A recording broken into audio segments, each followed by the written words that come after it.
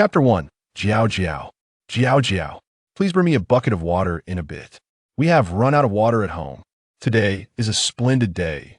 Li Jiao Jiao was humming a tune when she heard a voice behind her. Turning around, she saw Grandma Song from the 5th floor leaning out of her window, speaking to her. Li Jiao Jiao replied, "Sure thing, Grandma Song. They'll deliver it in 10 minutes. She raised her fingers to her forehead in an exaggerated salute. This elicited a hearty laugh from Grandma Song, who playfully chided her. "Your singing is delightful. You should sing more often. Was you in such high spirits today?" Grandma Song, "I received my paycheck today, and I'll be able to pay off all my debts." "Oh dear child, we are all neighbors here. Everyone has said you don't need to repay it. It's rare to find such a considerate child. No need to rush with the water, just be careful on your way." "I know, Grandma Song." With that, Li Jiao Jiao hopped on her little electric scooter and sped away. Despite her name, Jiao Jiao was far from delicate. Life's harsh realities left no room for her to be so. At just 16, her parents met with a tragic accident, leaving her to care for her 13-year-old brother, who was suffering from severe pancreatitis. The young girl had no choice but to drop out of school and work to fund her brother's treatment. Just days ago, she had been curled up in her mother's embrace, and now she bore the weight of life's burdens. Fortunately, their neighbors were kind-hearted. One by one, they rallied their friends and relatives to donate to Jiao Jiao and her brother, amassing enough money for the surgery. Her brother, Li Tian, was resilient, cooperating with the treatment and miraculously snatching his life back from the jaws of death. Jiao Jiao remembered the immense kindness of their neighbors. She meticulously noted down the amounts donated by each household, and over the years, the community had looked after the orphan siblings. Jiao Jiao worked 3 jobs delivering packages, providing water, and working the late shift at a convenience store. After 5 years of hard work and frugality, she finally earned enough to send her brother to school and was thrilled that today's paycheck would allow her to repay the last of their debts.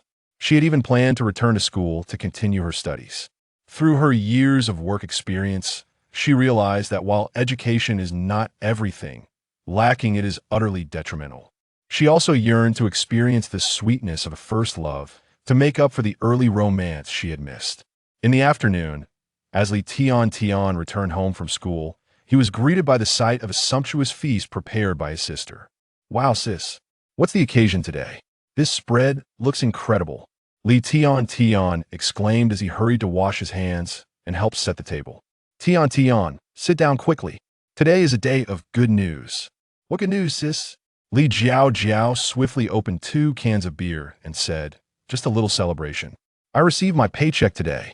After dinner, we'll go to return the money to Uncle Zhang and express our gratitude for their support over the years."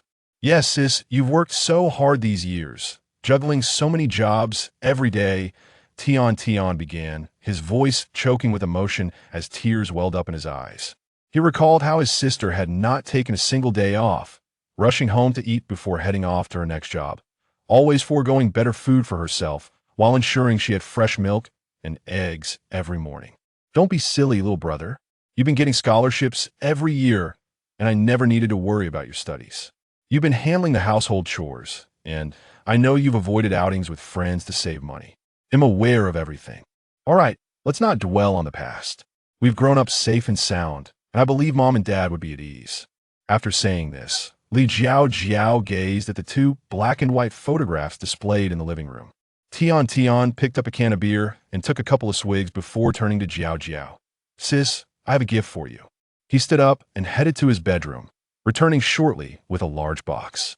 "Sis, I'm about to go to university, and I know you wish to attend as well. I've organized all my books and notes for you. With these materials, I believe you will definitely get into university next year. Without you, I wouldn't be here today. Rest assured, I've grown up, I'll protect you from now on."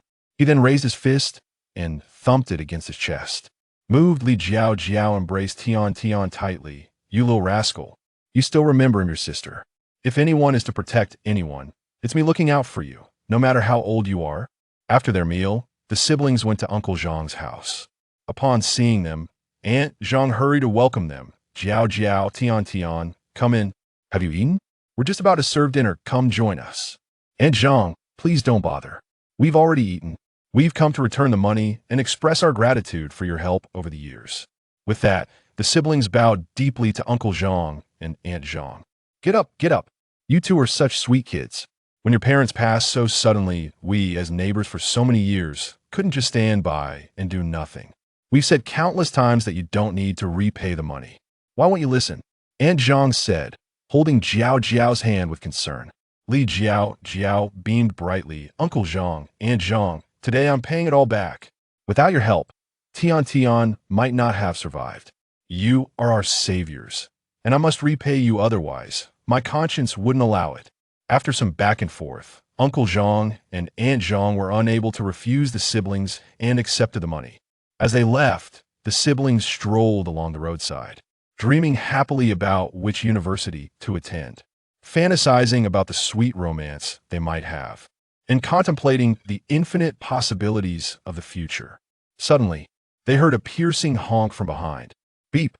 Li Jiao Jiao turned around just in time to see a large truck barreling towards them, out of control. Without a moment to spare, Li Jiao Jiao pushed Tian towards the grassy verge with all her might. In the last moment, all she heard was Tian's anguished cry, "Sister!" As she shut her eyes, countless images flashed through her mind, culminating in a singular thought. Damn, am I really this unfortunate? Just as life was about to improve, how can I be so unlucky? Then, she lost consciousness. Tian stumbled over, cradling the bloodied and mangled body of his sister, rendered speechless, trembling all over, unable to retrieve his phone for what felt like an eternity. Bystanders who witnessed the accident rushed to help, calling for an ambulance. The ambulance arrived swiftly, transporting her to the hospital, but despite 3 hours of desperate efforts, the injuries were too severe, and she could not be saved. All that remained was Tian, weeping uncontrollably, his face buried in his hands. Beep, beep, beep, beep, beep, beep, beep. Network connected, system activated. Host successfully matched. System binding initiated. System binding successful, commencing rescue for the host. Rescue of the host failed, rebooting imminent. Second rescue attempt beginning failure. Rebooting imminent. Third rescue attempt commencing. Should it fail, the system will unbind from the host, resulting in forced termination. Uncertain if it was Jiao Jiao's subconscious sensing danger, the system voice echoed once more. Rescue successful. The host owes the system 30,000 points. Repayment must be completed within 3 years, or the host will face forced termination. Li Jiao Jiao awoke groggily, her head throbbing as if it might explode. Had she been saved? Why was it so noisy in the hospital? But as she opened her eyes and surveyed her surroundings, she was utterly astounded. Oh my goodness, how did I end up in a primitive forest? When did such a vast forest appear near my home? Li Jiao Jiao stared in disbelief at the robust trees surrounding her. Greetings, host. I am your bound life system, Infinite. You are currently situated in the beast realm, where you will embark on a new life. To save your life, you now owe the system 30,000 points, which must be repaid within 3 years. Failure to do so will result in the system forcibly terminating your life. Wait. What is this nonsense? Owing you points? And you want my life? I just finished repaying my debts. Why am I incurring more debt? Li Jiao Jiao felt herself on the brink of collapse. Because we saved you 3 times, each time costing 10,000 points, totaling 30,000 points. Considering you are a new member, we have automatically granted you a 3-year interest-free installment plan. You only need to repay within 3 years. The voice of Infinite came across as surprisingly considerate. Li Jiao Jiao was left speechless. Oh, I didn't realize you were so thoughtful. An automatic installment plan? Why 3 rescues? Are all other hosts treated this way? Infinite hesitated, unable to divulge. I'm just a beginner. I'm still familiarizing myself with the operations. After a pause, Infinite decided to shift the blame onto the host. Your vital signs were unstable at the time, requiring a significant amount of energy. The system lied without flinching that I asked there any chance for a discount? Li Jiao Jiao remained utterly oblivious to the countless feelings of guilt swirling within her. Shushu felt overwhelmed, as this request was something she had never encountered before. Upon hearing Shushu's pause, Li Jiao Jiao, sensed an opportunity, and pressed further. Come on, let's make a deal, dear system. A little discount to foster friendship. I promise to cooperate with any future tasks. Shushu remained silent. Li Jiao Jiao adopted a different approach. I refuse to accept this. Look at me, a delicate young lady, finally seeing the fruits of my labor and poised to embrace a bright future. Yet, I find myself suddenly thrust into this unfamiliar land, burdened with mountains of debt. Oh, I can't go on like this. You might as well end my misery right now. After her outburst, she anxiously awaited the system's response. In truth, Shushu felt a twinge of sympathy for her after all. The excess points were indeed a result of her own clumsy handling. Thus, Shushu said to Li Jiao Jiao, well, please wait while I submit a request. Great, great. Li Jiao Jiao was certain there was a glimmer of hope. During this waiting period, Li Jiao Jiao took a moment to observe her surroundings. The towering trees were so thick that 5 or 6 people would struggle to encircle them, and the sky was so azure, devoid of any impurities. Li Jiao Jiao couldn't recall the last time she had looked up at the heavens. Each day had been consumed with work to repay her debts, and just when she thought she was free, she found herself in debt once again. How unfortunate! Nearby, unknown wildflowers released a fragrant aroma, pulling her thoughts back to the present, and suddenly, Li Jiao Jiao recalled Shushu's earlier words. This was the beast world continent. Were there truly only beasts here? A sense of impending doom washed over her. Ding ding. Greetings, host. After my fervent negotiations, I have successfully secured a 50% discount from the main system. Shushu feigned calmness while addressing Li Jiao Jiao, though inwardly, Shushu wished to rectify her previous mistakes by reducing the points to 10,000. Unfortunately, her authority was insufficient, and this discount was procured through a series of backdoor dealings. However, Li Jiao Jiao remained oblivious, believing wholeheartedly in the system's capabilities, showering Shushu with compliments. Shushu, you are simply amazing. I am so fortunate to have you. Shushu, feeling a bit bashful, replied, oh, it's nothing, we are in this together, after all. If I don't help you, who will? At that moment, Li Jiao Jiao recalled a question. Shushu, you mentioned this is the beast world continent. Does that mean it's populated entirely by beasts? What if I, being utterly defenseless, were to encounter them? Wouldn't they just swat me away with a single paw?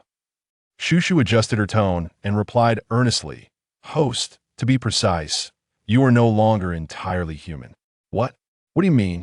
Li Jiao Jiao exclaimed, raising her hands to touch her legs.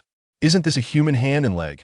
Shushu explained, hey, race the situation. Host, the creatures of the beast world continent are classified into beastmen and beasts. You are currently a beast man, and your beast form is that of a white rabbit. Beastmen can freely switch between their beast and human forms. Simply think transform, and you will change into your beast form. Following Shushu's instructions, Li Jiao Jiao concentrated on the thought of transform, and indeed, she transformed into a fluffy little white rabbit. Upon examining her paws, her forelimbs found them to be pristine white. Oh my, this form is rather charming. My goodness, I can't believe I actually transformed. If I think about it, can I revert back? Li Jiao Jiao eagerly inquired. Indeed, host, you may give it a try, Shushu encouraged. With a swish, Li Jiao Jiao transformed back, brimming with excitement. Host, due to the demographic imbalance in the beast world continent, where males outnumber females, the societal norm is polyandry. The females are referred to as females, while the males are termed males, and they can procreate across species. Li Jiao Jiao was once again taken aback. Cross species? What would the offspring be like? Shushu patiently explained, the offspring could either resemble your species, the other party's species, or even a new mutated breed. Ultimately, this is all for the propagation of the beastmen, and, as the birthing system, I will be your most powerful ally on this journey. Contemplating her outstanding debts, Li Jiao Jiao asked, so, what tasks must I undertake to earn points? Surely it couldn't just be about having children, could it? In the next moment, Shushu replied, indeed, host, it revolves around giving birth. The beastmen are divided into 8 tiers: heaven, earth, profound, yellow, universe, and chaos. The reward for giving birth to offspring of different tiers vary. The higher the tier, the greater the rewards. Each berth will yield corresponding points and material rewards. Points can be exchanged for the resources you desire. In essence, to thrive here, all you need to do is to have many little ones. The more offspring you produce, the less you need to worry about anything. Li Jiao Jiao pouted, weaving a flower crown from the wildflowers beside her, and remarked, "You make it sound easy, but finding someone to connect with isn't that simple. Not to mention, even if things progress to that stage, getting pregnant isn't necessarily a walk in the park. Fear not, host. At the start, you will receive a newcomer gift pack, which contains various elixirs required for childbirth. Would you like to claim it now?" Shush's voice chimed in. "Is there still a grand gift package? If I don't claim it, will it disappear? Will it expire if I do claim it?" Li Jiao Jiao instantly became excited again. "Fear not, host," the system reassured. "The gift package contains a plethora of items. To facilitate your convenience, the system includes its own storage space, currently measuring 10 cubic meters. This can be expanded through rewards for procreation in the future, if you confirm the receipt of the package. The items will be stored within your system space, and whenever you need something, simply recite the item name in your mind. Should you choose not to claim it, you will need to access the space first before utilizing the items." Li Jiao Jiao clapped her hands in admiration, exclaiming, "I must say, your system is remarkably advanced in supporting the reproduction of beastmen. It's truly astonishing, and to think it bears such a name while equipped with such sophisticated features. Well then, I shall claim it." "Very well, host. The new beginner's gift package has been received. Fertility pills 2, 100 success rate. Consume after mating. 1 pill leads to a whole litter, the king of cost performance. Pain-free delivery pills 2, to be taken during childbirth for a completely painless experience. You deserve this. Recovery pills 2, instantly restores pre-pregnancy condition, returning you to your youthful glory. Beginner detox pills 3, effective against poisons of the Zhoutian stage and below. Easy to handle. Intermediate detox pills 3, effective against poisons of the Xian stage and below. Easy to handle. Advanced detox pills 3, effective against poisons of the Tian stage and below. Easy to handle. Beauty pills 2, essential for beautiful maidens. The more you consume, the more radiant you become. Strengthening pills 2, essential for building a strong physique. Space expansion coupons 2, each coupon expands a space by 5 cubic meters. Xian Iron Dagger 1, cuts through iron like mud, essential for self-defense against foes. Firestones 3, indispensable for self-sufficiency. "Wow, this reward is quite abundant," Li Jiao Jiao exclaimed, grinning from ear to ear. "What should we do now? Shouldn't we find something to eat? My stomach is growling." "Host, you now need to select your beast husband. Early partnership leads to early offspring, paving your way towards the pinnacle of life." The system urged eagerly. "Are you serious? In this vast forest with nothing around, where am I supposed to find someone?" Li Jiao Jiao felt that this system was somewhat absurd. Just as she pondered, a blood-curdling scream echoed from a nearby cliff, followed by the sound of trees snapping. "What in the world is that? It's terrifying." "No, wait, it's a rabbit." Li Jiao Jiao listened intently, but the commotion had ceased, leaving her somewhat anxious and hesitant to investigate. She could only mentally call out to the system. "What is going on?" "Host, upon detection, it appears to be a single, injured member of the U-stage fox tribe, poisoned and hurt," the system replied. "Wow, you even know whether they are single. Should I go take a look?" "This wouldn't be you finding me a beast husband, would it?" Li Jiao Jiao inquired, mostly out of concern for her safety in this unfamiliar territory. The system, slightly proud, responded, "Host, screening suitable partners is one of the system's basic functions. You may proceed to investigate. Your levels are compatible, and he is injured." The implication was clear. If the Fox Beastman were to make any sudden moves, Li Jiao Jiao could still protect herself. With that, Li Jiao Jiao made her way towards the source of the noise. Initially indifferent, her eyes widened in astonishment at the sight of the youth lying beneath the trees. "Wow, how can someone be so extraordinarily handsome?" She gasped. A cascade of silver-gray hair fell behind him, a high nose and chiseled features now pale, his lips lacking color due to injury, and his narrow, fox-like eyes were tightly shut, concealing their allure. Yet, Li Jiao Jiao couldn't help but swallow hard at the sight. Who would have thought I'd start off with such a bounty?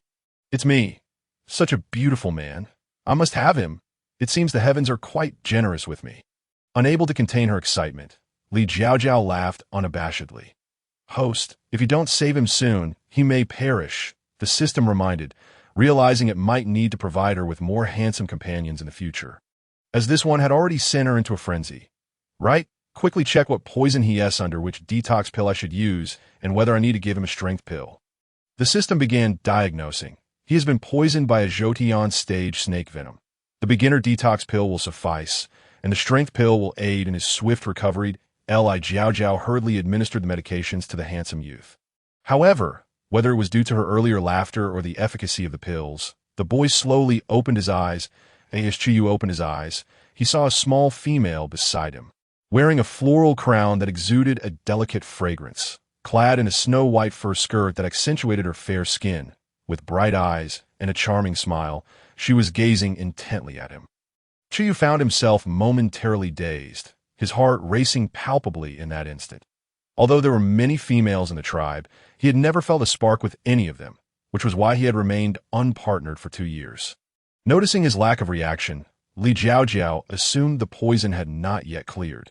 She waved her hand in front of him, prompting Chuyu to snap back to reality. His face suddenly flushed. Little female, hi. Did you save me? Upon hearing his voice, Li Jiao Jiao felt as if her ears were about to burst with delight. His voice was enchantingly melodious. She bashfully replied, Yes, I heard a commotion and came to check, only to find you poisoned and injured. Luckily, I know of a detox herb, so I gathered some to help you. How do you feel now? Li Jiao Jiao refrained from revealing her detox pills, unwilling to divulge her secrets to a stranger. Thank you, little female, for saving my life. When I return to the tribe, I shall express my profound gratitude. Li Jiao Jiao waved her hands dismissively. Oh, no need for that. Helping others is a traditional virtue. Huh, what tribe? Chuyu asked, having not heard her clearly. Realizing her slip of the tongue, Li Jiao Jiao hastily laughed. Oh, just the rabbit tribe. It's our tradition. Hee, you're quite adorable, Chuyu complimented, noticing her slightly flushed ears. And you are quite handsome, Li Jiao Jiao replied, her words lacking firmness. For reasons unknown, while he had always found other females superficial, the compliment from this little female genuinely warmed Chuyu's heart, making him grateful for his good looks that had captured her attention. Indeed, love is a matter of double standards. Host, focus, the system prompted. Oh, right. Li Jiao Jiao snapped back to attention, feeling shy as she said to Chuyu, You must be hungry. I'll go find something to eat. With that, she dashed off. Hey, little female, you shouldn't be the one to forage for food, Chuyu exclaimed, attempting to rise, only to find himself unsteady and falling back down. As Li Jiao Jiao ran away, she inquired of the system, Do you know of any edible items around? The system quickly activated its scanning function, directing her attention to a red fruit ahead. The red fruit to your left is crisp and sweet. It is edible. Li Jiao Jiao was pleasantly surprised. She hadn't expected the system to possess such capabilities.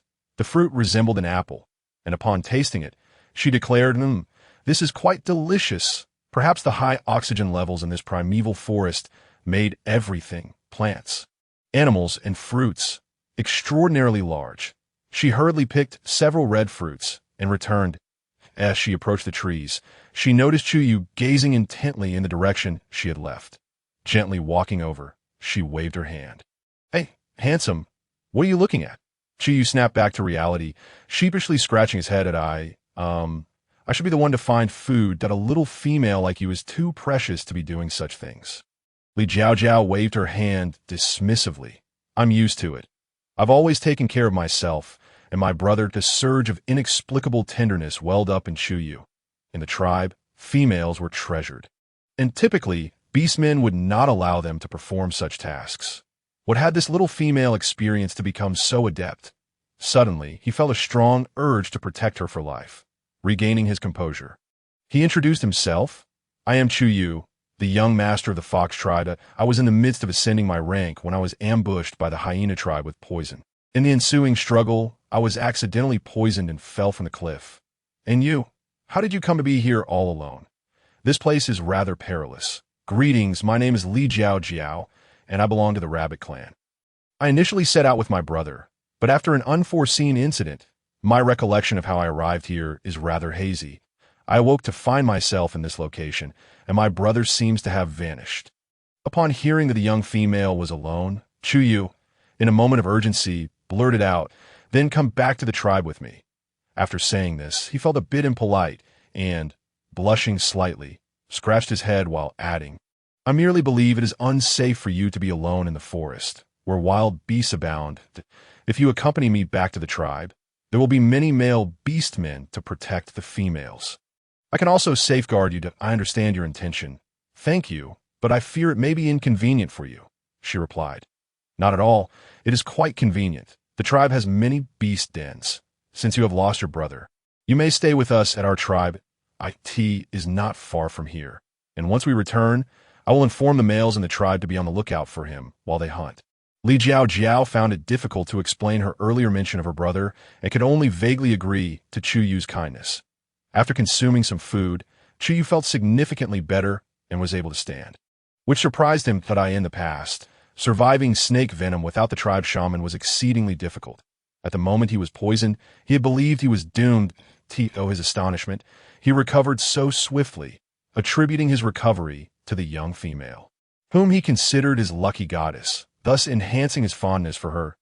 As Li Jiao Jiao approached, she had not noticed his height while he was lying down, but now that he stood, the bee-skin skirt that barely reached his knees accentuated his long, straight legs. His muscular upper body exuded a sense of strength that, oh my goodness, he looks like a prince from H country.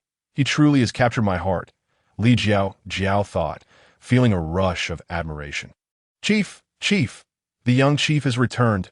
Oh, who is this stunning individual accompanying the young chief? Wasn't the young chief ambushed by the hyena tribe? He seems fine now. Bless the beast god. The young chief is indeed fortunate. Upon hearing the voices of his tribesmen, Chief Chu Chantian hurried outside and, upon seeing his son, rushed over to inspect him from head to toe. Are you injured? I sent many people out to search for you, and we could not find you. Your mother and I were nearly frantic. I am fine. Father, please do not worry. It was Jiao Jiao who saved me. She got separated from her brother, so I brought her back. Chu Chantian then noticed the young female who had returned with Chu Yu and, upon hearing his son's words, expressed his gratitude and arranged for someone to prepare a beast den for Li Jiao Jiao. Young female, you may stay here comfortably. We will bring you some food shortly. If you need anything, do not hesitate to ask. Thank you, Chief. After the crowd dispersed, only Chu Yu and Li Jiao Jiao remained, and the atmosphere grew quiet. As Chu Yu turned, he noticed the sunset illuminating Li Jiao Jiao's face. Her rosy cheeks and pearlescent earlobes radiated a soft halo in the golden light, an exquisite sight. He felt a rush of warmth surging through him, his face flushing as he stammered to Li Jiao Jiao, Jiao Jiao, you should rest. I will prepare some food for you. He hurriedly moved aside to handle the beast meat, silently chiding himself for his lack of composure. Unable to control himself at just a glance, Li Jiao Jiao approached, eager to assist, but Chu Yu quickly pulled her away, exclaiming, No, no, how can I let the young female do this? Please, just sit. I will handle it. Li Jiao Jiao did not insist further and asked, Chu Yu, what are you planning to cook? There is some tender meat and some fruits. I can wash and cut them for you. Can we roast them? She inquired. But we lack fire, Chu Yu replied, feeling a bit embarrassed. Not at all. I have fire, she said, pretending to retrieve flint from her bee skin bag, though she actually pulled it from her space. What is this? Chu Yu asked, puzzled, as he gazed at the dark stone in Li Jiao Jiao's hand. She handed him the flint and explained, I discovered this by chance. When these two stones collide, they produce sparks. You should try. Chu Yu gathered some dry twigs and leaves, created a makeshift space, and struck the flint together.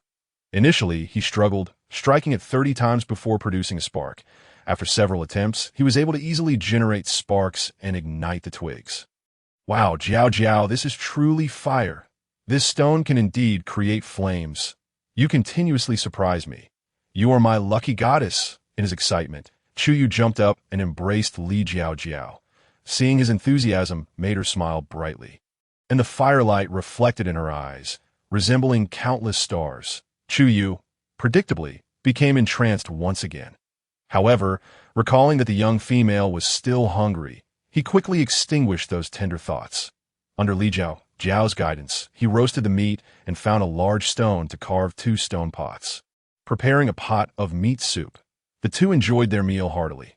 After tidying up, Chu Yu stood beside Li Jiao Jiao, hesitating to say something.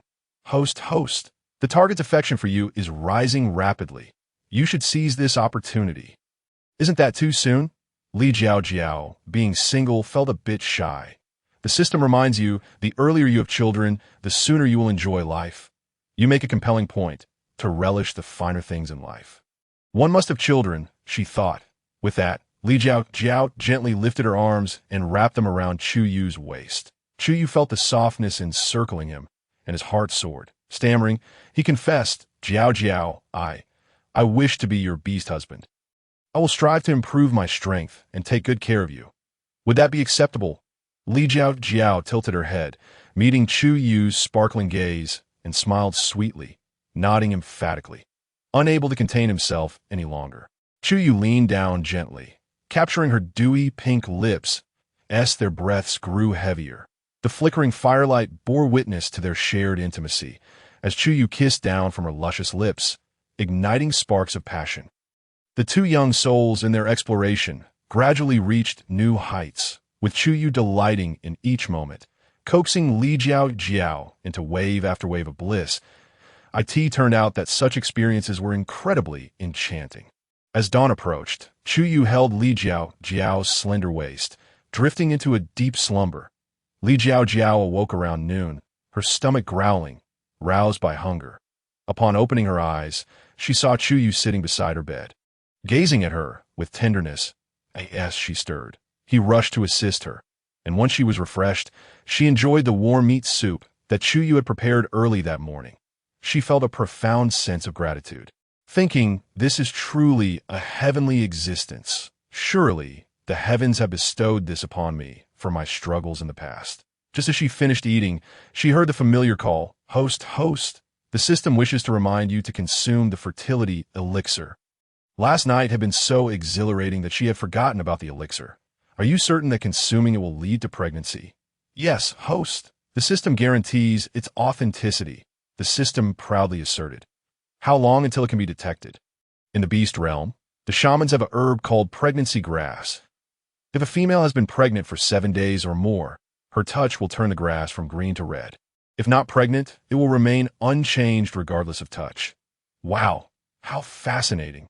I will patiently wait for a few days, then be by the way. During this period, is it permissible to, Li Jiao Jiao's face flushed as she asked. Heaven knows, having never tasted meat before, if she were to discover that pregnancy would hinder her newfound pleasures, it would be utterly frustrating. That is permissible, host. If you consume a strength-enhancing pill, it will help bolster your health. The system replied. Li Jiao Jiao promptly took the elixir and approached Chu Yu. He took her hand, saying, Jiao Jiao, let us go to the shaman to get a shape carved. Li Jiao Jiao smiled sweetly and nodded. All right. Before long, they arrived at the shaman's cave, where Chu Yu politely greeted the elderly shamaness and expressed his purpose for visiting. The shamaness of the fox tribe was quite advanced in age, and thus she had taken on an apprentice, a young female named Dan, who had been selected from the tribe a few years back for her remarkable talents. Dan had been studying under the shaman for many years and was rumored to be nearing her own graduation. As the shamaness' health had been deteriorating, it was often Dan who managed the patients who came to seek her assistance. However, upon hearing that the young clan leader had found a mate, the shamaness expressed her delight with several enthusiastic exclamations. She then told Dan that she would personally carve the symbols for both the young clan leader and his female companion. My dear, the process may be a bit painful, but please bear with it, the shamaness gently reassured Li Jiao Jiao. Before long, a delicate fox was etched onto Li Jiao Jiao's left wrist, and she hoped to see Chu Yu every time she lifted her hand. At present, she seemed quite pleased with him that, in their world, males could only choose one mate in their lifetime. Thus the symbols were carved directly onto their hearts. After a short while, a lifelike little rabbit was completed on Chu Yu's chest. He touched it and remarked with joy, How wonderful! From this moment on, I have my own little family. When Chu Yu's parents learned that he had carved symbols with his female companion, his mother excitedly grasped Li Jiao Jiao's hand, exclaiming, At last, a female has set her eyes on my son. I was beginning to think you would remain a solitary beast for eternity. Chu Yu interjected with a smirk. The right person is always worth the wait. If I had settled down earlier, I might never have met Jiao Jiao. He and Jiao Jiao exchanged smiles while holding hands, prompting Chu Yu's mother to playfully scold him. You do have a way with words. Now, be sure to bring back some food. Jiao Jiao currently has only you as her male. Can you manage the hunt? His mother inquired. Don't worry, I can certainly provide for my own female. However, while I am out hunting, I would appreciate it if you could keep an eye on Jiao Jiao, as she is unfamiliar with this area and might need some assistance. Chu Yu replied. Oh dear, and here I thought you would be more independent now that you have a wife. His mother teased. Mother, Chu Yu said bashfully, scratching his head. Noticing his ears turning crimson, Chu Yu's mother decided to spare him further teasing. She turned to Jiao Jiao and said, Jiao Jiao, now that you are with my son, I will treat you as my own daughter. If you ever need anything, do not hesitate to let us know. Since you currently have only you as your male, he may not always be able to attend to you. But I will always be here. You need not feel embarrassed. I realize that you may find this hard to believe, but just watch how we act.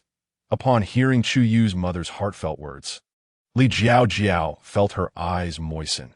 Since losing her parents at 16, she had not heard such touching words, and now, looking at Chu Yu's mother's affectionate demeanor and gentle words, she felt an overwhelming urge to leap into her embrace. Contemplating this, she asked, Can I call you mother just like you does? Of course, my dear. From the moment I laid eyes on you, I felt an instant fondness. Mother, Li Jiao Jiao exclaimed as she embraced her, inhaling the comforting scent of her presence, momentarily feeling like the little girl who used to snuggle in her mother's arms. Now let's head back. If you have time this afternoon, do spend some time with Jiao Jiao. Don't forget, Chu Yu said, taking Li Jiao Jiao's hand to leave. Watching his mother and Jiao Jiao in an embrace, he realized he had not shared such a moment yet, and a pang of longing struck his heart. Upon returning to their cave, Chu Yu held Li Jiao Jiao close, showering her with kisses and affection for a while before encouraging her to rest inside while he went out to hunt for food. Li Jiao Jiao nodded in agreement and began to explore the cozy love nest that belonged to both her and Chu Yu, contemplating how this would likely be her home moving forward. As she surveyed their surroundings, she envisioned potential decorations and expansions, pondering the logistics of preparing for their baby's arrival in a couple of months. She called upon her system. Countless. Can you determine how many babies I am carrying? A cheerful voice responded.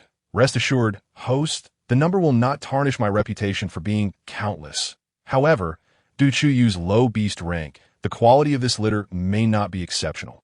Nevertheless, you can encourage him to improve his rank or seek a partner with a higher rank to bear offspring with better talents. What do you mean by improving beast rank? Li Jiao Jiao inquired, genuinely curious that in this beastly realm, there are two methods. Point one is through diligent practice, which is slow but solid.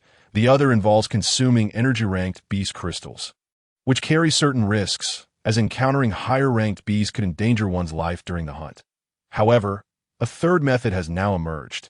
After a considerable wait with no further response from a voice, Li Jiao Jiao could not contain her curiosity. What is the third method? With a cheeky tone, the voice replied, I was just waiting for you to ask. As it turns out, our childbirth rewards include both point rewards and item rewards, with the latter containing rank-enhancing elixirs called upgrade pills. Different ranks require different pills, and the better the offspring's talent, the more generous the rewards that I see. Many females in this realm do not possess a beast rank, and those who do often have low ranks. Very few have cultivated their ranks through postnatal training.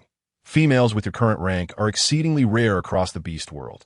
You may hold off on enhancing your rank for now, but your mate's rank improvement is quite urgent. Understood. I will encourage Chu Yu to improve, and once I have given birth to this litter, I too will work on enhancing my own rank. After all, relying on others is never as dependable as relying on oneself. Jiao Jiao, come quickly and see what I have found for you to eat. Stepping outside, Li Jiao Jiao discovered Chu Yu holding a pale yellow fruit that, at first glance, resembled a banana. She took it from him and asked, What is this? It's a yellow strip. It has a sticky texture and is sweet. Get a try, and let me know if it tastes good. I will go prepare some roasted meat and broth. I just caught a plump rat, he said, shaking the hefty rat, which appeared to weigh around 20 pounds, Li Jiao Jiao examined the yellow strip in her hand, noting its thin skin, which suggested it could be eaten whole. Taking a bite, she exclaimed, "Wow, this tastes just like a banana." However, everything in this world was larger than she was accustomed to. One yellow strip could easily substitute for 4 bananas, with a thinner skin that lacked the bitterness of banana peels.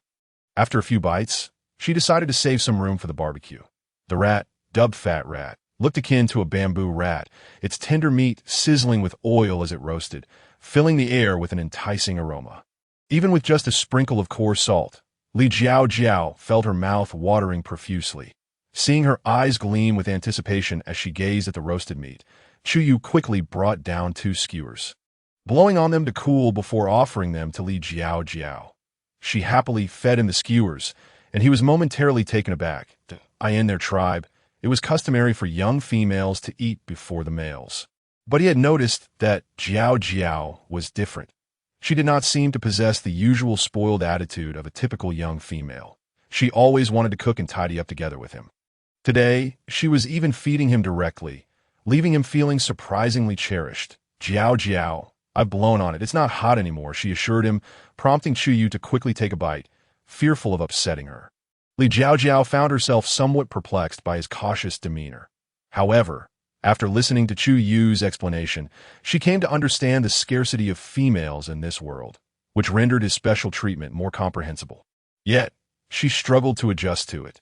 Turning to him earnestly, she cradled Chu Yu's face in her hands and gazed deeply into his eyes, declaring, "Chu Yu, while my physical strength may not currently match yours, and I am unable to accompany you on hunts, I am committed to training diligently and continuously improving myself. I aspire to stand by your side rather than be perpetually shielded behind you. In our household, we are equals. We shall dine together and share our provisions without the need for preferential treatment, that we are a family. Do you understand?" Moved, Chu Yu embraced Li Jiao Jiao tightly, exclaiming, "Jiao Jiao, I truly feel like a favored child of the beast god. Before meeting you, I could scarcely imagine such a reality." "Fool," she playfully retorted, "by the way, Chu Yu, you mentioned that you were ascending to a higher tier when the hyena tribe ambushed you." Recalling this incident ignited a flame of indignation within Chu Yu as he replied, "Indeed, although I am the minor clan leader, my strength is not particularly formidable within our tribe. Consequently, I have dedicated myself to rigorous training. Just yesterday, while ascending from the universe tier to the yellow tier, I was ambushed. Initially poisoned by a snake, I had lost hope of survival until I encountered you, Jiao Jiao. Not only did you save my life, but you also granted me the opportunity to become your beast husband. I still feel as though I am dreaming. Moreover, to my astonishment, I discovered this morning that my strength remains unaffected, and I believe I may ascend once more in the coming days. It seems you are my good fortune." Upon hearing this, Li Jiao mentally summoned the system, inquiring, could it be that Chu Yu's condition is due to the effects of the strengthening pill? The system confirmed, yes, host. Chu Yu's strength had already reached a certain level. But he was momentarily hindered by the hyena's treachery.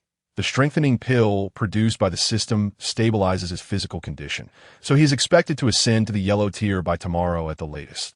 "Excellent. You are quite impressive, system. Thank you."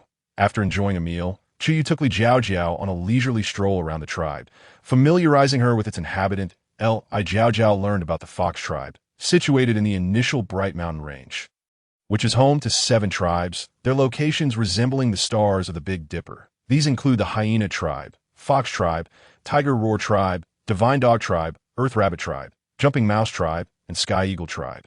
With the Hyena tribe and Sky Eagle tribe positioned at opposite ends, the 7 tribes encircle the expansive Alba Lake. The Fox tribe, being the closest to the Hyena tribe, has endured persistent provocations from them over the years, causing considerable distress. The Hyena tribe's audacity to strike during Chu Yu's ascension is particularly alarming, suggesting that preparations for conflict must commence. The right of the Fox tribe lies the Tiger Roar tribe and the Divine Dog tribe, which maintain amicable relations, as there are often some females within the tribe who form bond with males from these 2 tribes. Should war with the Hyena tribe ensue, seeking collaboration with these tribes would be prudent. The following afternoon, as Li Jiao Jiao and Chu Yu were enjoying each other's company, Chu Yu suddenly felt an overwhelming surge of power within him. realizing that he was about to ascend, informing Li Jiao Jiao. He promptly retreated into the beast cave. Moments later, a deep, resonant roar echoed from within, prompting Li Jiao Jiao to remain outside, fearing to intrude. Chu Yu's father and mother soon arrived, joining her in waiting. After approximately half an hour, the sound ceased and a drenched Chu Yu emerged, his forehead glistening with sweat. The clan leader, upon seeing him, excitedly patted his shoulder, exclaiming, "Well done, young man. Your diligent training has paid off. You have ascended to the yellow tier so swiftly." Chu Yu felt a rush of exhilaration. Although he sensed that he might be able to ascend again soon, he had not anticipated regaining his strength so quickly without any mishaps. Li Jiao Jiao shared in his joy. The system, countless, reminded Li Jiao Jiao, "Host, your beast husband has successfully ascended to the yellow tier, and you should seize the opportunity to conceive another child. This child's potential will undoubtedly surpass that of your previous offspring." "Wait, what? Conceive another child? But I am already pregnant," Li Jiao Jiao exclaimed, bewildered. "Host, it is as follows. Your beast form is that of a rabbit, which possesses 2 uteruses, allowing you to bear 2 litters simultaneously or stagger their conception." Once again, Li Jiao Jiao was struck with astonishment. Having been preoccupied with work in a human world, she had never had the time or resources to care for any living creatures, except for Li Tiantia. Her understanding of rabbits was limited to knowing that spicy rabbit heads were delicious. Hearing this revelation made her marvel at the unique physiological trait of rabbits possessing dual uteruses. Clearly, the beast world required her to procreate abundantly. With all the necessary resources at hand, that evening, after dinner, Li Jiao Jiao leaned against Chu Yu's shoulder, enjoying a conversation with him. As Chu Yu inhaled the distinctive fragrance emanating from her, his heart raced. Sensing his heightened breathing, Li Jiao Jiao playfully decided to tease him. She wrapped her arms around his neck and gently caressed his silver-gray ears, eliciting a sharp intake of breath from him as he suppressed a moan. Just as Chu Yu intended to caution Li Jiao Jiao against touching a male's ears so lightly, he glanced down to find her smiling mischievously, instantly realizing her intent. "Jiao Jiao," he murmured, playfully biting her red lips as the 2 adults began their intimate dance of emotional connection. With tender movements, Chu Yu removed the beast's skins draped over them, his fingertips gliding over Li Jiao Jiao's body like sparks of lightning, igniting waves of shivers within her. It must be said that males possess an innate understanding of such matters. And Chu Yu, being exceptionally perceptive, could sense every delicate nerve within Li Jiao Jiao, eliciting exquisite responses from her. Li Jiao Jiao felt that their exchanges had grown increasingly harmonious, and her satisfaction with Chu Yu deepened. As the night unfolded, they drifted in and out of slumber, finally succumbing to restful sleep. The following morning, upon awakening, Li Jiao Jiao consumed a fertility pill under the guidance of Countless, preparing to surprise Chu Yu. In recent days, he had been quite busy, dividing his time between accompanying Li Jiao Jiao and hunting. Additionally, the clan leader, Chu Tian, had organized the tribe's most formidable warriors into 3 patrol teams, as the minor clan leader and a yellow tier warrior. Chu Yu, along with Chu Tian and his cousin, Chu He, who also held the yellow tier, each led a team in daily patrols to ensure the tribe's safety and guard against potential ambushes by the hyena tribe. The clan leader also dispatched strong male warriors to the Tiger Roar tribe and the Divine Dog tribe to discuss potential alliances against the hyena tribe. The Fox tribe was relatively closer to the Tiger Roar tribe, requiring about 10 days for round trips, while the Divine Dog tribe was slightly farther away, necessitating around 17 days. Should any unforeseen circumstances arise during the journey, a month could easily pass. Fortunately, the rainy season was approaching, which would compel the hyena tribe to focus on hunting and gathering provisions, likely delaying any further disturbances. That afternoon, Li Jiao Jiao calculated the timelines. Her first pregnancy was already 13 days along, while the second was 7 days. The pregnancy herb could confirm her condition, and the tribal healer should be able to detect the presence of the little ones in her womb as soon as Chu Yu returned. She proposed, "Chu Yu, will you accompany me to see the healer?" Immediately, Chu Yu, gripped with concern, grasped her hand and began inspecting her for any signs of discomfort, asking anxiously, "Jiao Jiao, are you unwell? Are you sick?" His worry was understandable. Although healers existed in this world, they could only treat relatively simple ailments, and many young females and cubs succumbed to illness during the rainy and winter seasons. Li Jiao Jiao took Chu Yu's hand. Smiling brightly at him, "No, I'm not sick. I'm perfectly fine. I just need to confirm something." "All right, I will take you there right away," he exclaimed, lifting her and swiftly racing toward the healer's cave. "Healer, healer, please come and see what's wrong with Jiao Jiao." Chu Yu frantically pulled the healer over to Li Jiao Jiao, nearly pulling her arm from its socket with his strength. Upon seeing Chu Yu's panicked demeanor, the healer initially feared that Li Jiao Jiao was seriously ill. However, upon observing her radiant complexion and the playful smile she wore, she chuckled at the two of them, asking Jiao Jiao, "What seems to be the matter?" "Grandma Shaman, I am not unwell. I have come to seek the pregnancy herb to feel it for myself." "Pregnancy herb? Jiao Jiao, are you suggesting that you might?" Grandma Shaman inquired excitedly. Looking at Li Jiao, Li Jiao shyly nodded. Chu Yu appeared utterly bewildered, still trying to comprehend why Jiao Jiao desired the pregnancy herb. Could it be that some young female had requested her assistance? Grandma Shaman swiftly procured the herb for Li Jiao, who raised her hand to touch it, causing the herb to change color instantaneously. Chu Yu could hardly believe his eyes. A young female was pregnant? Was he to become a father? Heaven knows how arduous it is for females in the beast realm to conceive, that I in their fox tribe. There are a total of 74 females in their prime reproductive years, averaging only one pregnancy per year, with the fewest having only one cub and most having two, the maximum being 4 cubs in a single litter. However, no one has ever conceived immediately after forming a bond. Still in shock and unable to gather his thoughts, Chu Yu observed Li Jiao's silly expression, which was devoid of her usual astute leadership demeanor, and couldn't help but find it amusing as he shook her hand. Chu Yu excitedly enveloped Li Jiao in a hug. "Jiao Jiao, is this truly happening? Am I really to become a father?"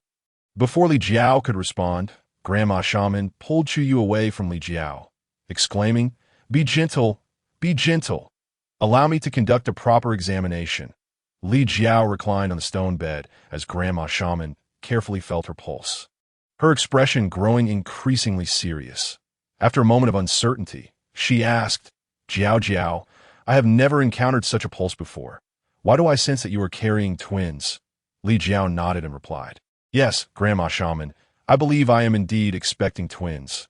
One has already been in my womb for 13 days, while the other has been there for 7. This revelation. Both Chu Yu and the elderly shaman were left speechless, taken aback by the astonishing news. After a significant pause, Grandma Shaman finally regained her voice, asking incredulously, "Could it be that you belong to the legendary Heavenly Rabbit clan?" Legend has it that millennia ago, the ancestors of the Earth Rabbit clan were once the Heavenly Rabbit clan. Known for their extraordinary reproductive capabilities, they possessed a unique double uterus, allowing them to bear 2 litters simultaneously, and had a notably short gestation period. Consequently, the entire beast realm clamored for the young females of the Heavenly Rabbit clan. However, for reasons unknown, the occurrence of young females giving birth to twins dwindled over time. Nevertheless, their fertility remained superior to other clans, leading to their eventual renaming as the Earth Rabbit Clan. Li Jiao, having previously conversed with the young females of her clan, was aware of this history and had initially worried about how to explain her twin pregnancy to Grandma Shaman. To her surprise, Grandma Shaman had already drawn the connection to the Heavenly Rabbit clan. Thus, she replied, "I am uncertain whether I am indeed of the Heavenly Rabbit clan, that I have not exhibited any unusual traits until after bonding with you. When I discovered I could bear twins, that IT must be the blessing of the beast god." Grandma Shaman exclaimed excitedly, "Indeed, it must be the blessing of the beast god that allowed our young clan leader to encounter a female of the Heavenly Rabbit clan. Our Fox clan's prosperity is within reach. I have examined the cubs in your womb, and they are all robust. While I cannot ascertain their exact number, I can assure you it will not be few. I must hurry to inform the clan leader of this wonderful news, Grandma Shaman. Please do not rush, that we will discuss it with Father later. I hope you can keep this a secret for now. I do not wish for too many to know that Jiao Jiao belongs to the Heavenly Rabbit clan and can bear twins. The Hyena clan is currently watching us closely, and I fear that if they learn of Jiao Jiao's identity, It may pose a threat to her. Chu Yu's mind cleared instantly. He realized that if this information leaked, he would be unable to protect Li Jiao. Grandma Shaman smacked her forehead in dismay, saying, "Yes, yes, yes. I was careless. This news must remain confidential for the time being. We can share it once the support from the Tiger Roar clan and the Divine Dog clan arrives." After briefing Grandma Shaman, Chu Yu took Li Jiao to see his parents. Upon hearing that Li Jiao was pregnant and that she belonged to the Heavenly Rabbit clan bearing twins, Chu Yu's mother, was overjoyed. She quickly brought forth all the food stored in their home.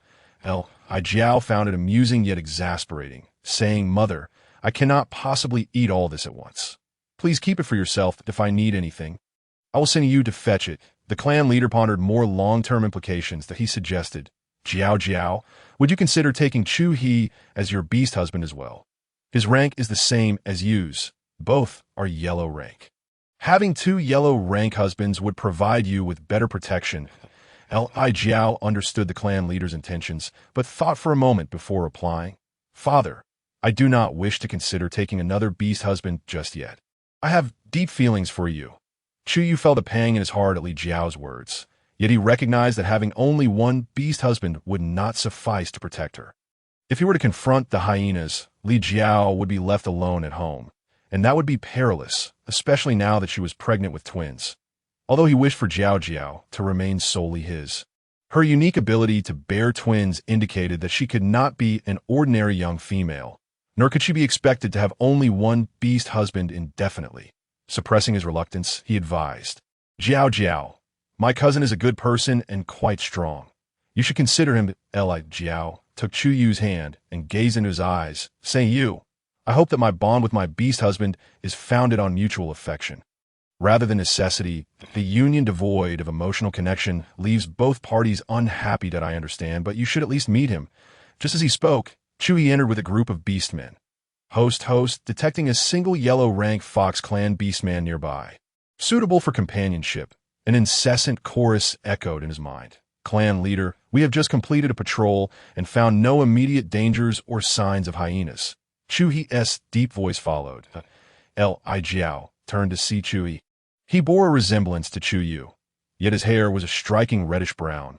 With sharp eyebrows and bright eyes, he exuded an imposing presence, in stark contrast to the more delicate demeanor of other Fox clan beastmen.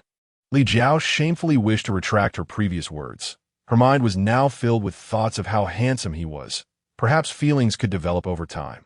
Yet she maintained a facade of calm, offering a perfectly timed smile.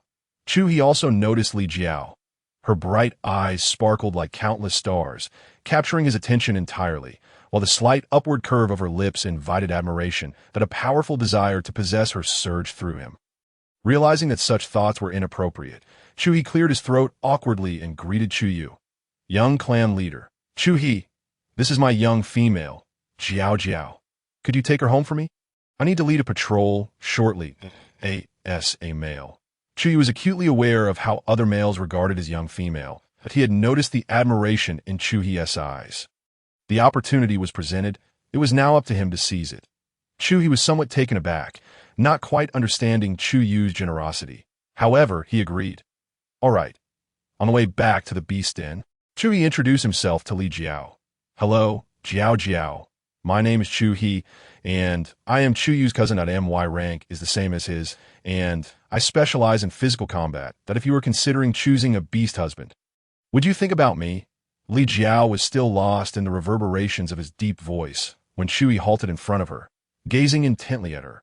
Little did he know, she had just been contemplating how to cultivate feelings with him. His boldness in expressing emotions was truly shocking. She thought of Chu Yu, that shy fellow. Had she not taken the initiative to hug him, he might still be waiting for the right moment to confess. In contrast, Chu Yi was remarkably audacious. Though Li Jiao was tempted to pursue him immediately, she felt it necessary to clarify her circumstances, as her unique identity could potentially pose a threat to them both. "Chu Yi, are you aware that Chu Yu is trying to matchmake between us?" "Yes, I noticed, though I am not entirely sure why." "Is it because I am pregnant?" Chu Yi's face displayed shock. "You and Chu Yu have only just bonded less than a month ago." "Indeed, I conceived on the very day we formed our bond. Chu Yu fears he cannot protect me alone, which is why he thought of you. Chu suddenly realized. Indeed, such remarkable fertility, if known to others, would undoubtedly attract many suitors. Having one more person to protect you is indeed a more prudent choice. Therefore, I wish to inquire, even if it entails some danger, do you willingly desire to become my beast husband, rather than for any other reason? Chu gazed intently at Li Jiao Jiao and declared, I am here of my own volition. Not because Chu wishes to bring us together, nor due to your exceptional fertility, but solely because your mere presence has captivated my entire being, compelling me to become your beast husband. Then let us seek out the shaman grandmother to carve our marks. Li Jiao Jiao giggled. Extending her delicate hand towards Chu, he gently clasped her fragile, boneless hand, and despite his earlier composure, his heart now raced uncontrollably. Unbeknownst to him, a slight perspiration began to form in his palm. Noticing his tension, Li Jiao Jiao took his hand, stood on her tiptoes, and softly pressed her lips against his cheek. He felt his heart nearly leap from his chest. The calm demeanor he had just displayed vanished in an instant. Well, how could a beast that has not yet tasted the pleasures of intimacy withstand such temptations? Taking the initiative, as Li Jiao Jiao attempted to withdraw, he embraced her slender waist and kissed her. Unlike Chu Yu's gentle caresses, Chu's kiss bore a hint of dominance, accompanied by the unique fragrance of fresh grass that lingered in the Li Jiao Jiao. Overwhelmed by the kiss, felt breathless, fearing that Chu might lose control outside. Finally managing to create a small distance, she gazed at him with soft, tear-filled eyes, collapsing into his embrace. As the kiss concluded, Chu regained some semblance of rationality. Reluctantly savoring the sight of Li Jiao Jiao's tender, glistening lips, that we still need to go and carve our marks. Before long, they arrived at the shaman's cave and conveyed their intentions to the shaman grandmother. This time, the shaman grandmother took charge, having resolved to personally carve the marks for Jiao Jiao and her beast husband upon discovering that she belonged to the celestial rabbit clan. Li Jiao Jiao had Chu's beast form inscribed on her right wrist, now adorning both wrists with the fox's beast form. Truly a beautiful sight. Chu, like the other beast men, had his mark etched on his chest. As Chu, he caressed the vividly carved rabbit beast form on his chest. An indescribable thrill surged within him, unable to contain his excitement. He transformed into his beast form, swiftly carrying Li Jiao Jiao back to their den. Having never ridden a beast before, Li Jiao Jiao instinctively grasped Chu's ears, causing him to stiffen momentarily before he quickened his pace. Once inside the den, a torrential cascade of kisses rained down upon her. Li Jiao Jiao clung to Chu's form, as his kisses graced every inch of her. She soon found herself utterly overwhelmed, her body rendered weak, unable to muster even a sliver of strength to continue holding onto his neck. Though this was her first time, Chu was considerate and quickly discovered each of Li Jiao Jiao's sensitive spots. Thus began a night of indulgent ecstasy. Li Jiao Jiao could not help but acknowledge that the beasts of this world appeared to possess great strength, at least in the case of her two beast husbands that night.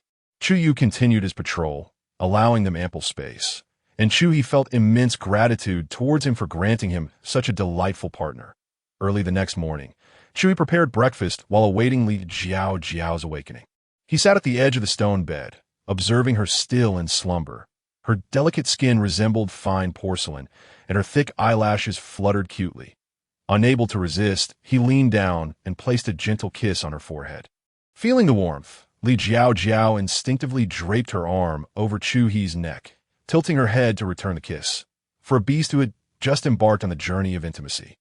Receiving such a sweet kiss in the morning made Chu's masculine energy surge uncontrollably. However, having indulged many times the previous night, he hesitated, mindful of Li Jiao Jiao's state of pregnancy and reluctant to overexert her. Upon waking, Li Jiao Jiao was met with Chu's adoring gaze and the undeniable evidence of his masculine vigor, prompting her to refrain from teasing him. Last night had been quite overwhelming, and she feared she could not withstand another bout. Had it not been for the strengthening elixir she had consumed earlier, she might have truly found it difficult to endure. Unbeknownst to her, Chu had only been partially satisfied the night prior.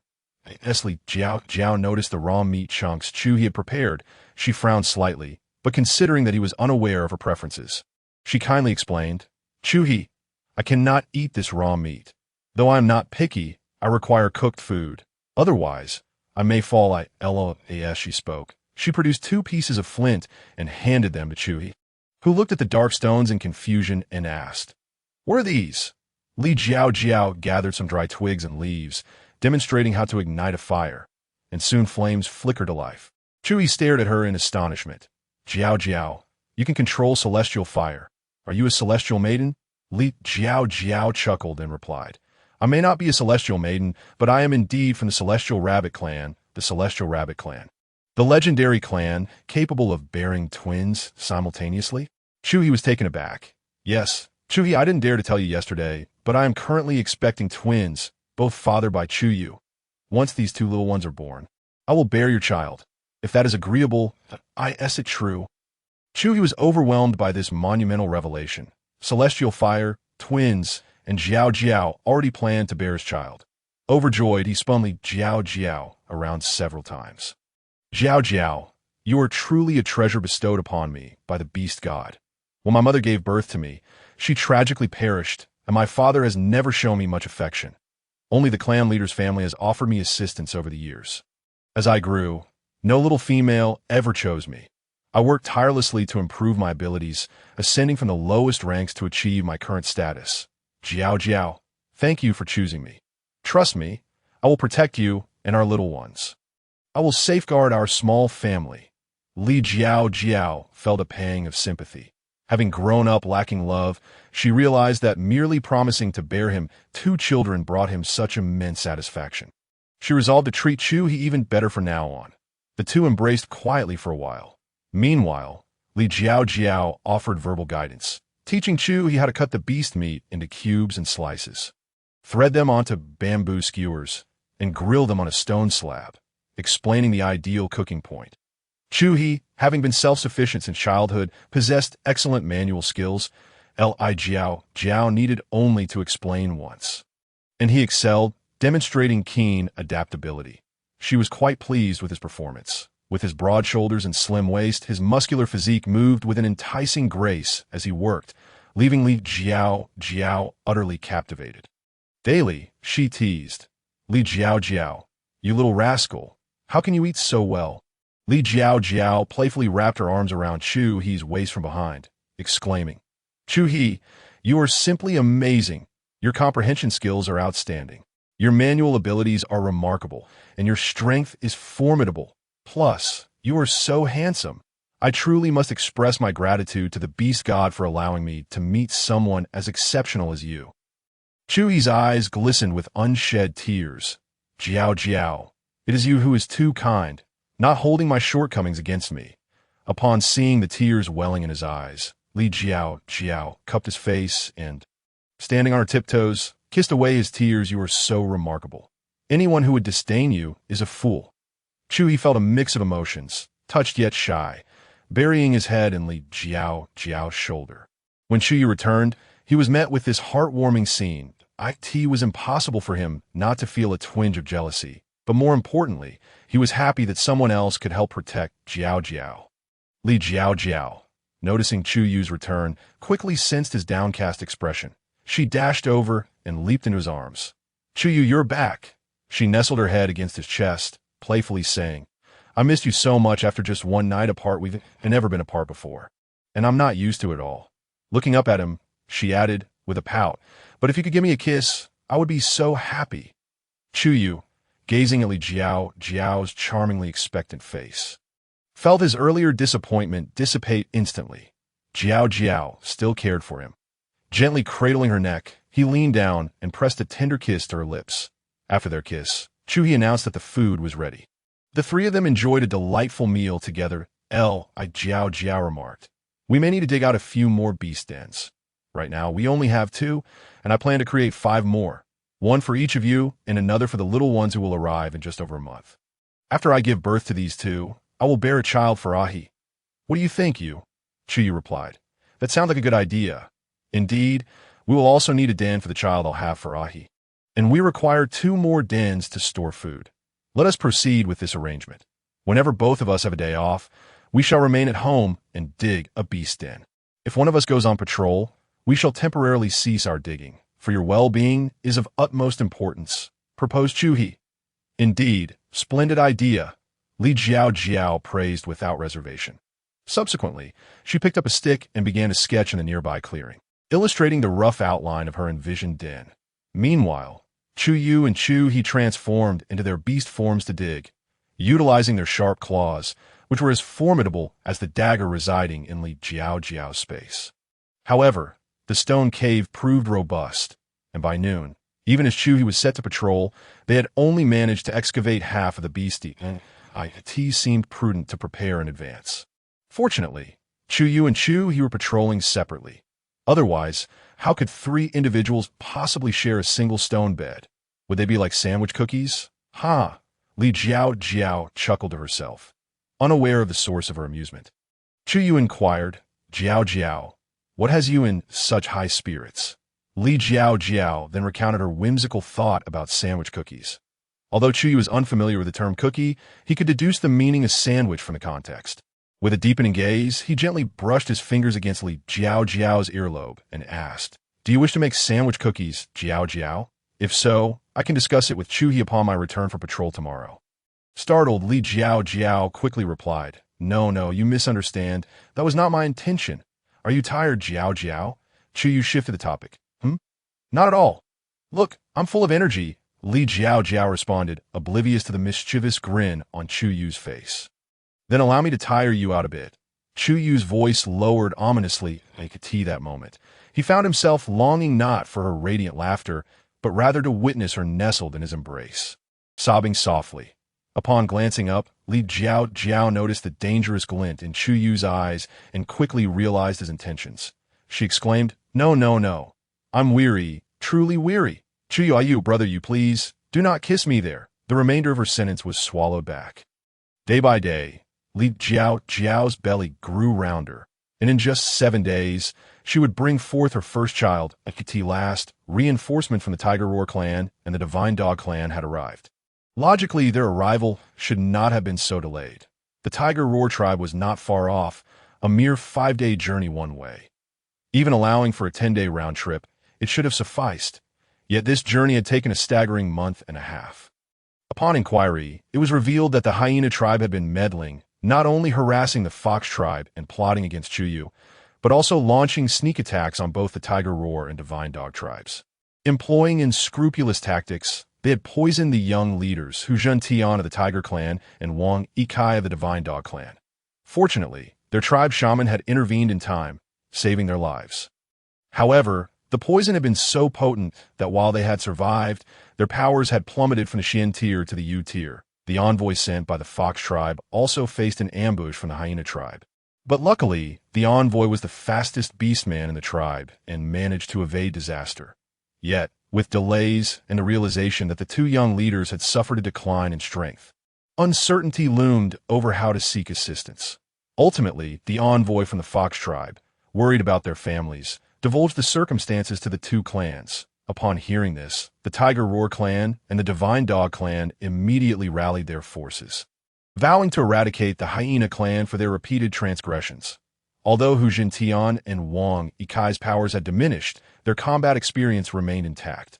Thus, Hu Zhentian led the Tiger Roar tribe, accompanied by 4 Xian tier beastmen, 10 Huang tier beastmen, 20 Yu tier beastmen, and 10 Zhou tier beastmen. Wang Yikai commanded the Divine Dog tribe, bringing with him 4 Xian tier beastmen, 8 Huang tier beastmen, 15 Yu tier beastmen, and 15 Zhou tier beastmen to provide aid.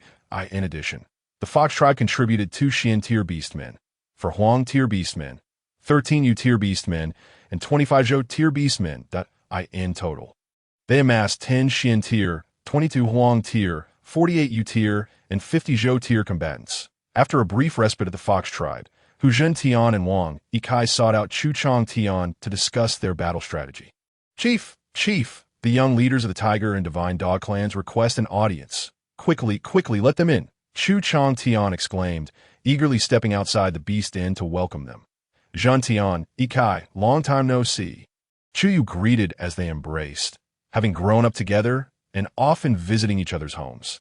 Chu Changtian had witnessed their growth, having seen them as mischievous youngsters. There was an incident when they had claimed to be out honing their skills, only to end up seeking refuge in the Fox tribe after breaking Hu Zhantian's father's prized whip.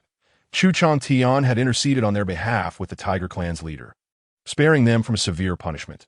Yet, as the years passed, they matured, focusing on managing their tribes and striving for advancement, resulting in a gap of 1 or 2 years without seeing each other. Chief! Chief! Hu Zhantian and Wang Yikai greeted. Chu Changtian playfully patted their shoulders and admonished, "Call me Chief. Just call me Uncle Chu." The two exchanged amused glances before responding, "Uncle Chu. Well, you both look even more spirited. Have you found mates yet?" Chu Changtian inquired. "Not yet. My father has taken a liking to a young female from the Jumping Mouse tribe, but I am not interested, with the Hyena tribe causing trouble. I have no time to think about such matters." Hu Zhantian scratched his head, a bit sheepish. "I have yet to find a mate as well. Advancing my tier is of utmost importance. Finding a female cannot compare to that." Wang Yikai appeared to be still oblivious to romantic inclinations. "Haha. Once you mature, you must consider taking a mate. It is essential for the continuation of your clan," Chu Changtian remarked. Upon hearing that neither had found a mate, a thought crossed his mind. "Uncle Chu, your words sound just like my father's. A mate should be chosen based on personal affection, not merely for the sake of procreation, right?" Hu Zhantian expressed his discontent. "I share your sentiment, Uncle Chu," Wang Yikai echoed. "Indeed, that rascal Chu Yu seems indifferent to my and his mother's concerns. Recently, he finally found a female he fancies. Yu is engaged? Congratulations!" Upon receiving this news, Chu Yu rushed his father, only to overhear their conversation about his engagement. "Tian, Kai, you've arrived," Chu Yu exclaimed. Embracing them. "I heard you were poisoned and lost your powers. How are you faring now?" As Hu Zhantian and Wang Yikai recounted their grievances, they were filled with rage, itching to storm the Hyena tribe. "That day, I was on the brink of advancing to the Earth tier. Yet the hyenas struck, using some despicable poison that left me dizzy and gasping for breath that I collapsed after spitting blood. Thankfully, my father sent my brother to watch over me, which allowed me to reach the shaman in time." Hu Zhantian briefly summarized his ordeal. "My circumstance is similar to Tian's. I too have been reduced to the U tier," Wang Yikai lamented, feeling despondent after years of training to ascend, only to be thwarted and forced to revert to a lower tier. "I was in a similar predicament," Chu Yu began, but before he could finish, Hu Zhantian interjected, "But you are now at the Huang tier, having successfully advanced. Did your shaman manage to cure your poison?" "It was not the shaman, but rather my young female. I fell from a cliff after being poisoned and encountered her there. She recognized a particular herb that counteracts the poison, and after consuming it, I managed to detoxify and successfully advance within days." Chu Yu's face softened with affection as he spoke of his beloved. "Oh dear, how curious. Wasn't it you who claimed that young females were uninteresting and merely chatterboxes?" Hu Zhantian teased. "She is different. She is exceptional and formidable. She stands apart from all other young females," Chu Yu defended fervently. Chu Changtian approached, suggesting, "Yu, perhaps we could ask Jiao Jiao to help us search for that herb. If we find it and cure Tian and Kai, our overall strength will increase. I will inquire later, but you know Jiao Jiao's current condition. Father, it may be perilous for her to leave the tribe." "Yes, I understand. It's just a thought. Perhaps we can have Jiao Jiao describe the herb's appearance, and I will send someone to search for it." Hu Zhantian and Wang Yikai caught wind of a glimmer of hope. Their excitement surged, prompting them to accompany Chu Yu back to the beast den. The den, already well prepared for Li Jiao and her companions, had seen significant expansion, particularly in the reception area, which had been widened considerably. The interior branched out into a hexagonal shape, with spacious chambers dedicated to food storage, while Chu Yu and Chu He's quarters were more modest, as their solitary occupancy rendered larger dimensions unnecessary. Li Jiao was content to follow their lead.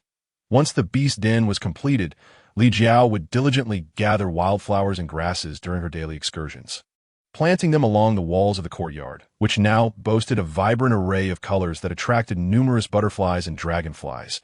Upon the arrival of Chu Yu and his companions, Li Jiao was seated on a swing that Chu He had crafted the previous day. adorned with a flower crown freshly woven by him.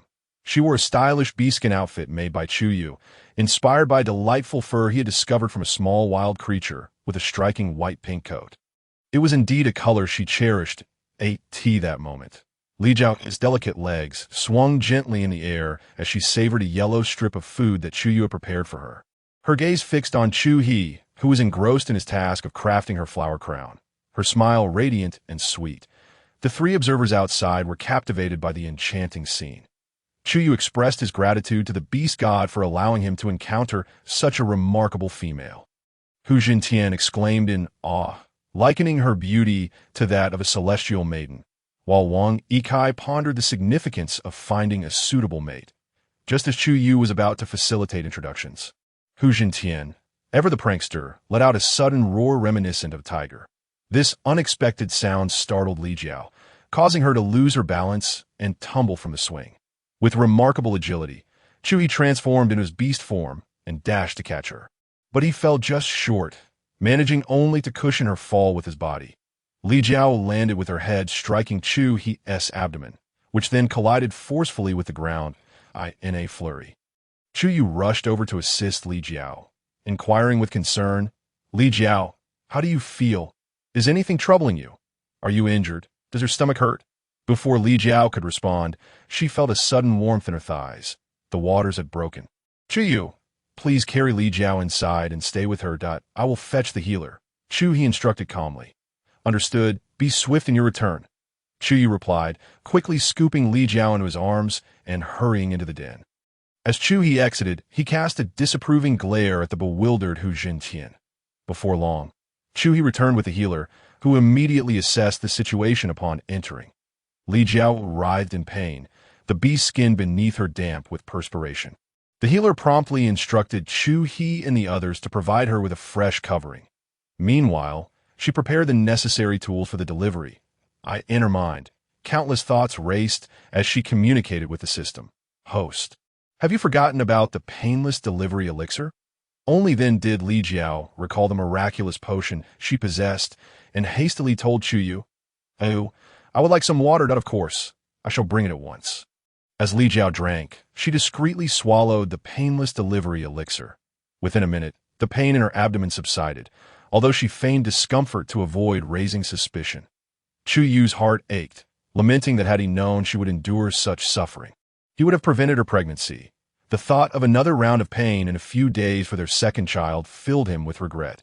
Sensing his distress, Li Jiao resolved to appear less pained, lest she instill lasting psychological trauma in him, jeopardizing their future happiness through childbirth.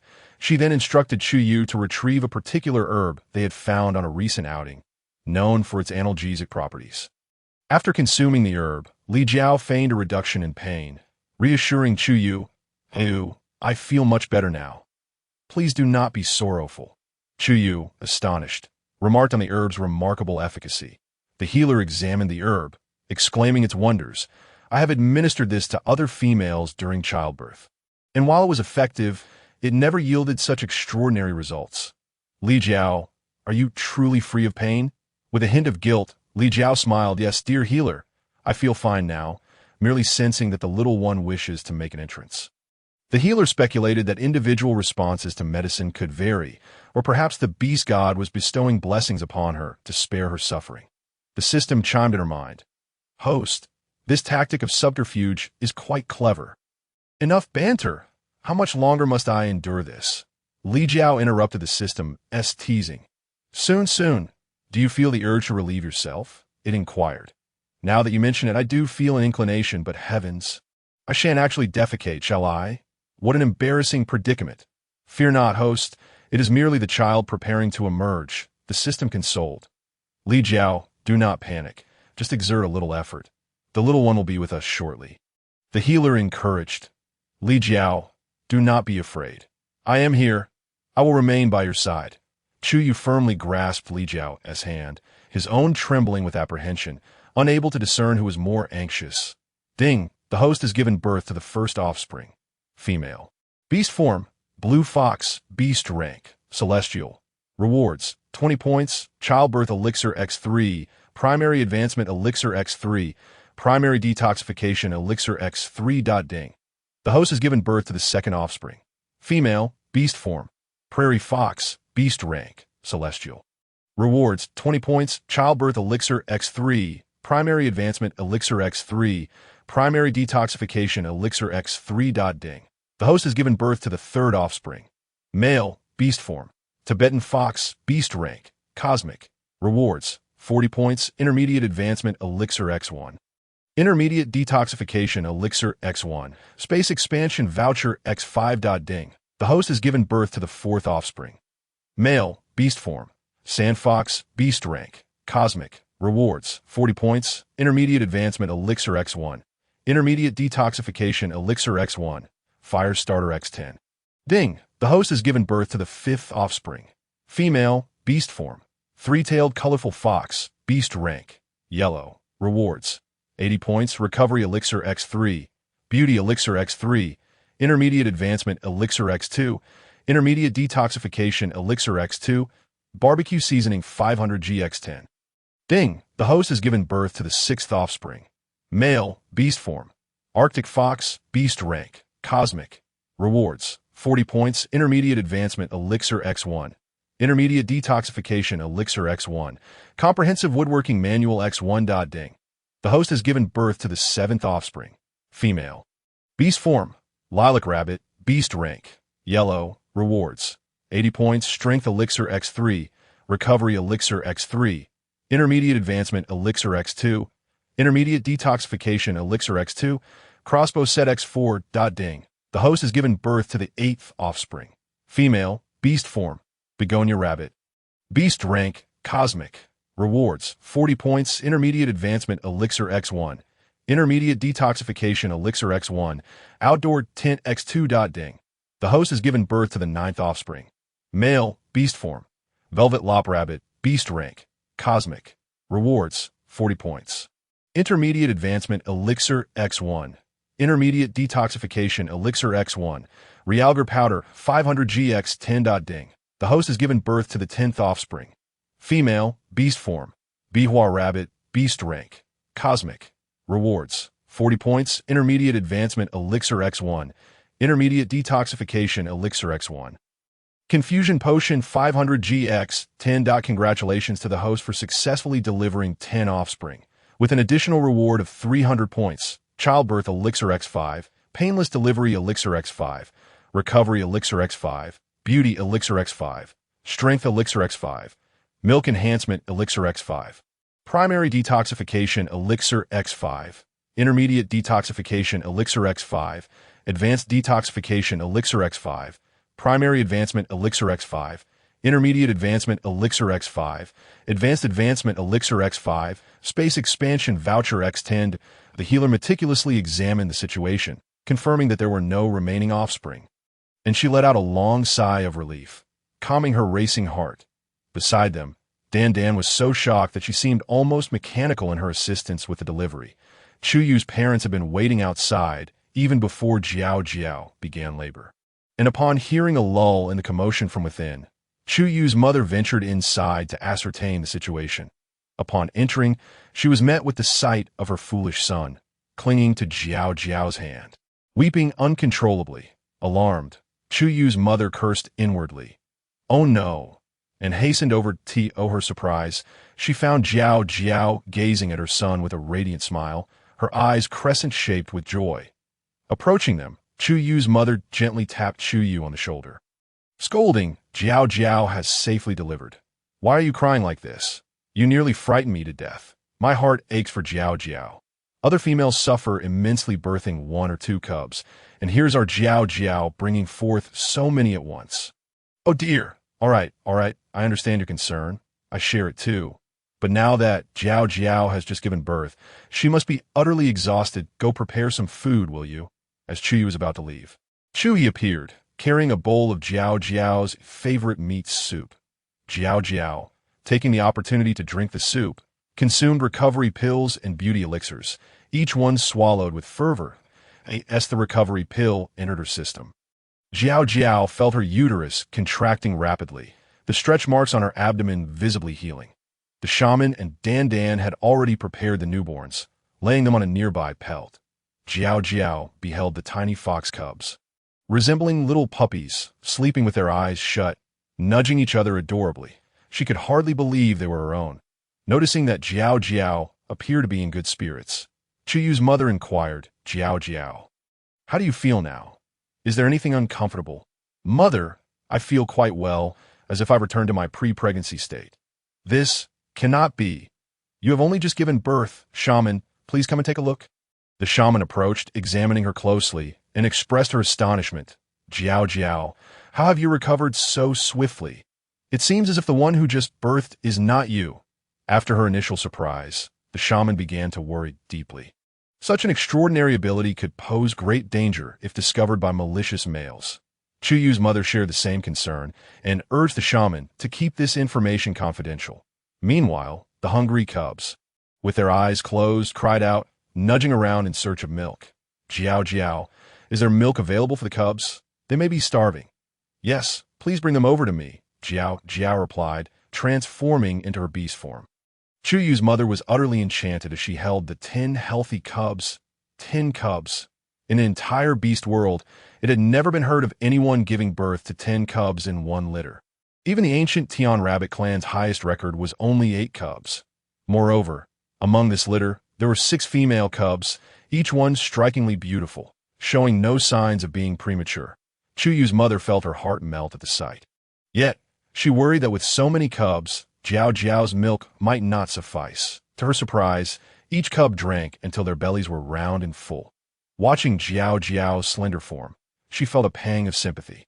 Grasping Jiao Jiao's hand, tears streamed down her face. Seeing her mother cry, Jiao Jiao felt a mix of amusement and emotion. Her mother had truly made her feel the long-lost warmth of maternal love. Her mother visited daily, taking her for walks, introducing her to other females, and bringing her delicious treats. Now, her mother was fretting over her ability to care for so many cubs. Since arriving here, every day felt like a blessing, despite the absence of phones, televisions, and convenient transportation.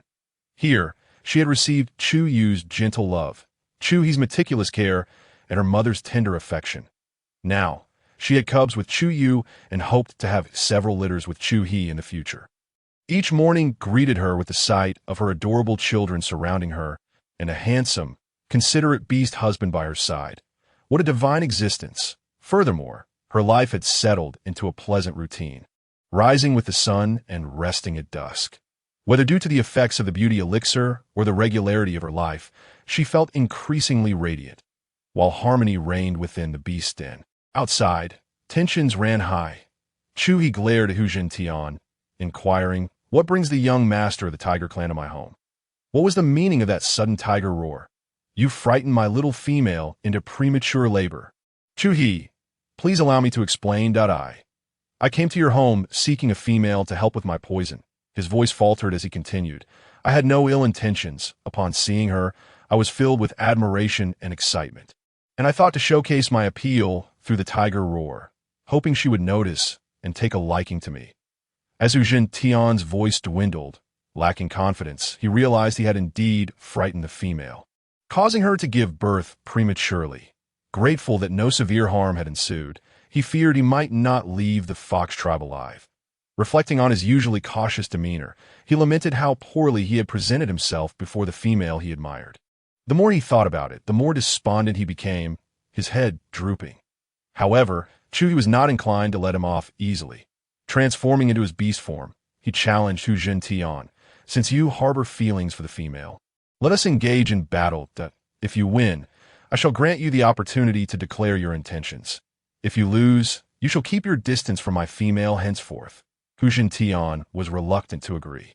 Although he had recently ascended to the Xian level after consuming 2 beast cores, he knew that Chuhi, despite currently being at the Huang level, had steadily climbed from the Hong level through sheer effort. Furthermore, Hu Tian sensed that Chuhi was on the verge of another ascension. Even in his prime, he would not be a match for Chuhi, let alone while weakened by poison.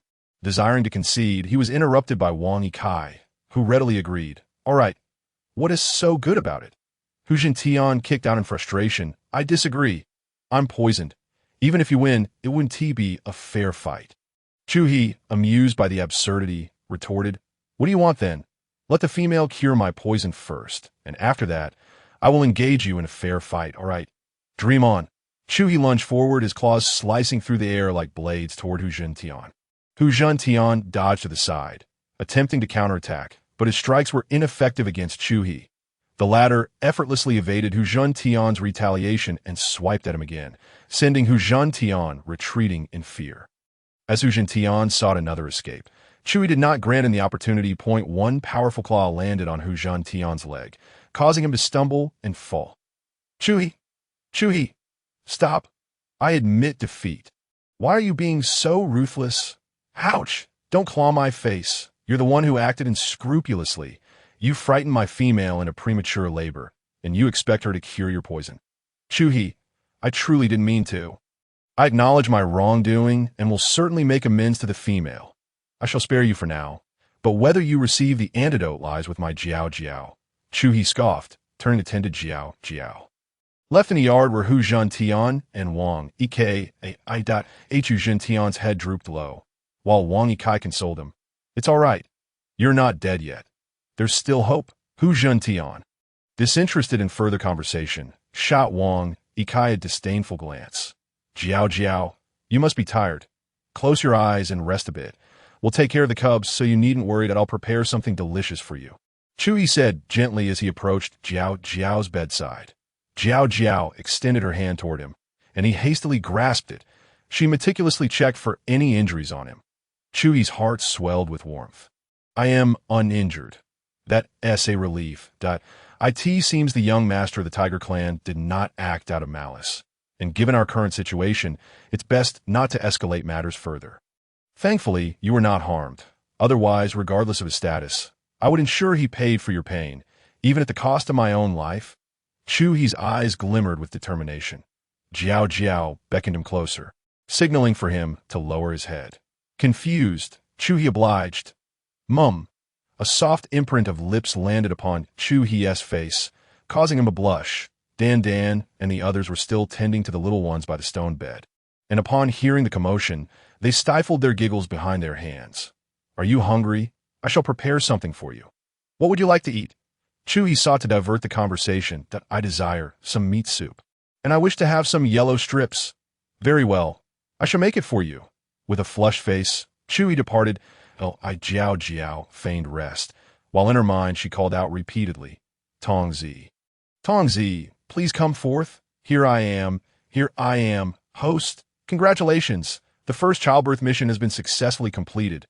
What rewards have I received? You have earned 670 points, 11 childbirth pills, 5 painless delivery pills, 11 recovery pills, 8 beauty pills, 11 beginner ascension pills, 15 intermediate ascension pills, 5 advanced ascension pills, 11 beginner detox pills, 15 intermediate detox pills, 5 advanced detox pills, 5 milk enhancement pills, 15 space expansion vouchers, 8 strengthening pills, 10 firestones, 500 G of barbecue seasoning, X10, 1 complete carpentry construction manual for bow and crossbow sets, 2 outdoor tents, 500 G of realgar powder, X10, and 500 G of confusion powder, X10.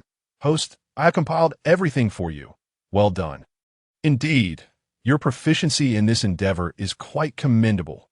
Please continue and explain how I can repay these points. Host, it is as follows. You owe a total of 15,000 points to be repaid over 3 years, with a requirement of 5,000 points each year. The points you earn from each childbirth will have half deducted, and once you have repaid 5,000 points within a year, no further deductions will be made. Half will be deducted. Li Jiao Jiao felt a pang of regret. Although she was unsure of the exact purpose of the points, she was reluctant to part with them. Indeed, host, the quality of this offspring is not particularly high. Thus half will be deducted, leaving you with over 300 points. As you give birth to higher-tier offspring in the future, the rewards will be greater, allowing you to repay more than 1,000 points each time. Calculating this way, if you have 5 children, you will clear the 5,000 points for this year. Li Jiao Jiao estimated and found it to be true, so she no longer dwelled on the matter. She then inquired about the remaining points. What can I do with the points after repayment? Can I exchange them for rewards? Host, you are remarkably astute. Our system indeed has a marketplace which offers various pills, weapons, technical books, and everyday necessities at T 3,000 points. The first level marketplace is unlocked. At 6,000 points, the second level marketplace opens, and so forth, with each subsequent level requiring an additional 3,000 points. These points accumulate after deducting the owed amount and will not be deducted separately. There are a total of 5 levels in the marketplace, which may be upgraded in the future. Please stay tuned. Li Jiao Jiao calculated that she would need to give birth to at least 4 children to access the first level marketplace. Oh dear, it seems I must keep giving birth. When can I conceive again? You may do so today, host. The recovery pills produced by the system are of excellent quality. Li Jiao Jiao felt that it would be wise to wait 2 days before proceeding, as there were still 2 nuisances in the courtyard to address. Thus, she called upon Chu Yu and asked, "Yu, I can assist in detoxifying them, but I wish to inquire about their characters. Are they worth helping?" Jiao Jiao, Chu He, Hu Zhan Tian, Wang Yikai, and Hu Zhan Tian's older brother Hu Zhan Hai, along with Wang Yikai's cousin Wang Yuan, are 6 individuals of similar ages who have often played together since childhood. Their characters are commendable, though Tian can be rather impulsive, and Kai tends to be somewhat reserved. That I originally intended to ask if you had any means of detoxification, but since Tian has caused such a significant mishap, nearly endangering you, while Chu He has reprimanded him, I still do not wish for you to assist them in detoxification. Silly Yu, they came here to help us fend off our enemies. If their poison is cured and their strength restored, we will gain an advantage in the battle against the hyena tribe. I am not merely helping them. I wish to secure a favor from them. In the ensuing conflict, they can provide additional protection for you and He, ensuring your safety, which will grant me greater peace of mind. Please summon them to the reception cave. I wish to assess their condition first. Jiao Jiao, you are truly wonderful, always considering our needs, but can your body handle it? You've just given birth, they can wait a couple of days. That I am perfectly fine. Even Granny Wu mentioned that my recovery is going splendidly. You may go ahead and call them that. Jiao Jiao gave Chu Yu an assuring glance. As Chu Yu stood at the doorway, he waved to the 2, who rushed over in delight, having just assessed their surroundings. The 2, who had already harbored feelings for Li Jiao Jiao, became even more intrigued by the peculiar and entertaining items in the courtyard. Upon entering the cave, they discovered Li Jiao Jiao seated at the stone table. Observing them, they approached to greet her. "Hello, little female." Li Jiao Jiao rose and slightly curtsied to them, saying, "Greetings, young masters. I must first assess your condition." As she spoke, she silently called upon the system. "Countless. Commence your work." The system began to analyze, revealing that both individuals were afflicted with Xiantier poison, requiring intermediate detox pills. If consumed alongside strengthening pills, they could quickly detoxify and restore their strength. Li Jiao Jiao acknowledged this understanding. She then conveyed their condition to Chu Yu and instructed him to procure a specific herb from the storage cave, ostensibly for the sake of camouflage. Once the concoction was completed, Li Jiao Jiao discreetly placed an intermediate detox pill and a strengthening pill into each of their stone bowls while they were not paying attention. Upon consuming the concoction, Hu Zhan Tian and Wang Yikai instantly felt a surge of vitality returning. They were astounded by Li Jiao Jiao's prowess. Their gazes toward her were filled not just with admiration, but with newfound respect. If all goes as expected, you shall fully recover to Xiantier by tomorrow. Thank you, little female. If we owe you a debt of gratitude, I hope you will look after my dear Yu and He during the battle against the hyena tribe. That is only natural. Hu Zhan Tian, filled with remorse, earnestly said to Li Jiao Jiao, "I did not intend to frighten you. I sincerely apologize." Li Jiao Jiao had been observing him intently, with his thick brows and large eyes. He emanated a commanding presence when silent, yet spoke with a somewhat foolish demeanor. How endearing! This contrast! His physique was well-proportioned, clearly indicating his strength. He was the tallest among them, nearly reaching 2 meters, making Li Jiao Jiao's own height of 1.7 meters seem rather insignificant in his presence. She mused about the improbability of reaching him for a kiss should she take him as a beast husband. Hearing his apology, she found it difficult to assign blame. Was it her cowardice that led her to be frightened by mere sounds? Or perhaps her allure that prompted him to seek her attention in such a manner? Should she fault him for his lack of self-control in the presence of a beautiful woman? Ultimately, Li Jiao Jiao decided not to dwell on this matter. She would forgive him, for she was a kind-hearted girl with an appreciation for handsome men. Thus, she replied sweetly, "It's all right. I was simply too timid. So it cannot be blamed on you. Chu didn't injure you, did he? He was merely too anxious for my sake. Please do not hold it against him. No, it was my recklessness. Chu, he was justified in striking me. I bear no ill will toward him, and I thank you for still being willing to assist me in detoxification. You and I are friends, are you not? Friends ought to help one another when possible." With that, the matter was settled, and there would be no need to discuss it further.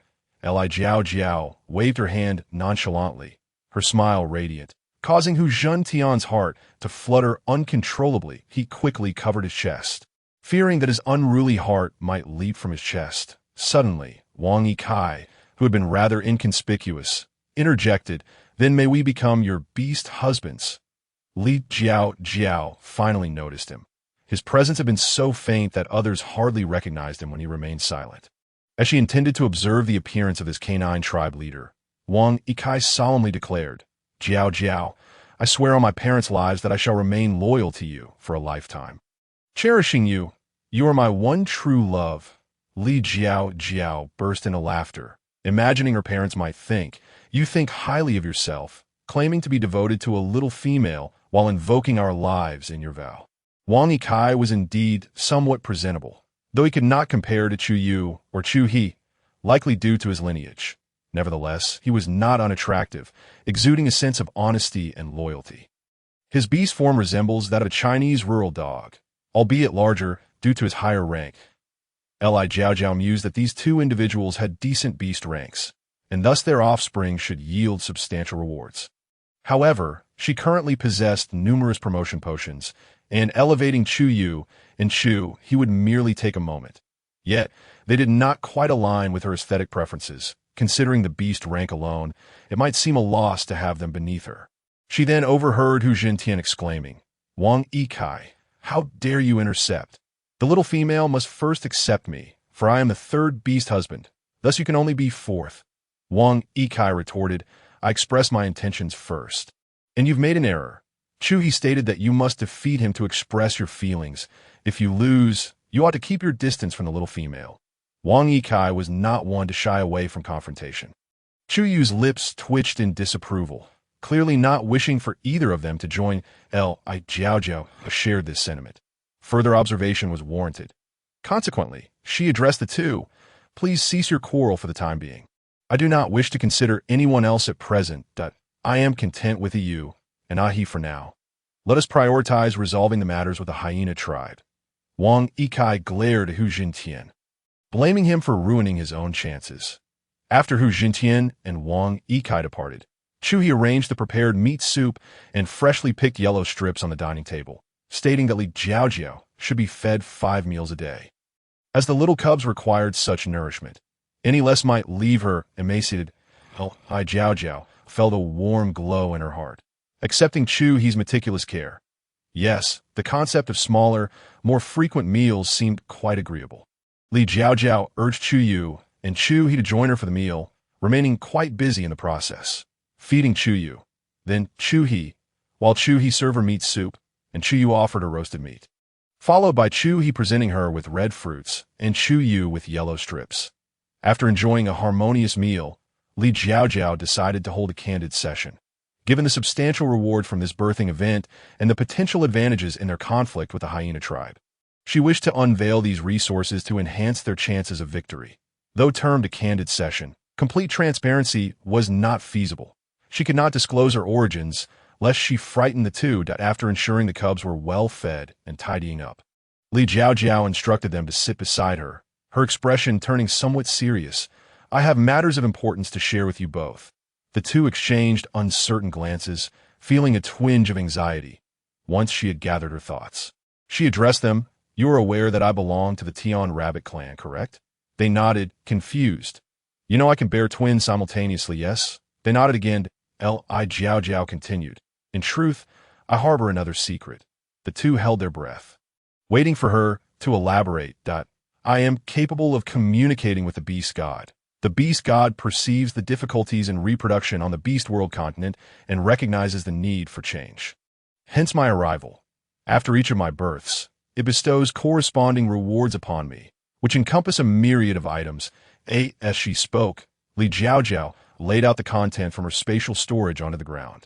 The two stared in astonishment at the assortment before them, their minds racing with a singular thought. My little female is a celestial being. Li Jiao Jiao proceeded to introduce each item, and when she reached the crossbow set, she picked one up, knocked an arrow, and aimed at a large tree far beyond the village's edge. Estimating the distance to be over 100 meters, Shun, who was well-versed in such matters, informed Li Jiao Jiao that this crossbow had been modified by the system, outfitted with a red dot sight, allowing for an extended range, rapid fire, and remarkable accuracy, capable of firing 50 shots in succession. As the arrow struck the distant tree with a solid thud, shaking the massive trunk that 3 people could encircle. Chu Yu and the others stood in stunned silence, jaws agape. You two shall each have one of these for the next few days. You may decide how to allocate the remaining 2. Use this time to practice, as it will facilitate ranged attacks. Li Jiao Jiao then held up a powder, addressing them. The snake venom that the hyena tribe employs against you may come from a source they maintain or control. This powder is called realgar. All snakes fear it. Shun had informed her that this realgar was unrivaled across the beast world, causing all snakes to retreat 10 meters upon sight. It will keep snakes at bay, allowing us to maintain a safe distance. When we confront them, we can apply this powder to ourselves for added protection. She then presented another vial, stating, "This is a mind-numbing potion. If added to their food or water, it will render them unconscious for 3 days and nights. Since they favor such underhanded tactics, we might as well employ them too. We can drug them first, and those who remain unaffected will pose little threat." These are promotion potions akin to wild beast cores. Each grade of potion corresponds to a different level of ascension, but I currently possess 11 primary promotion potions, each elevating 1 rank, 15 intermediate potions, each elevating 2 ranks, and 5 advanced potions, each elevating 3 ranks. That I intend to give you both 1 advanced potion, allowing you to ascend directly to the heavenly rank. That as for the remaining potions, you may distribute them as you see fit, considering your knowledge of the reliable male beastmen in our clan. The two listened intently as Li Jiao Jiao elaborated, forcing themselves to regain composure from their astonishment.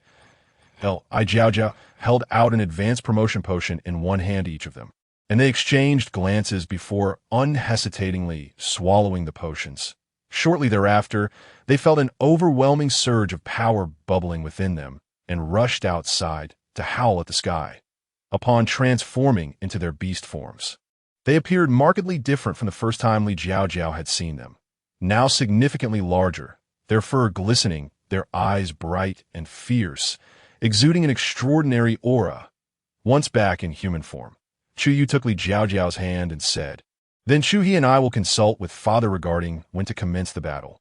The following day, while Chu He stayed home to care for the cubs, Chu Yu and Li Jiao Jiao went to see Chu Changtian. "Father, Father," they greeted as they entered. Chu Changtian and his mother, Hua Ying, were taken aback. In just half a day, Chu had already become a heavenly rank powerhouse, his presence so formidable that it was difficult to meet his gaze. Chu Changtian eagerly inquired, "What is the meaning of this?" Unable to contain his excitement, Chu Yu took Li Jiao Jiao's hand and stepped forward, declaring, "Father, Mother, Jiao Jiao is truly a celestial being. She is not merely a little female of the Tian Rabbit clan. She is a celestial maiden." "What do you mean by that?" Chu Changtian asked, bewildered. Chu Yu recounted everything Li Jiao Jiao had revealed the previous day, causing Chu Changtian to wobble unsteadily. Chu Yu steadied him and guided him to sit on a stone bench, saying, "Father, I assure you, it is all true. Our Fox clan may soon rise to become a super tribe. Praise the beast god! Praise!" Chu Changtian exclaimed fervently. "The beast god must wish for our Fox clan to reclaim the glory of 1,000 years past. Once, we were among the 4 great divine tribes, but over time we have waned, and now even birthing cubs has become so arduous. Surely, the beast god has seen our plight and sent the celestial maiden to rescue us." Chu Changtian, overflowing with gratitude, prepared to kneel before Li Jiao Jiao. Startled, she hurried to support him. Father, you are Ayu's father. How could you kneel before me? Jiao Jiao, oh no, I should henceforth refer to you as the Celestial Maiden. Celestial Maiden, what are your thoughts on this upcoming battle? Father, please do not do that. Just call me Jiao Jiao. You are my elder, my father, and I cannot bear such reverence that I specifically came to discuss matters with you, she said, proceeding to present all her items once more. Following this, Chu Chantian and Chu Yu deliberated over the list of individuals to be promoted. Chu Yu shared Chu He's preferred candidates, aligning them with Chu Chantian's suggestions. And they quickly finalized the roster that it was decided that those at the Xian and Huang ranks would not be promoted, ultimately selecting 11 individuals from the Yu rank to use primary promotion potions to ascend to the Huang rank, and 15 from the Zhou rank to use intermediate promotion potions to ascend to the Huang rank. Thus, the composition of the Fox clan's forces would be 3 at the heavenly rank, Chu Chantian, Chu Yu, and Chu He, 6 at the Xian rank, 37 at the Huang rank, 15 at the Yu rank, and 25 at the Zhou rank. After consuming the potions, everyone was filled with joy. Those who did not receive a promotion potion could only blame themselves for not having performed well enough, silently reminding themselves to be more proactive in the future, striving for a place in the next batch. This time, the hyena tribe would undoubtedly pay for their misdeeds. Meanwhile, Li Jiao Jiao also spoke to Hua Ying. Mother, please help me select 8 to 10 little females of good character, those who have been in partnerships for a long time but have yet to conceive. What is the purpose of selecting such little females? Hua Ying asked, puzzled.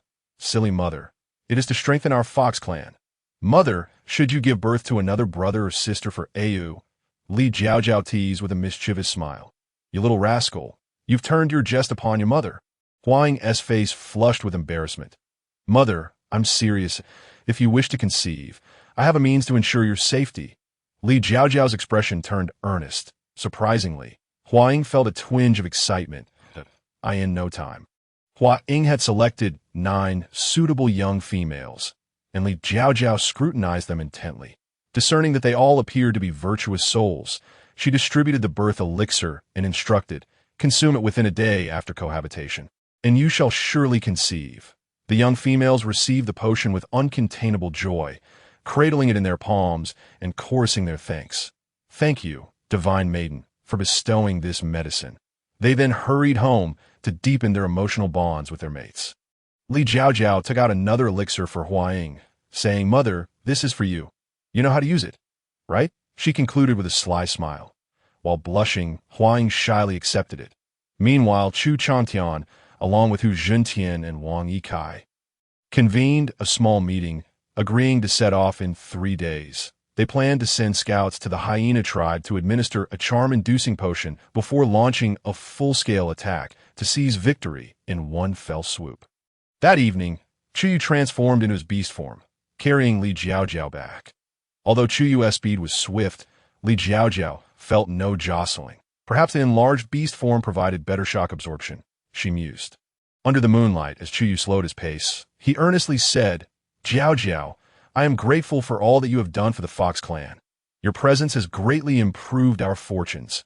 As the young lord of the Fox clan, I sincerely thank you. But is it merely as the young lord of the Fox clan that you wish to thank me? As my beast husband, do you have anything else to say? Li Jiao Jiao playfully inquired. Chu Yu immediately transformed into his human form, his gaze ablaze as he tenderly wrapped his arms around her waist, proclaiming, Indeed, as your beast husband, I wish to express my gratitude to the beast deity for allowing me to meet you. You are my goddess of fortune, in this life and the next. Everything I possess belongs to you. Chu Yu, I love you, Li Jiao Jiao exclaimed, embracing him tightly, her gaze lingering lovingly upon him as her smile deeply imprinted itself in his eyes. I love you too, Jiao Jiao, he replied before they shared a passionate kiss. Upon returning to the beast den, Chu Yu had already tended to the little ones and prepared dinner for Chu Yu and Li Jiao Jiao. Li Jiao Jiao first fed the younglings before enjoying her meal. Chu Yu proactively attended to the little ones. After Chu He finished tidying up and returned to the den, he found Li Jiao Jiao reclining on the stone bed, her subtly rounded belly adding a unique charm to her appearance. Recently, Chu He had refrained from being overly assertive. Whenever it was his turn to accompany Li Jiao Jiao to sleep, He only engaged in gentle embraces and kisses. Though he felt like he might burst with pent-up desire, Li Jiao Jiao had hinted during the day that they could engage in other activities that night. I could see that moment. His masculine instincts could no longer be contained. And Li Jiao Jiao, noticing the animal skin skirt raised by his eagerness, giggled softly as she gently untied the bothersome garment. Concerned for Li Jiao Jiao's well-being, Chuhi asked, "Jiao Jiao, is it really all right? You've just given birth." Li Jiao Jiao whispered reassuringly in his ear, "Yes, yes. The beast deity has bestowed upon me a recovery elixir. I am now, as I was before pregnancy, and the little one inside is safe." Chuhi could no longer restrain himself, capturing her playful lips in a fierce kiss. Amidst the passionate waves, Li Jiao Jiao heard Chuhi ask, "Jiao Jiao, can you bear me more younglings?" "Of course." "Ahe, I will bear as many as you desire," she replied, urging him to continue without pause. Chuhi, pleased with her answer, beamed with joy. Li Jiao Jiao summoned her strength and consumed the birth elixir. That night, 9 young females and 1 not-so-young female joyfully ingested the elixir. Patiently awaiting good news, 2 months, hence 3 days later, the main contingent gathered and prepared for departure. The day prior, Chu Chantian had dispatched several astute males ahead to scout for opportunities to administer the charm potion. If all went smoothly, by the time the main force arrived, most of the hyena tribe would be in a stupor. Even if things didn't go as planned, their current strength was formidable. Those mongrels. Prepare to meet your doom. The hyena tribe was not far from the Fox clan, only a 2-day journey away. On the way, Hu Jintian and Wang Yikai, undeterred, attempted to engage Chu He, inquiring how he had suddenly ascended to the realm of heavenly warriors. Chu He chose to ignore them, recalling Li Jiao Jiao as parting advice to unite all possible forces to establish the super tribe they envisioned. If necessary, they could reveal a bit of their strength. While he was fond of these two, their tribes likely contained many capable males, and the best way to forge alliances was through marriage. Intertribal unions could bind several clans together, preventing others from taking advantage of them. Thus, Chuhi softened his previously grim expression, forcing a smile as he revealed, "It pertains to my little female." After saying this, he fell silent. The 2 men were left puzzled, grasping at straws, but Chuhi refused to divulge any more information, leaving them anxious and scratching their heads for solutions. Fortunately, they soon arrived at the hyena tribe. As Chu Chantian had predicted, everything unfolded smoothly. The clever Fox clan warriors had poured the charm potion into the stream frequented by the hyenas and had also coated their food with it under the cover of darkness. Therefore, when Chu Chantian and his party arrived, they found a significant portion of the hyena tribe already unconscious, while those who remained were bewildered, creating chaos throughout the tribe. The shaman and priestess were overwhelmed, unable to discern the cause of their comrade's slumber. As Chu He stood imposingly at the entrance of the hyena tribe, the hyenas panicked and began to howl, morphing into their beast forms and scrambling in fear. More accurately, scurrying like dogs. Chu Yu raised his bow and crossbow, aiming with precision and swiftness, and within mere moments, several hyena warriors lay lifeless in pools of blood. The surrounding warriors were intrigued by the weapon in Chu Hi's hands, astonished that he could effortlessly slay foes from such a distance. Before they could express their awe, Chu Hi commanded, "Warriors, heed my call. Leave no hyena, regardless of age or gender, alive. Slay them all. Charge, kill them." The warriors from the 3 tribes surged forward, transformed into their beast forms as they stormed into the fray. The sleeping hyenas were oblivious to their fate, being swiftly dispatched, while those who had not been affected could not escape in time and met their demise. The air was thick with the scent of blood. Chu Hi felt no remorse. The hyena tribe bore no sense of gratitude or reverence. If they spared their young and females today, they would surely seek revenge tomorrow. They had never understood moderation, depleting every edible beast and fruit in their vicinity. Every year before the rainy season and winter, they never exerted themselves to hunt and store food, instead only catching a few creatures. By the time the rainy season and winter were half over, their supplies ran low, and once they exhausted their food, they shamelessly begged from other tribes. If refused, they resorted to thievery and pillaging. So, was it too cruel to annihilate an entire tribe?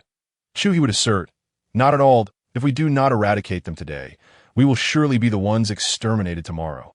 Before long, the tide of battle turned decisively in their favor. However, Chu He noticed something amiss. He had not seen the hyena tribe's leader, Scars. After a thorough search, he captured a barely alive hyena and demanded, "Where's your leader?" Blood poured from the creature's mouth, yet it refused to utter a word. Chu He promptly informed Chu Chantian and led a small team in pursuit. The caves of the hyena tribe were intricate, and after traversing a considerable distance, they discovered a trail of disordered footprints in the slippery mud. Chu He treaded lightly, and suddenly, Scars lunged at him, wielding a sharp stone. Chu He bent down to evade the attack, swiftly retaliating with his claws, causing blood to surge forth from the creature's neck like a fountain. Such was the crushing superiority of strength. 3 moves to defeat the opponent. Scar, as a master of the low tier, was indeed one of the most formidable warriors. However, he never anticipated that Chu He could ascend to the celestial tier in such a brief span of time. Even more astonishing was the audacity of the Fox tribe, which had always favored peace over conflict, to launch an assault on his clan. Dragging Scar's lifeless body outside the cave, Chu He discovered that the orc warriors he had brought along had efficiently eliminated every last one of their adversaries. He let out a long sigh of relief. This hidden threat had finally been neutralized. Yet, the multitude of corpses could not simply be left to rot in the wilderness, for such neglect could lead to a multitude of diseases. Therefore, Chu Chantian, Chu He, Wang Yikai, and Hu Jintian convened to deliberate on how best to dispose of the bodies. Chu He suggested, "Let us dig a pit and bury them. It would be the most straightforward solution." Wang Yikai countered, "I propose we burn them." Chu Chantian concluded, "Burning them first, and then digging a pit for burial is the most prudent course of action. This way, we need not worry about decomposition leading to foul odors, nor the potential spread of disease." Ultimately, they decided to adopt Chu Chantian's recommendation. The group busied themselves, and the tasks of handling the corpses, digging pits, and incinerating them consumed nearly 2 days. Once the dust settled, Chu He stood at the entrance of the once thriving hyena tribe's territory, feeling somewhat melancholic. The desolation within a 10-kilometer radius was palpable. It would likely take a decade or more for the area to recover its former vitality. Leading the way, Chu Chantian guided the team towards the Fox tribe. During their journey back, the orc warriors were in high spirits, relieved that they would no longer have to endure the harassment from the hyena tribe. They celebrated the gradual growth of their own clan without the pressure of hurrying home. Hu Jintian proposed, "Shall we hunt for some game on the way back?" Everyone readily agreed.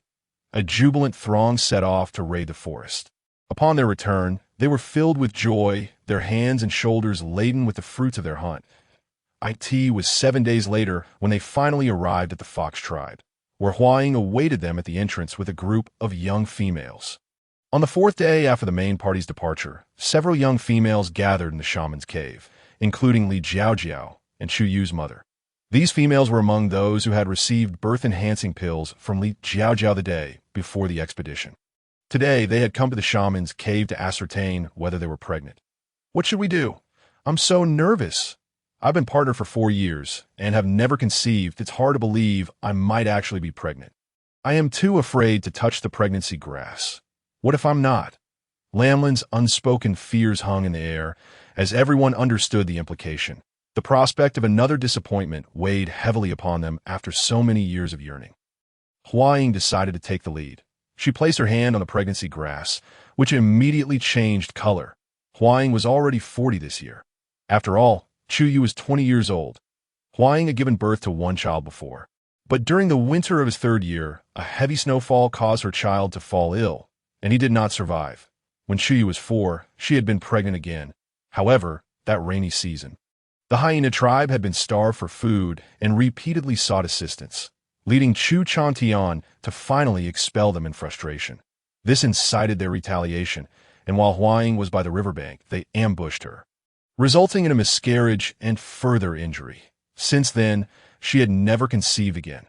Unexpectedly, now she was pregnant. The other young females were electrified with excitement. If Huaying could conceive, their hopes soared. They hurriedly approached the pregnancy grass, and without fail, each one discovered they were pregnant. The way they looked at Li Jiao Jiao transformed. Previously, They had harbored doubts about her abilities, but now they felt genuine admiration.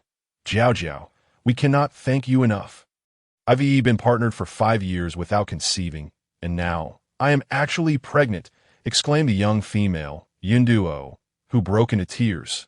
Yunduo was among the most beautiful in the fox tribe, having 5 beast husbands. Yet she had never conceived in 5 years. Though her husbands had never complained, it was impossible for her to feel no pressure. Seeing the pregnancy grass she had touched change color, she wept uncontrollably.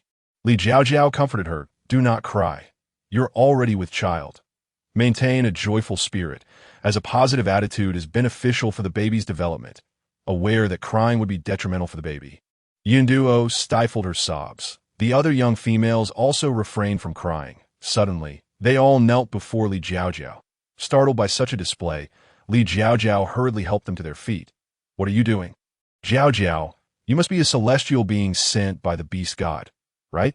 I've seen your courtyard, and you possess things we have never encountered. You can summon heavenly fire and now enable us to conceive. You must truly be a celestial being, correct?" The excitement was palpable as they chattered eagerly.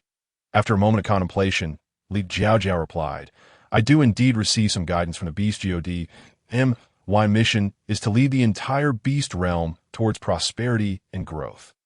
So rest assured, having children will no longer be a challenge, and our fox tribe, along with the entire beast realm, will gradually flourish. Jiao Jiao is truly a celestial being. Jiao Jiao is truly a celestial being."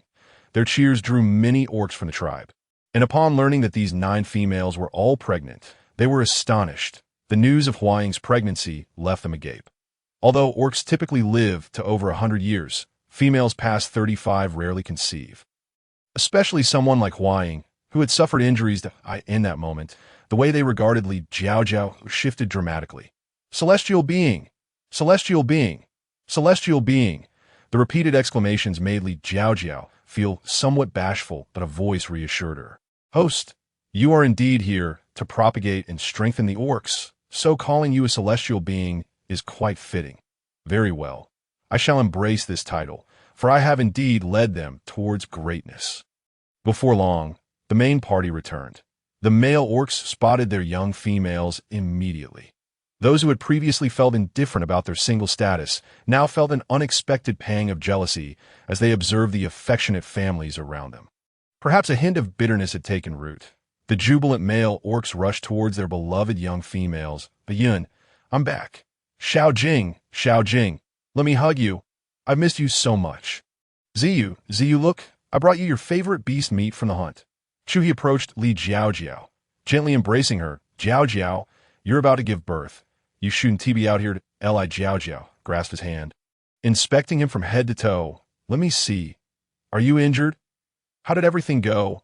Hearing her concern warmed Chuhi's heart. "I'm unscathed. Everything has been resolved, and we shall no longer have to worry about their mischief." "Then let us return. You need to rest properly," she urged.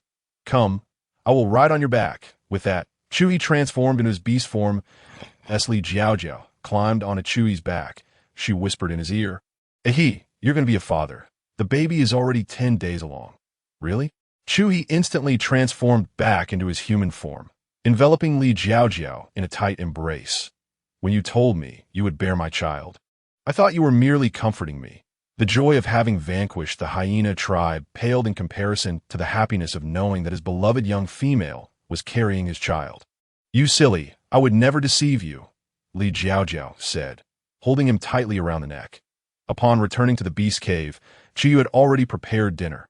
The 10-day-old cubs are now able to open their eyes and wobble around, while the rabbit babies had also learned to hop. Quite far. Li Jiao Jiao had an ample supply of milk, and the little ones thrived, their fur glossy and well-nourished. Chu Yu's skills in caring for the cubs had become increasingly adept. Every time the cubs needed a change, he could manage it in the blink of an eye. Li Jiao Jiao needed only to nurse. All other concerns vanished. She often mused that a husband like Chu Yu, if placed in the modern world, would surely be a rare gem, skilled in hunting, cooking, and child-rearing. You've returned. How did everything go?" Chu Yu inquired with genuine concern. "All went smoothly. Not a single one was spared." "How is everything at home?" "All is well. Nothing to report. Were there any injuries? No. The enchanting potion that Jiao Jiao brought us is remarkably effective. We have scarcely encountered any direct confrontations, had it not been for Jiao Jiao's provisions. There would likely have been casualties. Indeed, the news of Jiao Jiao being a celestial maiden has spread far and wide. We must now be vigilant regarding her safety, as there may be those who wish her harm. Let's dine first. He has worked hard these past few days. Please eat more. Do try this. The barbecue is seasoned with special grilling spices. This was a gift from the beast god. And Jiao mentioned that we could find corresponding herbal spices for the blend. And this, Jiao shared with me a new cooking method called stir-frying. Let us see if it is delicious. Not only meat can be stir-fried, but many herbs can be as well. Jiao loves it. Tomorrow I shall teach you how to prepare it. Those are not herbs, they're vegetables. Consuming wild greens is essential to balance our nutritional intake. Li Jiao corrected that a few days prior, Qiyu accompanied Li Jiao on a stroll, where she fortuitously spotted a plant resembling celery, which was confirmed by Shu Buqing scanning. She then instructed Qiyu to harvest a few stalks that were nearly as tall as Li Jiao, teaching him how to stir-fry it with the meat of the moo beast. He had hunted the stir-fried celery with beef. Nice.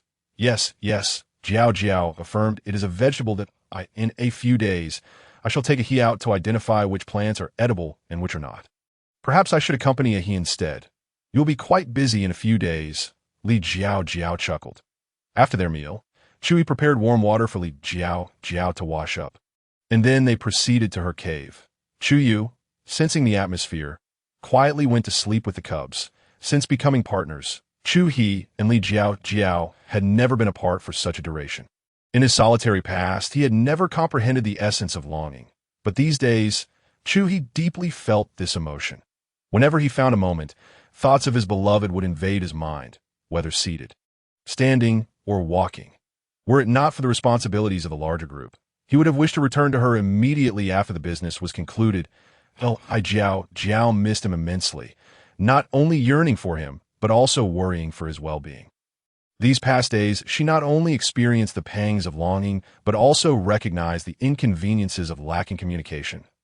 If only they had mobile phones, she could have called or video chatted to confirm his safety. Yet, it was merely a thought, as without signal towers, even phones would be of no use. Nevertheless, she inquired with Shu Buqing about the possibility of remote communication. What did Shu Buqing say? Oh, right.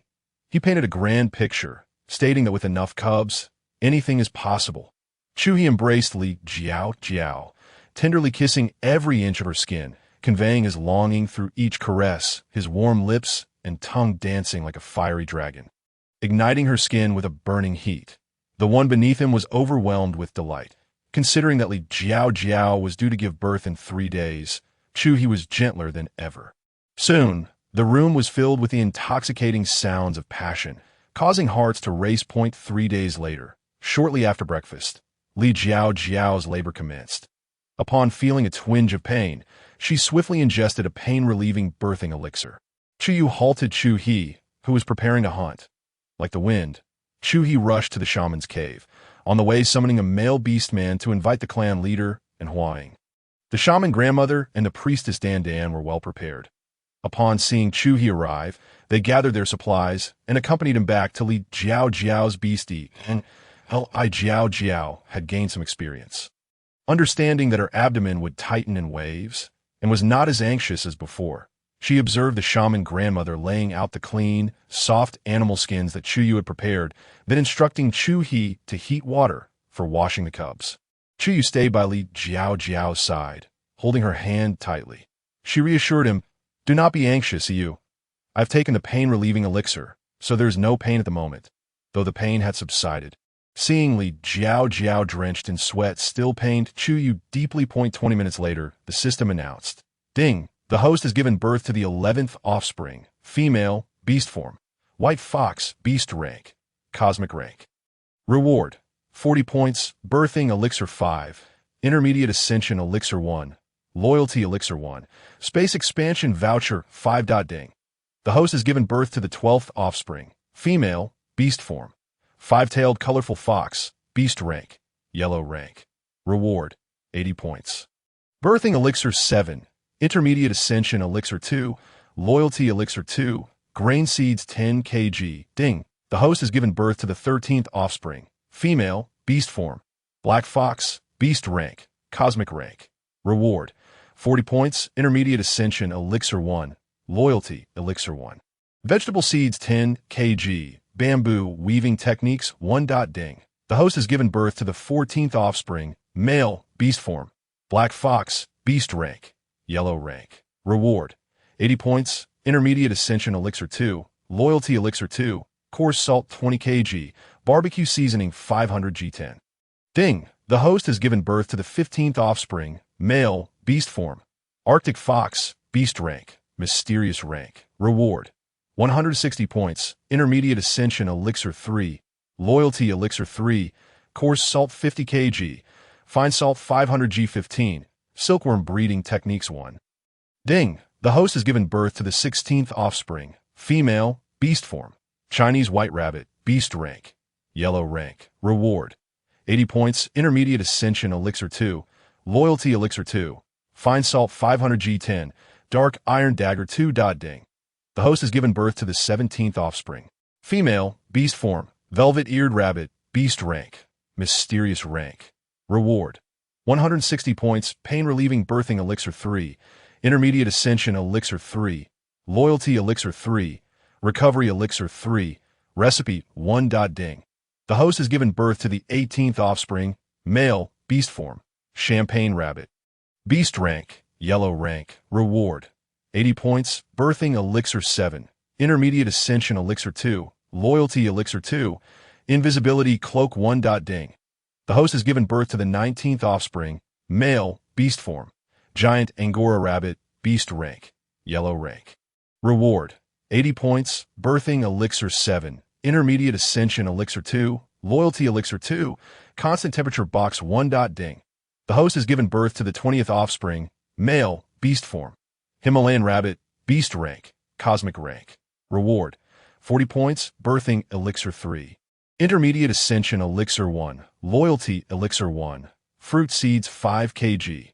Congratulations to the host for successfully giving birth to 20 offspring. Additional reward of 600 points, Birthing Elixir 5, Pain-Relieving Birthing Elixir 5, Recovery Elixir 5, Beauty Elixir 5, Strength Elixir 5, Milk Enhancement Elixir 5, Beginner Ascension Elixir 5, Intermediate Ascension Elixir 5, Advanced Ascension Elixir 5, Loyalty Elixir 10, Space Expansion Voucher 20. Ding. The host has given birth to the 21st offspring. Male, beast form. Three-tailed red fox. Beast rank, yellow rank. Reward: 80 points, Birthing Elixir 5, Intermediate Ascension Elixir 2, Loyalty Elixir 2, Barbecue Seasoning 500 G10. Ding. The host has given birth to the 22nd offspring. Female, beast form. Sand fox, beast rank, yellow rank. Reward: 80 points, Birthing Elixir 5, Intermediate Ascension Elixir 2, Loyalty Elixir 2, Space Expansion Voucher 10. Li Jiao Jiao waited for a moment, and when the silence persisted, the shaman grandmother and Dan finally sighed in relief. Goodness, this time they had 2 more cubs than the last. Who else could be so extraordinary? In the entire beast realm, Li Jiao Jiao was indeed an invincible presence. Outside the cave, Chu Chang Tian heard the good news and began to pace excitedly, prompting Hua Ying to tease him. This truly is a case of grandparental affection. I recall you were not quite this jubilant when your heir was born. Nonsense. I was even happier then than now. Well, let me share another piece of good news. You will surely be even more thrilled. What is it? You're going to be a father again. Huang leaned closer to Chu Chantian and whispered softly. However, Huang did not notice that Chu Chantian was standing there in a daze, filled with excitement. What's wrong? Aren't you happy? Huang said with dissatisfaction. What did you just say? Repeat it. Chu Chantian's lips trembled slightly. I said you're going to be a father again. I'm pregnant. Huang patiently reiterated. Really? Chu Chantian still found it hard to believe and asked once more. Indeed, Huang was becoming increasingly impatient. What was wrong with him? Not only was he not happy, but he also kept asking the same question. The entire tribe could hear Chu Chantian's ecstatic howl. This fool, it seemed he had just failed to react. Huang found it amusing and no longer felt angry. Upon hearing Chu Changtian's voice, Chui thought something significant had occurred. When he went out to investigate, he saw Chu Changtian excitedly spinning in circles while holding Huang. How wonderful! Everyone is so happy now. It was unlikely that Jiao Jiao's pregnancy could be kept secret for long, especially since Hu Jintian and Wang Yikai would surely share the news with their tribe. Sure enough, as soon as Chu Changtian had seen off those two tribesmen, they promptly sent a swift orc back to deliver the news that Hu Jintian's father was named Hui Tong, who had once been the most outstanding among the brothers, earning the position of chief through his own merits. Over the years, he had governed the tiger tribe quite well. He had 2 sons and 1 daughter, which was considered quite a large family among male orcs. One son was Hu Jintian, and the other was Hu Jinhai, who was only a year older than Hu Jintian and not yet 20. That troublesome lad was even more of a headache than Hu Jintian, with his mind solely focused on cultivation, much like that rascal from the Wang family named Wang Yikai. There was no choice but for Hui Tong to have Hu Jintian begin learning to manage tribal affairs, though he still lacked the necessary gravitas. So the sensible son was unwilling to handle tribal matters, while the younger son wanted to take charge but felt somewhat powerless. Every time Hui Tong thought of his 2 sons, he felt a headache coming on. His little female had 3 beast husbands, each of whom fathered a male cub with the other 2. Those 2 cubs were also quite troublesome. One was 4 years younger than Hu Jintian, and the other was 8 years younger. Both still children, full of mischief, they were hardly dependable. Upon hearing that the fox tribe sought assistance, he thought it would be good for Jintian to gain some experience, though he was somewhat worried that his cultivation level might suffer. It had already been a month, and still no sign of him. Unable to sit still, Hu Yitong prepared to send someone out to greet him and see if he had been delayed on the road. The person sent out had barely left for half a day when they returned, saying that the young master Hu Jintian had already sent someone back ahead of him. Chief, big news. Big news. The returning orc was named Hu Feng, and he ran as swiftly as the wind. Hu Yitong. What big news? Don't rush. Speak slowly. Hu Feng. The fox tribe's young master, Chu Yu, has found a little female. Hu Yitong. What is so big about that? He is about the same age as Xiao Hai. ISNT it normal for him to find a little female. Hu Feng. But his little female is from the Tian Tu tribe. The Tian Tu tribe. The one known for having twins? Yes, Chief. When we arrived at the fox tribe, she was just giving birth. Do you know how many she had? How many? 3? Hu Feng shook his head. Don't tell me it was 5 or 6. Hu Feng shook his head again.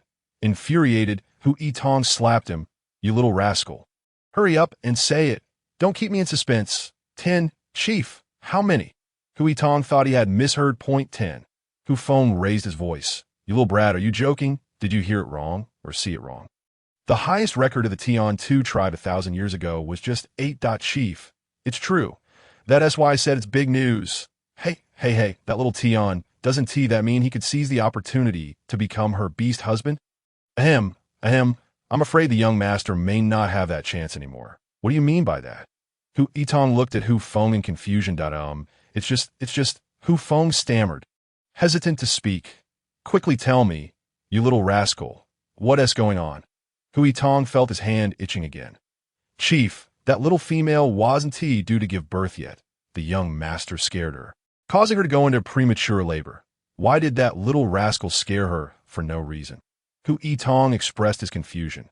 The young master didn't mean to. He saw the little female and was smitten, wanting to showcase his charm through a roar. But the little female didn't pay attention and got startled, falling from a swinging chair, which led to the premature birth. Hu Feng briefly recounted the situation. Rest assured, that little female doesn't blame our young master. She even helped him detoxify, and he has already recovered to the Xian level. Does that mean little Tian still has a chance to be her beast husband? Hu Yitong's heart leapt at the thought of the detoxification helping. However, Hu Feng doused that hope with cold water. Not really. She explicitly rejected the young master, saying she wasn't considering it. Hu Yitong was at a loss for words, his head spinning with frustration. This little rascal, when he returns, I will see how to deal with him. It's no wonder people say sons take after their fathers. Hu Jintian knew he would be ridiculed upon returning. He had failed to handle such a wonderful opportunity. Previously, he always complained about his father making introductions for him, and now that he had finally taken the initiative to like someone, he had messed it up himself. He was unsure how he would laugh at himself. Thus, he took his time on the way back, even asking others for suggestions on how to explain the situation. You can hide from the first day of the month, but not from the 15th. If he took too long, the other male orcs would start to complain. Reluctantly, Hu Tian decided to head back. He thought of a plan. Father, well, what should I do? I liked a little female for the first time, but she doesn't like me. Oh, seeing him cry so pitifully, Hu Tong hesitated to bring his hand down. Hu Tian, unaware of his father's deep affection, felt a bit pleased. This tactic of feigning pity was indeed effective as, oh, how is your detox now? Upon mentioning this, Hu Tian remembered Jiao Jiao. He had just been pretending to be disappointed, but now he was genuinely disheartened. She helped detoxify both me and Akai, and we regained our Xian level the day we detoxified. But I scared her, and she probably thinks I'm unreliable, so she rejected me. Akai was affected too. He even swore on his father and mother's lives, and was rejected as well. What do you think about Jiao Jiao now? Hu Tong asked cautiously. Despite Hu Tian appearing carefree and silly, he was quite stubborn once he set his mind on someone or something. Hu Tong worried he might be digging himself into a dead end. I don't know. I'm not sure if I should try to pursue her again. I feel a bit defeated. Little Tian, here's what I think. Why don't you let your brother give it a try? Why? Does brother also like Jiao Jiao? But he hasn't even met her. Hu Tian looked confused, unsure why his father mentioned his brother. Not really. Xiaohai doesn't know about this yet. I just think Jiao Jiao, being a celestial maiden and from the Tian 2 tribe, is significant. You know the birth and survival rates of our tiger tribe cubs in recent years. Usually they only have one cub. 2 at most, and the survival rate isn't high. Every year during the rainy and winter seasons, so many cubs lose their lives. Yes, the chief. I've always been unable to change the situation. And I feel guilty for the trust the orcs of the tiger tribe have placed in me, that if someone from our tribe could bond with Jiao Jiao, or gain the celestial maiden's blessing, it would be highly beneficial for us. But, Father, I want to bond with Jiao Jiao not because she is a celestial maiden with strong reproductive capabilities, but because I genuinely like her. Me. She is simply herself. So I ask you, do you want to try to pursue her again, or let Xiaohai do it, or both of you together? Both of us together? Hu Tian contemplated the possibilities. It seemed that it might not be impossible, that he himself lacked composure, but his elder brother was steady. If the 2 of us were to become the devoted beast husbands of Jiao Jiao, his brother could still look after himself. The more Hu Tian thought about it, the more feasible it appeared. Excitedly, he conveyed to Hu Tong, Father, let us proceed with this plan. Chu mentioned that in a while they will come to express their gratitude for our assistance. We can return with him then. Wang Yikai had also returned to the Divine Dog tribe. The scale of the Divine Dog tribe was roughly double that of the Fox tribe. Although it was quite large, its overall strength was not particularly formidable as of now. They had only 3 Earth-tier beastmen and 10 Mystic-tier beastmen, while there were a considerable number of Universe-tier and Cosmic-tier. Possibly around 100 or 200. Wang Yikai briefly shared his experiences before immersing himself in his training. His father, Wang Ting, did not notice his peculiar behavior. Only Wang Yikai was aware that his thoughts were consumed by the image of that little female swinging on a swing. Laughing cheerfully, he believed that the little female's rejection was surely due to his low beast tier, so he must hasten his training. Otherwise, how could he adequately protect her? Wang Ting, upon hearing from other beastmen about Li Jiao Jiao's situation and realizing she truly belonged to the Heavenly Rabbit tribe, felt a spark of excitement in his eyes. He called Wang Yikai over for a detailed inquiry. Xiao Kai, what do you think of that little female? She is wonderful. Wang Ting leaped up, laughing heartily. Good, so you have taken a liking to her? It's quite rare for you to notice a little female. However, Wang Yikai felt dejected, but she doesn't fancy me. Wang Ting hesitated to laugh. What is the matter? Perhaps my beast tier is insufficient. Both of her beast husbands are already heaven tier. Wang Ting's expression turned to one of shock. Who are her beast husbands in the nearby tribes beside the single heaven tier from the Heavenly Eagle tribe? Where else could there be a heaven tier? The Fox tribe has 3 already, Wang Yikai lamented, feeling increasingly despondent. He was merely at the mystic tier. When could he possibly ascend to the heaven tier? Did the fox tribe have some grand opportunity? How could they have grown so powerful in just a short time apart? Currently, the fox tribe boasted 3 heaven tier, 6 mystic tier, 37 yellow tier, 15 universe tier, and 25 cosmic tier members. When had they become so formidable? Wang Ting began to feel unsettled. Just a while ago, their overall strength surged by 2 ranks that it is said to be the contribution of that little female. Wang Ting struggled to settle his complex emotions that if you cannot meet the little female's expectations, perhaps you could consider Xiao Yuan instead, Wang Ting suggested tentatively. Wang Yikai was taken aback. Although his cousin, a Yuan, had already reached Earth tier and was quite handsome, that was a little female he had set his sights on. If a Yuan became Jiao Jiao's beast husband, would he still have a chance? Wang Ting began to analyze the pros and cons for Wang Yikai, who was reluctant to give up so easily, and proposed a condition. He wanted to try alongside a Yuan. The fox tribe had been bustling with activity lately. After Li Jiao Jiao delivered her second litter of cubs, she took a 3-day rest. Hey, I wish to go out for a stroll, and perhaps take you to meet some vegetables. All right. Chu gently took Li Jiao Jiao's hand. He particularly enjoyed holding her hand, feeling its softness, whiteness, and delicate fragility to you. I appreciate your efforts in caring for the cubs at home. Li Jiao Jiao said, planting a kiss on Chu Yu's face. In no trouble at all. Jiao Jiao should go out and explore, and that he must ensure Jiao Jiao's well-being. I understand, Chu replied, transforming into his beast form and swiftly carrying Li Jiao Jiao towards the back mountain. Before long, Li Jiao Jiao began to hear countless prompts. Host, ferns detected ahead. Following the myriad of prompts, she asked, is that ferns? No, it appears to be fern trees, almost 2 meters tall. Li Jiao Jiao pinched one. Hey, still quite tender. However, she realized she would need to sit on Chu-he's back to reach it, concerned that Li Jiao Jiao might tire herself. Chu-he transformed back into human form and let her stand to the side while he picked the ferns. Soon, he had filled a beast-hide bee. Li Jiao Jiao noticed that while the bag was durable, it was too soft, making it easy to crush mushrooms and vegetables. She recalled having a bamboo weaving manual and realized she ought to learn to weave some bamboo baskets. After collecting the ferns, Chu-he suggested taking Li Jiao Jiao to see a waterfall. Previously, the hyena tribe had caused disturbances, preventing the little females in the tribe from venturing out. Li Jiao Jiao had been here for over 2 months and had not yet explored.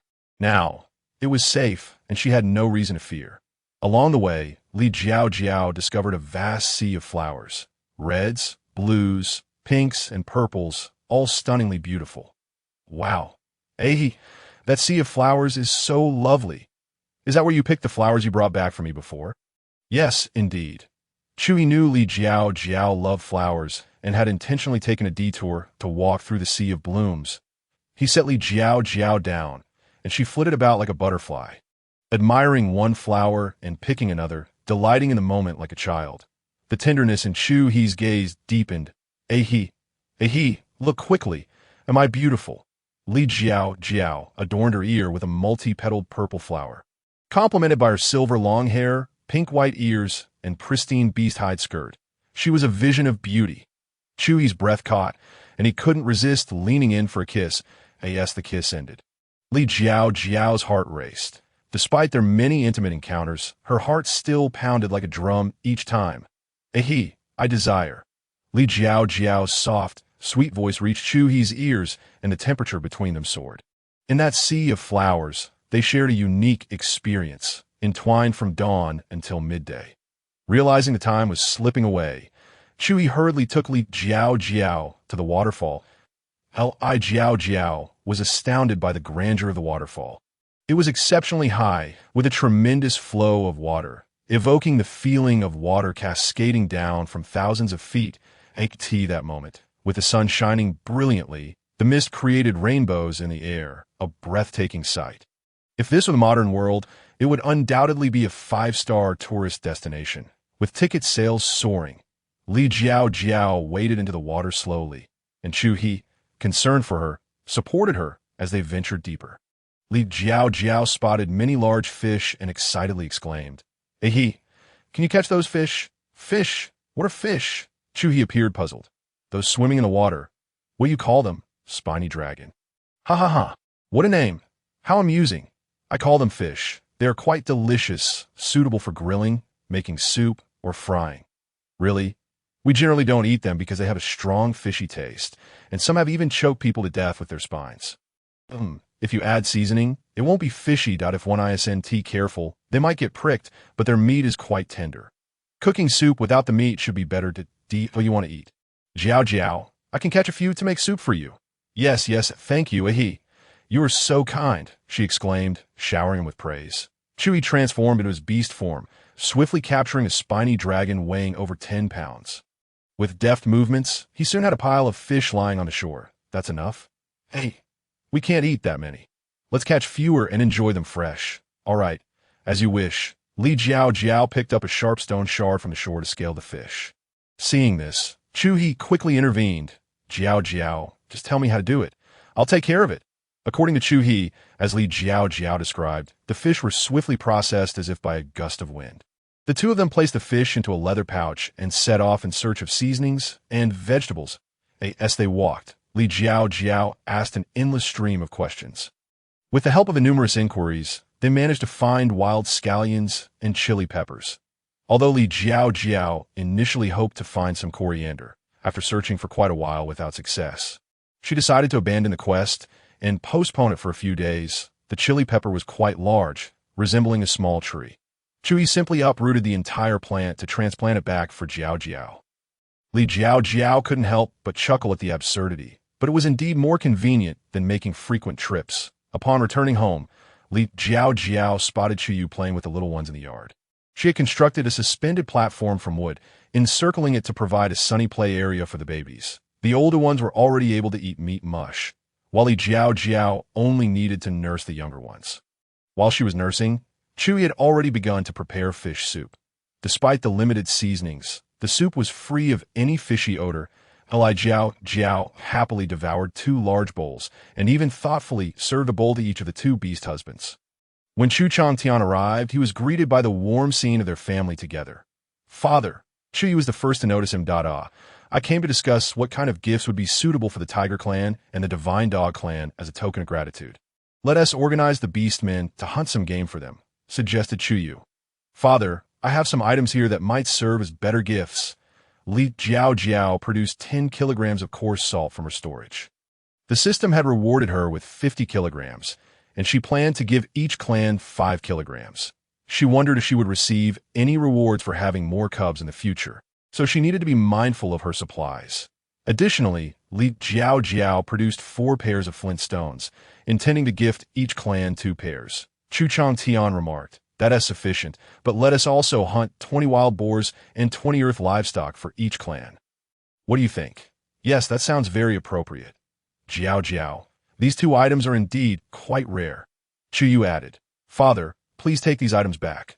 Once the beast meat is ready, we can arrange for the beastmen to deliver it. By the way, Father, I still have some coarse salt. Take it back to distribute among the beastmen in our tribe. Though it won't be much, Li Jiao Jiao handed over the remaining 40 kilograms, causing Chu Changtian's eyes to widen in astonishment. So much coarse salt. Good heavens! If other beastmen find out, there will be chaos. Before he could fully recover from his shock, Li Jiao Jiao produced another 10 portions of fine salt, saying, Father, we'll use this ourselves. It's finer, whiter, and contains no impurities. Chu Changtian knelt on the ground outside the cave, exclaiming, Thank you, beast god. Thank you, heavenly maiden. Father, please get up. There is no need for that. In the coming days, I intend to weave some bamboo baskets. Please inquire within the tribe to see if there are any young female or male beastmen who wish to learn. Those who are interested may come. I will ask around. Although Chu Changtian had no idea what bamboo baskets were, he figured it would be a good idea to gather people to learn. That afternoon, Li Jiao Jiao sent Chewie to gather some bamboo from the grove they had visited previously. After all, one must learn before teaching others, right?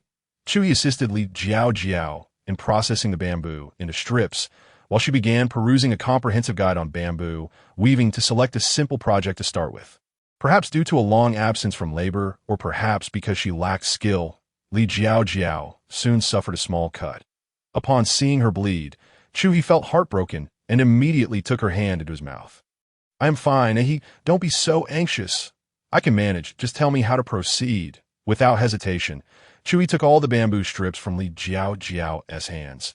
She recited the steps from a book. And Chui, with his keen comprehension, quickly wove a small basket in no time. "Wow, it looks beautiful. You did a wonderful job." As for the remaining pieces, Chui studied the illustrations and soon learned to weave on his own. By nightfall, he had crafted over a dozen baskets of various styles. To Li Jiao Jiao's surprise, Chuyu, who had been observing, had also grasped the skill and could weave as well. "Is everyone around here so remarkably intelligent and capable?" The next morning, the courtyard was bustling with around 50 male beastmen and a dozen young females. Chuyu led the male beastmen to collect bamboo, while Chui guided the young females in processing the remaining bamboo into strips. Once everything was prepared, they each wove multiple bamboo baskets according to their personal needs and preferences. The previous night, Li Jiao Jiao had asked Chui and Chuyu to create a large cradle, lining it with soft animal skins. During the day, they placed the little cubs inside the cradle to bask in the sun without worrying about them crawling out and getting into danger. The young females looked on enviously, and those with cubs also wove cradles, while those without created baskets for carrying items. Everyone learned quickly. Li Jiao Jiao felt a sense of pride in imparting a new skill. Hooray! It was a day filled with positive energy. Before long, Chuyu and the others returned. The teaching continued, and the atmosphere grew ever more vibrant with enthusiasm. Some male beastmen quickly adapted their skills, producing various other designs, resulting in bamboo mats, tables, chairs, baskets, fans, snack baskets, and so forth. Chuyu and Chu, also crafted several bags that could be slung across the body with a leather strap, providing convenience for Li Jiao Jiao to carry some jerky. All handmade, quite valuable. For several consecutive days, the courtyard of Li Jiao Jiao's home remained lively and bustling. The entire Fox clan was enveloped in a joyous atmosphere. Suddenly, Li Jiao Jiao recalled forgetting to consume the fertility pill on the day of her floral adventure with Chui. She quickly called out to the countless questions. "Host, you've been so lively every day, it's rare for you to remember me. You're quite fortunate, although you didn't take the fertility pill that day. You became pregnant. Congratulations. I knew it. If I hadn't conceived, you would surely have reminded me. Your beast husband is quite formidable. Generally, the higher the beast rank, the lower the natural conception ability. Yet Chu succeeded in one go, which is indeed impressive. How many days has it been since I conceived with Chu? It has been 25 days since the first pregnancy and 10 days since the second. If I give the fertility pills to other young females and they give birth to cubs, would that also contribute to the propagation of the beast world?" "Indeed, host." "Then, will I receive any rewards?" "I had originally planned to surprise you with rewards upon the birth of their cubs, but it seems the host is quite quick-witted. At that time, you will receive points and item rewards, but they will be random, dependent on the talents of the cubs they bear." Li Jiao Jiao understood, but she mused that even the smallest fly leg is still meat, and any reward is better than none. "What about the rewards from the last birth?" You finally remembered to ask me. I have already compiled them for you. Points, 1,600 fertility pills, 39 painless delivery pills, 5 recovery pills, 5 beauty pills, 5 strengthening pills, 5 milk increasing pills, 5 primary advancement pills, 5 intermediate advancement pills, 28 advanced advancement pills, 5 loyalty pills, 33 space expansion coupons, 35 grain seeds, 10 kg bamboo weaving comprehensive guide, 1 barbecue seasoning, 500 g, 20 coarse salt, 50 kg fine salt, 500 g, 25 silkworm breeding technology guide, 1 mysterious iron dagger, 2 recipe, 1 invisibility cloak, 1 constant temperature box, 1 fruit seeds, 5 kg. With 1,600 points, deducting half leaves you with 800. And combined with your remaining 335 points from the last pregnancy, you currently possess 1135 points. Keep up the good work, host. You've only had 2 pregnancies, and you've already cleared 1135 points. With continued effort, you could repay all within 6 months and unlock the marketplace. The treasures within the marketplace await your arrival. All right, I can only keep pushing forward. What is this loyalty pill? Li Jiao Jiao noticed a new item. Those who consume the loyalty pill will remain loyal to you for life, with no ulterior motives. After all, you've given them advancement pills, and their beast ranks will rise, should there be any disloyalty. You and your two beast husbands would surely struggle to manage. Your considerations are truly thorough. What of the invisibility cloak? It is a life-saving artifact. Donning the cloak allows one to conceal their scent and form. Should danger arise, you can wear the invisibility cloak and hide with the little ones. A revelation indeed. And what of the temperature-regulating box? This box serves to provide warmth, large enough to accommodate the little ones during the rainy season or the biting cold of winter. While I grasp these concepts, what purpose do the crop seeds and fruit seeds serve? I lack the skill to cultivate. Host, it is better to teach a person to fish than to simply give them fish. As you know, our aim is to integrate into society and steer it towards advanced civilization, rather than merely providing them with ready-made food and allowing them to worship you as a deity. Praying for aid in their times of need. Li Jiao Jiao understands now. The system rewards are entirely related to skills, intending for everyone to thrive regardless of who they are without. Chu Qingtian's efficiency is commendable. He quickly organizes the strong beastmen of the tribe for a hunt. Chu Yu joins as well, and with the celestial tier presence, coupled with the overall enhanced strength of the fox tribe, they swiftly procure a substantial count of high-quality beasts for Suya. Just as Chu Changtian prepares to lead a visit to the tiger tribe and the divine dog tribe, Li Jiao Jiao approaches him. She presents the loyalty pills and the advancement pills, saying to Chu Changtian, "Father, I possess 33 loyalty pills that my concern is that if our tribesmen's beast ranks increase, should any harbor ill intentions, we would be unable to resist. Jiao Jiao, your worries are well-founded, that I shall distribute these pills accordingly. I also have 5 primary advancement pills and 28 intermediate advancement pills. How do you suggest they be allocated? Currently, our tribe has no orcs of the Barren tier, but many at the Flood tier, though I have not tallied. They number no less than 100. These lower-tier orcs lack any advantage in seeking females.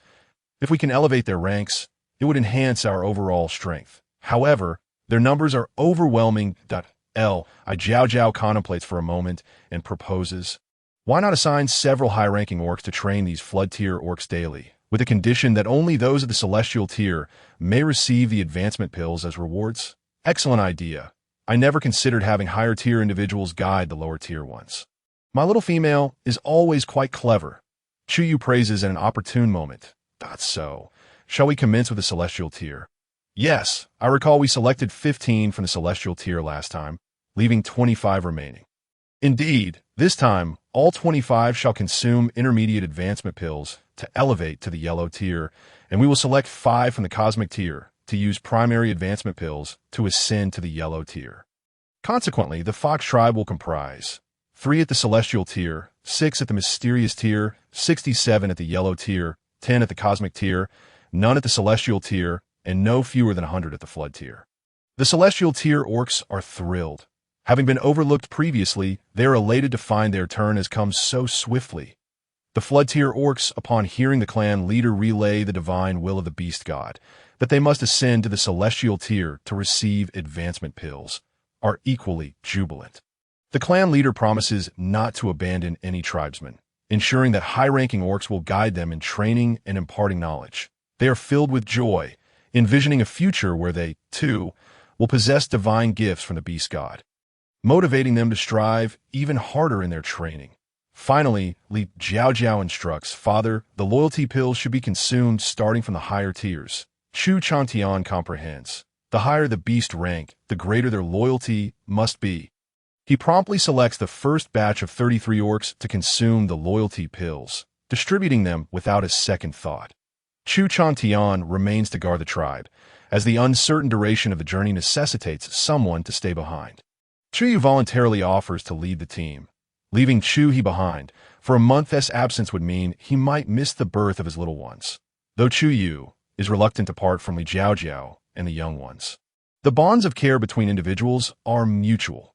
Chu Yu meticulously counts his companions, 3 at the mysterious tier, 26 at the yellow tier, with 3 of the mysterious tier and 13 from the yellow tier having consumed the loyalty pills.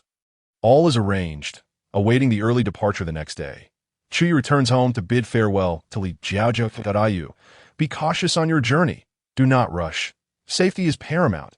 Yes, yes, I understand. You are carrying our young ones. And I am the one venturing far. Yet I worry for you. Fear not. There is still Ahi at home, and so many formidable orcs in the tribe. Li Jiao Jiao presents a dark iron dagger to Chuyu. A divine gift, sharp and formidable. Keep this safe. Do not injure yourself. IT may save your life in times of danger. Understood. Chuyu accepts the dagger and embraces Li Jiao Jiao. She relishes his embrace, much like she enjoys Chuyu's hand. Thus, she encircles his waist. Lifting her head, she plants a kiss on his chin, sending a shiver through Chuyu. Momentarily stiffening him, he transforms into his beast form, carrying Li Jiao Jiao beyond the tribe's confines. Ayu, where are we headed? Li Jiao Jiao inquires with curiosity. The place where we first met? What shall we do there? Li Jiao Jiao asks, puzzled. Chuyu remains silent. The speed of celestial tier beasts is unmatched.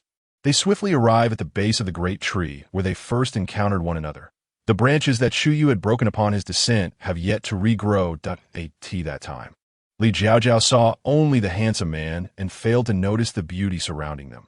The sunlight has yet to fully illuminate the valley. A thin mist still clings to the treetops, and a small patch of flowers beside the tree glistens with dew. Although this patch of flowers is not as vast as the sea of blossoms he had taken her to, it is remarkable that the ground beneath these flowers is not soil but sparkling, crystal-like stones. Li Jiao Jiao had overlooked this detail. Chuyu, too, had not noticed until he returned here for hunting. Chuyu surmises that Li Jiao Jiao would appreciate this. For tomorrow, once he departs, he will have to tend to the little ones, likely lacking the time to take her out for leisure. Hence, Chuyu wishes to seize this opportunity to show her something beautiful. Ayu, come quickly. It is so stunning and beautiful. I want to gather some and decorate our home. What do you think? Li Jiao Jiao exclaims joyfully like a child. Chuyu recalls their first meeting, where her smile was as radiant as the sun.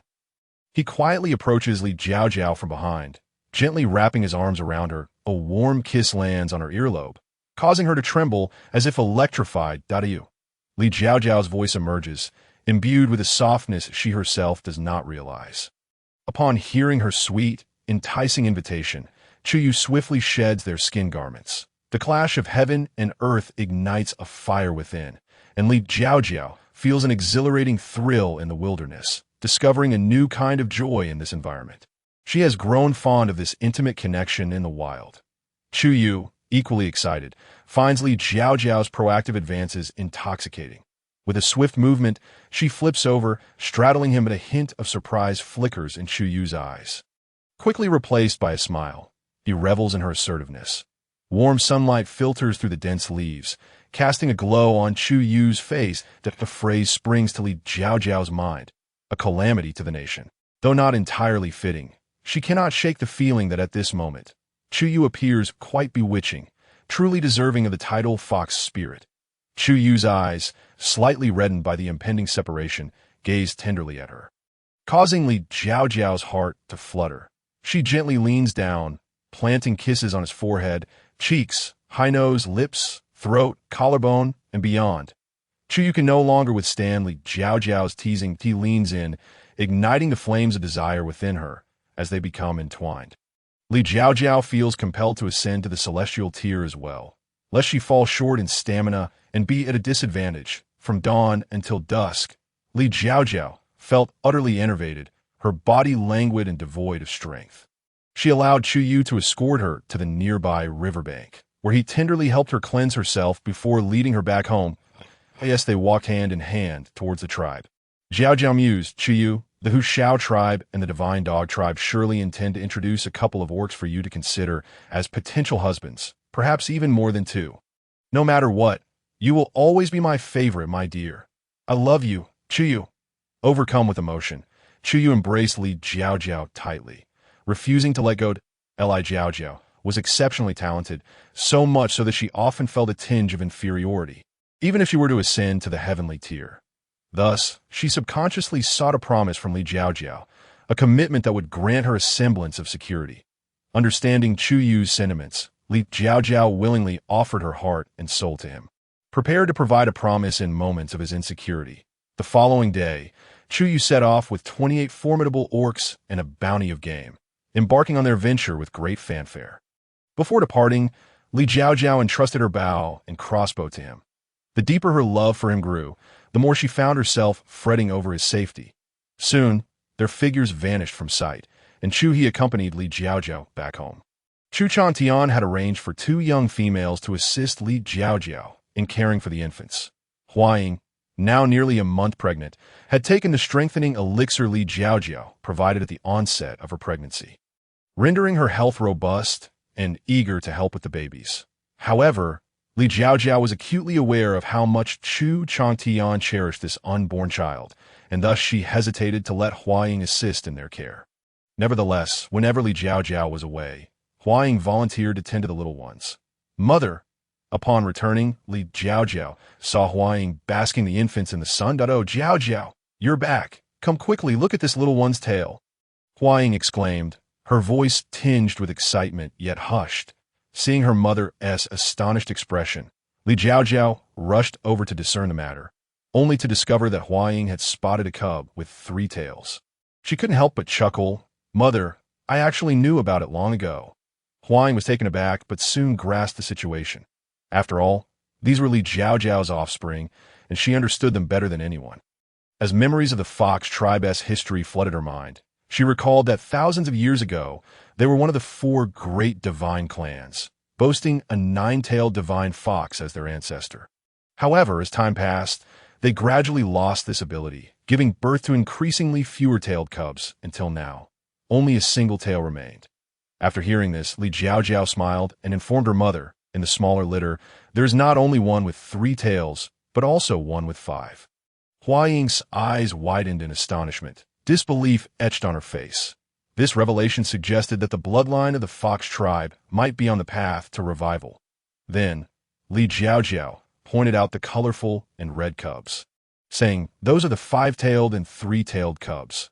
Huaying, overwhelmed with joy, embraced Li Jiao Jiao, tears shimmering in her eyes. She felt deeply moved, believing that Li Jiao Jiao had ushered in a new hope for the fox tribe. With the appearance of 3-tailed and 5-tailed cubs, could there be a possibility of even more tailed infants in the future, or perhaps even the restoration of the 9-tailed divine fox lineage? They both yearned for that day to arrive. Oh, my divine beast lord! Oh, my celestial maiden! Huaying's hands trembled as she attempted to lift the tiny cubs, feeling as if she could not manage. Oh, not fret like this, mother, Li Jiao Jiao said, half amused, half exasperated. Why didn't you tell me? Huaying chided her gently. Why, dear mother, whether I say it or not, you will know as they grow, right? There is no need to give her special treatment just because she has a few extra tails. Li Jiao Jiao felt that fairness was inherently subjective. She could not achieve absolute equity, but she would strive for it. The children were so young, and she did not desire to provide preferential treatment to a select few. Otherwise, as they grew older, it might sow discord among siblings. Huaying soon comprehended Li Jiao Jiao's deeper intentions, reflecting on her own experience of only birthing 1 child previously, thus never encountering such dilemmas. She nodded with a smile. You're right, Jiao Jiao, but I understand. Rest assured, mother, regardless of their appearances, I will care for them diligently, Li Jiao Jiao assured, her gaze filled with affection for the children. Huaying looked upon Li Jiao Jiao and her grandchildren, her heart brimming with happiness and contentment. Jiao Jiao, you are truly a wonderful child. Chu Yu is fortunate to have encountered you, and so are we. Mother, it is you who raised a remarkable son, Li Jiao Jiao expressed gratefully. Huaying smiled gently, stroking Li Jiao Jiao's hair. In that warm moment, the family gathered together, relishing each other's company and warmth. Jiao Jiao gazed at the adorable little beings before her, a tender smile gracing her face. She pointed to the 3-tailed little colorful fox from the first litter and remarked to Huaying, Mother, look at this 3-tailed little fox. Its beast rank is actually yellow tier. Upon hearing this, Huaying's eyes widened in disbelief and astonishment. She exclaimed, Goodness, that's astonishing. Then Li Jiao Jiao pointed to the lively little cubs playing in the pen, continuing to introduce them to Huaying. These 2 cuties over here are both of universe tier. Those three are cosmic tier. And look over there at the little rabbits. The white one with short ears is of mysterious tier, while the gray one is yellow tier. The other two are of universe tier. As Huang listened to Li Jiao Jiao's introductions, she observed each little cub with awe and curiosity. Unable to contain herself, she inquired, "These little ones must possess immense abilities, right?" Li Jiao Jiao chuckled softly in response. They should, indeed. The cubs from the second litter were still wobbling as they walked, and Li Jiao Jiao placed them in a separate pen. Watching these delightful little creatures filled her heart with maternal love and joy. She gently stroked their soft fur, savoring their warmth. Li Jiao Jiao continued her introductions. The five-tailed and three-tailed ones are both yellow tier. These two are universe tier. That one with droopy ears is also mysterious tier, while the gray-furred one is universe tier, and the remaining rabbits are all yellow tier. Huang's eyes grew wide, unable to fathom the existence of such high-ranking beast cubs. She had never witnessed such elevated beast ranks, especially not among newborns. Overwhelmed with excitement, she stammered, "Jiao Jiao, you truly are exceptional. Even the cubs you give birth to arrive with such high beast ranks." Li Jiao Jiao smiled and nodded, a glimmer of pride and gratitude in her eyes. She understood that this was all thanks to the system that enabled her to have such extraordinary children. She firmly believed that these offspring would become the elite of their clan, bringing glory and hope to their lineage. Finally, Huang snapped back to reality from her astonishment and could not help but exclaim, "Jiao Jiao, you're truly remarkable. I have never seen so many high-ranking beast cubs." Li Jiao Jiao humbly smiled and replied, "All thanks to the blessings of the beast god. Mother, how are you feeling now?" Li Jiao Jiao shifted the topic, expressing concern for Huang's health. After all, Huang was now in advanced maternal age, and it was crucial to monitor her well-being. Huang smiled and replied, "I feel quite well. Knowing that the cubs in my belly are healthy brings me peace of mind." Li Jiao Jiao clasped Huang's hand, reassuring her, "Don't worry, Mother. In a few days, I will prepare some nourishing soups for you to help restore your health. And no need for that. You are pregnant yourself. Just tell your father how to make it, and let him handle it." "All right, this strategy seems effective," Huang remarked, no longer fixating on the cubs' tails and beast ranks as she had before. She began to voice her grievances to Li Jiao Jiao. "Ever since you gave me that elixir last time, I feel invigorated, as if I have boundless energy. However, I've noticed some wrinkles appearing on my face, and I've developed some spots too." As Huang spoke, a trace of sorrow flickered across her countenance. She was uncertain if it was due to her pregnancy, but she had recently become increasingly sentimental, often worrying that she might lose her beauty. Observing Huang's distress, Li Jiao Jiao promptly retrieved a pill from her spatial pouch and handed it to Huang, exclaiming, "Ding, ding, ding, ding, you should eat this," without hesitation. Huang accepted the pill and swallowed it whole, then curiously inquired, "What is this, Jiao Jiao?" Li Jiao Jiao mischievously smiled and replied mysteriously, "Ha, I won't tell you. Just go to the water's edge and you'll find out." Unable to contain her excitement, Huang rushed to the water's edge, her eyes widening in disbelief. She could hardly fathom what she saw. Her face had transformed to an astonishingly smooth and delicate complexion. Her previously rough skin now resembled that of a newborn's, tender and silky to the touch. Gently caressing her cheek, she exclaimed in disbelief, "Oh my, is this really me?"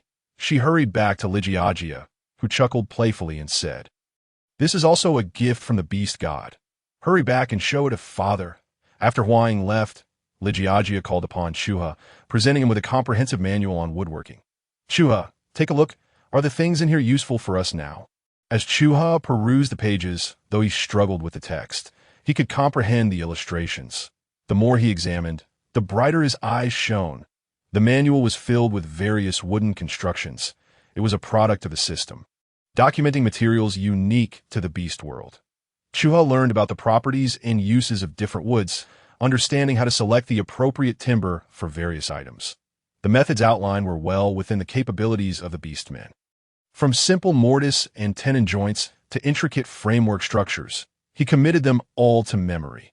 Clutching the book tightly, as if it were a treasure, his face radiated excitement and exhilaration. His gaze reflected profound respect, as though this manual were a priceless treasure in his life. With a trembling voice, he exclaimed, "Jia Jia, the illustrations in here are simply marvelous. It's truly astounding. I can learn how to create all sorts of things from this. It is simply magical." Witnessing his joy filled Li Jiao Jiao's heart with delight. She smiled, her eyes sparkling with bright light, joyfully saying, "Since you love it so much, I shall gift this book to you, that I hope it brings you even greater rewards." He gazed at her gratefully, his eyes brimming with affection and reliance, gently stroking the book as he savored its warmth and strength. Their gazes intertwined, their emotions weaving together in the air. This simple yet heartwarming scene allowed them to feel each other's care and love. Is this called a book? Indeed, the content within are referred to as text. If the adjacent illustrations are unclear, these words can guide us on how to create the shapes depicted. How fascinating. Jia Jia, do you recognize these characters? Yes, I do. Would you like to learn, Chuha? I can teach you, really. Jia Jia, you are amazing. How could I ever deserve you? Chuha, you are wonderful too.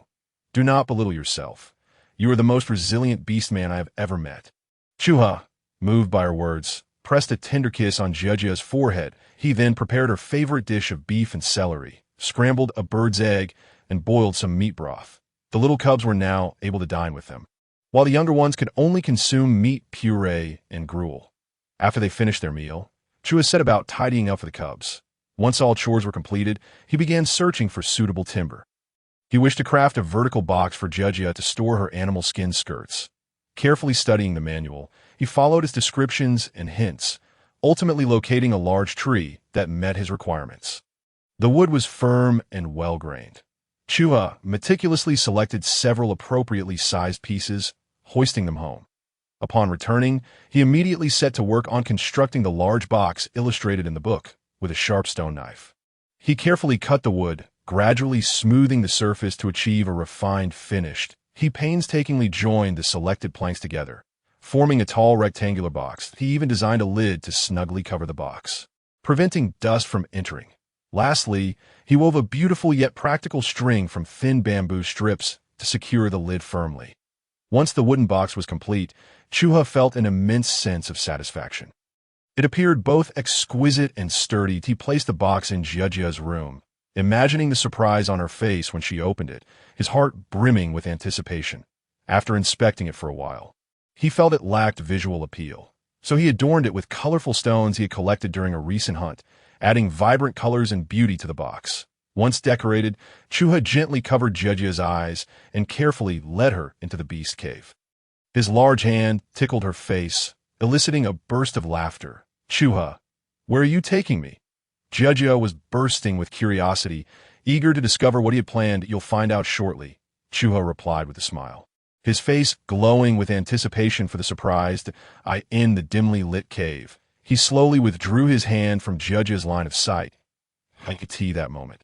Her gaze fixated on a corner of the cave, where a beautifully crafted wardrobe stood. Her eyes sparkled with surprise, and her hands instinctively covered her mouth to stifle a gasp. Her eyes shone with joy and gratitude as she gazed affectionately at Chua. "Ah, Chua, is this for me?" Her voice carried a hint of disbelief, filled with astonishment. "This wardrobe is absolutely stunning." Her eyes glimmered with adoration for the beautiful piece, her joy unreservedly apparent. "I truly love it.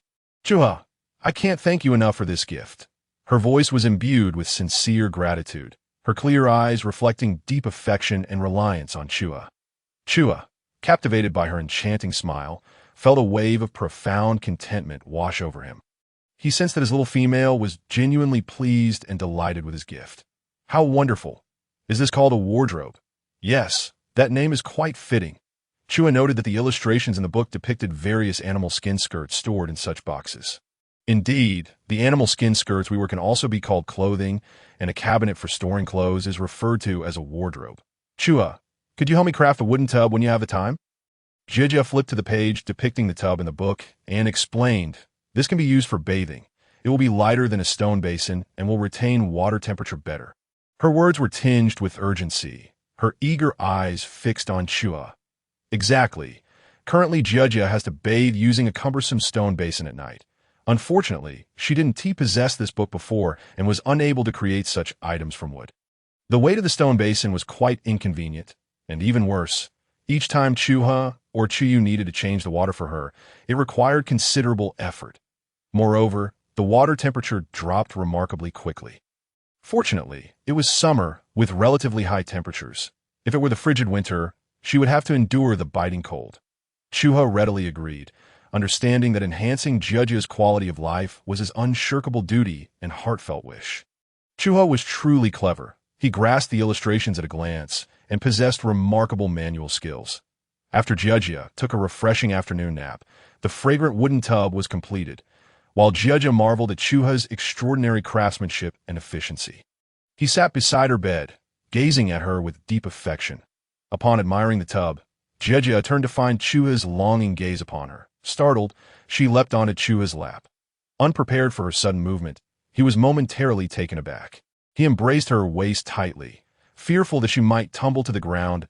In that embrace, the two found themselves closely entwined. Li Jiao Jiao swiftly pecked at Chuhi's lips, sweetly expressing, "Ahi, thank you for always being at my beck and call. How are you so wonderful?" Just as Chu had begun to savor a fleeting softness, it playfully slipped away. He watched intently as those crimson lips parted and closed before him, exuding an irresistible allure. How could Jiao Jiao possibly repay me? Chuhi's deep, resonant voice exuded temptation. Li Jiao Jiao pecked again and again. Chuhi's masculine strength was stirred, poised to unleash its latent power.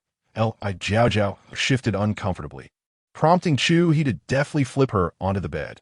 His large hand gently cradled the back of her head, preventing it from colliding with the stone surface. With a light tug on his arm, Li Jiao Jiao drew Chu closer, igniting a passionate collision, the sparks of love igniting. Once their frolic concluded, Chu filled a new bathing tub with water, saying, "Jiao Jiao, give it a try and see if it suits you." He tenderly lifted the weary beauty from the bed and placed her gently into the tub. The warm water seeped into her pores, eliciting a contented hum from Li Jiao Jiao. The attendant assisting her paused momentarily. Lifting her chin for another kiss, Li Jiao Jiao had taken a potent tonic to endure until the end, and now, a thoroughly satisfied Chu hurried off to fetch her more warm water. Li Jiao Jiao reclined comfortably on the bed, watching as Chu poured water, prepared meals, and tended to the young ones. With Chu absent, Chu considered the safety of Li Jiao Jiao and their numerous offspring. Knowing that her security was paramount while he hunted, each day, Chu Chantian arranged for orc hunters to deliver food, their ranks having risen, making hunting significantly easier and the game larger than before. The tribe regarded Li Jiao Jiao with a sense of reverence, rarely disturbing her. Knowing they had the opportunity to deliver food to the goddess brought them great joy. With the rainy season approaching in just over a month, the male orcs in the tribe had been diligently hunting to stockpile provisions. They were aware that during the rainy season, hunting would be severely hindered, and at times, heavy rains could lead to flooding. Hence, it was imperative to gather ample supplies beforehand, from the orcs bringing food daily. Li Jiao Jiao learned of the inevitable floods that occurred each year, stirring a deep sense of concern within her. Thus, she inquired of Chu "Ahi, I've heard that floods strike our area annually." "Indeed, our tribe is not situated at a high elevation, so we are always anxious during the rainy season. Last year, a family of 4 was swept away by a flood, and by the time we found them, they had perished. The year before, orcs had also been carried away. Such occurrences are nearly annual." As Chu recounted these calamities, a profound sense of helplessness enveloped him. Li Jiao Jiao proposed her own suggestion. "Why don't we dig ditches and canals? This way, we can guide the floodwaters towards Alba Lake, thereby significantly mitigating the damage caused by floods." Upon hearing this, Chuhi's eyes brightened, echoing, digging ditches and canals. Clearly, this was a perspective they had not previously considered. Her suggestion ignited a spark of hope within him. Li Jiao Jiao nodded, elaborating, "Precisely, we can excavate several wide and deep ditches in the low-lying areas between the mountains. This will allow the rainwater to naturally converge into these ditches, directing it where we need it to flow." Chu felt a surge of enthusiasm, eager to consult Chu Chantian about the excavation. Just as he was about to leave, he paused, deciding instead to summon the clan leader for a discussion. Li Jiao Jiao smiled reassuringly. "It's all right. You go ahead. Mother is pregnant, and I wouldn't want to leave her alone at home, that I'll stay in the yard with the little ones, basking in the sun. Do not worry. Chu Yi hastened away. In the time it takes to brew a cup of tea, Chu Changtian returned with inked on. Jiao Jiao, perhaps my wife and I should stay here for a while. Until Chu Yi returns, proposed Chu Changtian. Jiao Jiao pondered for a moment and agreed. Having everyone together would provide mutual support. Upon hearing her suggestion, Chu Changtian clapped his thigh and stood up, exclaiming, "What a splendid idea!" In the past, we lacked the tools to transport the excavated soil, but this year we have them. Moreover, our orc ranks have risen significantly, making these tasks a breeze that I shall organize a workforce at once. The orcs of the tribe, upon learning that digging ditches could lessen flood damage, rallied enthusiastically. Chu Changtian divided the group, allocating 2/3 to excavation while the remaining third continued hunting. The orcs assigned to the ditch-digging task naturally formed 2 teams. The higher-ranked orcs transformed into their beast forms, their claws functioning like rakes, swiftly filling the prepared bamboo baskets with soil. The lower-ranked orcs transported the soil to a relatively flat area that Li Jiao Jiao had identified. Li Jiao Jiao had inquired countless times, discovering that many seeds could only be sown in the spring. Now, this soil would perfectly expand that area. For over 20 consecutive days, the tribe's orcs toiled with fervor. Observing the progress was on track, Chu Yi suggested lining the edges and bottom of the ditches with stones to enhance their durability and minimize soil erosion. Li Jiao Jiao regarded Chu Yi with newfound admiration. Realizing his intellect was sharper than she had previously understood, finally, 3 days before the onset of the rainy season, a ditch measuring 10 meters wide and 20 meters deep was completed. Today I'm updating earlier than usual. I've been immersed in writing and didn't go out. I owe a chapter from yesterday, and I'll make it up later. Off I go to have a meal. On the eve of the rainy season, Chu Yi returned with a group, including Hu Jintian, Hu Zhenhai, Wang Yikai, and Wang Yiyuan. Hu Zhenhai, having visited the Fox tribe only once, was astonished upon entering. He had previously believed the Fox tribe to be significantly behind their own. If they were a large tribe, the Fox tribe could only be considered a small to medium-sized one. However, the current state of the Fox tribe completely shattered his preconceived notions. Wang Yiyuan shared similar sentiments. He had always thought the Fox tribe's strength could not compare to that of the Divine Dog tribe. The name alone reflected this, as they continued to use the moniker of the Divine Dog tribe, while the Fox tribe transitioned from the Divine Fox tribe to the Fox tribe. Yet upon entering the Fox tribe, an involuntary thought crossed his mind. The Fox tribe was on the brink of rising. Wang Yikai and Hu Jintian were also slightly taken aback. In just over a month, how had their high-ranking orcs multiplied so significantly? Chu Yu guided the 4 to seek out Chu Changtian, only to find he was not present. A wave of anxiety washed over Chu Yu as he called over a male orc, asking, "Where has my father gone?" "Young master, the clan leader has been residing at your home for quite some time now." Chu Yu instructed the accompanying orcs to return to their homes, then hurried back to his own. News of his return had already reached Chu Changtian and Li Jiao Jiao. Upon arriving home, Chu Yu found Li Jiao Jiao, Chu Changtian, and Hua Ying basking in the sun in the yard, each cradling 1 or 2 little ones, while Chu Yi stood nearby, feeding the children fruit. The scene was filled with warmth and joy. And seeing the ones he missed dearly along with the little ones melted Chu Yu's heart. He swiftly approached Li Jiao Jiao, suppressing his excitement, and gently yet firmly embraced her. After a moment, Li Jiao Jiao lightly pushed him away, quietly reminding him, "Ayu, be gentle. If you squeeze too hard, I fear the little ones might be forced out." It suddenly dawned on Chu Yu that Li Jiao Jiao was due to give birth soon. How foolish of him to be overwhelmed with joy after such a long separation. "I'm fine, and you need not be so anxious," Chu Yu reassured her, calming himself before turning to Chu Changtian, saying, "Father, why have you all moved here? I was quite startled when I couldn't find you. Greetings. It is not that you are absent. Rather, I am concerned for Jiao Jiao while he ventures into the wilderness alone. I also harbor worries for your esteemed mother. Living together would indeed be more convenient. While I hunt, he can tend to the household, and when he hunts, I can look after your mother, Jiao Jiao, and the little ones. Indeed, this arrangement seems quite practical. By the way, allow me to introduce you to Ahai, the elder brother of a Tian, and this is a Yuan, the cousin of Akai. Chu Yu remarked, gesturing towards the individuals who followed behind. Might I inquire how it comes that the two young masters and the two young heroes have made such an unexpected visit? Is it possible that my family Sau has inadvertently offended you during his delivery of gifts?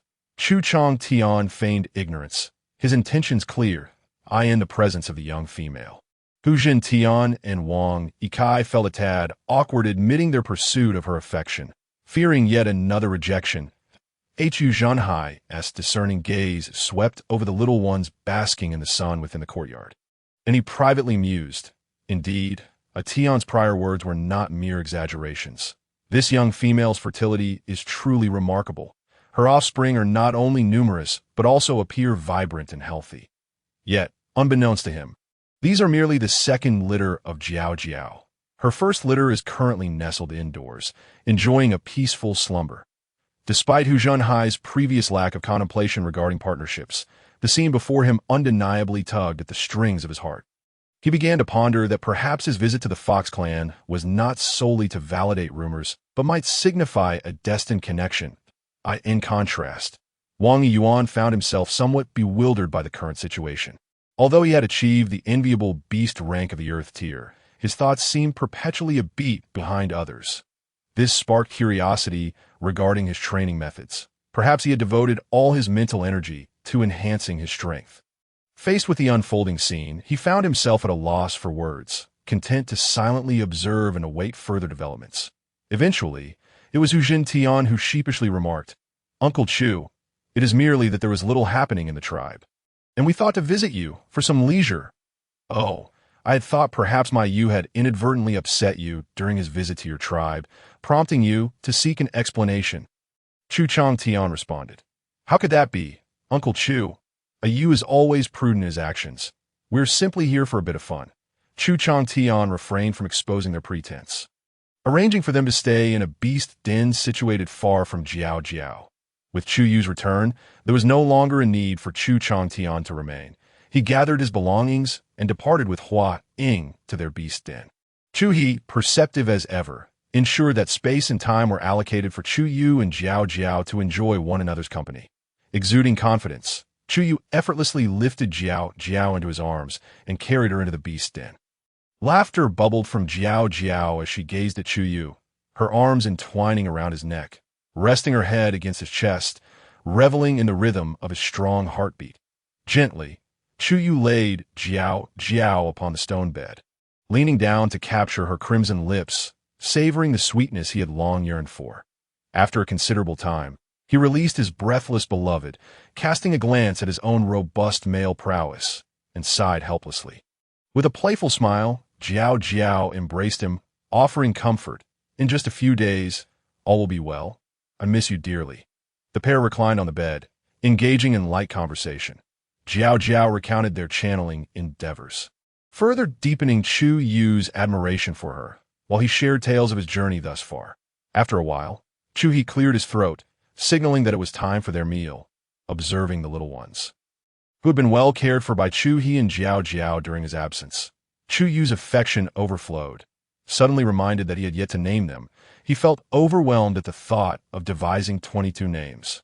He chuckled, realizing he had never felt such a headache before. That evening, after dinner, Jiao Jiao requested Chu Yu's assistance in processing the game they had hunted alongside Chu He.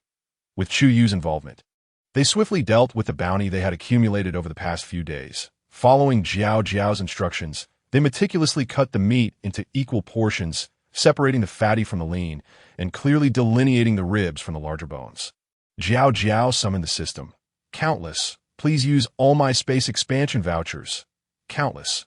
"Host, you possess 52 space expansion vouchers, each capable of increasing capacity by 5 cubic meters, in addition to your original 10 cubic meters, yielding a total of 270 cubic meters that you wish to proceed?" "Affirmative. When may I access the space? I am utterly unaware of the scale of 270 cubic meters." Jiao Jiao felt a tinge of frustration. "Host, you will be able to enter the space once the marketplace is activated. Upon reaching level 3, you may also bring others in and out. The space is divided into 2 sections, one for living beings, which you may freely enter and exit, and another that is static and cannot accommodate living creatures. Before activating the marketplace, you can only utilize the static space. Really? Jiao Jiao's mood shifted from despair to elation. Does that mean I am nearing my goal? I am just over 1,000 away from activating the marketplace, allowing free access to the space. The static space could store food without spoilage for any duration, proving far superior to a refrigerator. The thought made her giddy with delight. Having processed the beast meat overnight, Chu Yu and Chu He observed as Jiao Jiao waved her hand, causing the two beast dens, brimming like small mountains with meat, to vanish. Their eyes widened in astonishment. Jiao Jiao urgently called out to Countless, "How should I explain this spatial phenomenon?" Host, this can be classified as a special ability. Why do they not possess such an ability? They will, but their capabilities have not yet reached that level. Countless, how could you be so unkind? Why did you not inform me of such a crucial matter? Host, I am wronged. I only discovered this after completing my upgrade a couple of days ago, and I hadn't yet the chance to inform you. Jiao Jiao chose not to engage in a futile argument over trivialities and urged, "Now that you know, please enlighten me." Indeed, host point 3 days passed, I received a notification from the main system regarding an upgrade, which I attended to. Just yesterday, I completed the upgrade. I rectified several existing system bugs and received the following notice. All beastmen, regardless of gender, who ascend to the heavenly tier may awaken special abilities. The timing varies. There are 7 types: gold, wood, water, fire, earth, wind, and space, depending on the innate talent of the beastman. Some may awaken 1, while others may awaken 2 or even 3. How could such a sudden upgrade yield such extraordinary news? It is likely due to the emergence of beastmen awakening abilities on this beastly continent. The main system, concerned for your safety, hastily upgraded and issued this notice. Who possesses such remarkable power? Countless does not know. It may be too distant, but if they were within 100 miles of us, I would sense their presence. Very well, Countless. I appreciate your diligence. Serving the host is my duty. Countless humbly replied. Jiao Jiao emerged from the system and explained to her 2 beastly companions. This ability was bestowed upon me by the beast god. It is known as space, allowing me to store numerous items, depending on its capacity. However, the beast god has now given me new guidance. Beastmen on this continent may awaken special abilities, namely gold, wood, water, fire, earth, wind, and space. Therefore, from this day forth, all beastmen may have the potential to awaken such powers. Contingent upon being at the heavenly tier, strive to awaken as many abilities as you can. In each other's eyes, they saw astonishment. They had thought that reaching the heavenly tier was already a mark of dominance. Unaware of the potential for further advancement, fear not, Jiao Jiao.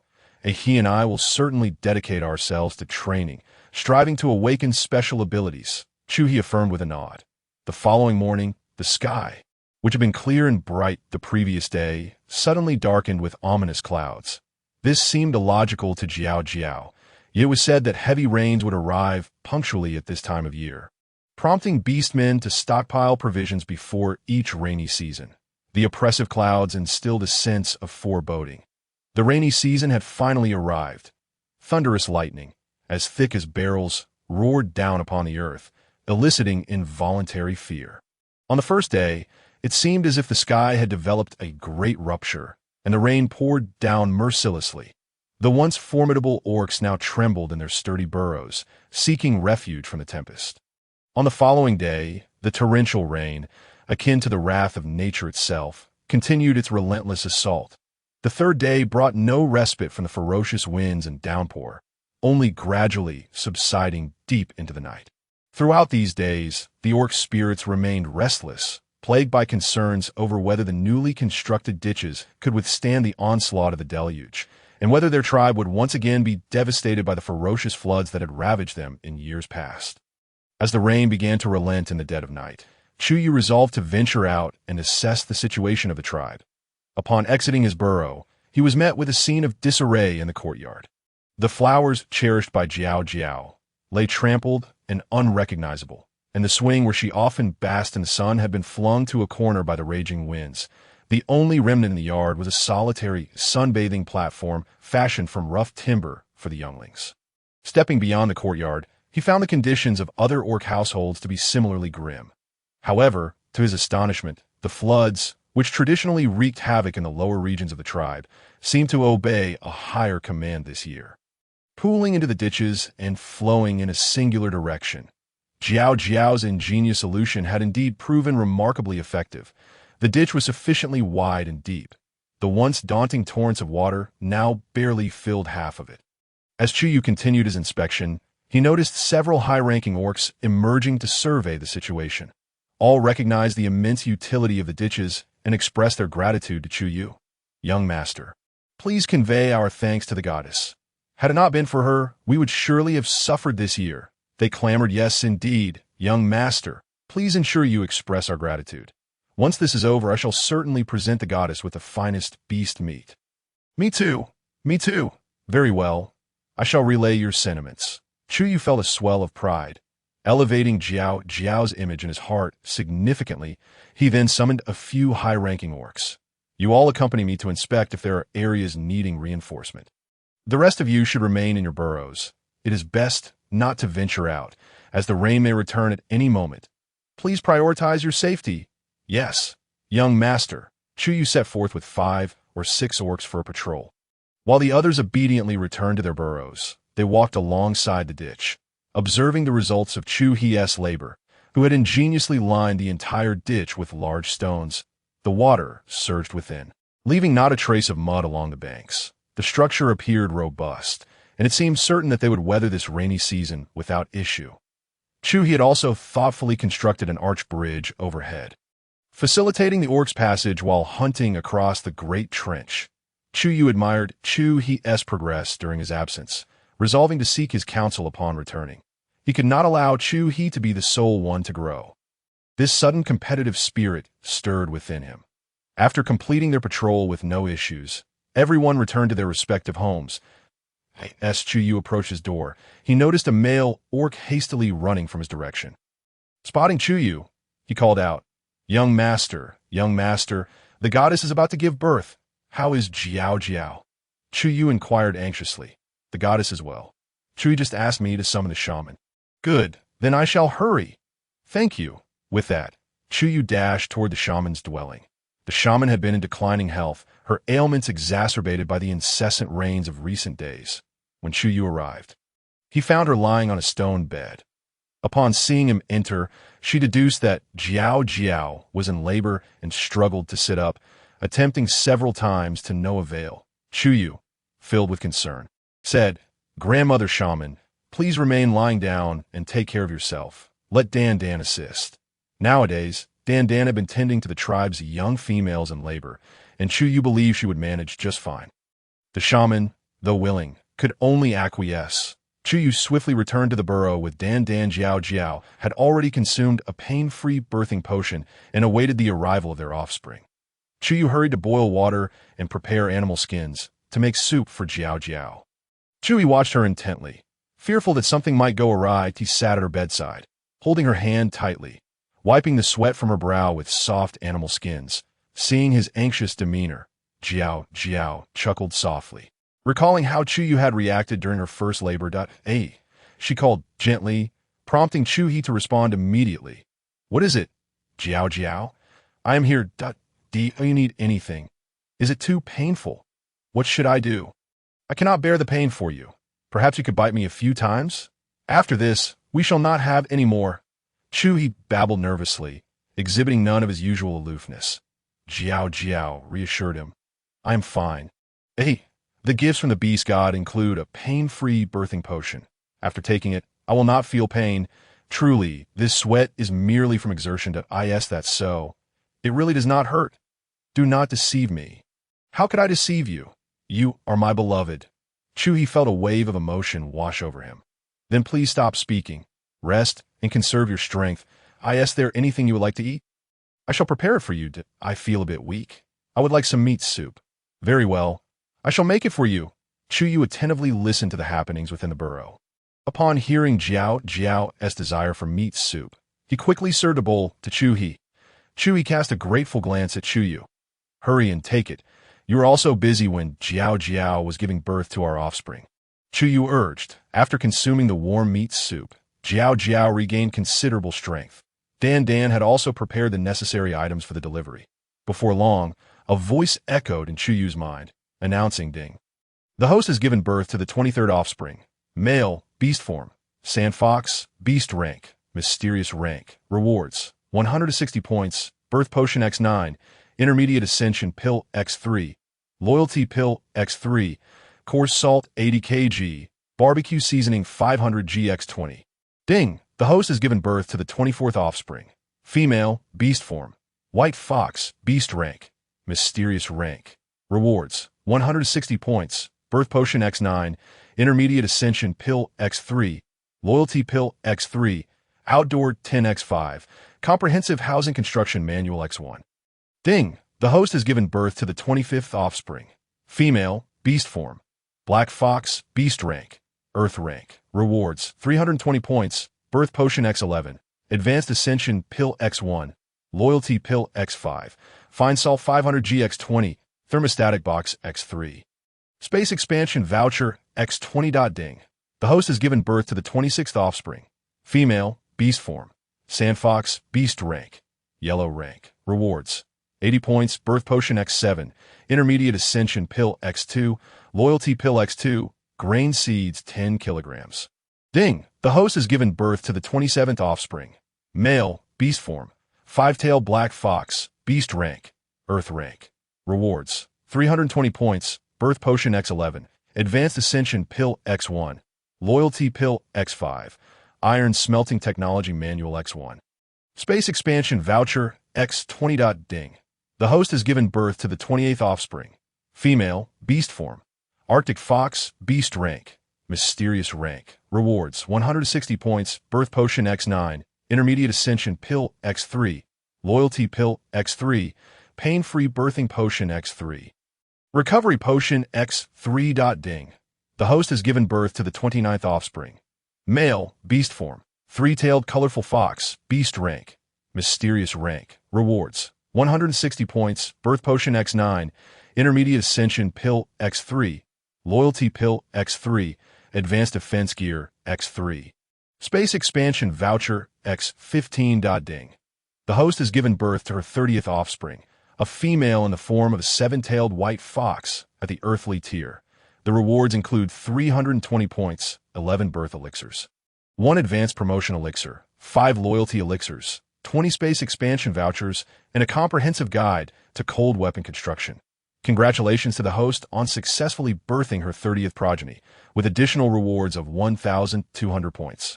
10 birth elixirs, 10 painless delivery elixirs, 10 recovery elixirs, 10 beauty elixirs, 10 vitality elixirs, 10 milk enhancement elixirs, 10 beginner promotion elixirs, 10 intermediate promotion elixirs, 10 advanced promotion elixirs, 10 loyalty elixirs, and 40 space expansion vouchers. Ding! The host has given birth to her 31st offspring, a female in the form of a white fox at the yellow tier. The rewards include 80 points, 5 birth elixirs, 2 intermediate promotion elixirs, 2 loyalty elixirs, 10 packs of 500G barbecue seasoning, and 10 space expansion vouchers. Ding! The host has given birth to her 32nd offspring, a male in the form of a red fox at the yellow tier. The rewards include 80 points, 5 birth elixirs, 2 intermediate promotion elixirs, 2 loyalty elixirs, 10 packs of 500G barbecue seasoning, and 20 kilograms of vegetable seeds. Ding! The host has given birth to her 33rd offspring, a female in the form of a 5-tailed colorful fox at the mysterious tier. The rewards include 160 points, 9 birth elixirs, 3 intermediate promotional elixirs, 3 loyalty elixirs, 1 charcoal production technique, and 15 space expansion vouchers. Ding! The host has given birth to her 34th offspring, a male in the form of a 3-tailed red fox at the mysterious tier. The rewards include 160 points, 9 birth elixirs, 3 intermediate promotion elixirs, 3 loyalty elixirs, 1 down jacket production technique, and 15 space expansion vouchers. After a brief wait, Li Jiao Jiao realized that the birthing process had concluded.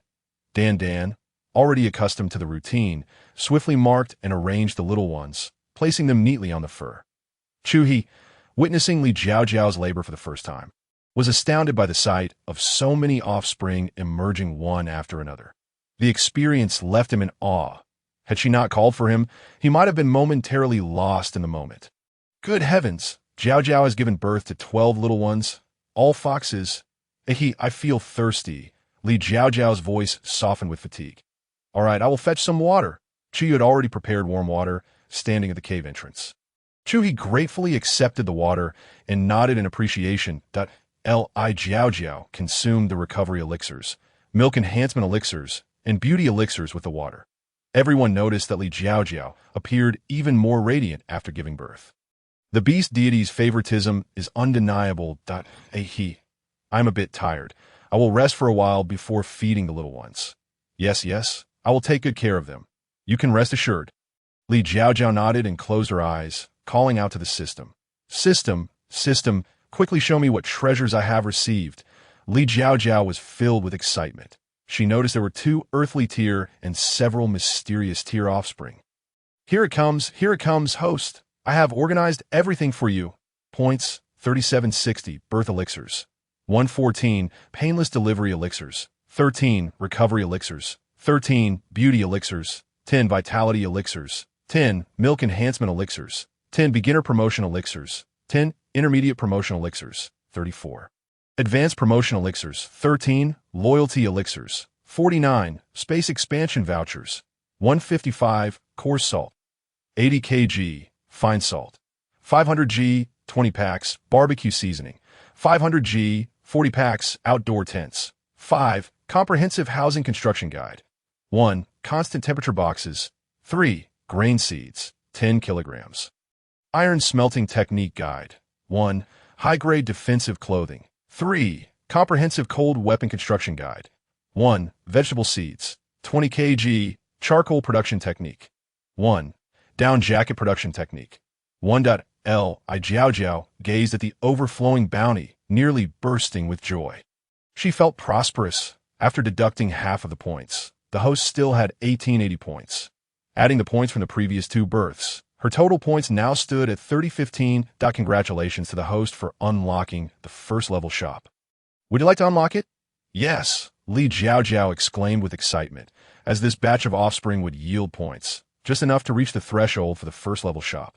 The first level shop is now unlocked. Free access to the space is also unlocked. The storage for living plants is now unlocked. Congratulations, host. Do I need to recite a spell to enter the space? Can I come out anytime? Can I move locations once inside? Li Jiao Jiao asked in rapid succession. Host, for your first question, you can control entry and exit with your thoughts. For your second question, you can enter and exit at any time. For your third question, host, you are fortunate. For days ago, my answer would have been no, but now that we have just upgraded, you can move locations within the space. For instance, if you are about to fall into water, you can enter the space and think about reaching the shore, and the space will take you where you wish to go. However, as this is version 1.0, the movement range is limited to a radius of 5 kilometers. If we upgrade to a higher version later, the distance will certainly increase. Can I enter the space now? Of course. However, your beast husband is still beside you. Wouldn't suddenly entering the space frighten him? True, but I can take someone with me, right? You can, but you need a level 3 space for that. Oh, you did mention that before. Then I'll take a look at the shop first. Host, silently think of the shop. And the shop panel will appear. Okay. Li Jiao Jiao thought to herself. Before her appeared a dazzling golden interface, causing her eyes to squint in discomfort. System, what is happening? Li Jiao Jiao shouted, overwhelmed. Apologies. Host, let me adjust the colors. The system quickly replied. The system swiftly changed the interface color to a soft blue. I didn't expect you to have such aesthetic preferences, Li Jiao Jiao teased. Isn't it grand and magnificent? Li Jiao Jiao rolled her eyes, ignoring the tacky remark. Only then did she clearly see the shop interface, which resembled a computer desktop, with several menu bars from left to right labeled. Hot weapons, cold weapons, elixirs, books, crops, tools, and daily necessities. The hot weapons section included rocket launchers, rifles, sniper rifles, pistols, bombs, and more. However, all the icons were currently grayed out. Upon inspection, the cheapest item was a pistol priced at 8,000 points. If it's better to hold off for now. These beastmen probably won't require such lethal weapons. Let's not dwell on it. Everything exists in dreams. In the cold weapons section, there were bows, crossbows, spears, staffs, knives, swords, shields, axes, and hammers. After a glance, she found that they were all quite affordable, with the cheapest fork costing only 300 points. In the elixir section, aside from those awarded during childbirth, there were several unfamiliar ones, such as the revitalization elixir, longevity elixir, invisibility elixir, and strength elixir. The prices varied, but the revitalization elixir cost an astonishing 3,000 points. However, considering that the system had spent 30,000 points to save her life, the price of this elixir seemed quite reasonable, as reviving someone is indeed a formidable challenge, in terms of books, aside from those already rewarded. There were comprehensive guides on plants, animals, clothing production, cultivation methods, supernatural abilities, and grain cultivation techniques, among others. These books were relatively inexpensive, ranging from 300 to 800 points. The variety of crops was quite extensive, featuring not only various seeds, but also mature agricultural products. Whether vegetables or fruits, everything was available to satisfy culinary cravings. The tools were equally diverse, ranging from large machines for food processing to small sickles for mowing grass and hoes for digging. Correspondingly, the prices varied widely. Additionally, daily necessities were thoroughly covered, including shampoo, body wash, facial cleansers, underwear, and sanitary napkins, encompassing nearly all essentials Li Jiao Jiao could think of. The item she looked forward to the most was the down jacket styled to resemble animal fur. She planned to buy several sets to try out when winter arrived. A women's version costs 400 points, while a men's version costs 600 points. Each person would need at least 2 sets. And calculating the points required made her realize she must quickly have more offspring to earn points or hasten her learning on how to produce them. Upon witnessing several exquisite autumn garments crafted from animal hide, Li Jiao Jiao found them captivating, albeit somewhat pricey. Purchasing ready-made items seemed impractical. She decided it wise to invest in books instead and learn to create them herself. Notably, all packaging utilized biodegradable materials to ensure no waste would pollute this land. As the saying goes, the more offspring, the less to worry about. And indeed, Li Jiao Jiao now felt like a carefree little heiress, untroubled by matters of sustenance or attire. After her shopping expedition, Li Jiao Jiao's consciousness flickered into the spatial realm, only to be met by the sight of Chu He, his eyes reddened with concern. "What troubles you, He? Why do you gaze at me so?" she inquired. Upon hearing her voice, Chu He snapped back to reality, enveloping her in a tight embrace, his voice trembling. "I feared something had befallen you, that you've never slept so long after giving birth. I called for you several times, yet you did not respond. I was truly frightened." Li Jiao Jiao returned his embrace, feeling a twinge of guilt for retreating into the space and leaving him in silence. That it seemed she ought to seek a remedy from Shu Buqing. "I am sorry, Ahi, for causing you worried. I'm perfectly fine, see?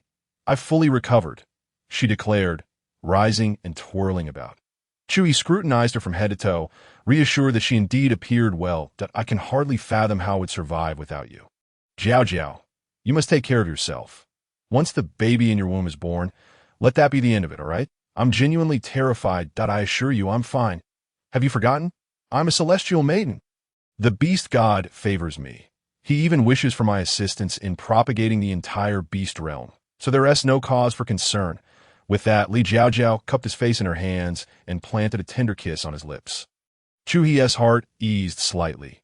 Just then, the little ones began to cry out. After such a lengthy slumber, the cubs must be famished. "Ahi, please bring them to me." Chu He swiftly gathered 6 of the cubs, arranging them in a line for Li Jiao Jiao to nurse. Transforming into her beast form, the little ones were drawn to her scent and hurried over, with the miraculous effects of the milk-enhancing elixir. The cubs soon filled their bellies, their rounded abdomens resembling they might burst at any moment. Subsequently, Chu He produced several more cubs. At this point, Li Jiao Jiao suddenly recalled something and, astonished, noticed that Grandma Wu Yi had not come this time. She turned to Chu He to inquire about the reason. Chu He, equally puzzled, was unaware of the circumstances. Upon hearing the Celestial Maiden's question, Dan sorrowfully replied, "Celestial Maiden, Grandma is ill. Her health has been deteriorating day by day. The recent heavy rains have exacerbated her old ailments. She was very eager to come, knowing you would give birth, but she is now unable to rise. Li Jiao Jiao gasped in shock. What? Is it truly that severe? She recalled her last encounter with Grandma Wu Yi, just half a month prior, when she had seemed well, showing no signs of illness. After a moment of contemplation, Li Jiao Jiao directed her consciousness into the spatial realm. Seeking guidance from Shu Buqing, Master, how should I proceed with the exchange? Shu Buqing responded, Host, when selecting the elixir options, locate the one you wish to exchange. If your points are sufficient, the word exchange will appear beside the item name. If your points are insufficient, there will be no prompt. Following the instructions, Li Jiao Jiao diligently navigated through the process until she found a longevity pill. The item details stated, longevity pill, valued at 500 points. Consuming one extends life by 5 years. Your best companion for longevity. Without a moment's hesitation, she exchanged for one. Next, she grasped a strengthening pill and called for Chuyu. Ayu, I must trouble you to deliver this to Grandma Wu Yi. She should take it directly. Chuyu swiftly complied, making his way to Grandma Wu Yi's dwelling. Typically, due to Dan's company, the place was lively, but now it felt desolate with only Grandma Wu Yi present. Struggling to rise, Grandma Wu Yi felt a hand supporting her. Upon seeing Chuyu, she exclaimed, Young master, what brings you here? Jiao Jiao cannot be left alone. Rest assured, Grandma Wu Yi, Chuyu replied. Chu He is with her. Jiao Jiao has safely given birth to 12 cubs, and knowing you are unwell, she sent me with these gifts. With that, he handed her the 2 pills and assisted her in taking them. Instantly, Grandma Wu Yi felt a surge of vitality coursing through her, as if boundless energy were converging within her. Just moments ago, she had been too weak to move, yet now she was able to stand and her breathing steadied. Overwhelmed with gratitude, she knelt at the cave entrance. Hands clasped in prayer. Thank you, Beast God, for your protection. Thank you, Celestial Maiden, for your bestowed medicine. Turning to Chuyu, she earnestly stated, Ayu, please take me to your home. I wish to personally thank the Celestial Maiden. Chuyu quickly waved his hand, politely declining, There is no need for that, Grandma Wu Yi. Before leaving, Jiao Jiao expressly instructed that you need not thank her. All of this is the will of the Beast God. Noting that Grandma Wu Yi had no fire lit, he rekindled it and prepared a nourishing soup. I must now return to inform my parents of the joyful news, he said, before taking his leave. Grandma Wu Yi's tears flowed freely as she expressed her gratitude, gazing in the direction of his departure, murmuring, The prosperity of the Fox clan is within reach. Father, Mother, Chu Yu's voice echoed even before he arrived. What is happening? Why are you out in the rain at this hour? Chu Chantian emerged from the beast cave. Jiao Jiao has given birth to 12 cubs, Chu Yu exclaimed impatiently. Really? Huaying, hearing the commotion, emerged, supporting her belly. With her own due date imminent, both Chu Yu and his father were concerned and assisted her. Mother, why are you out? Has Jiao Jiao given birth? How is she? Is she well? Yes, indeed, she is recovering well. Hua Ying replied. Wonderful. He is now a father. He has finally found his happiness. Chu Chantian beamed. Indeed, Chu Yu concurred cheerfully, after delivering the good news and reminding Hua Ying to take care of herself. He returned home.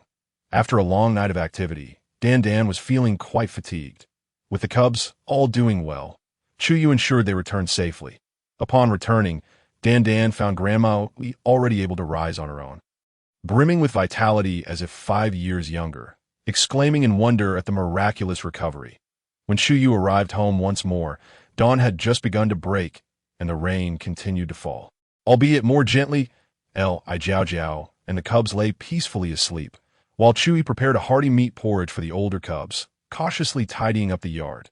Chu Yu approached to relieve him, saying, You should go inside and keep Jiao Jiao company, should she awaken. Chu Yu looked at Chu Yu with solemnity. Ayu, thank you. Chu Yu playfully punched his shoulder. What thanks are needed between brothers? The two shared a knowing smile. As soon as Li Jiao Jiao awoke, a warm bowl of soup was placed before her. She closed her eyes in delight, cradling Chu He and cooing, I feel so fortunate. Ahi. The greatest fortune of my life is encountering you and Ayu. To meet you is our fortune, truly. Suddenly, voices echoed from outside the beast cave. Chu He stepped out to discover Hu Jintian and his companions had arrived. Their visit had been delayed by torrential rain, preventing them from seeking out Li Jiao Jiao to show their support. Last night, as the rain subsided, they learned of Li Jiao Jiao's childbirth and hesitated to intrude. With Dawn's arrival, they finally felt bold enough to come. Upon their arrival, Chu Yi remained unfazed, as he had anticipated the presence of other beast husbands. Yet he was uncertain how Li Jiao Jiao would respond to the emergence of two new rivals. Chu Yi, however, felt differently. His lingering resentment toward Hu Jintian remained, and while time had passed, he still held a dislike for him. Typically stoic, his expression now was not only cold but darkened with annoyance. Li Jiao Jiao found his demeanor amusing and playfully rubbed his face. "Ah he, do you not wish for me to find another beast husband?" Chu He pursed his lips in silence, contemplating before speaking. "It's not that I disagree. It's just that every time I see Ah Tian, I am reminded of his reckless behavior that nearly put you in danger, which makes me reluctant to show him kindness." Li Jiao Jiao found Chu He to be utterly adorable in that moment. With his expression tinged with a hint of grievance and annoyance, she felt an overwhelming urge to plant a kiss on him. With a gentle tug at his neck, her crimson lips met his. Chu He reacted swiftly, possessively deepening the kiss, savoring the sweetness. As their prolonged kiss came to an end, Li Jiao Jiao gazed seriously into Chu He's sparkling eyes. "Ah he, if you disapprove, I will only bear 2 cubs for them without forming any bonds. That is not my intention. They're quite decent. Having grown up together, we know each other well enough. I just feel that Ah Tian lacks stability." Li Jiao Jiao smiled softly. "What about Ahai?" "Ahai is quite dependable. He is worth considering. But if I decide to consider all of them, would you be upset?" Chu Yi grasped the underlying meaning in Li Jiao Jiao's words. After a brief pause, he finally said, "I respect your decision. I Jiao Jiao believed that each had their merits. Hu Jintian was spirited and lively, preventing life from becoming too monotonous, yet Hu Zhenhai was undeniably more handsome. Sigh. What a dilemma! As for Wang Yikai and Wang Yiyuan, she liked them both as well. What should she do? She couldn't possibly take them all, could she?" Li Jiao Jiao pondered. "System. How many are there?" "I'm here." "Host. When will those orc men become husbands?" The system began its assessment. "Host. They're all suitable." "Oh, am I to understand that you deem any single high-ranking beast suitable?" Li Jiao Jiao pouted. "Not quite. Host, this system can also evaluate the character of the orcs." "I can't count. I'm a bit proud at Li Jiao Jiao was somewhat taken aback. "Is that true?" "Of course it is. This system does not tell lies." "Then tell me, what do you think of those 4? "Hu Jintian, a playful spirit, impulsive yet courageous, cheerful and generous, with a kind heart. Hu Zhenhai, a romantic at heart. Once in love, he remains steadfast, handsome, capable, and composed. Wang Yikai, a joker, silent until he surprises you, a loyal and devoted man. Wang Yiyuan, a warm-hearted fellow, adorably clumsy, a handsome fool with both looks and ability." Hearing this, Li Jiao Jiao felt that indeed, all 4 were quite remarkable, yet she couldn't possibly want all of them. Could she? "Why not?" asked the system. "You don't understand. Who seeks 2 brothers as husbands? No one, right? Host, records indicate that in the beast realm, there are 3,781 females seeking a pair of brothers, 869 seeking 2 pairs, 2,114 seeking 3 pairs, 295 seeking 4 pairs, and 752 seeking 5 pairs. Oh, what are you worried about?" Li Jiao Jiao felt her mind had short-circuited. This she decided it was best to contemplate her thoughts. Outside, the atmosphere was somewhat tense. It was still raining, and Chu Yu had no choice but to invite them into the guest cave. As soon as they entered, the group was captivated by the array of peculiar items, bombarding him with questions, their astonishment palpable as they considered the prospect of forming bonds. Hu Jintian held the bamboo cup of water that Chu Yu had poured for him, scrutinizing it closely, exclaiming, "Ayu, is this the bamboo that the iron-eating tribe loves? You use it to hold water. How inventive." Hu Zhenhai was mesmerized by the bamboo basket and wooden cabinets, his astonishment never waning. He noticed a thick object on a nearby shelf, reaching out to touch it, discovering it could be opened, revealing an assortment of wooden items adorned with strange symbols. Chu He approached, blocking his hand's movement, sternly stating, "This was a gift from Jiao Jiao." Hu Jinhai hastily withdrew his hand, apologizing to Chui. Wang Yikai was particularly intrigued by the swing that Chui had retracted, eager to try it out. Wang Yiyuan curiously examined everything in the cave, touching this and peering at that, unconsciously growing more curious about the little female he had only met once. Chu He, wishing to avoid them, turned and returned to Jiao Jiao's cave. Inside, Li Jiao Jiao had already retracted her consciousness.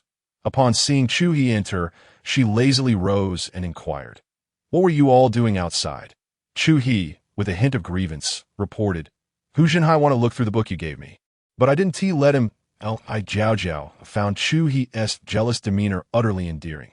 She took his hand, leading him outside. "Let us go see them together." As Li Jiao Jiao stepped out, she noticed them halting their exploration, all gazing at her in unison. Although she wasn't particularly socially anxious, being the center of attention from 5 pairs of eyes made her feel quite uncomfortable, unsure of where to place her hands and feet. "Ahem, you, and I come in for a moment." The four in a room's spotlight visibly relaxed. Inside Li Jiao Jiao's cave, she addressed them. You know that I have come here with the beast god's task of reproduction." They nodded in agreement. "Completing this task requires me to collaborate with other little females in this beast realm." They nodded again.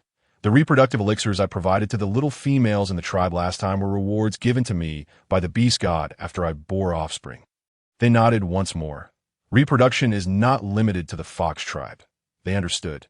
"Therefore, I intend to take all 4 of them as my husbands, provided they are willing." Chu Yu appeared slightly astonished, having thought Li Jiao Jiao was only considering 2. Li Jiao Jiao observed their expressions closely. She added, "If you are unwilling, I can simply bear cubs with them without forming bonds. This would also fulfill the beast goddess task." Both felt a surge of gratitude. It was evident that Jiao Jiao valued their thoughts and opinions. It was a testament to how much she cared for them. However, both knew that in the beast realm, being abandoned by a female would lead to a miserable existence. Thus, as the first beast husband, Chu Yu expressed his thoughts. "I have no objections, Jiao Jiao. They're all quite good and strong enough. I also have no objections. I respect your decision. Thank you, thank you. Ayu, now let us head outside." Li Jiao Jiao kissed each of their faces. Chu Yu looked at Li Jiao Jiao with tender affection. Chu Yu reciprocated with a gentle kiss on her cheek, in the guest cave. The 4 felt somewhat nervous, particularly Hu Zhentian and Wang Yikai, both fearing another rejection. Upon seeing Li Jiao Jiao and the 2 others emerge, they quickly stood up. Wang Yiyuan stumbled over a bamboo chair, transforming into his beast form in a flash. Li Jiao Jiao's eyes instantly lit up. A Samoyed. Oh my goodness, it was actually a Samoyed. Back in a modern world, every time she passed by that small supermarket at the intersection, the owner's Samoyed would come running out, wagging its tail, utterly adorable. Unable to contain herself, Li Jiao Jiao walked over and affectionately patted Wang. As head Wang Yuan was bewildered, as were the others around him. Li Jiao Jiao, undeterred by their astonished gazes, looked brightly at the 3 potential husbands, asking, "May I see your beast forms?" The 3 felt a surge of joy. Could this mean that if their beast forms pleased Jiao Jiao, they could remain? Without hesitation, they all transformed. Hu Zhentian's majestic form bore a hint of innocent foolishness, surrounded by a circle of white fur, unmistakably a South China tiger. Hu Zhenhai was breathtakingly handsome, his fur a stunning mix of golden and white, a true golden tiger, perfectly aligned with Li Jiao Jiao's aesthetic. Wang Yikai transformed into a golden retriever. While not the most striking, he was still quite handsome, and Li Jiao Jiao couldn't resist ruffling his fluffy head. Her heart was already bursting with joy, yet her face remained a mere gentle smile. "All right, change back now," she feigned calmness, glancing at them. "You must have heard about my identity." They nodded. "I have come to the beast realm with a reproductive task from the beast god, with the aim of doing my utmost to assist various tribes in thriving and to aid the females of each tribe in better nurturing their offspring. Therefore, if you wish to unite with me solely for the purpose of procreation, I can assure you that you may choose any female of your liking, and I too can assist you in propagating your lineage. What I seek is a devoted mate who is wholly committed to me, rather than merely a partner for reproduction. Alternatively, if you do not mind, I could simply bear one litter for you without formalizing our union. As a gesture of gratitude for your previous assistance. No, I am willing. My affections lie with you. Jiao Jiao, I desire to be with you. Even if there are no offspring, my feelings are for you, and are unrelated to any other factors. Jiao Jiao was somewhat taken aback by the declarations of the four. She had assumed that Hu Junhai and Wang Yiyuan would opt out upon hearing that they could reproduce without a formal bond. Unexpectedly, however, Hu Junhai and Wang Yiyuan were both formidable orcs in their own right. Their reluctance to seek companionship stemmed from a shared admiration for strength, just as the female orcs tend to gravitate toward the more powerful male orcs. The more exceptional male orcs yearn for equally outstanding female counterparts. Was this not, in essence, a mutually beneficial selection process? Shall we carve shapes in a few days when the rain subsides? Certainly. The four chorused in unison, their faces aglow with joy. Jiao Jiao had already resolved to accept the four. Chu He, no longer maintaining a stern demeanor, swiftly organized tasks, guiding those caring for the young and those crafting furniture. Everyone was bustling with activity. Equally occupied were the shaman and the priestess. As news reached them that Hua Ying was about to give birth, they hurriedly set off to offer assistance before departing. Jiao Jiao provided Chu Yu with 3 medicinal pills, one for painless childbirth, one for recovery, and one to enhance lactation, explaining what she should consume before and after giving birth, as well as what to eat for a plentiful litter. Chu Yu diligently noted everything. By the time Chu Yu arrived, Chu Chantian had already sent someone to summon the shaman. Following Jiao Jiao's instructions, Chu Yu promptly administered the painless childbirth pill to Hua Ying, who instantly felt relief from her pain. Yet, aware that it would be inappropriate not to vocalize any sounds during labor, she mimicked Jiao Jiao as previous birthing sounds. Since consuming the pills given by Jiao Jiao, the shaman had experienced a significant improvement in health, feeling as though she possessed boundless energy. Anticipating several births in the coming days, she had long been prepared as soon as she was called upon. She gathered her supplies and set off. By the time the shaman arrived, Hua Ying was nearly ready to give birth. The birthing process commenced shortly thereafter, while Jiao Jiao was at home, nurturing her bond with her prospective mates.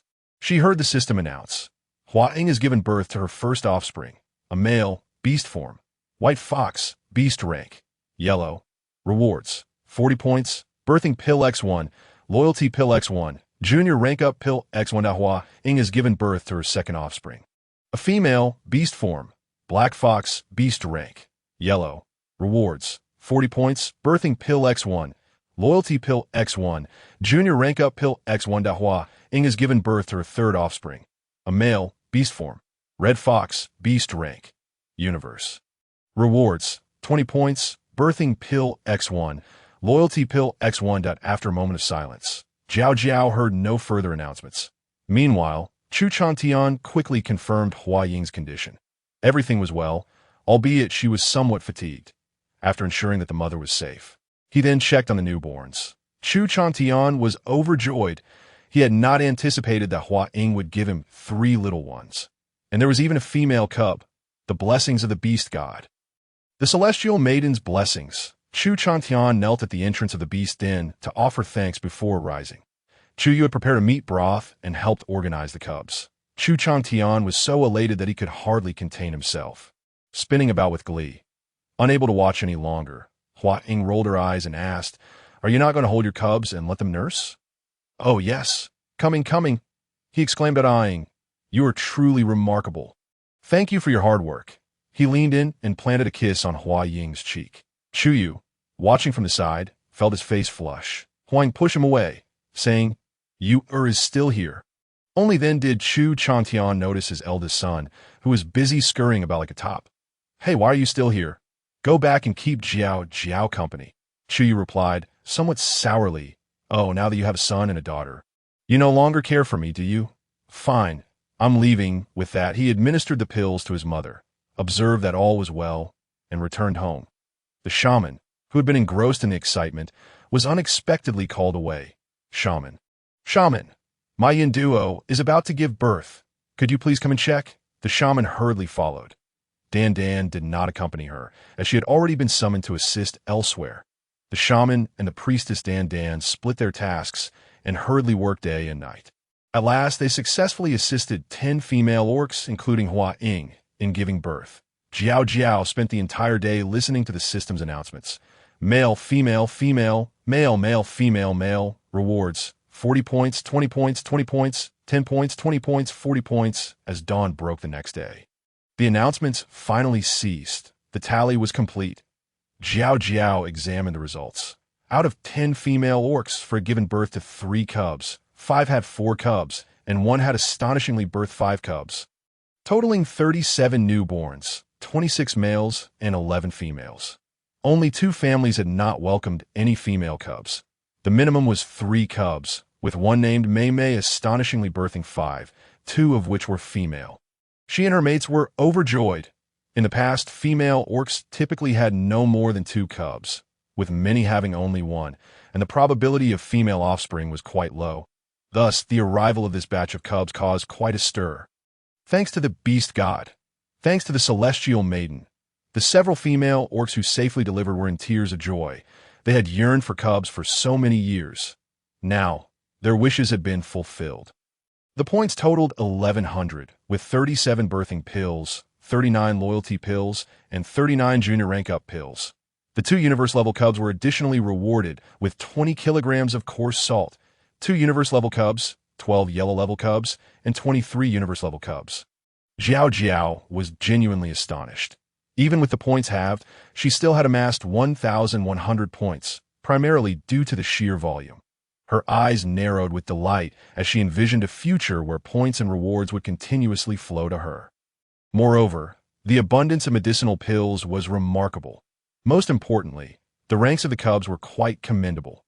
Jiao Jiao contemplated that once the male orcs in the tribe had sufficiently leveled up, it would be time for the female orcs to ascend as well. By then, both male and female ranks would be elevated, ensuring that the quality of future offspring would be even higher. Suddenly, a thought struck her. She recalled that Hu Zhen Tian and Hu Zhen Hai were the only sons of their father. If both were to leave with her, would the Tiger clan not be left without a successor? This question slipped from her lips. A Tian, a Hai, if you are not in the clan. How will the position of chief be inherited when your father grows old? At that moment, Hu Zhen Tian and Hu Zhen Hai were learning to weave bamboo baskets. Upon hearing Jiao Jiao's inquiry, Hu Zhen Tian lifted his head, grinning sheepishly as he replied, "You need not worry about this matter. The succession of our Tiger clan is not rigid, but rather based on capability. Although I am a young patriarch, I understand that my temperament is not suited for the role of chief. Therefore, our clan is nurturing several other formidable male orcs. When the time is right, they will undergo a comprehensive evaluation through an election process, taking into account strength, capability, character, and conduct to determine the next chief." After hearing this, Jiao Jiao sincerely marveled. Indeed, the Tiger clan possesses profound heritage. Such methods of succession are truly remarkable. Her respect for the Tiger clan deepened further. Jiao Jiao then turned to Wang Yikai and asked, "Akai, what about your side? Is everything well there too? My father has never mentioned this to me, but I can only assume that he sent me to pursue you with the firm intention of preparing me for the possibility of not returning. He must have devised a strategy to cope with this situation." Li Jiao Jiao nodded slightly, choosing not to speak further. "If any issues arise, we shall address them then." She glanced outside the cave, where the rain continued to fall in a gentle patter. Adorning herself with the bamboo hat that Wang Yiyuan had just crafted for her, she addressed the group of handsome men. "Let us proceed to the shaman's cave." Upon hearing this, the others were elated. For initially, they had thought that Li Jiao Jiao might wait until the rainy season had passed before choosing a mate. Li Jiao Jiao bestowed a sweet smile upon Chu Yu and Chu He, expressing her gratitude. "You've both worked hard, my dear beast husbands, that I must trouble you to take care of the little ones at home, that we are not weary. It's merely that you intend to carve 4 shapes at once. Will you not find it overwhelming? It must be quite painful," Chu Yu remarked tenderly, grasping Li Jiao Jiao's hand. "Perhaps you should start with just 2 today." The 4 of them nodded in agreement, acknowledging their oversight. "Let us deliberate on which 2 should be carved first." After a lengthy discussion, it appeared that everyone wished to partner with the little female first, yet no conclusion was reached. "Allow me to propose a solution. Rock, Paper, scissors, Li Jiao Jiao declared, demonstrating the corresponding gestures as she spoke. Paper covers rock, rock crushes scissors, and scissors cut paper. Each pair shall compete. The winners will accompany me today, while the losers may go tomorrow. Any objections? None, they chorused. This method is splendid. I am in agreement. Very well. Let us begin, Li Jiao Jiao said, crossing her arms as she observed. Rock, paper, scissors. The outcome was swiftly determined. Hu Zhenhai and Wang Yikai emerged victorious. Hu Zhenhai meticulously placed the hat upon Li Jiao Jiao's head and then procured a large piece of beast hide, wrapping her snugly to ensure not a single drop of rain would touch her. Observing this attentiveness, Chu Yu and Chu He felt considerably reassured. Hu Zhentian transformed into his beast form, inviting Li Jiao Jiao to mount him. She was quite pleased with his adeptness in handling such matters. Gently climbing on, she embraced his neck. Hu Zhenhai inhaled the fragrant scent emanating from Li Jiao Jiao. His powerful frame shivered. Wang Yikai, carefree and oblivious, remained unaware of the unspoken emotions simmering between the two. Meanwhile, the shamaness and Dandan sat within the cave, sharing laughter and joy. They engaged in light-hearted conversation about recent births within the community, discussing the number of cubs born and their genders. The shamaness felt a profound joy at the flourishing of the fox tribe, taking delight in the sight of the young females with their beast husbands, cradling their newborn cubs, feeling genuinely happy for their propagation. Hu Zhentian tiptoed into the cave and gently set Li Jiao Jiao down, meticulously checking to ensure she remained dried. A warmth enveloped Li Jiao Jiao's heart as she secretly resolved that tonight she would share her bed with Hu Zhentian. Shamaness, I would like to request your assistance in carving a shape for us. Oh, it is you, Jiao Jiao. Certainly, certainly. Recently, many little females have given birth, and I have been quite busy. I have not yet had the chance to express my gratitude for the elixir you provided. Without it, I might not have weathered this rainy season. Shamaness, it is all the will of the beast god. It is the beast god who believes you should continue to shine within the fox tribe, which is why you were not taken away. That is your merit as well. You must have spoken well of me to the beast god? Li Jiao Jiao felt a twinge of discomfort at this assertion, but could offer no explanation, only smiling in response. Unbeknownst to her, the two males nearby, overhearing their natural mention of the beast god, widened their eyes in surprise. Could Jiao Jiao truly communicate with the beast god? They were astonished to learn that she, a celestial maiden, had such a close relationship with the deity, capable of conversing with him at will. This realization only reinforced their belief in their decision. The shamaness quickly carved a cute, snow-white rabbit onto the chests of Hu Zhenhai and Wang Yikai. Li Jiao Jiao engraved Hu Zhenhai's beast form on her left shoulder and Wang Yikai's on her left arm. Upon returning after the carvings, she found Chu Yu already teaching Hu Zhentian and Wang Yiyuan how to prepare a meal. Chu Yu had taken some tribe members out for patrol. The rain persisted, necessitating regular checks for any areas needing attention. The rainy season was expected to last approximately a month and a half. During lighter rains, the males would still venture out to hunt. Thus, it was crucial for Chu Yu to ensure that there were no safety hazards surrounding the tribe. The 4 new members understood that the little females required tender meat and meat porridge. Yet the rare and precious heavenly fire was not easily maintained, making it difficult for many male beastmen to guarantee that their little females received hot, cooked food daily.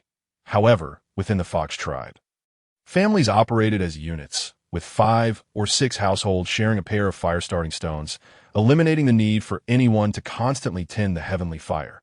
When it was time to cook, the household with the stones would ignite the fire and then return the stones afterward. Thus, the little females and cubs could enjoy roasted meat and warm broth at every meal, significantly reducing illness rates. Moreover, Jiao Jiao mentioned that when more fire-starting stones became available, they would strive for each household to have their own pair, making things even more convenient. As the group learned, they were tantalized by the delicious aromas wafting around them, their mouths watering in anticipation, just as they were about to succumb to yet another bout of salivation. Chu Yu returned. "Let us eat," Li Jiao Jiao announced, and the group began to devour their meal ravenously. Thankfully, there was enough for everyone to feel satisfied. After the meal, the 4 newcomers rubbed their round bellies, exchanging shy glances filled with laughter. The new members quickly adapted, mastering the art of caring for the cubs. After cleaning up post-dinner, Li Jiao Jiao declared. Tonight, a high shall keep me company. Hu Junhai's head snapped up in surprise as he gazed at Li Jiao Jiao with delight. Chu He and Chu Yu felt a tinge of disappointment, but were soon comforted by the presence of the cubs. Hu Junhai's heart raced with excitement and anxiety. Yet he maintained an outward facade of calm as he entered Li Jiao Jiao's beast den. Following Chu Yu's instructions, he filled her bathing tub with steaming water and gently informed her, Jiao Jiao, the water is just right. You may bathe with ease. With that, he turned to leave. However, at that moment, Li Jiao Jiao softly called out to him, Ahai, could you help me untie the straps of my beast skin garment? I cannot reach them myself. Hu Junhai's body froze instantly, his heart racing, his face turning as red as a ripe apple. He hesitated, unsure how to respond. Finally, summoning his courage, he approached Li Jiao Jiao from behind. Keeping his gaze lowered, unwilling to meet her eyes, he extended his trembling fingers, searching for the straps of her garment. Yet, overwhelmed by nervousness, his hand inadvertently brushed against Li Jiao Jiao's smooth, delicate skin. She let out a soft sound, a melodious note that melted Hu Junhai's heart. Suddenly, his nose felt warm as blood began to flow uncontrollably. He hurriedly used his sleeve to wipe away the blood, terrified of staining Li Jiao Jiao's pristine bee-skin skirt. Once he finally managed to staunch the bleeding and raise his head, the sight before him left him wide-eyed with astonishment. Li Jiao Jiao's figure appeared ethereal amidst the steam. Her fair skin and graceful curves revealed to him as if she were a celestial being descended from the heavens. He stared dumbfounded, completely oblivious to his surroundings. Blood gushed forth once more. Hu Junhai quickly covered his nose with his hand, yet some still seeped through his fingers. Internally, he lamented the sheer embarrassment of the situation. After a struggle, he finally managed to stop the nosebleed, and Li Jiao Jiao was already gleefully leaning over the edge of the bathtub, gazing at him. Her eyes glimmered with a hint of mischief and playfulness, leaving Hu Junhai feeling somewhat at a loss. Would you like to join me? Li Jiao Jiao's voice carried a unique charm, seemingly capable of penetrating the very soul. The corners of her mouth curled up slightly, and her eyes sparkled with a bright allure that was utterly irresistible. Hu Junhai's heart began to race, blood rushing to his cheeks, making him feel as if his face were ablaze.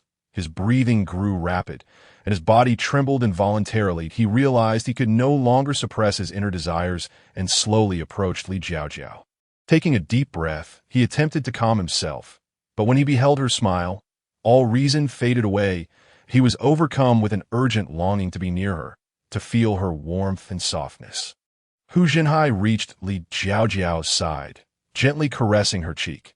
She slightly closed her eyes, savoring the tenderness of the moment. Her lips parted slightly, releasing a soft sigh, as if waiting for something. Unable to contain his surging emotions any longer, Hu Junhai abruptly embraced Li Jiao Jiao. Pulling her tightly into his arms, Li Jiao Jiao fervently reciprocated his embrace, their lips gradually drawing closer until they finally met. Their kiss was filled with passion and yearning, as if they sought to merge into one another. In this intimate moment, Hu Junhai and Li Jiao Jiao expressed their love, their souls intertwining as they relished this beautiful affection on this enchanting night. Their love blossomed brilliantly. With a swift motion, Hu Junhai shed his bee-skin skirt and leaped into the warm water. The splashes of water adorned Li Jiao Jiao's face, adding an extra layer of allure to her appearance. Her doe-like eyes now held a hint of vulnerability, gently tugging at Hu Junhai's heartstrings. Jiao Jiao, do you want to? He stammered, nervously swallowing hard. Jiao Jiao remained silent, slowly guiding his hand to her waist, then lifting her arms to encircle his neck. As Hu Junhai gazed into her increasingly close face, his body stiffened, and his breathing quickened. Jiao Jiao's lips inched closer, softly brushing against his, the warm and tender sensation rendering him momentarily paralyzed. His mind felt as if struck by lightning, blank and overwhelmed, as a wave of heat surged from his head to his toes, causing his body to tremble uncontrollably. In that instant, it was as if a myriad of fireworks erupted in his mind. Dazzling and breathtaking. Blood surged anew, and without waiting for it to betray him again, Hu Junhai eagerly responded. Their lips and tongues entwined, indulging in each other's sweetness and warmth. The warm, swirling mist of water enveloped them, as if cocooning them in a dreamlike realm. Once, twice, thrice, the water gradually cooled, and Hu Zhenhai gently carried Li Jiao Jiao back to the stone bed, meticulously helping her to dry off. Li Jiao Jiao clung tightly to his neck, her gaze dreamy as she whispered, "Ahai," again. Upon hearing her words, Hu Zhenhai felt a rush of excitement and unhesitatingly kissed her again, embarking on a new round of tender entanglement. That night, others tossed and turned in restless sleep. Hu Zhenhai and Wang Yiyuan felt immense regret for losing at rock, paper, scissors, their minds entangled with the outcome. Meanwhile, Chu Yu and Chu He struggled to convince themselves not to feel jealous, reminding themselves that Jiao Jiao loved them too. The next morning, the patter of rain gently tapped against the stones, and Li Jiao Jiao's eyes fluttered open slowly. She beheld the man before her, with golden hair, long eyelashes, a pronounced nose, and a resolute face. Further down, she noted his sun-kissed skin and strong arms. One arm rested beneath her neck while the other encircled her waist. Jiao Jiao nestled against him like a docile little bird. The chilly breeze carrying the rain outside did not touch her at all. She reached out, tracing the shape of his prominent nose, lost in her admiration. Just then, the man suddenly opened his eyes, and Li Jiao Jiao was caught off guard, startled into a look of astonishment. Seeing her surprise at his abrupt awakening stirred a wave of tenderness within him. "Ahai," Li Jiao Jiao softly called Hu Zhenhai's name, her voice sultry and husky, drifting into his ears.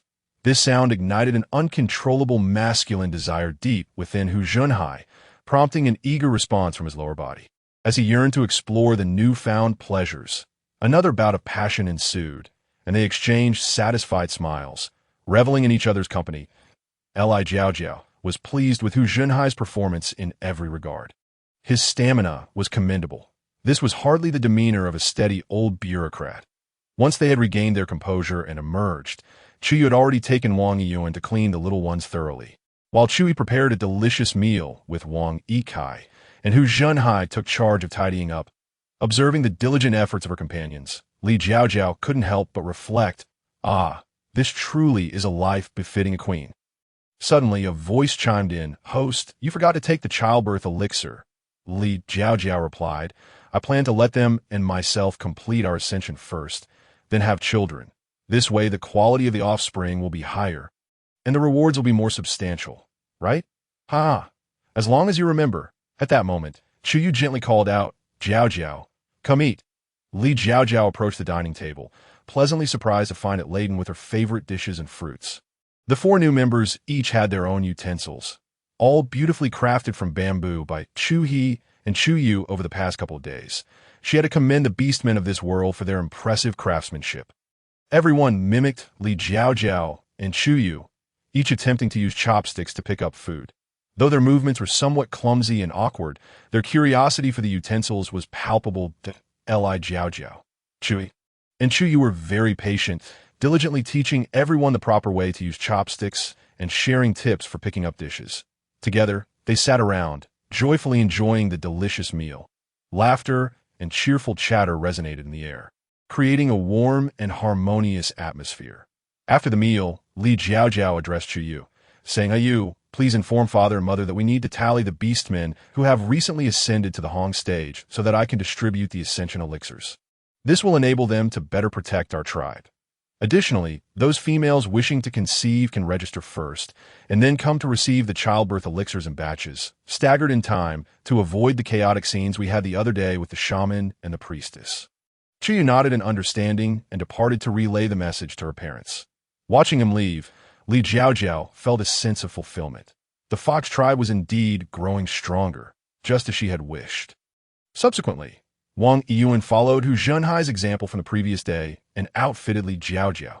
She was quite pleased. Li Jiao Jiao then mounted Hu Zhenhai's broad back, taking Wang Yiyuan along to the shaman's cave. Upon seeing Li Jiao Jiao, the shaman joyfully greeted her. "Jiao Jiao, you've come. Come in. You should have someone call me. I can go to you. You shouldn't have to run around like that, especially in the rain. What if you fall ill again?" Li Jiao Jiao protested. Li Jiao Jiao had Wang Yiyuan's beast form etched onto her right shoulder, while Hu Zhenhai had his carved onto his right arm. Primarily because Wang Yiyuan's beast form was simply too adorable. It had to be made prominent.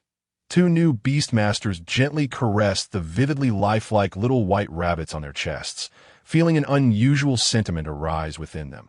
Today, the rain had lessened in intensity. And soon, Chu Chantian summoned the 11 male beastmen who had ascended to the cosmic tier over the past month. Additionally, he selected 43 individuals from among 3 celestial tier, 6 mystic tier, and 67 yellow tier members, all in accordance with Li Jiao Jiao's wishes.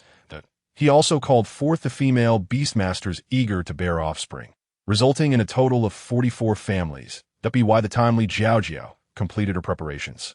The crowd had naturally divided into 2 teams, densely packed as they filled the expanse. Upon seeing Li Jiao Jiao approach, they erupted with excitement, shouting, "Heavenly Maiden! The Heavenly Maiden has arrived!"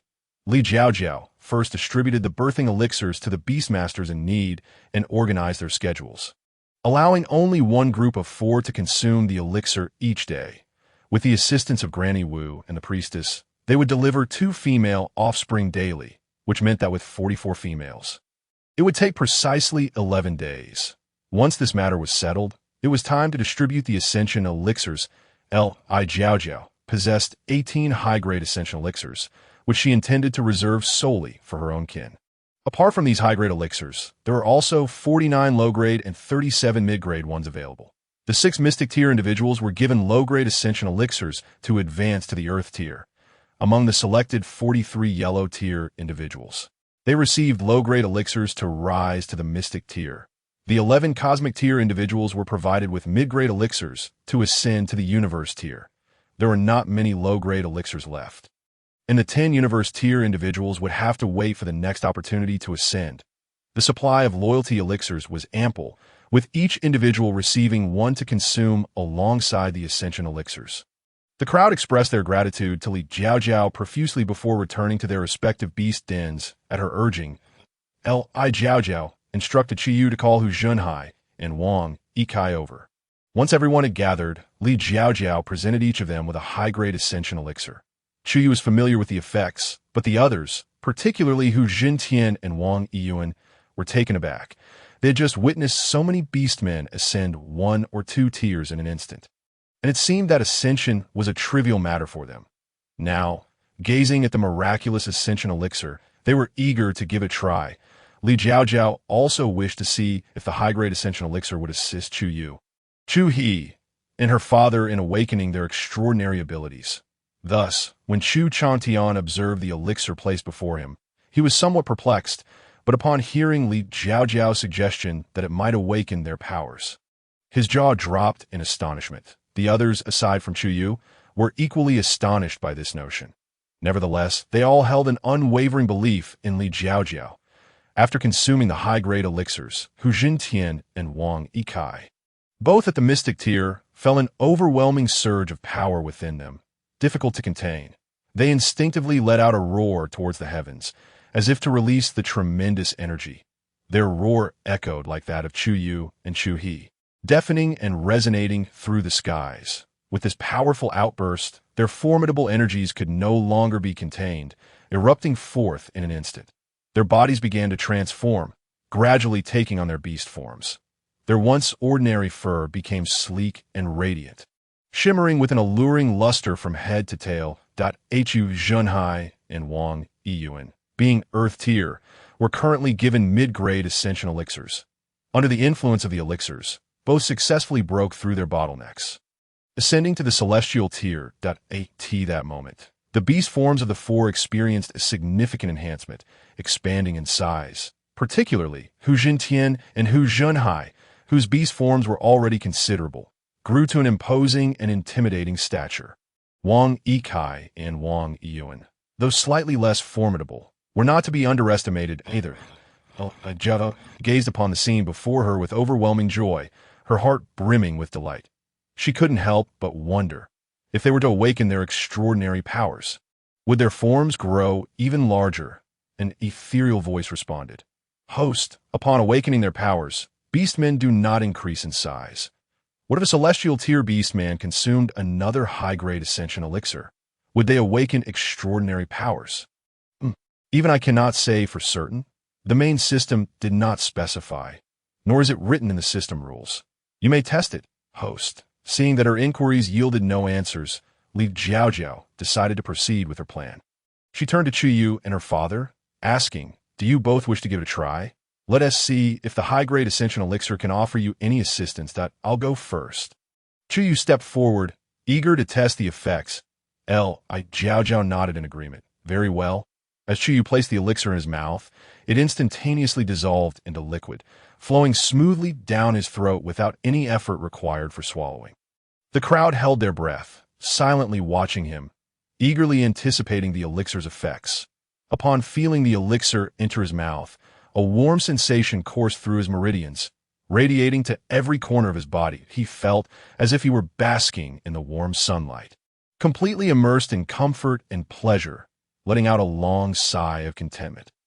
When he opened his eyes once more, although his beast tear remained unchanged, those around him could sense a unique aura emanating from him.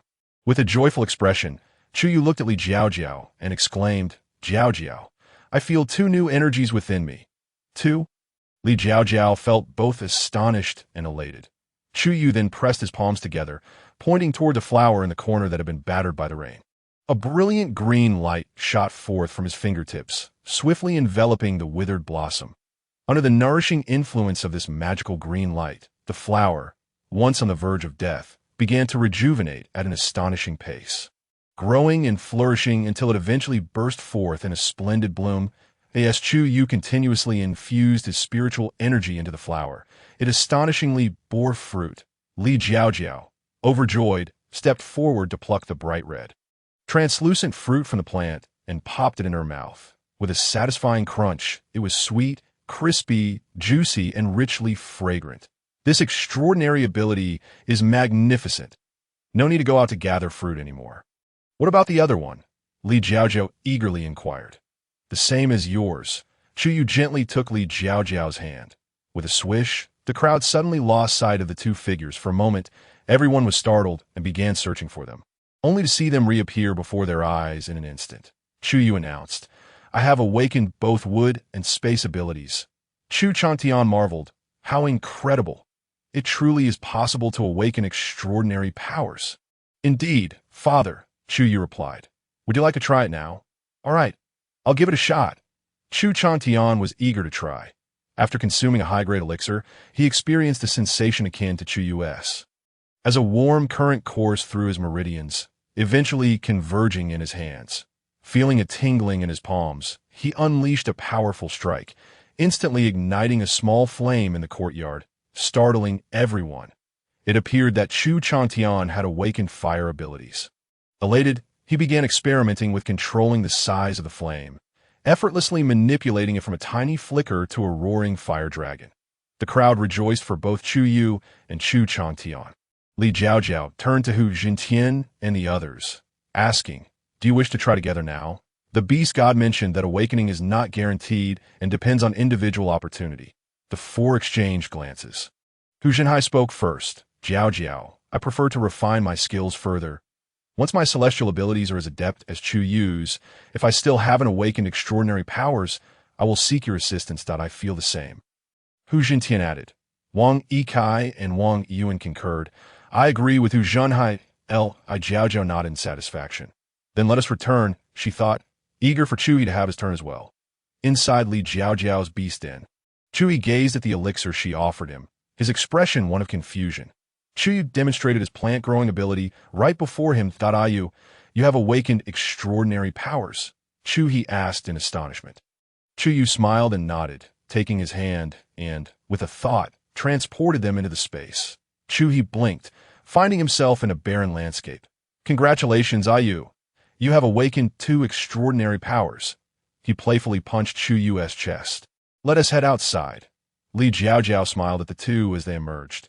"Quick, give it a try." However, not everyone is destined to awaken. As I have mentioned before, that if one does not awaken, there is no need for any undue thoughts.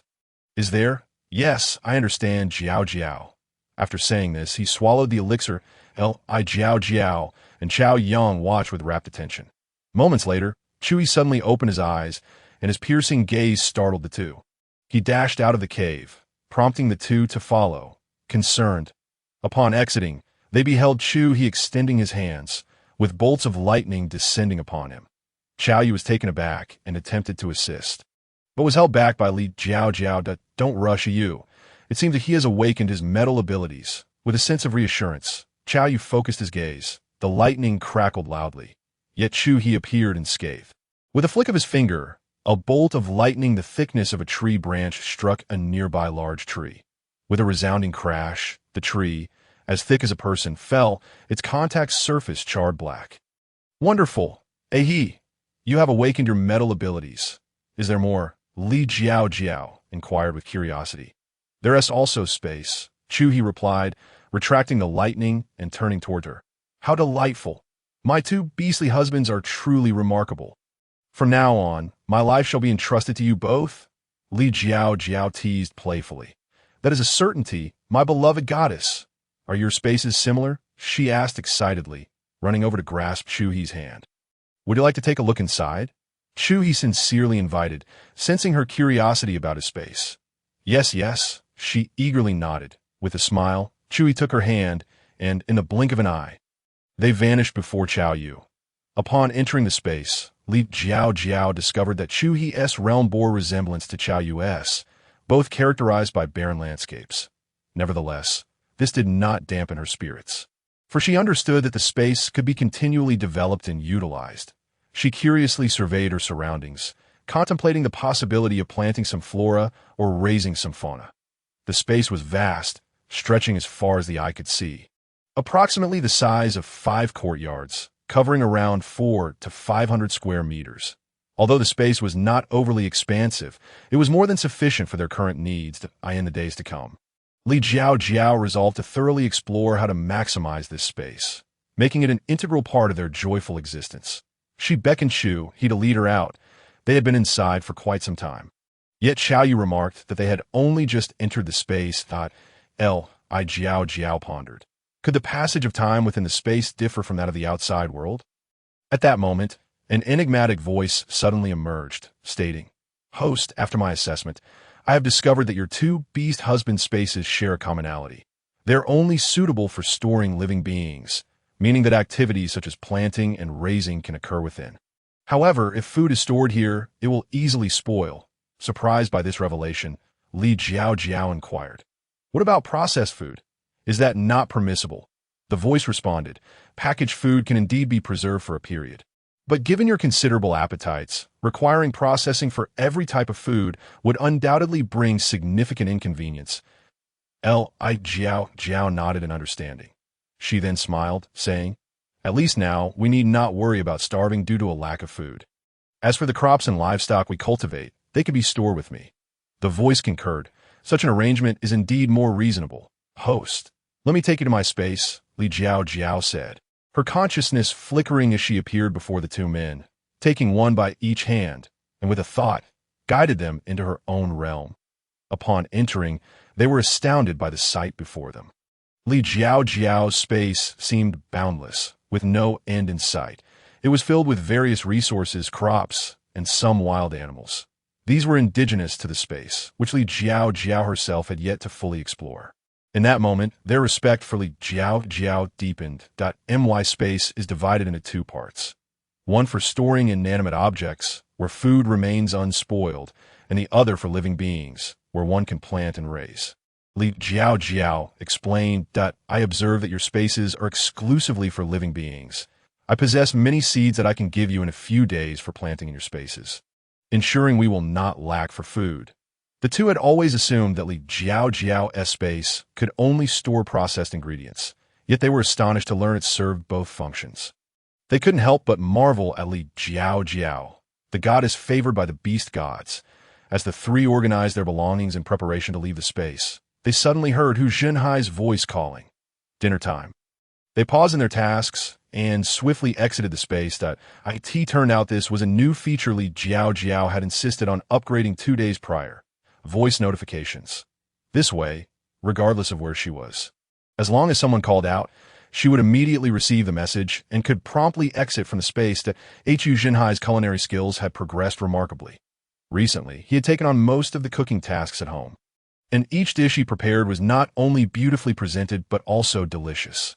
Although Wang Yiyuan appeared somewhat naive, he excelled at caring for the little ones, and under his tender care, the cubs had grown rounder, fluffier, and their fur gleamed with health.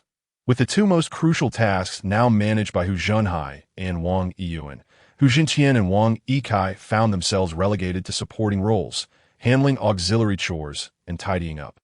After her meal, Li Jiao Jiao fed the three cubs until they were full, then swallowed a high-grade ascension pill.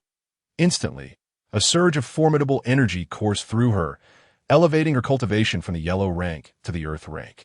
For the moment, she wished to refrain from advancing to the celestial rank, as in the entire beast realm, there were very few female beings above the yellow rank, let alone those at the earth rank. She feared becoming a target, thus she resolved to maintain a low profile. However, she contemplated how wonderful it would be to find a pill that could mask her own beast rank. This way, she could better conceal her strength and avoid unnecessary troubles. With this thought in mind, Li Jiao Jiao decided to visit the marketplace that evening, hoping to discover such a miraculous pill. As night fell, it was time for the nightly selection. Today, Li Jiao Jiao chose Wang Yiyuan. Upon realizing they had not been selected, Hu Jinqian and Wang Yikai appeared somewhat dejected, their spirits visibly dampened. However, the astute and perceptive Li Jiao Jiao quickly noticed their despondence. She gently reassured them, "Don't worry, there will be opportunities for everyone. Tomorrow is a Tian, and the day after is a Kai. All right?" Hearing this, Hu Jinqian and Wang Yikai's moods lifted instantly, and they eagerly nodded in agreement. Observing how easily they were comforted, Li Jiao Jiao affectionately patted their heads, conveying her fondness. The two felt warmth in their hearts, and the momentary feeling of grievance dissipated like mist in the beast cave. Wang Yuan had prepared warm water in the bathing tub, awaiting Li Jiao Jiao's arrival. She glanced at him, causing his face to flush as he turned away. Li Jiao Jiao found it amusing and chased after him, making his cheeks turn even redder, as if he were a ripe tomato. This sensation made her feel as though she were teasing a respectable gentleman. The more shy Wang Yiyuan became, the bolder her gaze grew. Witnessing his nervousness and confusion due to her presence filled her with a peculiar thrill. It suddenly dawned on her why those affluent young men relished the sight of young ladies blushing and shyly averting their gazes. This was simply irresistible. "Yuan, could you come a little closer? I'm feeling a bit cold," she teased sweetly to I will get you some beast pelts. "You should wear more," he stammered. No, just a hug might suffice." Li Jiao Jiao felt she could hardly bear her own voice. Wang Yuan trembled, reluctant to approach. After all, he hadn't acted this way when draping her in a beast pelt during the day. Was his shyness a result of their solitude? Li Jiao Jiao pondered that perhaps she should take a more proactive approach. Relying on him might result in a dinner devoid of meat tonight. She stepped forward, wrapping her arms around Wang Yiyuan's waist, soft against him, and let out a contented sigh. "Indeed, it feels much warmer now. I'm no longer cold. Yuan." Wang Yiyuan's face burned with embarrassment.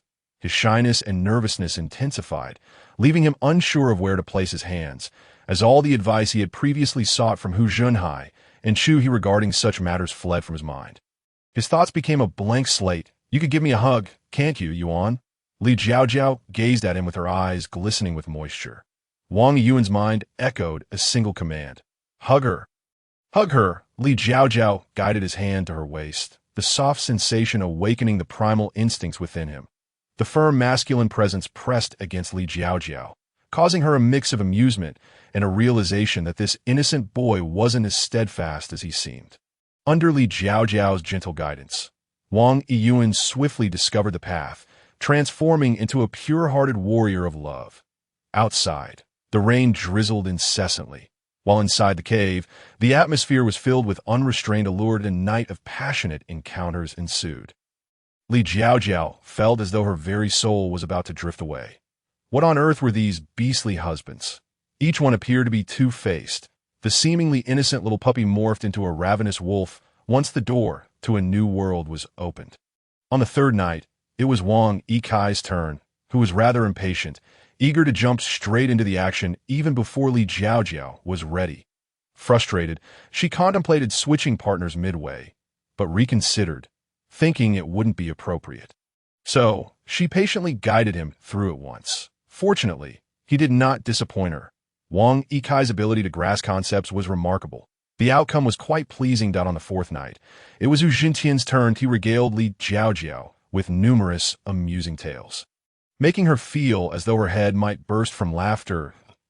As the atmosphere lightened, the two found themselves irresistibly drawn to one another, sharing a passionate kiss that naturally led to indescribable activities.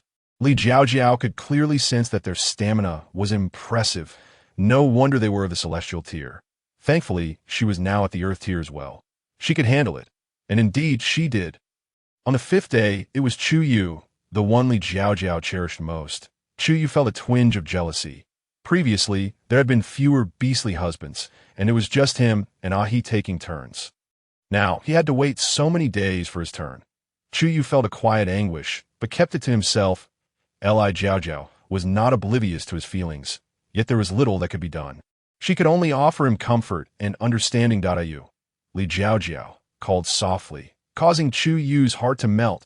He immediately lunged at her, fervently seeking her tender lips, while gently cradling her head to prevent any accidental bumps, with the other hand resting on her waist. After all, she was just 3 days away from her due date, and nothing could go awry. It was no wonder Li Jiao Jiao adored Chu Yu and Chu He. They were both attentive to every detail concerning her well-being. On the sixth day, it was Chu He. Jiao Jiao, I won't disturb you today. Please rest well, he said, gazing at her belly, mindful that she had not had a moment's respite lately. After a tender bout of kisses, he suppressed his own desires and remained still, gently holding Li Jiao Jiao as they drifted into slumber. Feeling Chu He's concern, Li Jiao Jiao planted a good night kiss on his cheek, curling up like a little bird in his embrace, and peacefully fell asleep. Chu He looked at the petite figure in his arms, feeling the lingering warmth on his cheek, and a wave of warmth surged through his heart, his lips curling into a delightful smile as they both succumbed to sleep. On the seventh day, it was Wu Zhenhai's turn. He had already been instructed by Chu Yu not to engage in any vigorous activities for the next few days, as the following day marked Li Jiao Jiao's due date, and caution was paramount. Thus, after accompanying Li Jiao Jiao in a soothing bath, he carried her back to bed for a restful time. However, Li Jiao Jiao, feeling that her little house had been empty for too long, yearned to conceive before the delivery, and thus she coaxed Wu Zhenhai into resuming their endeavors. Although he refrained from any vigorous movements, his exquisite tenderness provided Li Jiao Jiao with a unique experience. Afterward, she consumed a childbirth elixir and sank into a deep slumber. That girl was certainly indulging herself more and more. The next morning, shortly after finishing breakfast, Li Jiao Jiao felt the onset of labor as anticipated. Before breakfast, Chu Yu had summoned the shaman and priestess, and upon seeing Li Jiao Jiao's labor commencing, he immediately prepared for the delivery. Calmly, Li Jiao Jiao first took a painless childbirth elixir before lying down in bed, awaiting the arrival of her little ones. Half an hour later, the system announced, "Ding, the host has given birth to the 35th offspring. Female, beast form. Angora white rabbit, beast tier, mysterious tier. Rewards, 160 points, intermediate elevation potion, X3, loyalty potion, X3. Coarse salt, 50 kg, fine salt, 500 GX15, complete guide to raising livestock and poultry, X1. Ding. The host has given birth to the 36th offspring. Female, beast form. Chinese white rabbit, beast tier, earth tier. Rewards, 320 points. Advanced elevation potion, X1.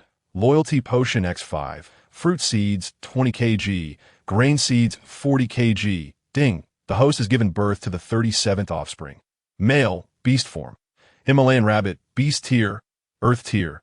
Rewards, 320 points. Advanced elevation potion, X1. Loyalty potion, X5. Space expansion voucher, X20. Barbecue seasoning, 500 GX40. Defense shield, 500 cubic meters. Ding. The host has given birth to the 38th offspring. Male, beast form. Velvet-eared rabbit, beast tier, mysterious tier. Rewards, 160 points. Intermediate elevation potion, X3. Loyalty potion, X3. Advanced defensive garment, X3. Space expansion voucher, X15. Ding. The host has given birth to the 39th offspring. Female, beast form. Lilac rabbit, beast tier, Earth Tier. Rewards: 320 points, Advanced Elevation Potion X1.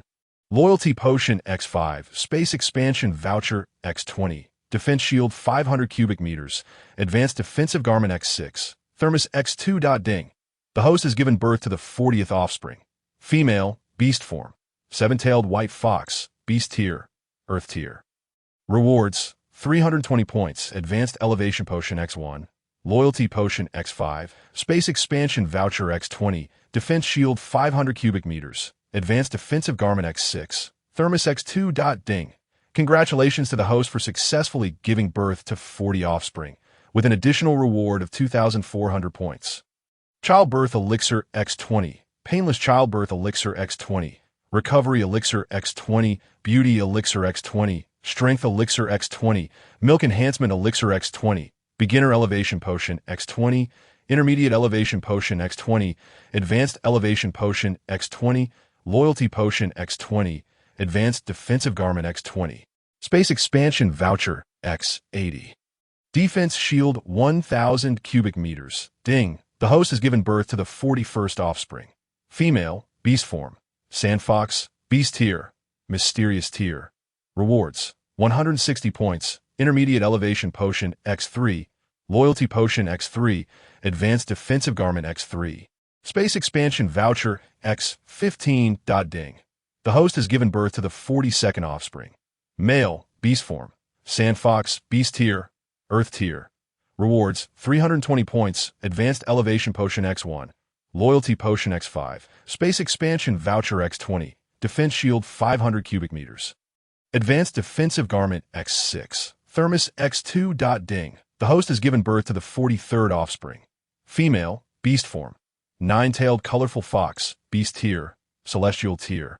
Rewards: 500 points, Advanced Elevation Potion X3, Loyalty Potion X7, Space Expansion Voucher X40. Fine Salt 500 GX60, Coarse Salt 100 kg, Defense Shield 1,000 cubic meters, Advanced Defensive Garment X12. Ding. The host has given birth to the 44th offspring. Male, beast form. Five-tailed white fox, beast tier, earth tier. Rewards: 320 points. Advanced Elevation Potion X1, Loyalty Potion X5, Space Expansion Voucher X20, Defense Shield 500 cubic meters, Advanced Defensive Garment X6. Ding. The host has given birth to the 45th offspring. Male, beast form. Red fox, beast tier, mysterious tier. Rewards: 160 points, Intermediate Elevation Potion X3, Loyalty Potion X3, Advanced Defensive Garment X3, Teleportation Potion X3. Ding. The host has given birth to her 46th offspring, a male with the beast form of a three-tailed black fox and a beast rank of Earth grade. Rewards include 320 points, 1 advanced promotion pill, 5 loyalty pills, 20 space expansion vouchers, a defensive shield of 500 cubic meters, 6 advanced defensive suits, and 2 thermal flasks. Ding. The host has given birth to her 47th offspring, a female with the beast form of a 5-tailed white fox and a beast rank of Earth grade. Rewards include 320 points, 1 advanced promotion pill, 5 loyalty pills, 20 space expansion vouchers, a defensive shield of 500 cubic meters, 6 advanced defensive suits, and 2 thermal flasks. Feeling a bit exhausted from the delivery, Li Jiao Jiao was pondering why it was taking so long when she missed the announcement from the system. The 2 attendants, amidst their busy efforts, efficiently managed the 13 little cubs and marked them accordingly. Chu He, filled with compassion, held Li Jiao Jiao's hand, noticing that although she was no longer in pain, the act of giving birth had still taken a toll on her. Li Jiao Jiao smiled at him, and before she could utter a word, Chu He brought warm water to her lips. His thoughtfulness always warmed her heart, prompting her to wish to love him even more. Yet he consistently reciprocated with deeper affection. After consuming 3 types of pills, Li Jiao Jiao's vitality was immediately restored. Hey, I need to rest for a bit that you've worked hard. Jiao Jiao, please take a break. Chu He gently caressed Li Jiao Jiao's delicate face. Li Jiao Jiao's consciousness slipped into the space, excitedly calling out, System, have I struck it rich? Have I cleared my debts this year? Congratulations, host. The rewards for this birthing event are as follows: 6,100 points after deducting the debt of 1. 985, leaving 4, 115, plus the previous total of 3, 015. Your current total points are 7,130. 20 birthing pills, 20 painless delivery pills, 20 recovery pills, 20 beauty pills, 20 strength enhancement pills, 20 milk enhancing pills, 20 primary promotion pills, 32 intermediate promotion pills, 31 advanced promotion pills, 80 loyalty pills, 77 advanced defensive suits, 290 space expansion vouchers, a defensive shield of 5,500 cubic meters, 150 kg of coarse salt, 75 packets of fine salt, 500 g each, 1 comprehensive guide for livestock and poultry breeding, 20 kg of fruit seeds, 40 kg of grain seeds, 40 packets of barbecue seasoning, 500 g each, 10 thermal flasks, and 3 teleportation pills. Wow. Li Jiao Jiao was so thrilled that she nearly jumped up, her mind racing with excitement. This is incredible. Not only have I cleared my debts, but I've also unlocked the second-level marketplace. Although I can't use it right now, who knows when it might come in handy in the future. She happily exclaimed to the system, "System, please tell me about the functions of these new items." The system replied, "Certainly, host. Allow me to introduce the new items that have appeared this time. Advanced defensive suit. Wearing it effectively mitigates physical damage from beasts below Earth grade. Defensive shield. Similar to a protective barrier in the cultivation realm. It appears as a semi-transparent dome that prevents any form of attack or harm, making it an essential tool for protecting family and kin. Teleportation pill. Each pill has an effective duration of 24 hours, during which the user can instantly transport to any location within a one-way distance of 20 kilometers. Upon hearing this, Li Jiao Jiao suddenly furrowed her brows, falling into deep thought. After a moment, she voiced, "I've noticed a problem." The system inquired curiously, "What problem, host?" Li Jiao Jiao replied earnestly, "In the past 2 rewards I've received, many items have been related to defense and escape. Does this mean I might face some danger soon? I'm unsure, host. The rewards are determined by the main system. My role is merely to distribute them." Counting unceasingly thought to itself, merely a worker, it dared not speak out of turn. "Well then, let us not dwell on that. Let's think of something joyful." I made a significant gain this time." Li Jiao Jiao beamed with delight, her smile stretching from ear to ear. She was genuinely overjoyed. Counting was equally pleased, for Li Jiao Jiao had completed her tasks impressively, prompting the main system to inform Counting, "You'll be upgraded next month." This was splendid news. Counting had always dreamed of upgrading, so it could take on a more tangible form. Finally, an opportunity to realize this wish had arrived, and Counting felt it was all thanks to Li Jiao Jiao's hard work in giving birth. "Counting, can I give my space expansion vouchers to others?" Li Jiao Jiao suddenly remembered she already had many vouchers. If it were possible to share, she might as well expand for Chuyu and Chuyi. Considering that when they went hunting, having too much food without a place to store, it could pose a problem. "Wait for my response, host. I will inquire with the main system." With that, a crackling sound echoed as it departed. Within a minute, Counting returned with good news. "Host, the main system just replied, it is possible. However, there will be a handling fee." Initially elated by the possibility of sharing, Li Jiao Jiao's expression fell upon hearing about the fee. "How is this fee charged?" "If you use 50 vouchers for someone else, the main system will deduct 5% from that, amounting to 2.5 cubic meters that Li Jiao Jiao sighed in relief. Thank goodness, this fee is still manageable. Chuyu felt happy for him, albeit a tinge of envy. The diligent water-bearer, Li Jiao Jiao, sensed his emotions and gently approached him, taking his hand. "You, since our beast ranks were low before, the quality of the cubs we bore wasn't high. How about I give each of them 1 birth before having another with you?" "No, their beast ranks are low. They can gradually cultivate. I don't want you to be too burdened. It pains me." "Silly, my mission here is just that. Fortunately, the beast god has not let my efforts be in vain, granting me many good things." Yet, she still felt touched by Yu's concern. Li Jiao Jiao nestled her head against Chu Yu's chest. Nuzzling him, Li Jiao Jiao then stepped forward to the others, distributing the beast rank concealment pills. After everyone consumed them, they looked at each other, and indeed, no one could discern their ranks anymore.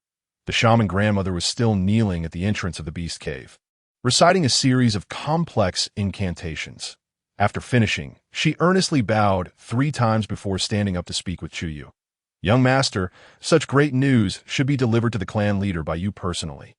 Yes, I will go right away. Ahai. Take care, Jiao Jiao, with the other brothers while I'm gone. Father, mother, Chuyu shouted. What is it? What is it?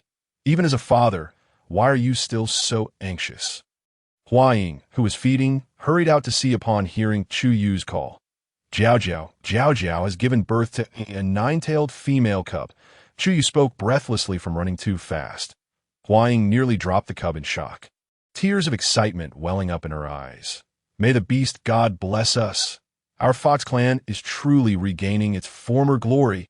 Quick, quick, find someone to bring your father back. We must hold a sacrificial ceremony to thank the beast god for this momentous occasion. Go, Huaying urged excitedly as she pushed Chuyu along. Soon enough, Chuyu dispatched someone to bring back Chu Changtian, who was patrolling outside. The group returned in a flurry. The appearance of the 9-tailed cub signified that the Fox clan was poised to reclaim its status as one of the 4 great divine clans. Even with the rain pouring down, the enthusiasm of the clan's people could not be dampened.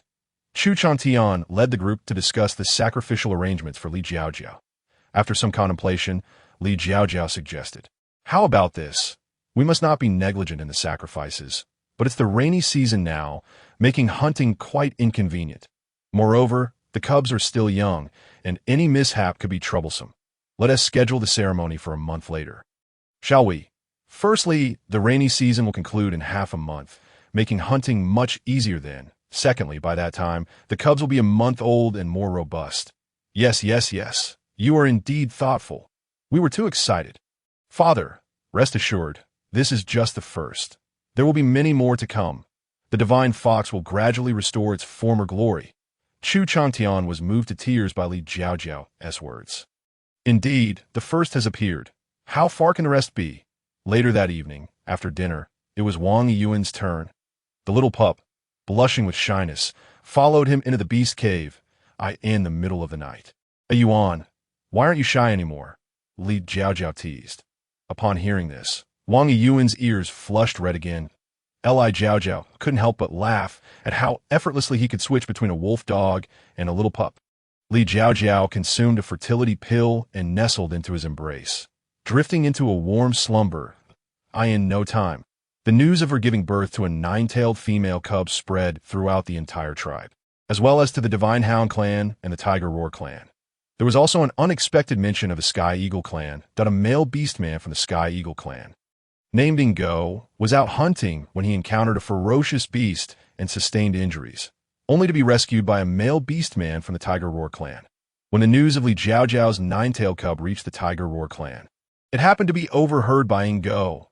Upon inquiring, he learned that in the past 6 months, a little female named Li Jiao Jiao had emerged from the Fox clan, not only renowned for her beauty, but also for her remarkable fertility. This time, she had given birth to a divine 9-tailed fox. Ingo's curiosity was instantly piqued, and he longed to fly over to see her, but alas, his injuries were too severe, and he could only remain bedridden for a month. Once Ingo recovered, he wasted no time in soaring towards the Fox clan, but on another front. As soon as the rainy season concluded, the male beastmen of the Fox clan organized themselves to embark on hunts, each eager to capture the finest and largest prey for the beast god. The entire Fox clan was abuzz with enthusiasm, smiles of happiness and tranquility lighting up the faces of all. The male beastmen were busy, and the little females were equally occupied. Some were engrossed in conceiving, while others were preoccupied with giving birth. For 3 consecutive days, Li Jiao Jiao was greeted by the system's announcement. Ding! Arya has given birth to her first offspring, a male, beast form, 3-tailed black fox, beast rank, yellow rank rewards, 40 points, fertility pill 1, loyalty pill 1, primary advancement pill 1. Ding! Arya has given birth to her second offspring, a female, beast form, 3-tailed white fox, beast rank, mysterious rank rewards, 80 points, fertility pill 2, loyalty pill 2, primary advancement pill 2. Ding! Arya has given birth to her third offspring, a female, beast form, sand fox, beast rank, yellow rank rewards, 40 points, fertility pill 1, loyalty pill 2, primary advancement pill 1. Ding! Arya has given birth to her fourth offspring, a male, beast form. Red fox, beast rank.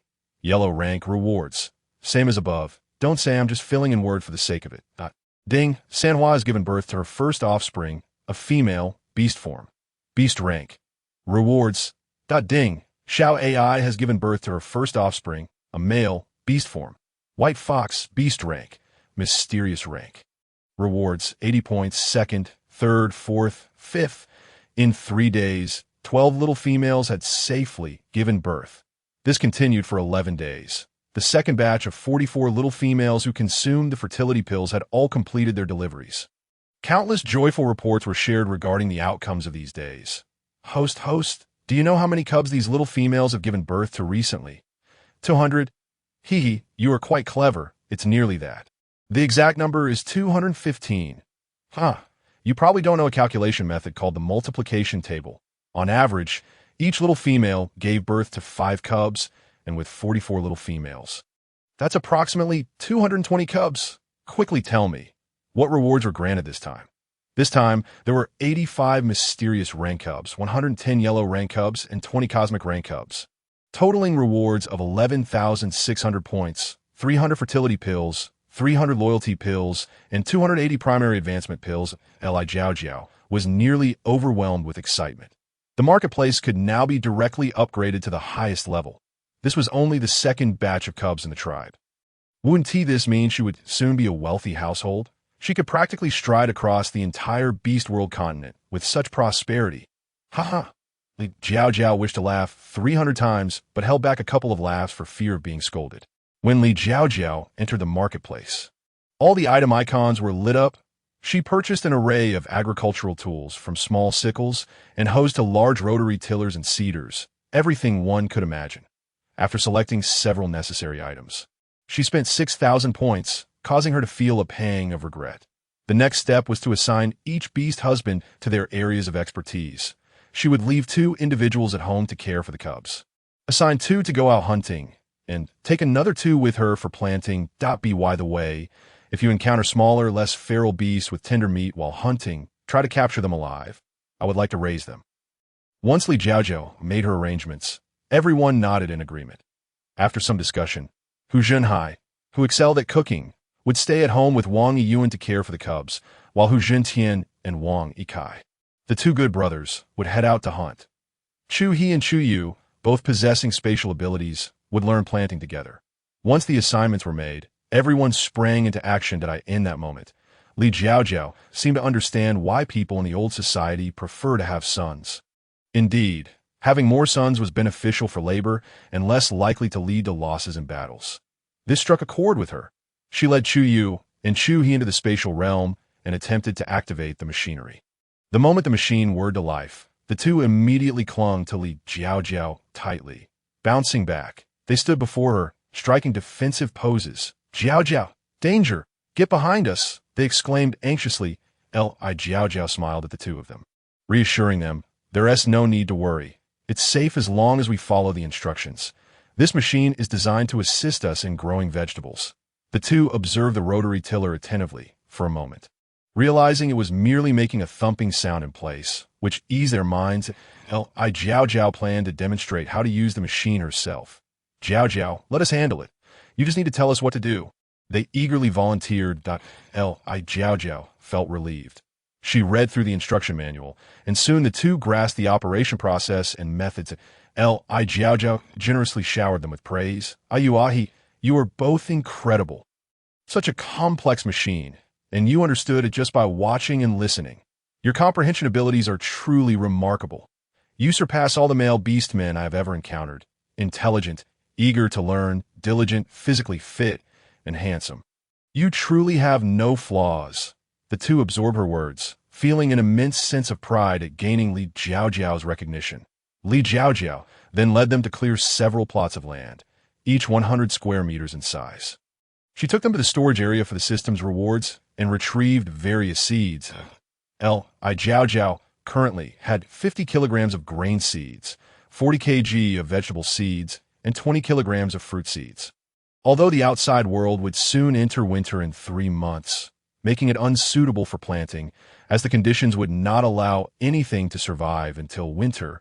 The temperature within the spatial realm was stable, free from seasonal constraints. This allowed Li Jiao Jiao the freedom to plant whenever she wished. You too start planting these seeds. Li Jiao Jiao first selected rice and wheat as staple foods, pears and lychees as fruits, and various vegetables including baby bok choy, chili peppers, eggplants, potatoes, and green beans. She also spent 300 points to purchase a comprehensive guide on crop cultivation, which detailed the planting methods, processing techniques, and usage of various crops. Under Li Jiao Jiao's patient guidance and the extraordinary memory and comprehension abilities of her two scholarly husbands, they were now able to recognize 90 of the Chinese characters. Fortunately, the other 4 husbands had also achieved seamless reading abilities. Therefore, at this moment, Li Jiao Jiao only needed to rest in the tent she had set up nearby, without any further concerns. This space is graced with a river that elegantly divides it into 2 halves. The water itself possesses a mystical quality, splitting into flowing and still sections, with a school of plump fish gliding through the current. Chuyu skillfully operates the rotary tiller, preparing the soil, while Chuyi diligently sows the seeds with the planter. Their roles are clearly defined, and their cooperation is remarkably harmonious, allowing them to complete their tasks swiftly. As Chu approaches the tent, he notices Li Jiao Jiao peacefully slumbering, her delicate profile, the gentle flutter of her eyelashes, and a few playful strands of white hair resting upon her crimson lips evoke a sense of tenderness. Li Jiao Jiao, feeling a tickle, brushes her hand across her lips, stirring Chuyi's heart. After a moment's hesitation, he tenderly calls out to her, "Jiao Jiao, you must be hungry. Allow me to prepare some grilled fish for you." Earlier, he had caught her eagerly eyeing the fish in the river, swallowing in anticipation. Slowly, she opens her eyes, her drowsy gaze landing on the man before her, and softly utters, "Ahi, hug me." Chuyi envelopes Li Jiao Jiao in his arms and summons lightning towards the river. In mere seconds, several fish rise to the surface. Observing that there is little left for him to assist with, Chuyu moves to the freshly planted crops, employing his wood-based powers to witness the seeds visibly sprouting and flourishing. Ayu, your control over your abilities has matured remarkably. They exchange smiles. Let's not rush. Let them grow naturally. It's time to enjoy some grilled fish. After savoring a few delectable fish, the trio regains their strength. Li Jiao Jiao, having eaten a bit too hastily, finds a morsel of meat stuck at the corner of her mouth. Chuyu, amused by her rare clumsiness, gestures to his own mouth with a grin. Li Jiao Jiao leans in and plants a kiss on him, and Chuyu opts not to clarify this delightful misunderstanding. After consuming a vitality-enhancing pill, she feels rejuvenated. Upon exiting the space, they discover that the 2 hunters have returned, and Hu Zhenhai has prepared dinner. "Jiao Jiao, look at these," Hu Zhentian exclaims, pointing toward a corner of the yard where small wild beasts are gathered: wild boars, wild goats, and a few wild chickens. Li Jiao Jiao nods appreciatively, acknowledging Hu Zhentian's commendable efforts. "Well done, Tian. These are perfect." Both Hu Zhentian and Wang Yikai have divided their labor, with Hu Zhentian capturing live animals while Wang Yikai hunts. Li Jiao Jiao places their catch into the enclosure recently established by Chu He and Chuyu. She then praises everyone equally. Since Li Jiao Jiao's arrival, the young females of the tribe have gradually shed their spoiled and wayward habits. Influenced by her presence, they no longer take their beast husbands' contributions for granted and have learned to appreciate their hard work. All the male beasts are now more motivated than ever. Li Jiao Jiao feels a deep sense of satisfaction, witnessing the positive transformation within the entire fox tribe. The second batch of young females has just given birth, and yet another group is eager to conceive. Excluding the 44 who have recently delivered, there are 62 young females in their prime reproductive age. After accounting for those who are currently unwell and unsuitable for pregnancy, 55 remained. Li Jiao Jiao divides them into pairs, forming 28 groups, with the last group consisting of a single individual, perfectly timed to join her after she gives birth to her first brain cub. The tribal healer and priestess have expressed their exhaustion, indicating they cannot sustain the workload any longer. While the flourishing tribe is indeed a blessing, even the laborers require rest. Li Li Jiao Jiao understands this necessity and has thus devised this arrangement. Consequently, only 2 young females will give birth each day, significantly alleviating the workload for the healer and priestess. Simultaneously, the healer is on the lookout for new candidates for the priestess role. During this period, the Eagle Clan's Ingo has recovered and is en route to the Fox tribe. The Eagle Clan's flight speed is impressively rapid, typically ranging from 40 to 120 kilometers per hour, with Ingo capable of reaching approximately 90 kilometers per hour. However, in his haste, having just healed from an injury, he flew continuously for an entire day, causing his wound to reopen. Reluctantly, he took 2 days to rest before continuing his journey. Additionally, as he had never been to the Fox tribe before, he became disoriented and lost his way. After flying over 1,000 kilometers, he finally realized he had strayed off course. Upon his eventual arrival at the Fox tribe, he fortuitously encounters the sacrificial ceremony held for the newborn 9-tailed female. When the guard announced the Eagle Clan's request to meet, Chu Chong Tian initially suspects he has misheard. After all, the Fox and Eagle tribes are quite distant, with minimal interaction apart from their annual food exchanges before winter. Ingo, being a dark-tier beastman, is among the elite of his tribe. They currently boast 6 Sky Tier, 8 Earth Tier, 17 Dark Tier, 26 Yellow Tier, 19 Cosmic Tier, 24 Temporal Tier, 49 Storm Tier, and over 100 Wasteland Tier members. In his eyes, his tribe is relatively large, with nearly 60 beasts at the Yellow Tier and above.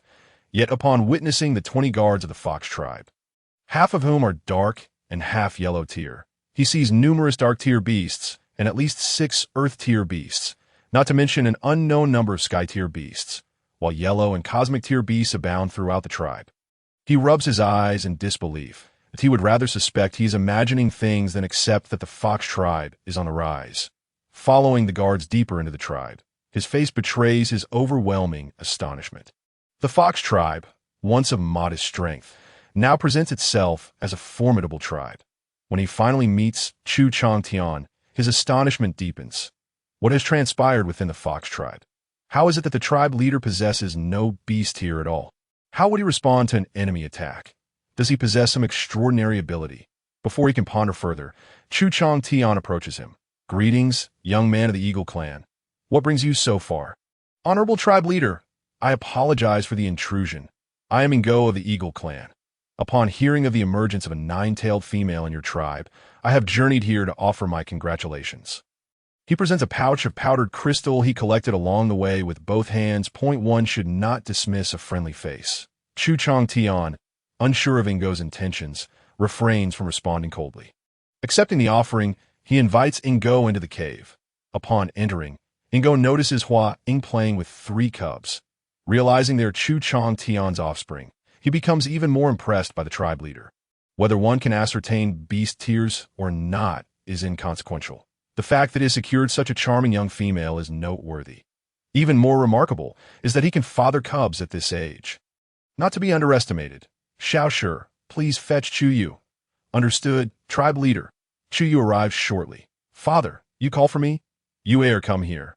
This is Ingo from the Eagle Clan, who has come to celebrate the birth of the little 9-tailed. Chu Yu's interest is piqued. After all, the Eagle Clan rarely visits without purpose. Greetings, Ingo. We are currently holding a sacrificial ceremony for the little 9-tailed, but if you wish, please join us. Ingo wholeheartedly agrees. As the 3 approach the sacrificial platform, they find the Fox tribe's members surrounding it in droves. Li Jiao Jiao cradles the little 9-tailed at the center, flanked by Chu He and Hu Jinhai. While others attend to the cubs in the beast den. Time's up. The ceremony begins.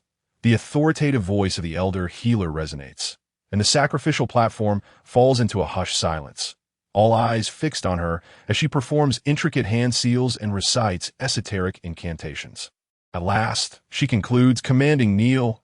As all individuals knelt in unison, their hands reverently clasped before their chests, their gazes were fervently fixed upon Li Jiao Jiao and Xiao Jiuwei. Li Jiao Jiao placed Xiao Jiuwei alone upon the central pillar of the sacrificial altar. Xiao Jiuwei, observing the intricate carvings on the pillar, playfully scratched at them with her tiny paws while exuberantly swaying her 9 fluffy tails. In an instant, a beam of light surged into Xiao Jiuwei's body. Upon witnessing this spectacle, Li Jiao Jiao was left in a state of bewilderment. What was happening? What was that beam of light? Li Jiao Jiao anxiously called out, overwhelmed. Host, I am here. That was conjured by me, the uncountable voices admitted bashfully. I merely followed the instructions of the main system. The beastmen respond to this. Knowing that her daughter was unharmed, Li Jiao Jiao felt a slight sense of relief. Indeed, once the light entered Xiao Zhuwei's body, the entire clan erupted in fervor. Divine Fox, Divine Fox, Divine Fox, it truly is the nine-tailed Divine Fox. The beast god has acknowledged it. We are about to restore the title of Divine Fox. Many of the older female and male beastmen were overcome with joy, shedding tears. The younger beastmen were also touched by this emotion, their eyes brimming with tears. Heaven knows how repressed they have felt over the millennia. The arrival of the celestial maiden has given them hope. Now, with the appearance of the nine-tailed Divine Fox, their fox tribe is truly on the verge of resurgence. No. They can no longer be called the Fox Tribe. They must restore their ancient title. The Divine Fox Tribe, the diminutive nine-tailed fox, with an adorably dazed expression, gazed at the scene unfolding before her, utterly unaware of what was transpiring. However, upon hearing the jubilant cheers of her kin, a wave of inexplicable excitement surged within her. Thus, she joyfully began to spin atop the pillar, her 9 fluffy tails swaying whimsically with her movements. Chu He, observing this scene, felt a twinge of concern that Xiao Zhuwei might accidentally fall and hurt herself. He hurriedly dashed to the base of the pillar, extending his arms to catch the playful little creature. Once Xiao Zhuwei was cradled in his embrace, she felt the warmth and affection of her father. She affectionately rubbed her little head against Chu He's palm, conveying her joy to him. Chu He's heart was instantly melted by the charm of this adorable little being that he gently stroked Xiao Zhuwei's fur. Relishing her softness and warmth, Li Jiao Jiao approached Chu He, her heart swelling with happiness as she observed Xiao Zhuwei's delight. He, have you thought a name for our daughter? Perhaps Jiao Jiao could suggest one. After pondering for a moment, Li Jiao Jiao proposed a melodious name for Xiao Zhuwei. Xingyue, what do you think? This name signifies a hope that Xiao Zhuwei will shine as brilliantly as the stars in joy. Chu He found it exceedingly fitting that he tenderly addressed Xiao Zhuwei, saying, From this day forth, you shall be called Li Xingyue. Xiao Zhuwei appeared to comprehend her father's words, blinking her eyes and displaying a sweet smile. It seemed she was quite fond of the name bestowed by her mother. Chu He chuckled. Shall she carry my surname? Li Jiao Jiao felt a flicker of surprise, her eyes sparkling with anticipation as she gazed at Chu He. Of course, the child you have borne through countless trials should rightfully bear your name. Chu He lovingly caressed Li Jiao Jiao as hair. Li Jiao Jiao was moved by this gesture. The other children in the household should also have names, she suggested. The children of Chu Yu have yet to be named. The thought of naming over 20 children made Chu He's head spin. Much like Chu Yu, he had been contemplating for several months, yet had still not come up with satisfactory names. Haha, you two can think together when you return, Li Jiao Jiao suggested with a smile. Jiao Jiao, could you assist me? Chu He, cradling the child, playfully wrapped his arm around Li Jiao Jiao's slender waist. Li Jiao Jiao shot him a sidelong glance, replying with feigned annoyance. Think for yourself. If I help you, you will also want my assistance, and I would be utterly exhausted. Hu Jinhai chuckled quietly from behind, saying, Jiao Jiao, I've already thought of names for our children. Really, you seem quite proactive, Li Jiao Jiao responded with an appreciative tone. Chu He felt a twinge of envy. How could this person be so enthusiastic? Pray tell, what names have you chosen? I've selected Yin Mo, Yin Hui, Yin Hong, Yin Xian, Yin Yang, and Yin Yi for boys. And for girls, I have thought of Yin Ran, Yin Yu, Yin Exen, Yin Yu, Yin Hua, Yin Yi, Yin Ting, and Yin Meng. Of course, these names would all carry the surname Li. Jiao Jiao, what do you think? Upon hearing this, Li Jiao Jiao's eyes sparkled with delight. They were truly beautiful names, and she was quite fond of them. However, it is unnecessary for all of them to share my surname. Your father surely still wishes to revitalize the Hu Shao tribe. My children will bear your surname without change, while the Fox tribe has Chu Yu to aid in its revival. Please do not insist on having our children bear my surname. Upon hearing Li Jiao Jiao's words, Chu Yi immediately began to act spoiled. Very well. Then your children shall carry my surname. AU's children will carry a surname, and AHI's children will carry a surname as well. It is settled. In a month's time, you will be able to use them. Before anyone could voice objections, Li Jiao Jiao made her decision. Chu Yi curiously inquired, "Why did you think of fewer names for males than for females?" Hu Zhenhai chuckled in response. "Is that even a question? Just look at the offspring of you and IU.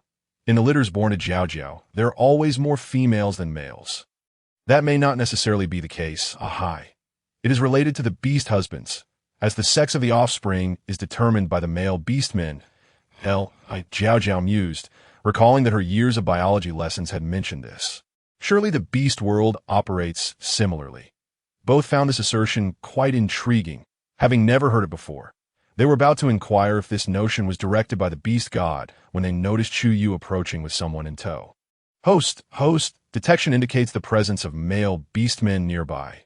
Tianing tribe, Xian level, low beast level, average character, not suitable for coupling. Li Jiao Jiao discreetly rolled her eyes. What is the point of mentioning suitability? Isn't this just a warning? Jiao Jiao.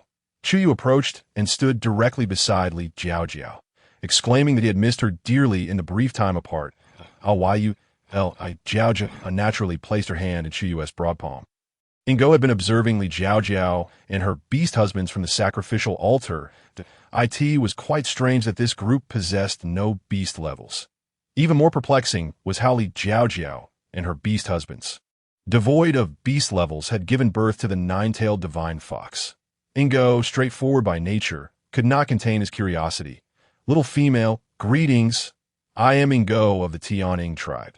Hearing of the emergence of a nine-tailed divine fox from your fox tribe, I have come to extend my congratulations." Li Jiao Jiao glanced at Hu Zhenhai, who shook his head, indicating he was unaware. Li Jiao Jiao offered a polite smile in return. "Thank you. However, I couldn't help but notice that neither you nor your companions seem to possess beast levels. How did you manage to conceive this nine-tailed divine fox?" Ingo felt that unless this mystery was unraveled, it would forever linger in his mind. Li Jiao Jiao clasped her hands together and reverently bowed to the heavens. "This is all a blessing from the beast god." I too was quite astonished. The nine-tailed divine fox was born without any forewarning. Li Jiao Jiao's eloquence had reached an impressive level. The straightforward Ingo, upon hearing this, truly took her words at face value. At this moment, he was filled with envy. He envied the rise of the fox tribe and their flourishing prosperity. As he traversed through the fox tribe, he discovered many peculiar things he had never encountered before. His curiosity akin to that of a child, incessantly asking questions. Chu Yu patiently answered each one, and only then did Ingo come to realize that all of this was thanks to Li Jiao Jiao. The current strength of the fox tribe could no longer be encapsulated by the term powerful. That it was simply unfathomably formidable. In that moment, he had to seriously confront the rise of the fox tribe. He needed to return quickly and relay this discovery in detail to the tribe leader. It was imperative to send someone to the fox tribe to forge a partnership with Li Jiao Jiao as soon as possible. Let this celestial maiden bear a few offspring for the Tianing tribe. Lost in his own thoughts, Ingo couldn't help but break into a foolish grin. The others around him regarded him with bemused expressions, as if he were mad. Chu Yu waved his hand in front of him, greeting him. "We are heading back now, brother. Would you like to come to our home for a visit?" The eagle hook remained enraptured in the vivid imagery of flocks of eaglets soaring through the sky. Utterly oblivious to Chu Yu's words, "Let's go," Chu He said, pulling Chu Yu away. Upon returning to the beast den, Li Jiao called everyone together for a brief meeting. Today, a male beast from the Tianing tribe suddenly appeared, claiming to have heard from the Huxiao tribe about the birth of a nine-tailed divine fox in our clan, and came to extend his congratulations. "What are your thoughts on this matter?" Chu Yu remarked, "I find it rather suspicious. Our clan's males would never speak out of turn while hunting. I wonder how this news reached the Huxiao tribe." Chu He added, "Indeed, and the way that male beast looked at you is quite unsettling, as if he wished to possess it for himself. It left me feeling quite uncomfortable." Hu Zhenhai interjected. "However, I perceive that individual as somewhat dim-witted. I wonder if he will babble upon returning." Wang Yiyuan reassured. "There's no need for excessive concern, Jiao Jiao. The Fox tribe is currently quite formidable, and we are not weak ourselves. Should any trouble arise, we need not fear them. That if you're truly worried, our divine hound tribe and the Hu Xiao tribe will certainly come to our aid.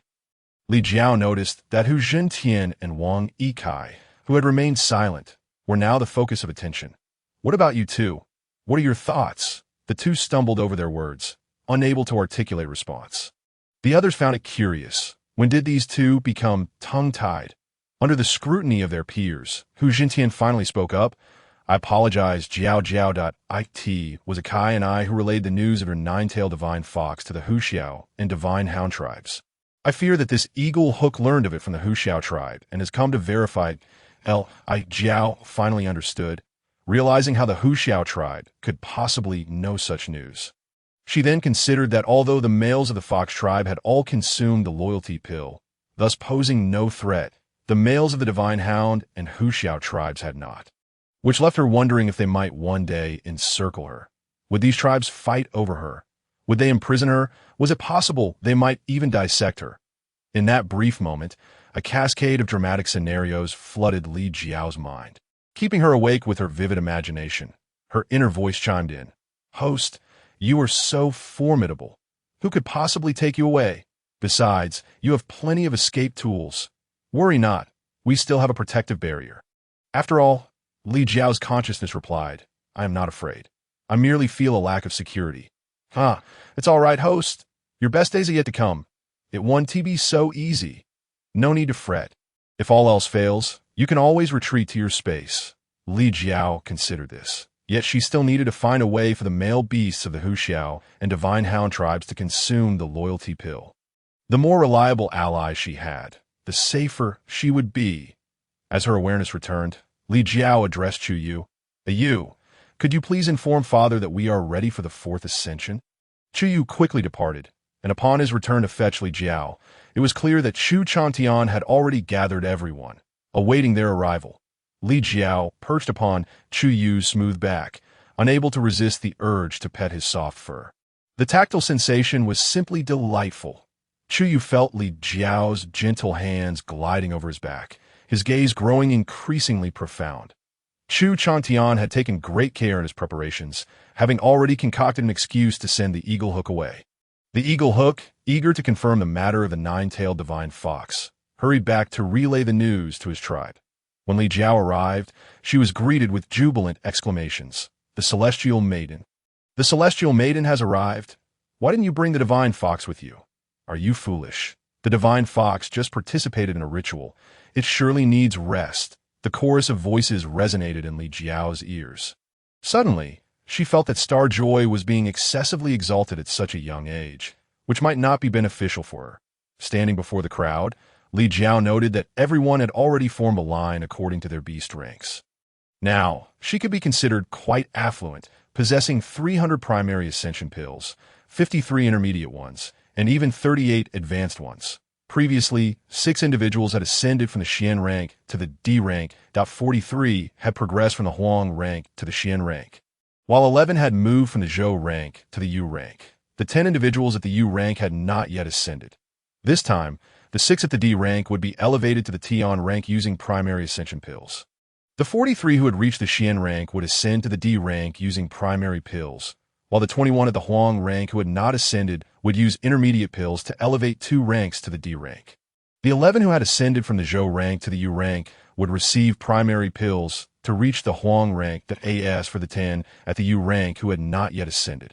They would use intermediate pills to reach the Xian rank in just over a month. 32 had ascended from the Huang rank to the Zhou rank, all using intermediate pills to become Yu rank. Thus, excluding Li Jiao's family, the Fox tribe boasted 6 at the Tian rank, 64 at the D rank, 10 at the Xian rank, 11 at the Huang rank, and 32 at the Yu rank, with none remaining at the Zhou or Hong ranks, totaling 188 at the Hong rank. With this, Li Jiao felt a bit more secure. Currently, the remaining quantities of pills were as follows. Primary, 60, remaining 240. Intermediate, 31, remaining 22. Advanced, 38. She was still quite affluent. Once this gathering concluded, Chu Yu escorted Li Jiao back to the beast den. After dining, Li Jiao requested that Chuyu take her to a nearby high slope where she could view the entire fox tribe. Chuyu, perplexed, initially thought Li Jiao was simply weary of staying home and wished to enjoy the scenery. Chuyu joined them, as it was his turn to hunt alongside Chuyu today. Familiar with the terrain, the two quickly led Li Jiao to a hillside, from where the entire fox tribe was visible to the northwest. The tribe's dwellings were constructed in a crescent shape, housing nearly 800 individuals, marking it as a vast tribe. Soon, a new batch of young males and females would come of age, necessitating more beast dens.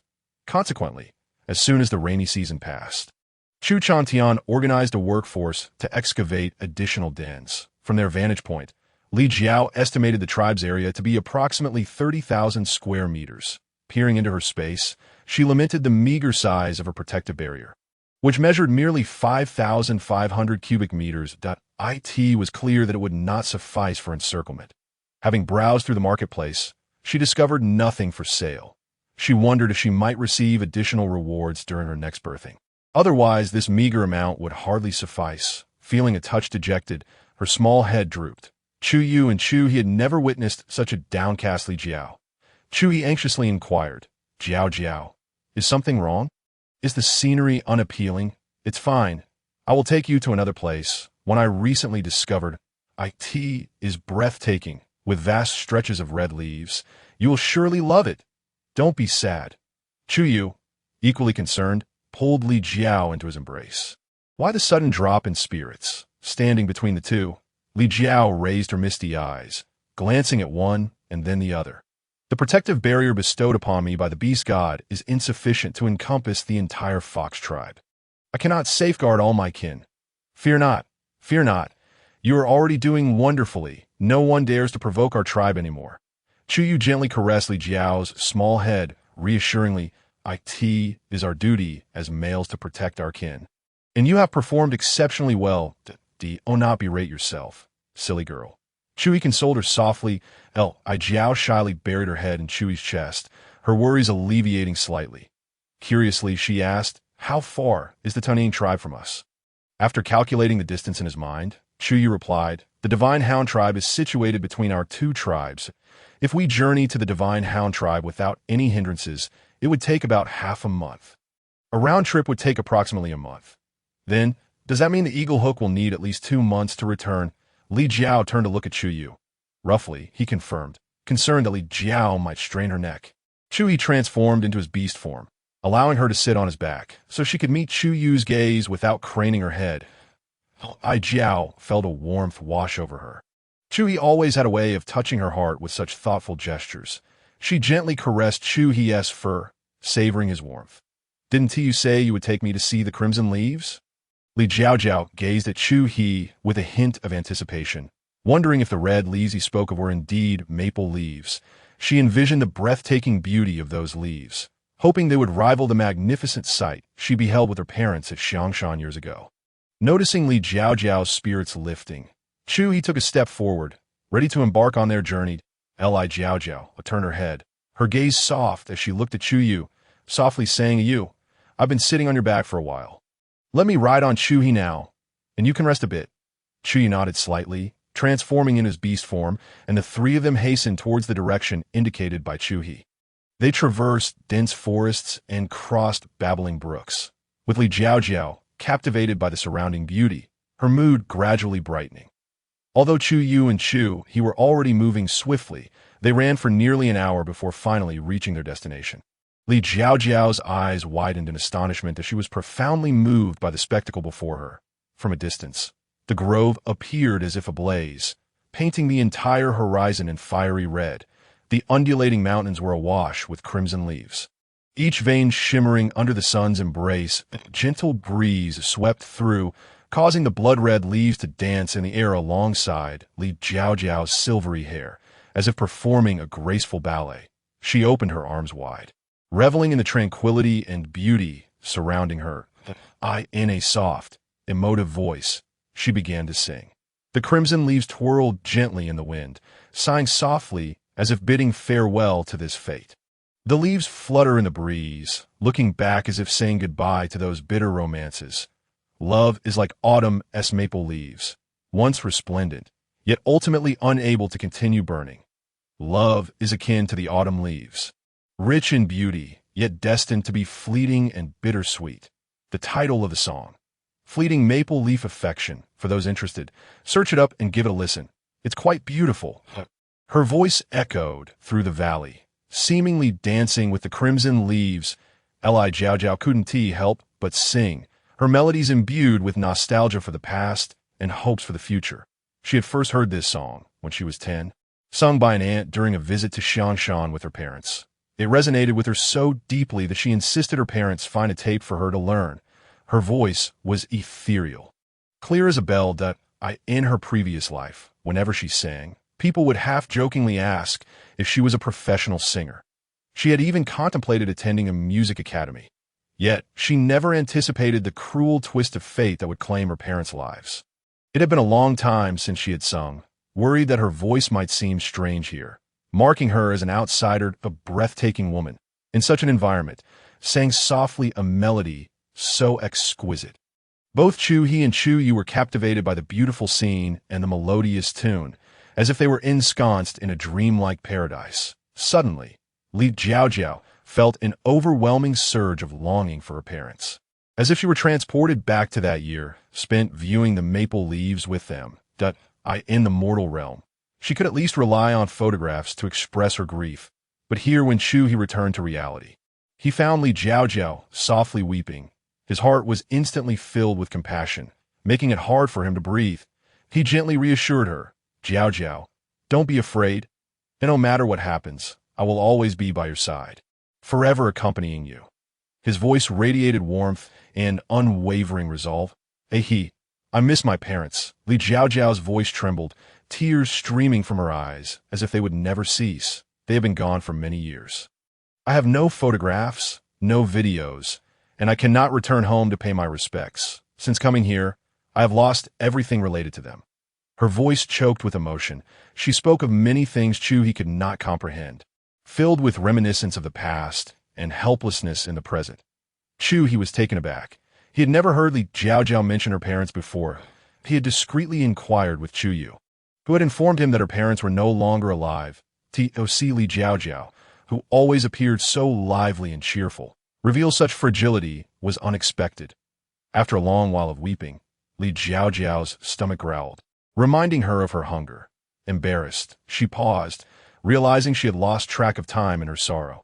Chu-yu looked at her, his eyes filled with compassion and concern. He had never witnessed this side of Li Jiao Jiao. In his heart, she had always been a radiant sun, bringing him warmth, love, respect, and equality. He took a soft piece of animal hide from his belongings, offering it to her to wipe her tears and nose. The hide retained the warmth of his body, as if it could convey comfort and solace. Li Jiao Jiao accepted the hide, gently dabbing at her tears, a wave of warmth flooding her heart. She smiled shyly. Taking it, Chu-yu affectionately tousled her hair, softly saying, "Jiao Jiao, no matter what happens, he and the others will always stand by your side, steadfastly guarding you, ensuring no one can harm you." Chu-yu furrowed his brow, pondering for a moment before speaking slowly. "If you miss your parents, perhaps you could find some items they cherish to honor their memory, easing your longing." He believed this might alleviate her feelings of yearning for her parents, for he too understood such sentiments. His mother had died during childbirth, leading his father to resent him, believing him to be the cause of her death, never granting him any paternal love or tenderness. As he grew older, his longing for his mother deepened. Through various inquiries, he learned that his mother had particularly adored beautiful animal hides. From then on, their home was often filled with various exquisite hides. Today, these once treasured hides had become materials for Chu-hee to craft garments for Li Jiao Jiao. He felt immense gratitude towards the beast god, for it was through its grace that he had the fortune to meet Li Jiao Jiao and create a loving home together.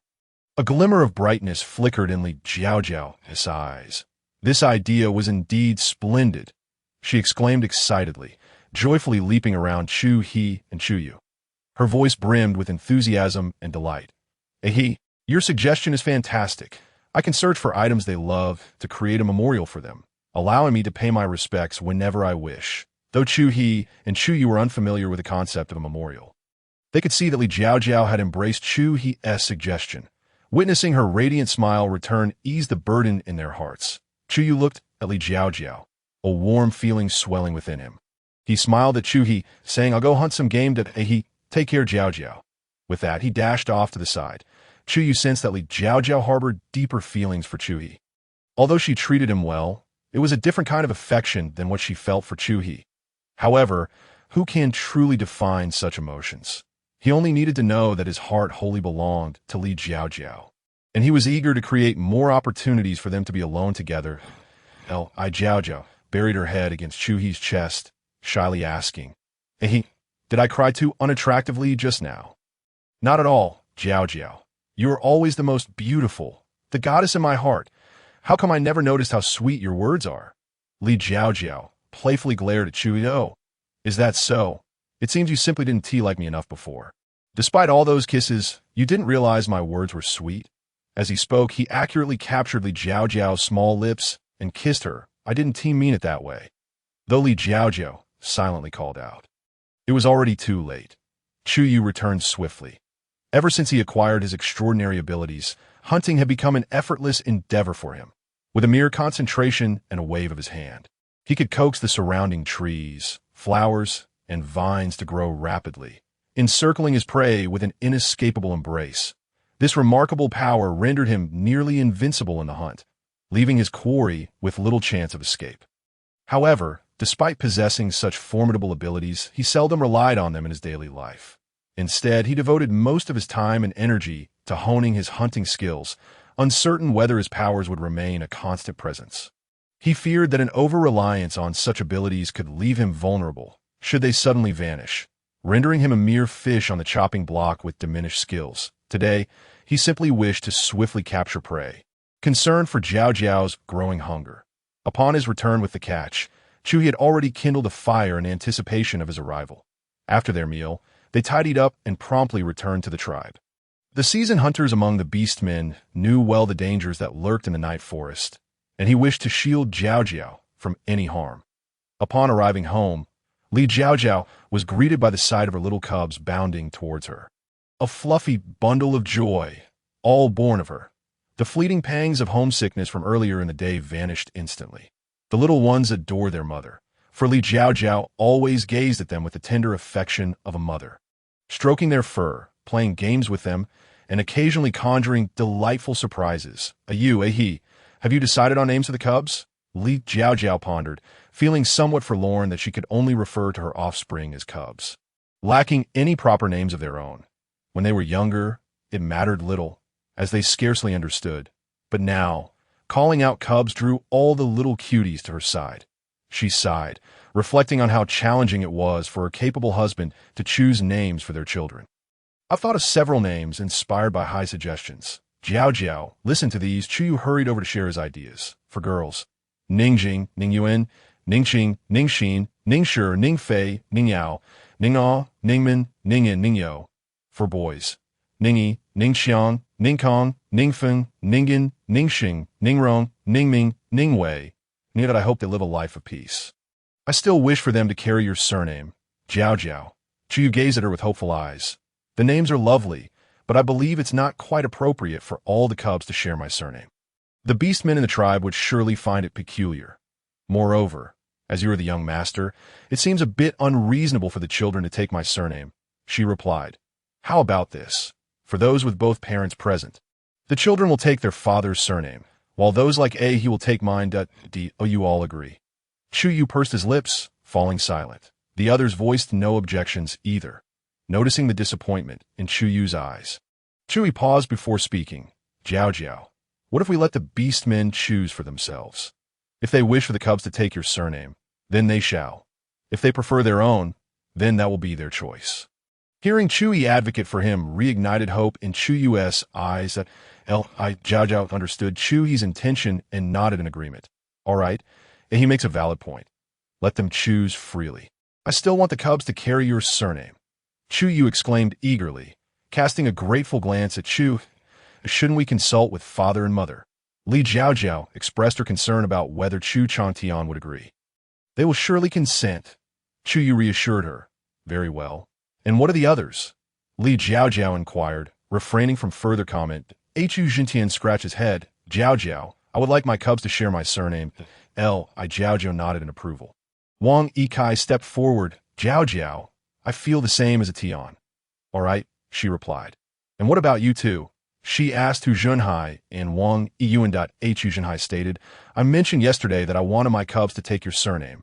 Wang Yiyuan added, I, too, wish for my cubs to carry your surname. Great, it is settled then. What names have you chosen for the cubs? Hu Junhai asked, his curiosity piqued. The girls would be named Xingyue, Nine-tailed Fox, Xingyun, Xingyin, Xinghan, Xingyu, Xingwan, Xingcai, Xingbai, Xingruo, Xingqi, Xingxiao, Xingfan, Xingsui, Xingchu. The boys would be named Xingye, Xingli, Xingkai, Xingzhe, Xingming, Xingbua, Xingqing, Xingzhou, Xingrui, Xingchen, Xingcan. What do you think, Jiao Jiao? Goodness, coming up with these names nearly drove me to madness. Choosing Xing as a prefix is wonderful, just like U.S. elections with auspicious meanings. Go ahead and ask the cubs if they like their names. Li Jiao Jiao suggested. Chu Yu and Chu He began calling out the names, and each little one wagged their tails in delight upon hearing their chosen name. Soon enough, the cubs had selected their identities.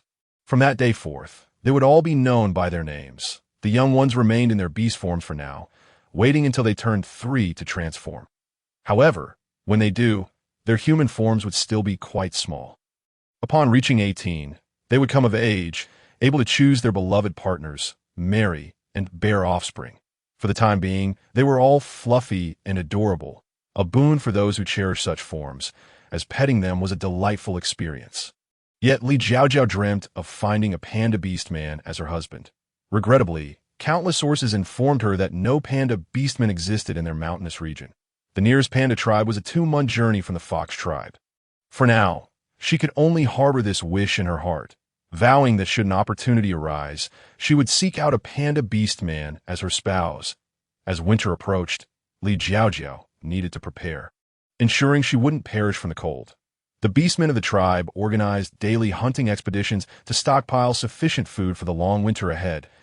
Li Jiao Jiao's household would send out 3 individuals each day, 2 for their own hunting needs and 1 to assist Chu Changtian, who was now responsible for raising 3 cubs, a significant burden indeed. From Chu Yu, Li Jiao Jiao learned that winter annually unfolds in 3 phases: the minor cold period, the major cold period, and the blizzard period. Winter commences 3 months after the rainy season, lasting a full 3 months. It begins with a half-month minor cold period, followed by a half-month major cold period, then a month of blizzard, another half-month major cold period, and finally concludes with a half-month minor cold period. The minor and major cold periods are relatively mild, allowing most male beastmen to withstand the chill. However, during the harshest blizzard period, snow can pile to over 4 meters. Even the strongest male beastmen must retreat to their dens to escape the storm, leaving those of lower rank and weaker constitution at great risk. The survival rates of the tribe's young females and cubs largely depend on the quantity and quality of firewood preserved from previous years. If the firewood reserves are ample and well-maintained, survival rates will be high. Otherwise, they face dire challenges. 1 year. Excessive rains during the rainy season devastated much of the tribe and extinguished their hard-earned firewood. That year, numerous young females and cubs perished daily. Fortunately, this year appeared more promising, alleviating many of their worries. The tribe had organized into several small groups, specifically tasked with safeguarding firestones when winter arrives. Li Jiao Jiao planned to procure additional firestones to distribute among them. Compared to previous years, this year's situation was certainly improved. Please seek out Father and ask him to select over 50 agile male beastmen to join us. Their rank does not need to be high. Those from the Hong tier will suffice. Once they arrive, you can have them erect wooden stakes to enclose our courtyard. Li Jiao Jiao gently instructed Chu Yu. Understood, he replied. Chu Yu immediately transformed into a fleeting shadow and departed. Accompany me into the space and attend to those wild ducks. The 3 of them have gone hunting, so it falls upon you to temporarily care for the young ones. It's no trouble at all, Jiao Jiao. You can rest easy and attend to your tasks, Ahai replied. Jiao Jiao took Chu Yu's hand and stepped into the space. Inside, time flowed at nearly 3 times the rate of the outside world. and the small beasts kept within grew at an astonishing pace. Those small wild chickens and ducks, which would require 3 months to mature in the outside world, could reach market size in approximately 20 to 30 days within the space. Wild boars and goats would reach standard size in about 2 months. Jiao Jiao, the growth rate of these small beasts is truly remarkable. Chu, he exclaimed. Indeed, have you noticed how our crops are also thriving rapidly? Jiao Jiao responded with a smile. The vegetables they had meticulously cultivated had already yielded several harvests, and the crops had been harvested once as well. However, they had been too busy lately to process these crops. Standing before the wild duck enclosure, Chu, he remarked, Jiao Jiao, when did the number of these wild ducks become so vast? He gazed at the flocks of wild ducks, unable to suppress his awe. It had been quite some time since he last visited this place, and seeing such a multitude of wild ducks filled him with astonishment. It seemed that every wild chicken and duck within a radius of several dozen kilometers had already been gathered into Jiao Jiao's space. Indeed, I hadn't anticipated this either. Thankfully, the space is sufficiently large. Otherwise, where could we accommodate so many? Jiao Jiao mused, recalling how ever since she had tasked Hu Jintian with catching live small beasts, he had brought back dozens each day. Even on days when he wasn't responsible for hunting, he would still find time to catch a basket of wild creatures for Jiao Jiao. That Hu Jintian's loyalty and diligence towards Jiao Jiao were evident. The orcs in the tribe exhibited even more exaggerated behavior. Ever since they learned that Jiao Jiao required small beasts, everyone who went hunting would return with several or even dozens of small beasts to present to her. Their respect and admiration for Jiao Jiao were palpable, as if doing anything for her was a tremendous honor. Ordinarily, the orcs primarily hunted larger beasts. Now, even the previously overlooked small beasts had become highly sought after. As of now, Jiao Jiao's space had already raised over 50,000 small poultry. Jiao Jiao, do we have a special purpose for taking these wild ducks outside? Chu, he inquired, a hint of confusion in his voice. Jiao Jiao smiled mysteriously at him, her eyes glinting with mischief. I cannot disclose it just yet. In a few days, you will find out. Her tone was filled with confidence and anticipation. Chu, he raised his arm and slowly unleashed his abilities, instantly stunning a group of wild ducks. Under Chu He's powers, the ducks showed no resistance and obediently collapsed to the ground. Jiao Jiao nodded approvingly, clearly very satisfied with Chu He's performance. Indeed, calling upon Chu He was the wisest decision. With him alone, the efficiency matched that of many, and his abilities played a significant role in this duck-catching task. Chu took out a large basket he had prepared and carefully placed the wild ducks inside one by one. So many. Will you be able to carry it? Jiao Jiao asked, looking at the large basket of ducks, which must weigh several hundred pounds, with some concern. Chu he flexed his muscles. Fear not. Your beast husband is quite strong. Jiao Jiao chuckled at Chu He's boastfulness. Once filled, Jiao Jiao led Chu He to transport the baskets brimming with wild ducks outside. Meanwhile, Chu He had already organized the yard with wooden stakes to prevent the ducks from escaping should they awaken. Jiao Jiao instructed Chu He to gently place the basket on the ground. In a gentle yet serious tone, she addressed everyone. These wild ducks have merely lost consciousness temporarily. We need to carefully pluck their soft down feathers and place them into these animal skin bags. During the plucking process, be cautious to avoid causing them any harm. Although removing some feathers won't inflict serious injury, we should still be gentle. As she spoke, Jiao Jiao demonstrated the correct feather plucking method to ensure every male orc could master it. Everyone observed attentively, executing their actions as gently as Jiao Jiao instructed. Once the plucking was complete, Jiao Jiao directed them to return the wild ducks to the bamboo baskets, and she and Chu He transported the plucked ducks back to the space. These robust orcs, handpicked by Chu Changtian, proved their worth with swift movements and impeccable teamwork, processing over 3,000 wild ducks in just one morning. By noon, Hu Zhenhai had prepared a sumptuous feast, and everyone gathered to enjoy the delectable roasted meat. The aroma of the roast wafted through the air, so tantalizing it almost made one's tongue want to leap into their mouth. The celestial maiden is indeed different from us. Even the food is so exquisite. I have never tasted anything so delicious. Celestial maiden, may I learn to cook from your beast husbands? My little female always complains about my cooking. Ha ha, I suppose it depends on the person. As everyone savored the delicacies, they chatted and laughed, creating a relaxed and joyful atmosphere. After the meal, they took a brief rest before returning to their diligent and orderly tasks. Each person appeared spirited and full of vigor, continuing their work processing the wild ducks. But on the fifth day at dawn, as the first rays of sunlight pierced through the mist, Jiao Jiao had new arrangements. You will divide into 20 individuals to take the down feathers we have collected and stored in animal skin bags to the riverbank. There, I have designated several ponds, and I need you to thoroughly wash these feathers. Celestial Maiden, what purpose do these feathers serve after washing? A curious male orc could not help but ask. They serve a great purpose. They significantly enhance the survival rate of the little females and young ones during winter. Upon hearing this, everyone appeared exceptionally excited. Really, Celestial Maiden, will these feathers provide warmth for them? That's wonderful. Thank you for your wisdom. Celestial Maiden, hold your gratitude for now.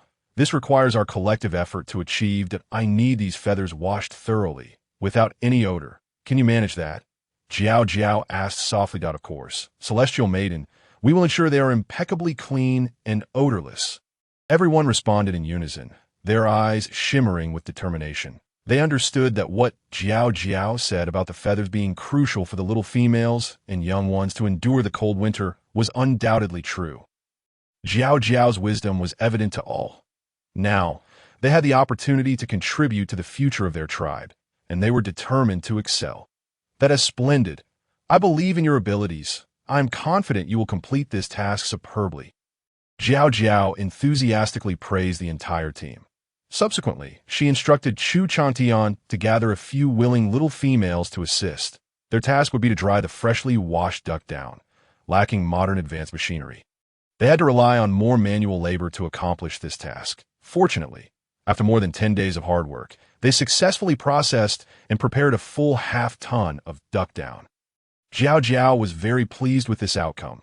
Currently, the fox tribe had approximately 500 little females and young ones. Given their smaller size, 250 grams of down per garment would suffice, and with 2 outfits per individual.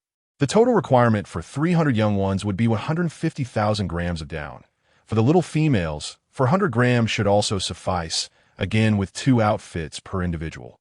Thus, for 200 little females, 160,000 grams of down would be needed. Finally, there would still be enough left to make a heavy 600-gram down jacket for each of the 300 male orcs. Consequently, the little females and young ones of our tribe would gain an added layer of security.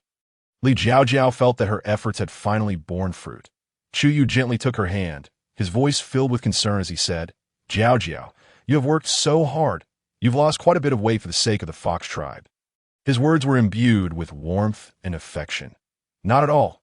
In fact, I feel I've gained a bit, Li Jiao Jiao countered, believing that Chu Yu must have misjudged her condition. She felt that her toil had not been burdensome. Rather, it had instilled a profound sense of fulfillment within her. It was rather amusing that he would claim she had slimmed down when she knew she had indeed put on weight. Jiao Jiao, I see that the fur looks quite warmed at we each have one. Hu Jintian gazed at Li Jiao Jiao with eager anticipation.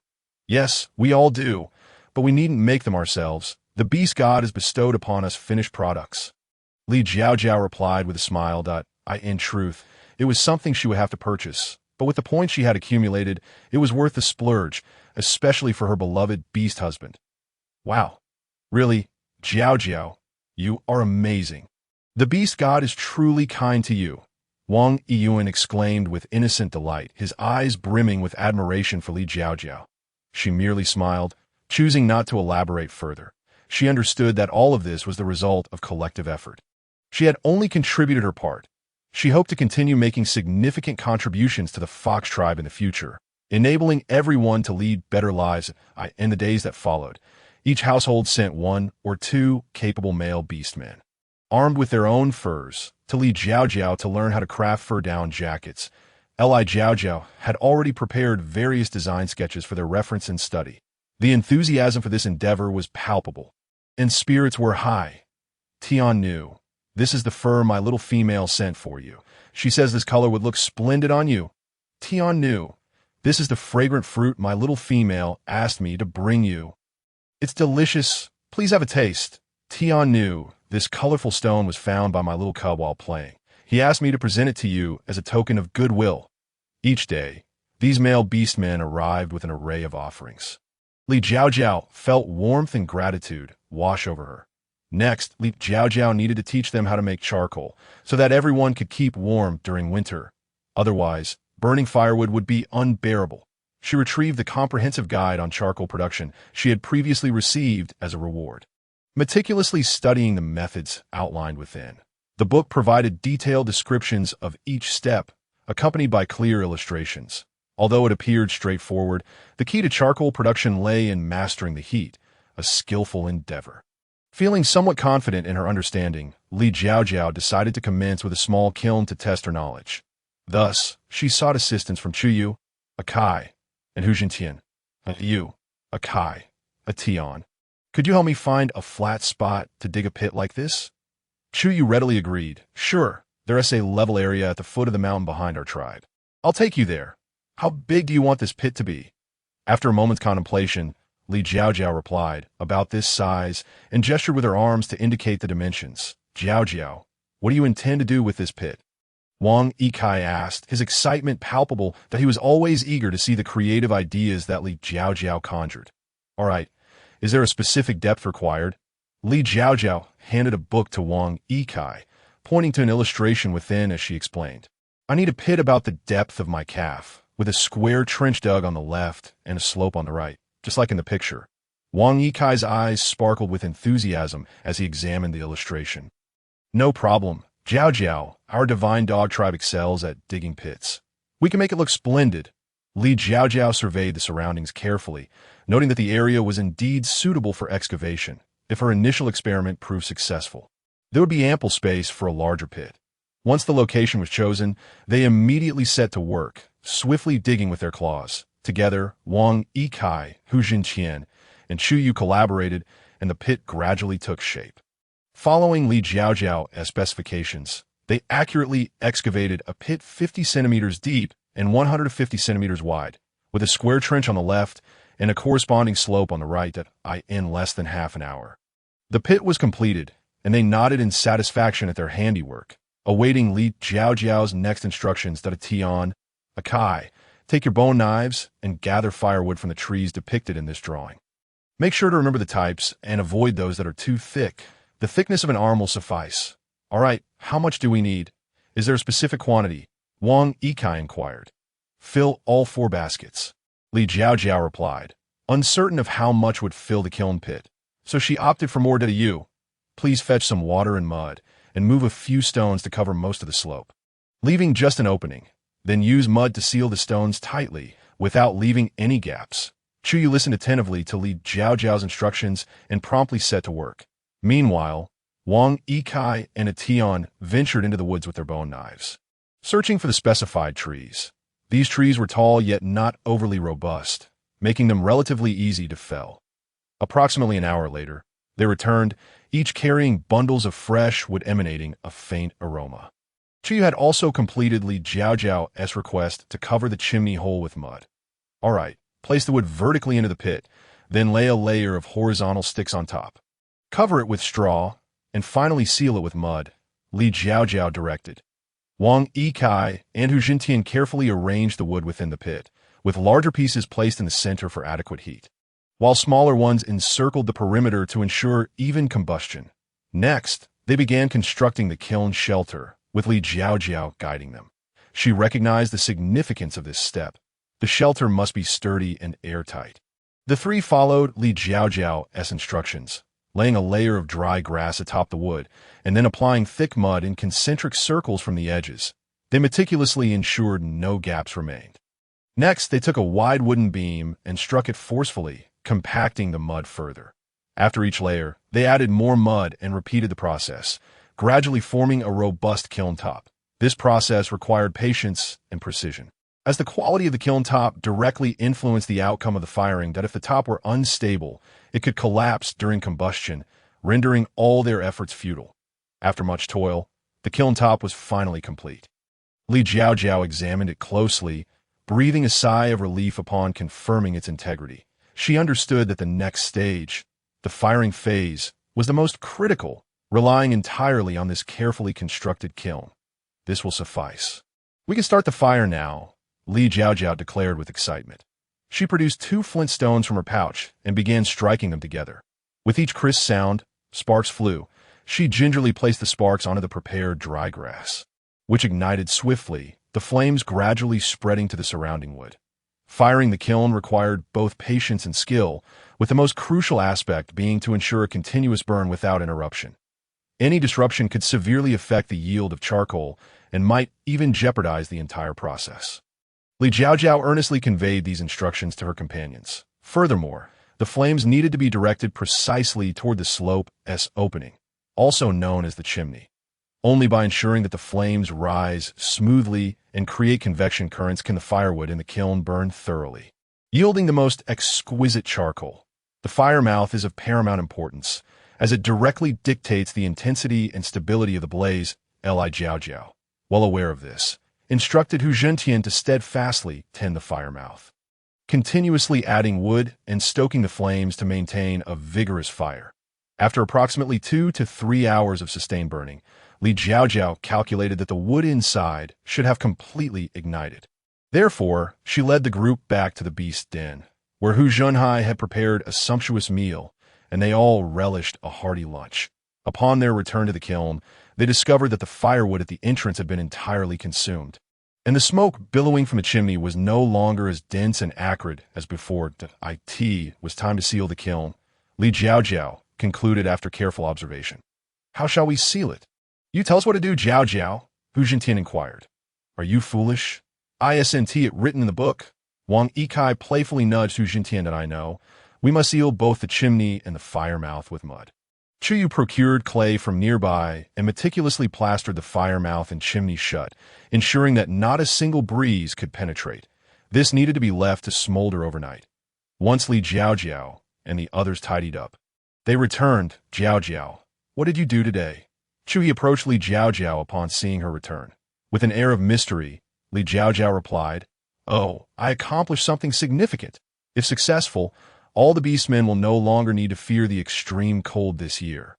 Excitement and anticipation sparkled in her eyes. Oh, what is this matter of such importance? Chuyi asked curiously. With a triumphant smile, Li Jiao Jiao explained, I attempted to create a type of charcoal that can be used for heating within the cave. This way, even the harshest of winters, everyone can live comfortably and warmly. Chuyi, taken aback, exclaimed, Jiao Jiao, you are truly brilliant. This idea is simply ingenious. He couldn't help but feel admiration for Li Jiao Jiao's wisdom and creativity. Li Jiao Jiao chuckled, but we must wait until tomorrow night to see if our method is feasible. However, she firmly believed that as long as they persevered, if this attempt failed, they would certainly succeed after several tries. The following day, Li Jiao Jiao and her companions prepared to open the kiln. Many beastmen, having heard that Li Jiao Jiao was experimenting with something new, wished to join in the excitement. As the clay covering the fire mouth was scraped away, Li Jiao Jiao anxiously leaned in for a closer look. Upon seeing the results, she leaped joyfully onto Chuyi, exclaiming, Ahi, look, we've succeeded. These charcoals are of exceptional quality.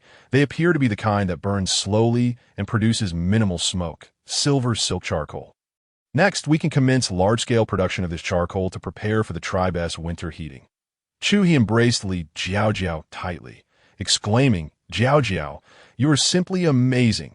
Your invention will transform the entire tribe's way of life, liberating everyone from the torment of the cold. Hu Zhentian and the others carefully extracted the charcoal, each piece gleaming with a silvery black hue, producing a sound akin to metal clashing. Li Jiao Jiao attempted to ignite a fire nearby, placing the extracted charcoal into the flames. Instantly, the smoke dissipated and the fire roared to life, mesmerizingly beautiful. A few male beastmen, skeptical of the small charcoal's efficacy, approached. Let me see. It doesn't look very powerful. Does it? One male beastman, somewhat foolishly, reached out to touch it, only to recoil in surprise from the sudden heat. The other beastmen hesitated to approach, yet they could all feel the warmth radiating from that small piece of charcoal. Their eyes reflected admiration and gratitude towards Li Jiao Jiao, as if she had become a hero among the tribe. Under Li Jiao Jiao's guidance, the group quickly split into two teams. One began digging a massive new kiln in a nearby clearing, while the other, led by Hu Jintian and Wang Yikai, ventured into the mountains to gather firewood. Each step was meticulously executed according to Li Jiao Jiao's instructions that on the third day, as they were about to open the kiln, all the tribe's beastmen gathered. As they beheld the rows of silvery black charcoal within the kiln, a thunderous cheer erupted. "Goddess! Goddess! Goddess! May the beast god bless us! This year, our little females and cubs will no longer have to sleep in cold caves. If we had had this charcoal 2 years ago, my cubs wouldn't have frozen to death." A young female, smiling through tears of joy, expressed her gratitude. "Thank you, beast god's protection. Thank you. Goddess' blessings." The crowd knelt in unison, their gratitude palpable, and Li Jiao Jiao felt her heart swell with emotion. Chu He and Chu Yu stood by Li Jiao Jiao's side, sharing in her joy. "Atian Akai, you two should observe and learn thoroughly over the next couple of days, then attempt to produce charcoal from start to finish on your OWN. Li Jiao Jiao earnestly instructed. "All right," they both replied in unison. Assuming Li Jiao Jiao intended for them to handle all the charcoal production for their families this winter. Then they heard Li Jiao Jiao add, and he should join as well, aiming to produce charcoal independently. "Jiao Jiao, Akai and I should be able to produce enough for our families," Hu Jintian replied, somewhat perplexed at Tian. "Akai, once you learn, you'll be able to teach the Tiger Roar tribe and the Divine Dog tribe Jiao Jiao." "Did I do something wrong? Do you not want me anymore?" Wang Yikai's eyes brimmed with tears as he gazed at Li Jiao Jiao. Hu Jintian anxiously circled around her, repeatedly asking why. "Jiao Jiao, I don't want to go back." "Calm down, I haven't finished speaking yet." Li Jiao Jiao grasped the spinning Hu Jintian and Wang Yikai. They paused, realizing she wasn't dismissing them after all. "Listen to me. It's my thought. Once you learn, you'll return to the Tiger Roar tribe and the Divine Dog tribe to teach them that I've calculated the time, and there are nearly 2 months until winter, if all goes well. You'll return just in time to hibernate." Realizing Li Jiao Jiao's true intent, the two beastmen felt relieved. They pondered the feasibility and looked at Li Jiao Jiao with gratitude. "Jiao Jiao, are you willing to share such valuable knowledge with our two tribes?" Li Jiao Jiao chuckled slightly. "What kind of question is that? The Tiger Roar tribe and the Divine Dog tribe treat my young master as a beast husband, if I have a means to protect everyone.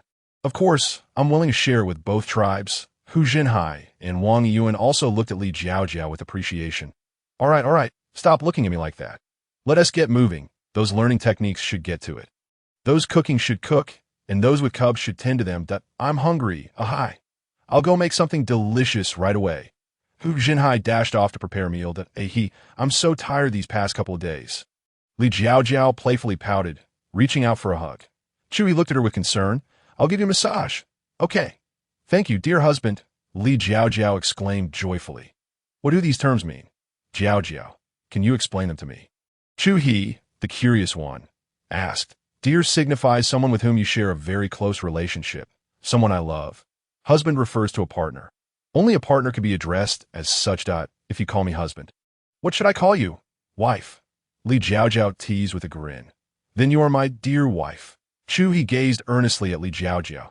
Upon meeting her reflection in his sincere eyes and hearing him call her wife in his deep voice, Li Jiao Jiao felt a rush of warmth. "Can you say it again? I want to hear it once more." "Wife, dear wife." Unable to contain herself, Li Jiao Jiao planted a sweet kiss on him. Thus, the river-style massage unexpectedly led to an intimate moment. One cannot help but marvel at this unique method of massage, which is truly eye-opening.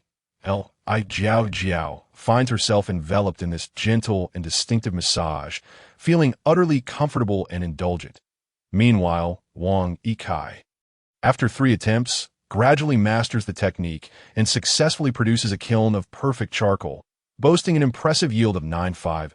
In contrast, Hu Jintian, on his 4th attempt, can only manage a pitiful yield of around 80. Originally, they had planned to return to their respective tribes together, but it now seems that Wang Yikai must set off first. As for when Hu Jintian will return, that depends on when he can fully grasp the art of charcoal production. No one can say for certain. Chuyu selects 3 Earth-ranked and 3 Yellow-ranked male beastmen to accompany Wang Yikai to the Divine Dog Tribe. Li Jiao Jiao then present a leather pouch to Wang Yikai, saying, "Yikai, inside this bag are 50 loyalty pills and 50 basic promotion pills." She further explains, each promotion pill can elevate a beast's rank, which you are already aware of. The loyalty pills, on the other hand, are to prevent them from turning against us once their ranks increase, that we do not require their absolute loyalty, as we do not have an extensive territory to defend, but as we expand our own tribe, we must guard against potential threats they may pose. Can you understand this? Wang Yikai nods solemnly, replying, "Jiao Jiao, I understand. Once everyone's strength is enhanced, it is inevitable that ambitious beastmen will emerge. While we will not actively oppress them, it does not mean they will remain docile." Hearing Wang Yikai's response, Li Jiao Jiao is somewhat taken aback. She had thought him to be a bit foolish, yet he proves to be remarkably astute. Perceiving the complexities of the situation with clarity, a sense of comfort washes over her as her gaze shifts to Hu Jintian, revealing similar expectations in her eyes. "Jiao Jiao, I understand too," Hu Jintian hastily affirms, his tone resolute and earnest. "Very well, I shall not elaborate further. Your share will be given to you when you are ready to leave." Li Jiao Jiao smiles as she says this. "Thank you." "Jiao Jiao," Hu Jintian replies gratefully. Wang Yikai stands beside them, his emotions a tangle. Unable to restrain himself, he speaks up. "Jiao Jiao, I will miss you dearly. The thought of not seeing you for a long time makes me reluctant to return. Perhaps a Yuan should go back instead." His voice betrays a clear sense of reluctance and affection. Jiao Jiao gazes at him tenderly, her eyes brimming with understanding. She gently reassures him, "Silly, if you leave early, you can return early, and we will see each other sooner." She lightly pats Wang Yikai's shoulder. Her expression then turns serious as she earnestly states, "Yikai, the charcoal is vital for the tribe's survival through winter. It is no trivial matter. I trust in your abilities and your determination to do right by our people, which is why I entrusted this significant task to you. You will not let me down, will you?" Her gaze is fixed upon Wang Yikai, seeking an affirmative response. Wang Yikai straightens, his eyes resolute as he replies, "Of course not. Since you believe in me so much, I will surely teach them." His voice carries a determined promise. Li Jiao Jiao retrieves another leather pouch and hands it to him, stating, "Here, this pouch contains 20 pairs of flint stones. Although we cannot provide one for every household at this moment, it will somewhat alleviate the tension surrounding the use of fire within the tribe." These flint stones were all procured by Li Jiao Jiao from the marketplace. Overwhelmed with excitement, Wang Yikai embraces Li Jiao Jiao, his voice choked with emotion as he says, "Wu Jiao Jiao, how can you be so wonderful? And there's more. This bag of coarse salt is for you to take back, a small gift from my father and mother." Li Jiao Jiao instructs Chuyu to carry 50 kilograms of salt for Wang Yikai. Wang Yikai is left speechless, astonished. Heaven knows how precious salt is in the beast world. Li Jiao Jiao presents such a large bag. "Jiao Jiao, I am at a loss for words. You are simply too incredible." Li Jiao Jiao embraces his waist, leaning close to his ear, and softly whispers, "Is this enough? We have only just begun.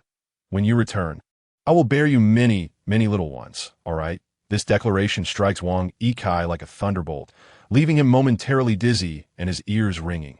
"Jiao Jiao, I seem to have misheard you. Could you repeat that?"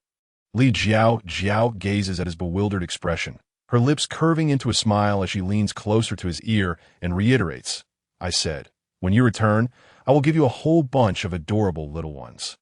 Jiao Jiao, I absolutely adore you. You promised no takebacks." Wang Yikai exclaims excitedly, "No takebacks. Everyone is listening." All right, hurry along now while there is still daylight," Li Jiao Jiao replies with a smile. Wang Yikai turns around to find everyone watching them. Suddenly feeling a bit shy, he grins foolishly before setting off with his belongings and companions. "How have you been progressing?" Li Jiao Jiao inquires with concern after bidding farewell to Wang Yikai. "The yield is only about half, and I still cannot achieve the near-perfect results you and Yikai have obtained," Hu Jintian admits, feeling somewhat ashamed as he droops his large tiger head. "No worries, Atian," Li Jiao Jiao comforts him. "Let us go through the process once more. I will help you identify the issues." Hu Jintian nods, and begins again, following the previous steps to recreate the earthen kiln. He picks up the shovel and diligently digs the pit, the soil quickly forming a small mound. Next, he carefully seals the chimney, ensuring there are no gaps. Then, he fetches 2 bamboo baskets of firewood and places them aside. After completing these preparations, Hu Jintian places the wood inside the kiln and uses mud to seal the roof. He then ignites the firewood, commencing the charcoal production. The flames blaze fiercely, and heat radiates.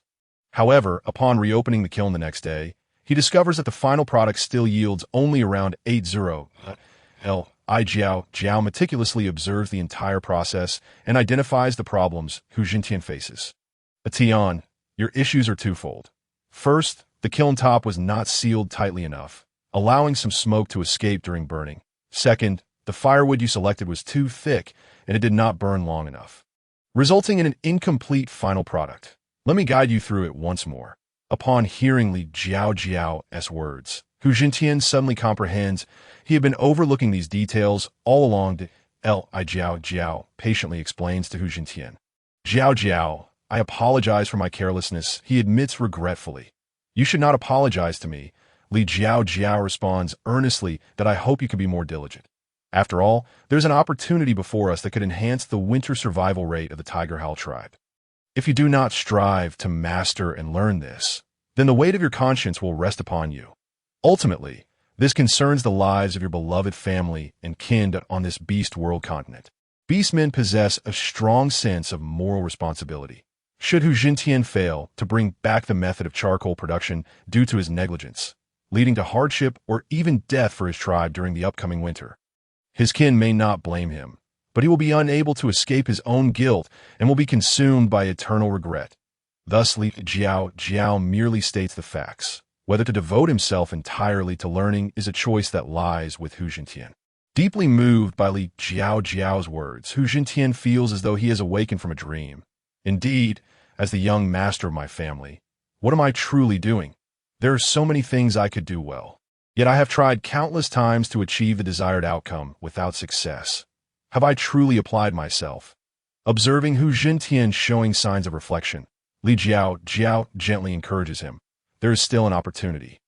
Atian, Jiao Jiao, I will certainly take this seriously. Hu Jintian vows earnestly. Good, I believe in you. Now I will watch your subsequent performance. We all believe in you. Chu pats his shoulder, offering encouragement. Hu Jintian took a deep breath and approached the edge of the pit, resolutely deciding to start anew. This time, he approached each step with utmost seriousness, scrutinizing every detail to an unparalleled degree, and diligently memorizing every technique that Li Jiao Jiao had imparted. At long last, the new kiln was sealed, and the atmosphere was thick with tension. Hu Jintian felt more anxious than ever, and he was uncertain whether this time he would achieve a flawless firing, his heart a melody of unease. The following day, Hu Jintian arrived early at the kiln, anxiously and cautiously prying open the clay, sealing the fire mouth, that he meticulously inspected the interior of the kiln. I have succeeded. I have finally succeeded. As Li Jiao Jiao and Shuyu approached, they heard Hu Jintian's jubilant exclamation. The three exchanged glances, their faces lighting up with joy. Just as Hu Jintian was about to dash home to find Li Jiao Jiao, he encountered the two. Congratulations, Atian. Shuyu patted Hu Jintian on the shoulder. Congratulations indeed. Shu, he echoed. See, if you approach things with a little more dedication, nothing is insurmountable, Li Jiao Jiao said with a smile. Hu Jintian enveloped Li Jiao Jiao in his arms, exclaiming, Jiao Jiao, thank you. All right, here, this is for you. Li Jiao Jiao pointed to the 2 bee skin bags that Shu he was holding. Similar to a Kai's offering, one bag contained 50 primary advancement pills and 50 loyalty pills, while the other held 20 pairs of flint stones, with hopes that the Tiger Howl clan would safely weather the winter this year. Jiao Jiao, thank you for everything you have done for our Tiger Howl clan, Hu Jintian said, visibly moved. I hope you can bring them hope and let them express their gratitude to you. Return quickly. We shall await your return. Hu Jintian suddenly felt a pang of reluctance, already feeling a sense of loss before parting. Jiao Jiao, I shall return swiftly. Do not forget the main task. You must teach them all. Trust me once more. This time I shall give it my all. Li Jiao Jiao nodded earnestly, gazing at him. Reluctantly, Hu Jintian released Li Jiao Jiao, gathered his things, and, accompanied by the 6 individuals chosen by Chu Yu, took a last look back before hastening towards the Tiger Howl clan. Wang Yikai and his companions were all high-ranking beastmen, and they encountered little danger along their journey. The most formidable beast they faced was on the 6th day, when they encountered a wolf-rat beast of the Xian rank. There was no need for the others to intervene. Wang Yikai transformed into his beast form, his speed akin to lightning, and extended his claws. Instantly, 3 deep gashes, approximately 8 centimeters deep and over 30 centimeters long, appeared on the wolf rat, blood gushing forth. Provoked, the wolf rat lunged at him with renewed ferocity. Wang Yikai executed a swift turn and leap, his claws aiming directly for the wolf rat's neck. The 3 horrific wounds severed the wolf rat's throat. The wolf rat glared at Wang Yikai in defiance before collapsing into a pool of its own blood. Wang Yikai extracted the yellow crystal core from the wolf rat. Although Li Jiao Jiao did not require such cores to enhance her beast rank, he planned to collect them to craft bracelets and necklaces for her. The more he thought about it, the happier he became. It seemed he could implement this idea on their return journey. The other beastmen observed Wang Yikai's swift victory, gaining a clearer understanding of the prowess of celestial-ranked beastmen. Their party, comprised entirely of high-ranking beastmen, traveled day and night, astonishingly reaching the divine dog tribe in just 14 days, a notably quicker pace than before. Hu Jintian departed 4 days later than Wang Yikai, accompanied by 7 others bearing the same provisions prepared by Li Jiao Jiao, making their way to the Tiger Howl clan. As the Tiger Howl clan was relatively nearby, the group hurried back, running at full speed. On the 10th day, they returned to the Tiger Howl tribe. Chief, the young master has returned. Upon entering the tribe, the patrolling beastmen rushed to announce the news. Father, mother, I have returned, Hu Yitong inquired with a puzzled expression. It is the busy season of autumn. Why have you returned so suddenly? Has this troublesome lad been sent back? Shi Yun was less restrained, delivering a swift slap to Hu Jintian's head. You rascal. Could it be that a little female has rejected you? Mother! Ouch! Be gentler. Hu Jintian rubbed his sore head and continued. How could that be? Although I may be a bit foolish, my Jiao Jiao is not that kind of person. She treats me well, doesn't she? A beau, who had returned with him, chimed in to defend Hu Jintian. Yes, Chief, you are misunderstanding a Tian. Exactly. Look, these are all gifts from my Jiao Jiao for me to bring back. If she had sent me away, would she have given me these to bring back? Hu Yitong surveyed the full beast skin bag of coarse salt and a substantial number of flint stones. His smile broadening. It seems this troublesome lad is doing rather well. And what is this? Hu Yitong pointed to the bag of pills. Noticing his father's gaze fixed on the pills, Hu Jintian's expression grew serious. I will tell you later. First, can we have something to eat? Father, I am famished. Food is on the way. Food is on the way. Hu Bangxia, one of Shi Yun's partners, entered with a meal. Thank you, Xia. Father, Hu Jintian beamed. Expressing his gratitude. Silly child, there is no need to thank me for this. Hu Bangxia chuckled warmly. As the tribe leader, Hu Yitong was busy with affairs, often leaving Hu Bangxia to care for Hu Jintian since his childhood. Much of Hu Jintian's silly demeanor was influenced by Hu Bangxia. The group finished their meals in a matter of moments. Now that we have finished eating, can we speak? Hu Yitong observed Hu Jintian with keen interest, eager to discern the matter at hand. Father, please do not look at me like that. I genuinely have a serious and important matter to discuss, one that pertains to the well-being of our tribe during the winter. Upon hearing that it involved the tribe's safety, Hu Yitong immediately focused, urgently asking, What is it? Speak clearly. It is like this, Father. Jiao Jiao taught us to create a marvelous substance that can be burned in the cave during winter, producing no thick smoke while also heating the beast in. The entire tribe need not worry about freezing to death in the winter. What did you say? Hu Yitong exclaimed, leaping up in disbelief. Here, see for yourself. Hu Jintian retrieved several pieces of charcoal from a bamboo basket lined with bee skins. Hu Yitong took them, examining closely, and inquired, Why do these look like wooden sticks? They are made from wood. Hu Jintian chuckled innocently. Father, your eyesight is still sharp. You rascal, are you jesting with me? Hu Yitong, already half convinced, now doubted his son's words. playfully rapping Hu Jintian's head several times, admonishing, "Stop fooling around. Clarify this matter. Hey, stop hitting me. Father, how could I joke about something so important? I am speaking the truth," Hu Jintian explained anxiously, retreating behind Shi Yun in an attempt to dodge Hu Yitong's ire. "Mother, look at your beastly husband. His temper is far too volatile. No wonder I am also so irritable." He could not help but complain to his mother. Shi Yun shot him an exasperated glance, her tone imbued with a hint of reproach and concern. "You have the audacity to say that. You learn all the bad traits, but none of the good ones. Wait until the day Jiao Jiao tires of you. Then you will see." Her words revealed her worries and dissatisfaction regarding her son. Atong, let the child speak first. If it is not true, then you may chastise him," Hu Bangxia interjected, attempting to ease the tense atmosphere. "Speak quickly," Hu Yitong urged impatiently, clearly having lost his patience. "This is indeed charcoal. I am not deceiving you," Hu Jintian defended, feeling aggrieved. "But it is not ordinary charcoal. It must be made from specific types of wood, and only after being processed can it take this form." He continued to explain, pride evident in his voice. "Will it even burn? Can it provide warmth?" Hu Yitong questioned skeptically, clearly not fully convinced by his son's words. "Yes, it is precisely for that purpose," Hu Jintian declared with conviction, his eyes shining with determination. Seeing that the others remained doubtful, Hu Jintian resolved to demonstrate the truth of his claims through action. He gathered some dry grass and ignited a fire. The wood was added. The fire blazed, producing thick smoke that nearly blinded everyone present. However, when Hu Jintian cast several pieces of charcoal into the fire, the thick smoke gradually dissipated without a trace, while the flames continued to blaze fiercely.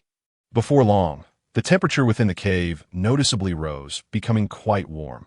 Observing the astonished expressions of those around him, Hu Jintian couldn't help but feel a twinge of pride. "Can you really make this charcoal?" Hu Yitong questioned, a hint of skepticism in his voice. After all, his son had always been somewhat clumsy in every aspect except for his innate talent in cultivation.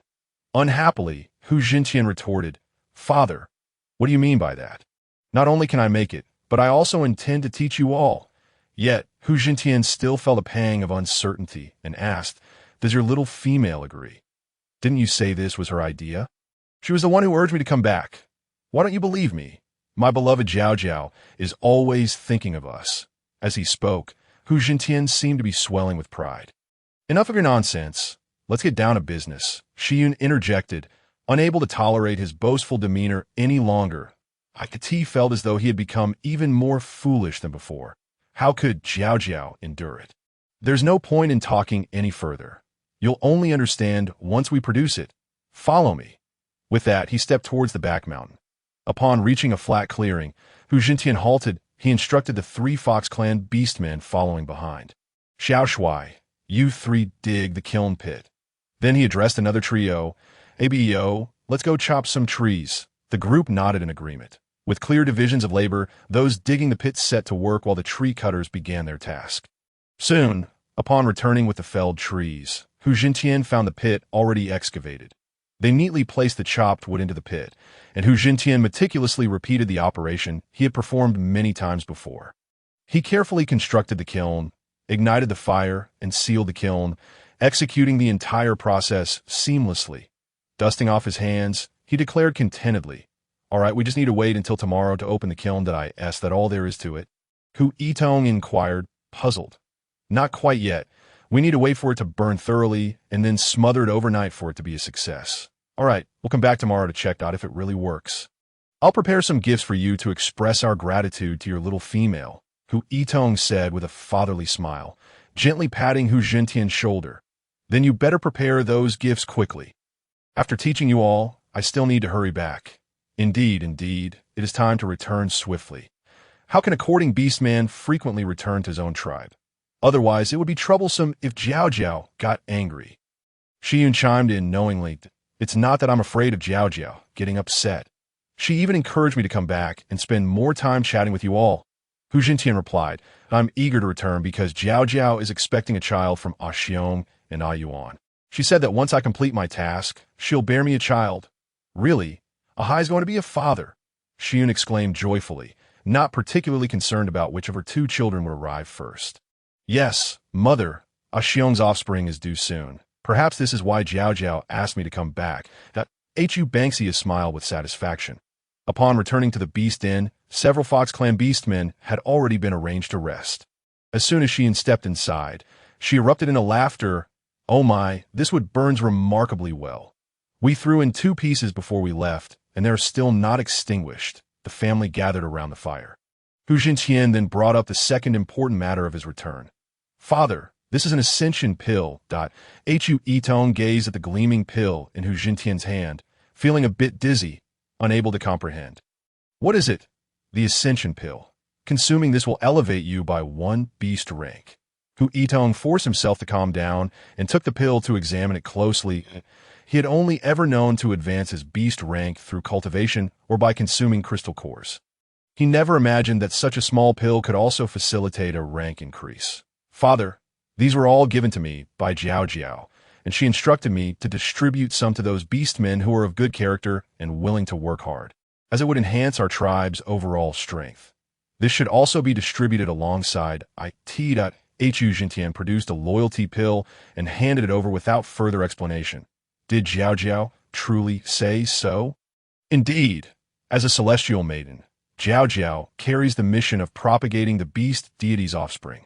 The continuation of life relies on the formidable abilities of the beastmen. If their ranks are too low, even if new lives are born within the tribe, they're doomed to meet an untimely fate. As they spoke, Xion suddenly gasped, Tian, why don't you have a beast rank anymore? It was only then that Hu Yitong and the others realized they could no longer see Hu Jintian's beast rank. Father, mother, don't worry. I am now at the celestial rank. Jiao Jiao was concerned that our beast ranks were too conspicuous, so she found a way to conceal them. You all, besides you and those 2 from the Chu family. Who else? Xiong, Akai, Yuan, we all are. Hu Yitong and the others were left speechless in shock. Did you all also consume this pill to ascend? Hu Yitong asked, regaining his composure. Yes, as soon as we formed a bond with Jiao Jiao. She elevated us. Hu Yitong and the others gained a new understanding of Jiao Jiao's abilities. Father, mother, I have returned. Wang Yikai's voice echoed joyfully above the tribe. Even from outside the tribe, he called out loudly. Why are you back at this time? Did your little female return with you? Wang Yikai's mother, Mu Yao, hurriedly stepped out upon hearing his voice, peering behind him only to see several capable Fox Clan beastmen. But no sign of his little female, which startled her. Why did you come back alone? You didn't do something to upset your little female, did you? She didn't send you back, did she? Mu Yao pulled Wang Yikai aside and quietly questioned. Her eyes filled with concern and worry. Mother, you underestimate me. Jiao Jiao likes me very much. She even told me to return early because she wants to bear me another child. Wang Yikai replied proudly. A beaming smile on his face, somewhat bashfully scratching his head. Is that true? Did something important prompt you to return so suddenly? Wang Ting looked at Wang Yikai with skepticism, his brow furrowed, clearly doubting his words. A burly male beast man stepped forward to defend their celestial maiden, saying, Chief, our celestial maiden is always approachable and treats her beast husbands exceptionally well. This time, Akai returned with a task entrusted to him by the celestial maiden. What task? Wang Ting turned to Wang Yikai. Father, can we please eat something first? We've nearly exhausted ourselves on the journey. Being a celestial rank beastman, Wang Yikai was quite capable, but the 6 accompanying Fox brothers had been pushing themselves to hasten their pace and were feeling fatigued. Wang Ting immediately ordered his subordinates to prepare a sumptuous meal. However, as Wang Yikai began to eat, he nearly choked down his food. The food, aside from being slightly salty, had almost no other flavor, starkly contrasting with the delicious meals he enjoyed at home. Indeed, it is easier to transition from frugality to extravagance than from extravagance to frugality. Noticing his grimacing expression, Mu Yao shot him a glare, and Wang Yikai obediently swallowed the food. What is wrong with you? Are you feeling unwell? Mu Yao inquired with concern. No, it's nothing, Wang Yikai replied, intimidated by his mother's glare. After the group finished their meal, Wang Ting arranged for the Fox Clan beastmen accompanying Wang Yikai to rest. The family gathered together to discuss matters. I have returned this time for 3 reasons. First, to check on you all and share some good news. My cousin is expecting a child soon. I don't know how many, but it should be no less than 10. Jiao Jiao said that once I return, she will also bear me a child. He chuckled as he spoke. Wang Ting and Mu Yao exchanged glances, shaking their heads and choosing not to interrupt him, allowing him to revel in his foolishness. Secondly, Jiao Jiao asked me to come back and teach our tribe's beastmen how to make charcoal for warmth during winter. Mu Yao interjected, "What is charcoal?" "It's this, made from burning wood. It provides warmth without producing thick smoke, making it suitable for use in beast dens during winter." It was Jiao Jiao who taught us this. And she also instructed me and Atian to return and share our knowledge with our respective tribes. May the beast god bless us. If this proves feasible, the chances of the young females and cubs in our tribe surviving the winter will significantly increase. Wang Ting rose excitedly, taking the charcoal from Wang Yikai and examining it closely. There is also a third matter. Father, this is a beast-level advancement pill. Consuming one will elevate a beast's rank. Jiao Jiao provided us with 50 of these, and she suggested that you select capable warriors to take them. This way, the strength of our tribe will see a substantial enhancement. Can this truly elevate a beast's rank? Wang Ting took the pill with a hint of skepticism, scrutinizing it carefully. Indeed. Father, can you see that I have reached the celestial level? It was Jiao Jiao who helped me attain this through the pill. Wang Ting circled around Wang Yikai, exclaiming in surprise, "Wait a moment, Shao Kai, you no longer have a beast rank."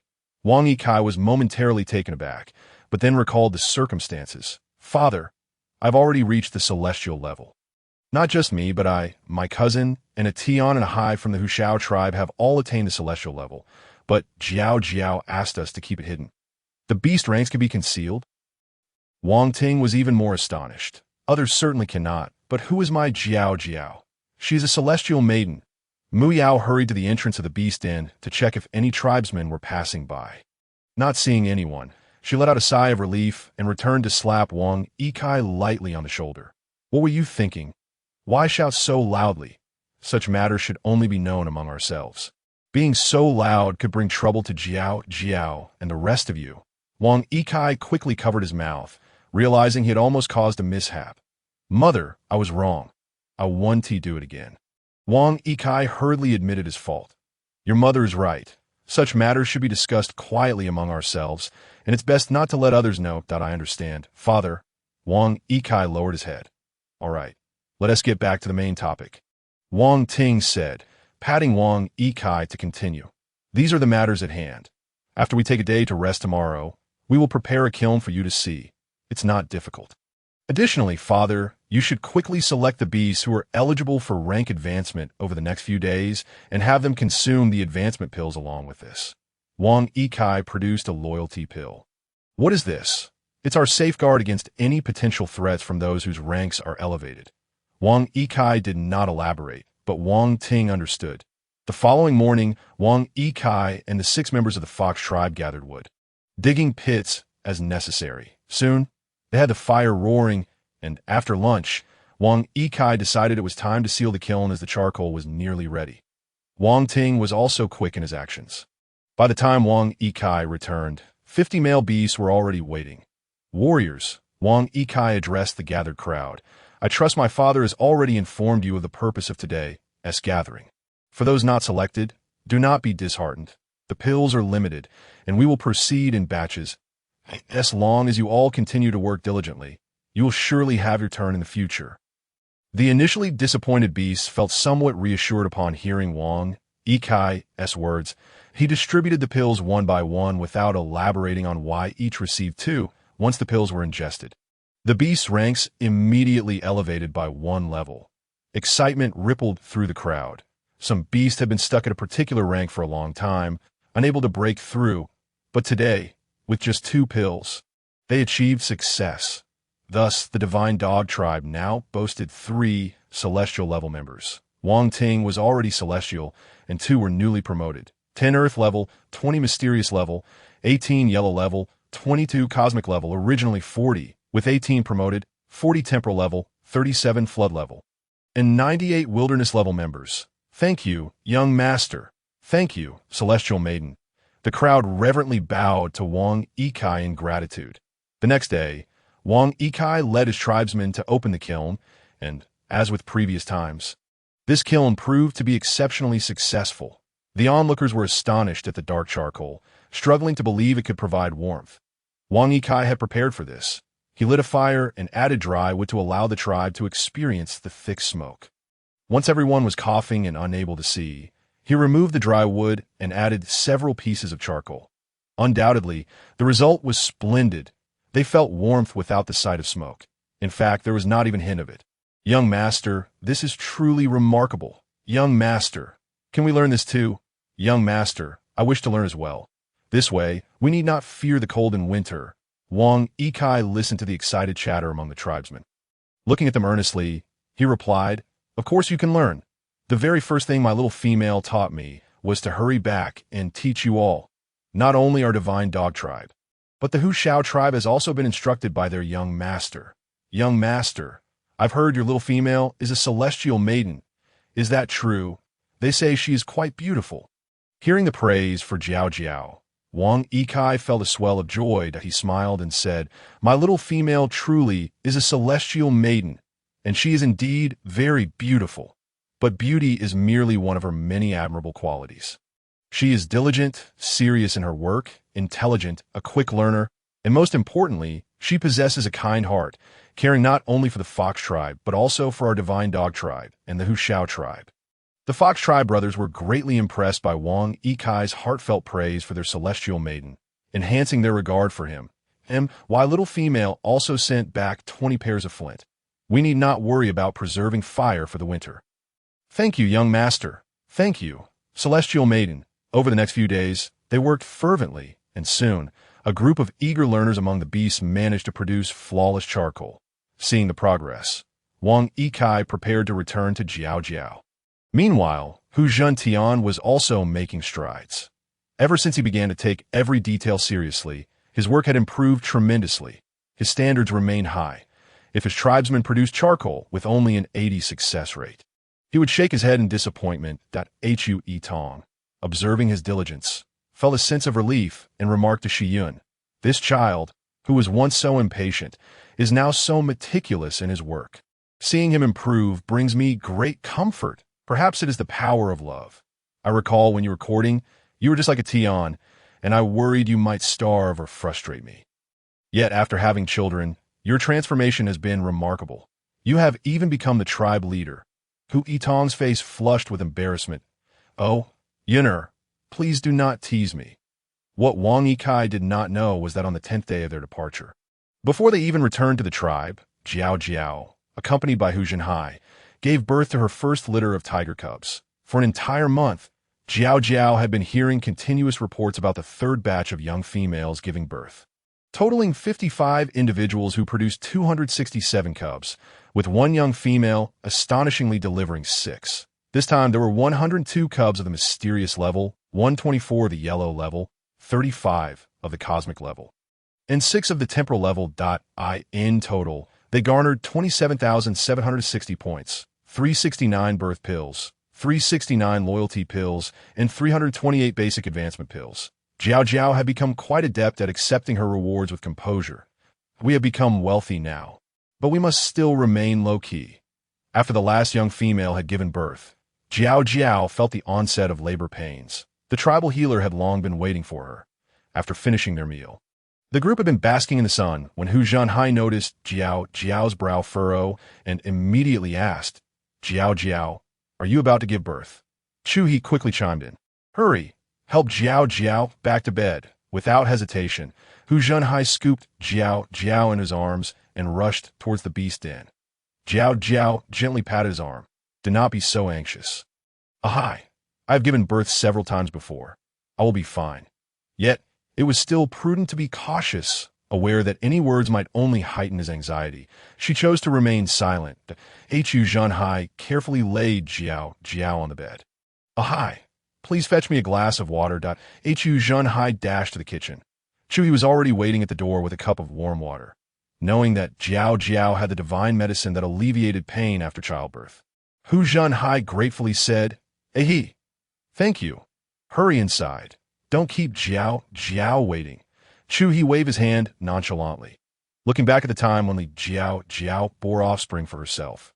Chu Yu was equally considerate.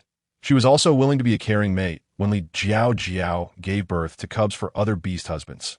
Within the beast inn, Li Jiao Jiao was still engaged in a seemingly endless conversation with Shu Buqing. Shu Buqing remarked, "Host, I must say, your beast husbands are of commendable character." Li Jiao Jiao laughed. "I have never heard anyone praise themselves so subtly." Shu Buqing replied, "I am praising your husbands. All of them have been vetted by you before being accepted, and their good character was also your selection. Then aren't you essentially praising yourself?" "Ah, host, you have a point there." Upon realizing this, Shu Buqing felt a twinge of pride. "Oh dear, I mustn't linger on this. It's time for me to give birth." With a tightening of her abdomen and a determined effort, the first cub was successfully delivered. Shu Buqing commenced his announcements. Ding. The host has given birth to the 48th offspring, female, beast form, South China Tiger, beast rank, Xian rank. Rewards, 160 points, birth pills X9, intermediate ascension pills X3, loyalty pills X3, coarse salt 80 kg, barbecue seasoning 500 GX20. Ding. The host has given birth to the 49th offspring, female, beast form, white tiger, beast rank, Xian rank. Rewards, 160 points, birth pills X9, intermediate ascension pills X3, loyalty pills X3, outdoor tent X5, defense shield 300 cubic meters. Ding. The host has given birth to the 50th offspring, male, beast form, black tiger, beast rank, earth rank. Rewards, 320 points, birth pills X11, advanced upgrade pills X1, loyalty pills X5, core salt 100 kg, constant temperature box X3, space expansion coupons X20, defense shield 500 cubic meters. Ding! Congratulations to the host for successfully delivering 50 offspring. An additional reward of 3,600 points, birth pills X25, pain-free delivery pills X25, recovery pills X25, beauty pills X25, strengthening pills X25, milk increasing pills X25, primary ascension pills X25, intermediate ascension pills X25, advanced ascension pills X25, loyalty pills X25, teleportation pills X25, space expansion coupons X80, defense shield 2,000 cubic meters. Ding! The host has given birth to the 51st offspring, male, beast form, Bengal tiger. Beast rank, Xian rank. Rewards, 160 points, birth pills X9, intermediate ascension pills X3, loyalty pills X3, coarse salt 100 kg, earthenware crafting skills X3. Ding. The host has given birth to the 52nd offspring, female, beast form, snow tiger, beast rank, earth rank. Rewards, 320 points, birth pills X11, advanced upgrade pills X1, loyalty pills X5, core salt 100 kg, fine salt 500 GX20, constant temperature box X3, defense shield 500 cubic meters. Ding. The host has given birth to the 53rd offspring, female, beast form, golden tiger, beast rank, Xian rank. Rewards, 160 points, birth pills X9, intermediate ascension pills X3, loyalty pills X3, teleportation pills X3, paper crafting skills X1. Ding. The host has given birth to the 54th offspring, female, beast form, Sumatran tiger. Beast rank, earth rank. Rewards, 320 points, birth pills X11, advanced upgrade pills X1, loyalty pills X5, core salt 100 kg, fine salt 500 GX20, defense shield 500 cubic meters. Ding. The host has given birth to the 55th offspring, male, beast form, Siberian tiger, beast rank, earth rank. Rewards, 320 points, birth pills X11, advanced upgrade pills X1, loyalty pills X5, crafting skills X1, space expansion coupons X20. Ding. The host has given birth to the 56th offspring, male, beast form, South China tiger. Beast rank, Xian rank. Rewards, 160 points, birth pills X9, intermediate ascension pills X3, loyalty pills X3, extreme cold down jacket X3, space expansion coupons X15. Ding. The host has given birth to the 57th offspring, Male, beast form, Bengal tiger. Beast rank, Earth rank, rewards, 320 points, birth pills X11, advanced ascension pills X1, loyalty pills X5, space expansion coupons X20, constant temperature box X3, defense shield 500 cubic meters. Ding. The host has given birth to the 58th offspring. Female, beast form, Caspian tiger, beast rank, yellow rank, rewards, 80 points, birth pills X5, intermediate ascension pills X2, loyalty pills X2, barbecue seasoning 500 GX10, space expansion coupons X10. Ding. The host has given birth to the 59th offspring. Female, beast form, Dodge rabbit, beast rank, earth rank, rewards, 320 points, birth pills X11, advanced upgrade pills X1, loyalty pills X5, fine salt 500 GX20, defense shield 500 cubic meters, space expansion coupons X20. Ding. The host has given birth to the 60th offspring. Female, beast form, Huawei ear rabbit, beast rank, Xian rank, rewards 160 points, birth pills X9, intermediate ascension pills X3, loyalty pills X3, extreme cold down jacket X3, space expansion coupons X15. Ding.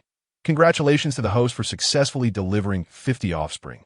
An additional reward of 7,200 points, birth pills X30, pain-free delivery pills X30, recovery pills X30, beauty pills X30, strengthening pills X30, milk increasing pills X30, primary ascension pills X30, intermediate ascension pills X30, advanced ascension pills X30, loyalty pills X30, teleportation pills X30, space expansion coupons X160, defense shield 4,000 cubic meters. Ding. The host has given birth to the 61st offspring. Female, beast form, Hawthorne dwarf rabbit, beast rank, earth rank, rewards, 320 points, birth pills X11, advanced upgrade pills X1, loyalty pills X5, fine salt 500 GX20, constant temperature box X3, extreme cold down jacket X3. Ding. The host has given birth to the 62nd offspring. Male, beast form, black rabbit, beast rank, earth rank, rewards, 320 points, birth pills X11, advanced upgrade pills X1, loyalty pills X5, fine salt 500 GX20, extreme cold down jacket X3, defense shield 500 cubic meters. Li Jiao Jiao waited for a considerable time, finally feeling a sense of relief in her belly. It seems she might have inadvertently set a new record. Congratulations, host. You have broken the record again. Shu Buqing exclaimed excitedly. It appeared the performance champion for this month would indeed be hers. Calm down, calm down. Li Jiao Jiao was feeling quite composed. She reflected on how her body had certainly adapted to this intense birthing process, managing to deliver so many cubs in one go. Truly, the limits of human capability should not be underestimated. Statistics, quickly. Let me know what I've gained. Certainly, host. This time, a total of 15 cubs were born, including 11 tiger cubs, 6 females and 5 males, and 4 rabbit cubs, 3 females and 1 male.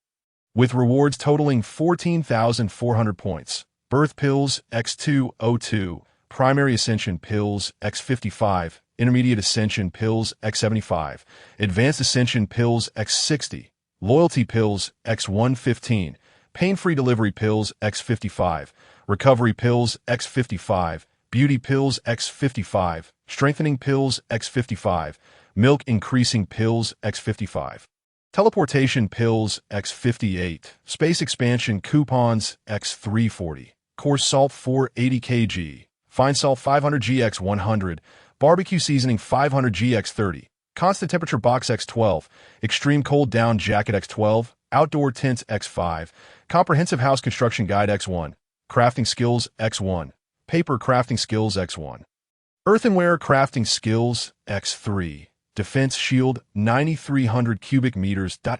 My heavens. The rewards for the number of cubs born are indeed substantial. They multiply exponentially.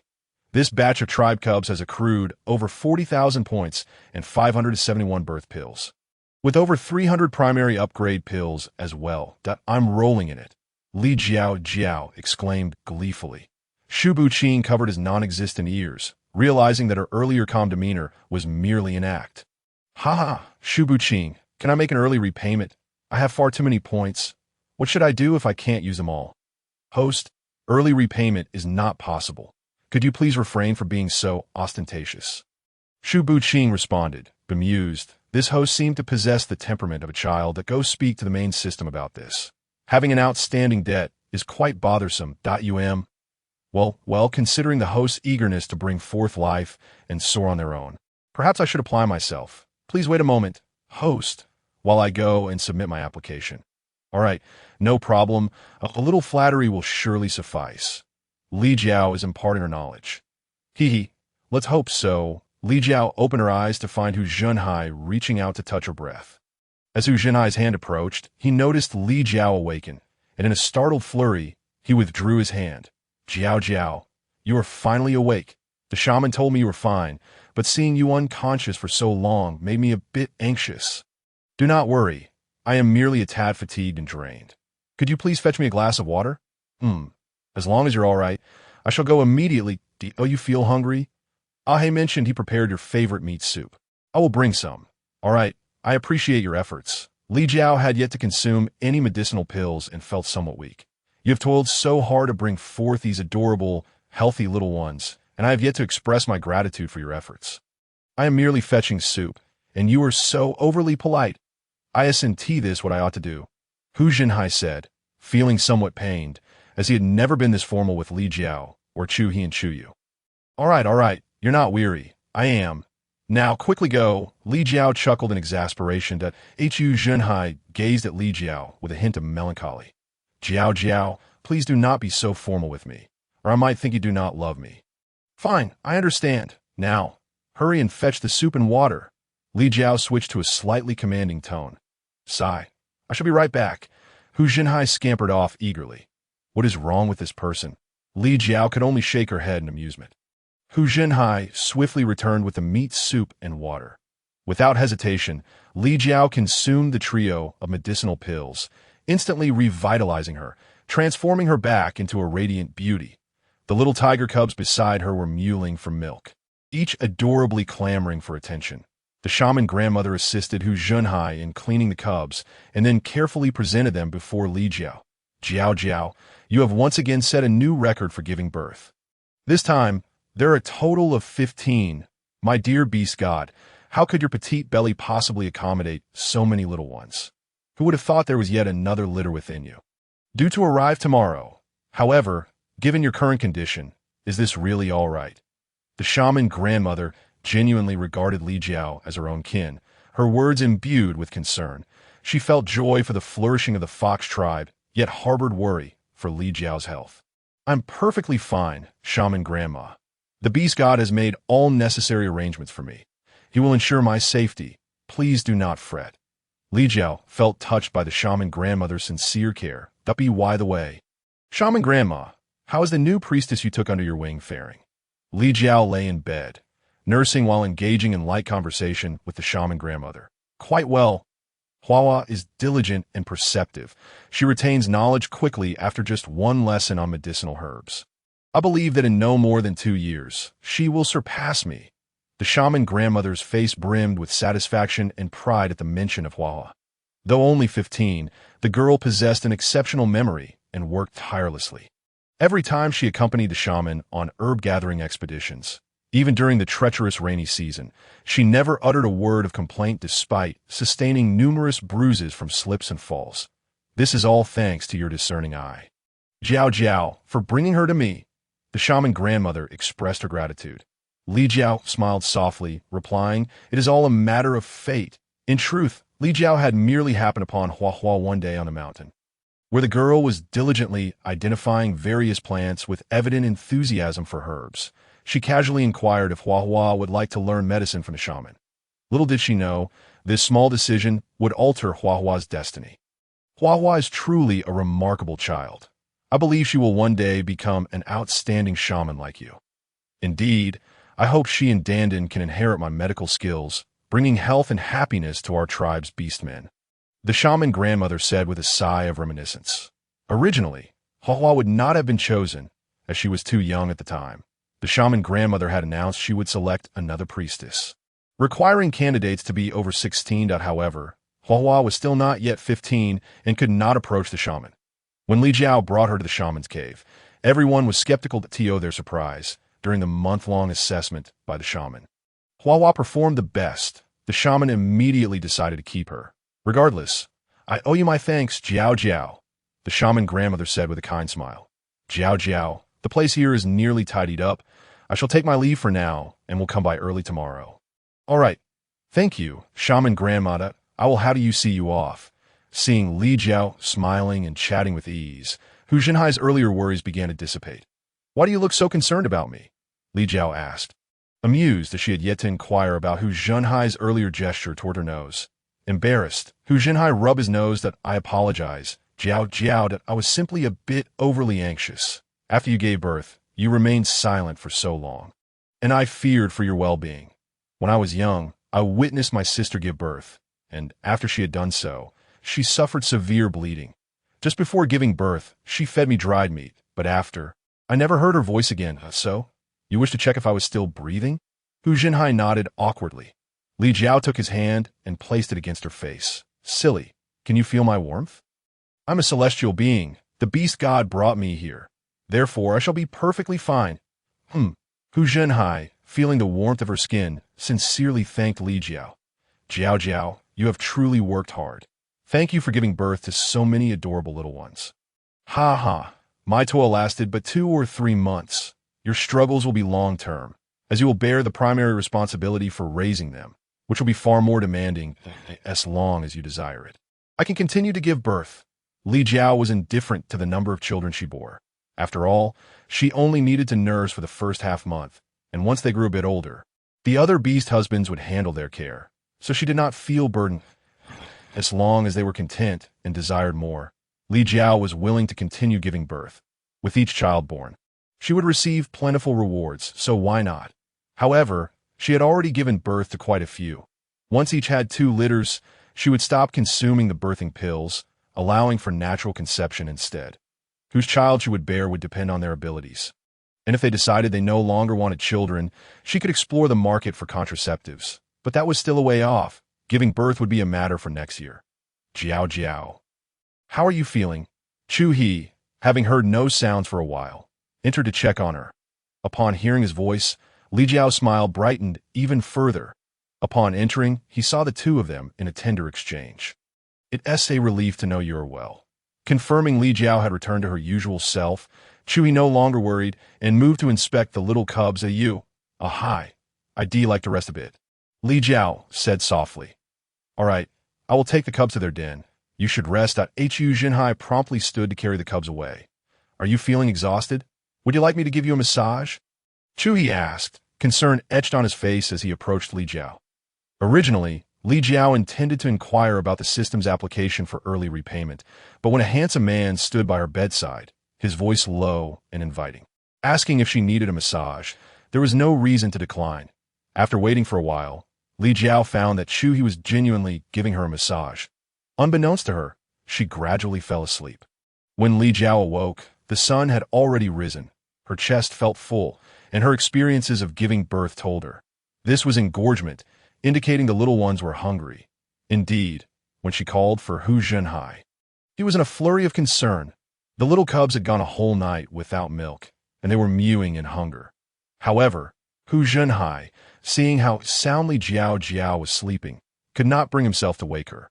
So he let the cubs endure their hunger a little longer. Jiao Jiao, are you awake? Upon hearing some movement, Hu Zhenhai quickly entered, carrying a bowl of soft, well-cooked meat soup. After Jiao Jiao had washed up simply, she took a few sips of the warm soup, stretching comfortably as she did so. Please bring the cubs over, she requested. Hu Zhenhai fetched a large bamboo basket, lined with soft animal hides, and soon carried all the cubs over. The little ones, catching the familiar scent of milk, began to chirp joyfully. Jiao Jiao quickly consumed 2 milk-boosting pills before feeding these little darlings until they were full. That in the future, whenever the cubs are hungry, just bring them to me. There is no need to let them suffer, she advised. It's all right. Your rest is far more important. They can endure a little hunger, he reassured her. Jiao Jiao laughed, saying, I can sleep during the day. The time the cubs drink milk, I isn't too long anyway. If I frequently let them go hungry, then I would be a truly incompetent mother. What about the others? Jiao Jiao glanced around but did not see the other beastmen. A Yu has gone hunting, a He is cooking, and a Yuan is taking the cubs out to bask in the sun. He explained, let's take the cubs outside as well. We should enjoy this rare cool weather while we can. The morning sun feels quite pleasant. By midday, Chuyi returned from hunting, and now most of the game he and Chuyi brought back was stored in their space, only carrying back enough for their kin. Only the beastmen and their family were aware of their special abilities. Jiao Jiao had convened a family meeting to ensure everyone was on the same page regarding this matter, emphasizing that it must not be leaked. Lunch is ready, Chuyi announced as he set the meal out beneath the gazebo, which Jiao Jiao had instructed him to build based on a comprehensive housing guide just a few days ago. Dining outdoors during this refreshing season added a delightful touch to their meal. Next spring, they would plant a few grapevines, allowing them to enjoy meals in the shade of the gazebo during the summer as well. Jiao Jiao realized that her little cubs were remarkably thoughtful, as most of them were born during the day. Just as they finished their meal, Jiao Jiao felt signs of labor beginning. Wang Yiyuan appeared somewhat flustered, while Jiao Jiao, feeling contractions, gripped his hand tightly. It was Chuyi who reminded him, a Yuan, don't just stand there, quickly take Jiao Jiao inside. Oh, right. Wang Yiyuan fumbled as he moved. The shaman arrived just in time. As soon as Jiao Jiao lay down on the bed, the shaman entered the courtyard. Shaman, what should I do? Wang Yiyuan stared blankly at the shaman. Thankfully, despite his daze, he at least remembered to ask what was needed. There isn't much to do. Jiao Jiao likes to drink a cup of water before giving birth, so you can pour her some, the shaman replied. Jiao Jiao smiled at Wang Yiyuan, saying, don't be nervous. A Yuan, I'm fine. Seeing her calm demeanor eased his heart a bit, and he hurriedly went out to fetch a cup of warm water. Perhaps it was because she had just given birth yesterday. But her cervix was dilating quickly to soon as she consumed the pain-free birth pill. The system chimed. Ding! The host has given birth to the 63rd offspring, a male, beast form. Samoyed, beast rank, Xian rank. Reward, 160 points, birth pills X9, intermediate upgrade pills X3, loyalty pills X3, barbecue seasoning 500 GX20, wine brewing technique X1. Ding. The host has given birth to the 64th offspring, a male, beast form, German Shepherd, beast rank, earth rank. Reward, 320 points, birth pills X11, advanced upgrade pill X1, loyalty pills X5, coarse salt 100 kg, fine salt 500 GX20, defense shield 500 cubic meters. Ding. The host has given birth to the 65th offspring, a female, beast form, Labrador. Beast rank, earth rank. Reward, 320 points, birth pills X11, advanced upgrade pill X1, loyalty pills X5, fine salt 500 GX20, defense shield 500 cubic meters, space expansion voucher X20. Ding. The host has given birth to the 66th offspring, a female, beast form, Shiba Inu, beast rank, yellow rank. Reward, 80 points, birth pills X5, intermediate upgrade pills X2, loyalty pills X2, barbecue seasoning 500 GX10, space expansion voucher X10. Ding. The host has given birth to the 67th offspring, a female, beast form, Akita, beast rank, Xian rank. Reward, 160 points, birth pills X9, intermediate upgrade pills X3, loyalty pills X3, barbecue seasoning 500 GX20, defense shield 300 cubic meters. Ding. The host has given birth to the 68th offspring, a male, beast form, border collie, beast rank, Xian rank. Reward, 160 points, birth pills X9, intermediate upgrade pills X3, loyalty pills X3, outdoor tents X5, defense shield 300 cubic meters. Ding. The host has given birth to the 69th offspring, a female, beast form, Maltese, beast rank, earth rank. Reward, 320 points, birth pills X11, advanced upgrade pill X1, loyalty pills X5, coarse salt 100 kg, constant temperature box X3, space expansion voucher X20, defense shield 500 cubic meters. Ding. The host has given birth to the 70th offspring, a female, beast form, Bichon Frise, beast rank, earth rank. Reward, 320 points, birth pills X11, advanced upgrade pill X1, loyalty pills X5, fine salt 500 GX20, defense shield 500 cubic meters, space expansion voucher x 20. Ding. Congratulations to the host for successfully giving birth to 70 offspring. Additional reward, 14,000 points, birth pills x 35, pain-free delivery pills x 35, recovery pills x 35, beauty pills x 35, strength pills x 35, milk boosting pills x 35, primary upgrade pills x 35, intermediate upgrade pills x 35, advanced upgrade pills x 35, loyalty pills x 35, teleportation pills x 35. Space expansion voucher x 320, defense shield 8,000 cubic meters. Ding. The host has given birth to the 71st offspring, a male, beast form. Husky, beast rank, earth rank. Reward, 320 points, birth pills x11, advanced upgrade pill x1, loyalty pills x5.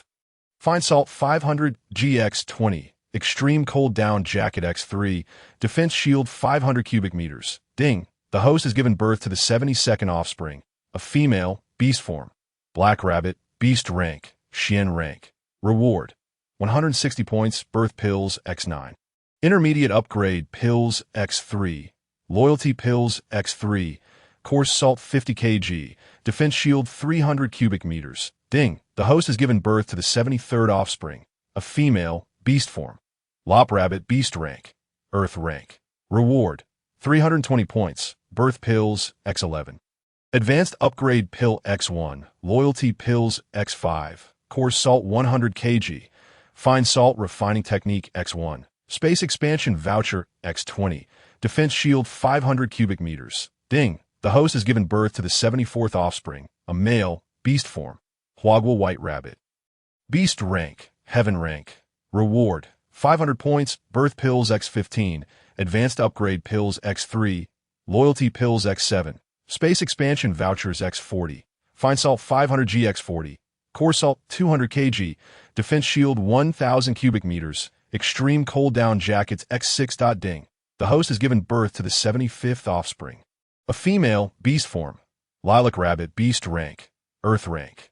Reward, 320 points, birth pills x11, advanced upgrade pill x1, loyalty pills x5, space expansion voucher x20, defense shield 500 cubic meters, extreme cold down jackets x3. Jiao Jiao noticed the sudden silence and felt a hint of confusion, calling out repeatedly, Tongzi, why are there only 13 this time? I thought there would be more. Host, because there's one heaven rank. You are truly remarkable. Another heaven rank has been born. Indeed, all roads lead to Rome. Some are simply born in Rome. Yes, the matter of fate is indeed unpredictable. Just like myself, I was supposed to be dead after an accident. Who would have thought that I would end up here enjoying such blessings? Chu He's two cubs had a higher beast rank than those of Chu Yu, and it was evident that the little ones learned things a bit faster and were physically sturdier. Tongzi, can I give the upgrade pills to my little cubs? Tongzi was astonished. Host, do you mean to elevate them all to the heavenly tier? Not exactly. I was simply thinking that my dear husband's two offspring initially had quite low beast ranks. I was just wondering if they could be elevated a bit since they are still so young. The advice here suggests it's best not to, as although there is no minimum age stipulated for consuming elevation pills. What if they suddenly ascend and are unable to control that surge of power? It will be wiser for you to wait a few years before allowing them to take it.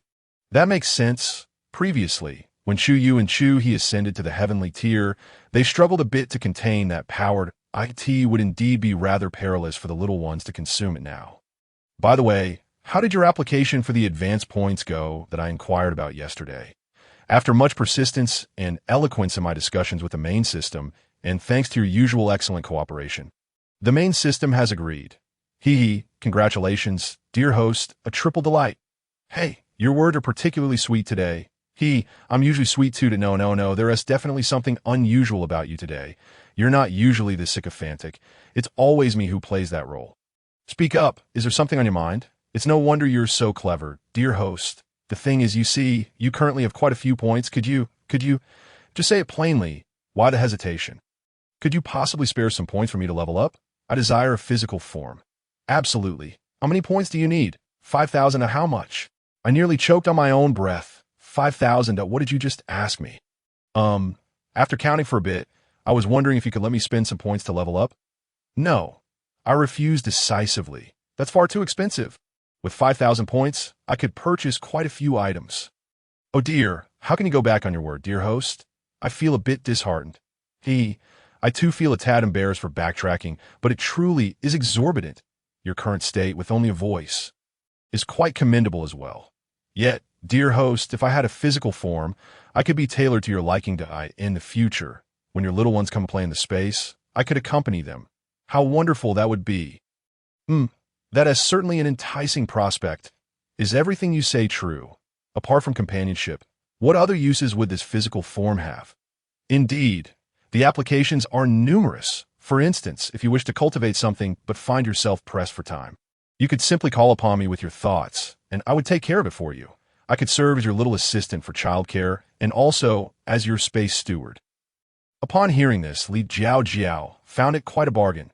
Currently, they need to rotate several beast husbands to assist with planting, which is not only cumbersome but requires considerable effort. The beast husbands have no objections. But Li Jiao Jiao feels a pang of sympathy. Ahem, how many points do I have now?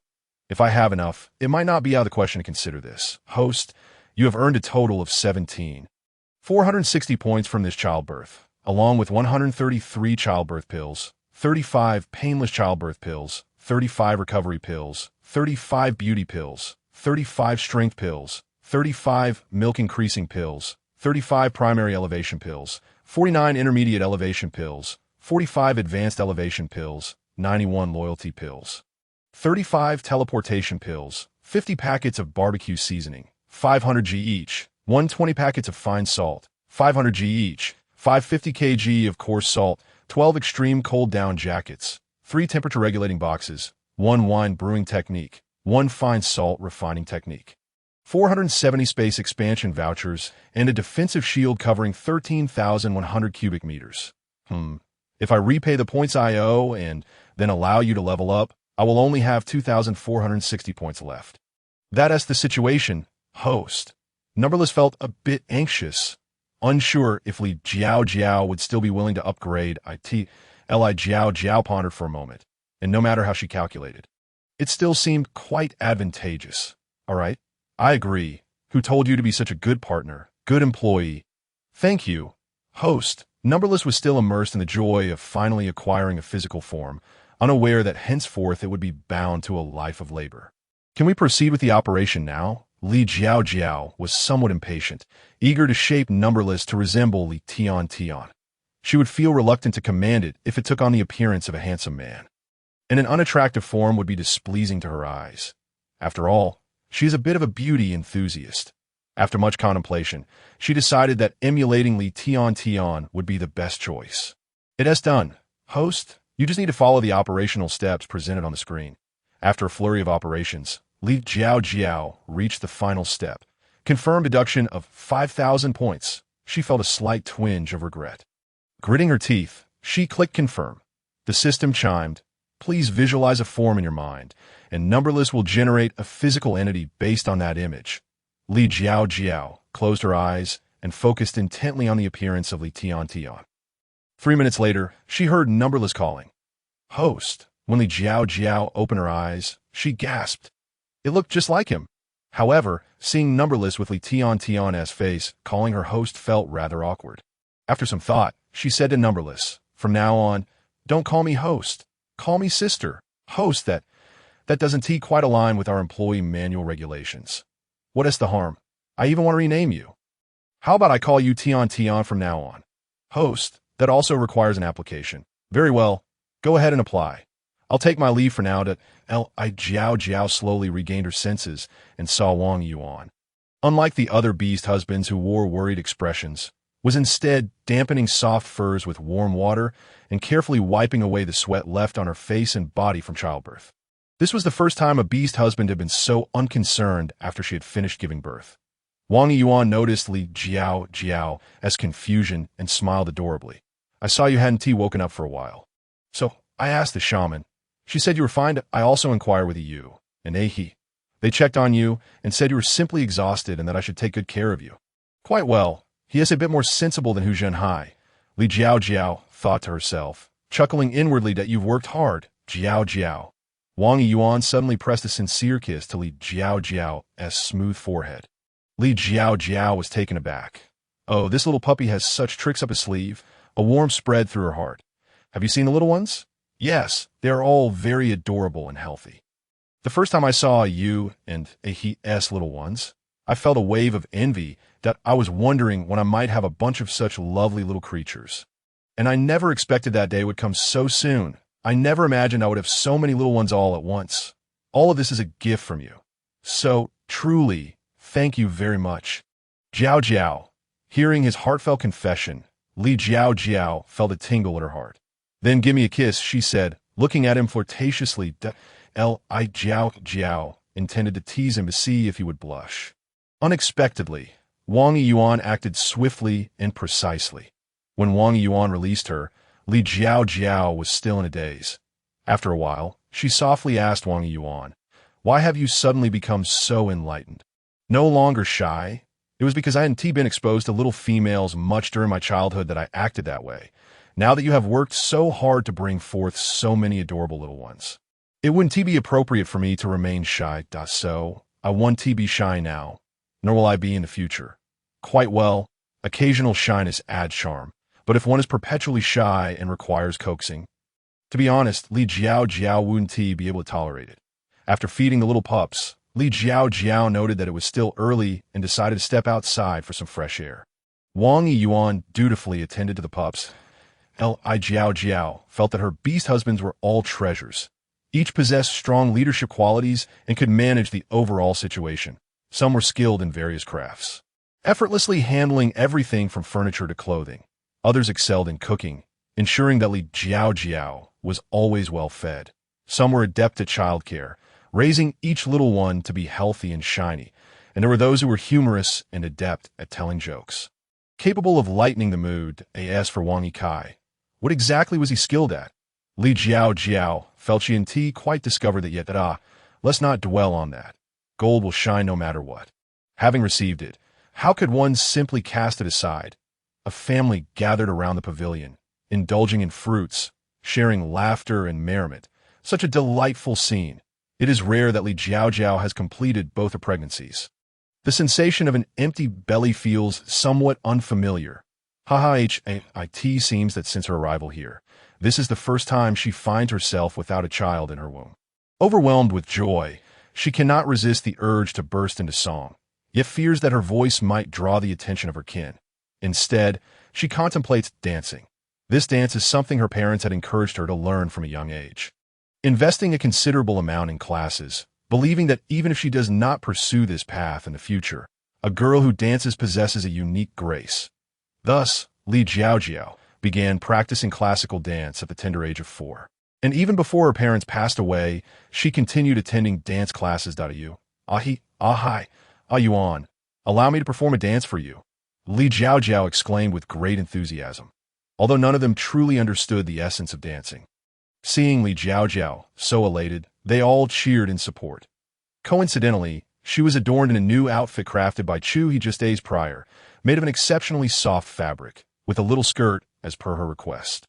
At that moment, Li Jiao Jiao softly hummed a tune to accompany herself, gracefully twirling, her skirt swaying in harmony with her movements, like a sprite that had strayed from the realm of beasts. The sun, which usually sets early, seemed reluctant to depart, casting its lingering rays upon Li Jiao Jiao's face. The four of them stood entranced. Chu could not help but reminisce about the first time they met. When dappled light filtered through the branches, illuminating Li Jiao Jiao's face, he held his breath, quietly approaching her, fearful of startling her away. Since the passing of her parents, Li Jiao Jiao had not danced again. Today, without warming up, she leaped into the dance, inadvertently tripping over her own feet as she spun. With a startled cry, she fell backward. Chu Yu, quick as lightning, caught her in his arms. The other three, who had stood up, breathed a sigh of relief. Li Jiao Jiao, cradled in Chu Yu's embrace, smiled shyly at the others. It has been quite some time since I danced. My movements have grown a bit clumsy. Next time, I shall warm up first. Chu He and the others gazed at her with tender eyes. All right, it just so happened that it was Chu Yu's turn tonight. after they finished speaking. He carried Li Jiao Jiao into the beast cave. Jiao Jiao, let me bathe you. Their eyes locked in a moment of intimacy. The beast husbands had already agreed amongst themselves that in the days leading up to Li Jiao Jiao's delivery, they would refrain from intruding. Hence, it had been several days since Li Jiao Jiao had consumed any meat. Chu Yu gazed at the ethereal beauty of Li Jiao Jiao, enveloped in mist, and his heart raced uncontrollably. Unable to contain himself, he leaned down to kiss her, his gaze igniting a fire within Li Jiao Jiao that made her feel a bit weak in the knees. Chu Yu quickly replaced the bedding with a clean, soft pelt. Li Jiao Jiao was so exhausted that she could hardly lift her arms. Chu Yu looked at the delicate figure in his arms and couldn't help but plant another kiss on her cheek. "Ayu, don't be silly," she chided. Every time, Li Jiao Jiao would begin with so much enthusiasm, only to tire out before it was finished. "Jiao Jiao, how many surprises do you have that I am yet unaware of?" Chu Yu stroked her head, realizing that just when he thought he knew her well, she would inevitably surprise him in unexpected ways. Li Jiao Jiao shifted slightly, nestling into a comfortable position in Chu Yu's embrace. "Oh, I have plenty of surprises," she thought, pondering whether they would be shocked to learn that she hailed from a remarkably advanced and civilized era. Chu Yu grasped her small hand, his voice husky as he leaned close to her ear. "Jiao Jiao, be a good girl." Startled, Li Jiao Jiao quickly withdrew her hand, sheepishly touching her nose and turning away. "You scared me." Chu Yu's lips curled into a smile as he wrapped his arms around her from behind, drifting into a deep slumber. The next morning, Li Jiao Jiao awoke refreshed and called for Chu He and Hu Zhenhai. "Jiao Jiao, is there something you need us to do?" Chu He gently grasped her hand. I suddenly have a craving for wine. Let us brew some. Luckily, I have a book on how to make it." Chu He and Hu Zhenhai exchanged puzzled glances. "What is wine?" "It's a kind of drink." "Follow me." Li Jiao Jiao led them into her space. Upon entering, Chu He immediately sensed an unfamiliar aura and instinctively assumed a defensive stance, bewildered. This was Li Jiao Jiao's domain. How could there be an unfamiliar presence? Noticing his reaction, Li Jiao Jiao inquired, "What is it, Ahi?" "Jiao Jiao, there's an unfamiliar presence," he replied, scanning the surroundings cautiously. I could see that moment. An endless stream of trembling figures emerged from a nearby warehouse, sensing a strong intent to kill. "Host, no, no, no. Sister, save me." The countless figures cast pitiful looks at Li Jiao Jiao. "Ahi, are you going to fight him?" Li Jiao Jiao asked. Chui did not answer her question. Instead, he asked Jiao Jiao, "Who is this? How could a male beast suddenly appear in Jiao Jiao's space? Could he be another one of her beast husbands?" "No, he just called her sister.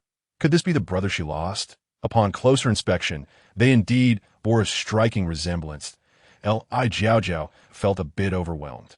She had forgotten that the countless figures had manifested. How could she explain this? Just as she was contemplating how to clarify, she heard Chu He ask, "Jiao Jiao, is this your lost brother?" How considerate of Chu He to provide her with a way out. Indeed, the resemblance between the countless figures and her was quite notable. Responding this way seemed reasonable enough. Yes, yes. Ahi, allow me to introduce you. This is my brother, Li Tiantan. Tiantan, this is my second husband. Chu He, and my third husband, Hu Zhenhai. He, please get acquainted. Jiao Jiao, I heard you mention that you and your brother got separated. When did you find him? Chu He inquired, sensing something was amiss, yet feeling saddened that Li Jiao Jiao had not confided in him about such a significant matter. However, if this male beast truly was Jiao Jiao's brother, he felt happy for her. "Well, you see, he was injured before, and it was the beast god who helped me save him, but the cost was that he cannot live normally outside and can only stay in my space. This just happened yesterday. I was preoccupied with giving birth and forgot to mention it to you. That I'm sorry, Ahi. I didn't mean to keep it from you." Li Jiao Jiao, attempting to explain, hurriedly spoke, not caring whether Chu He believed her or not.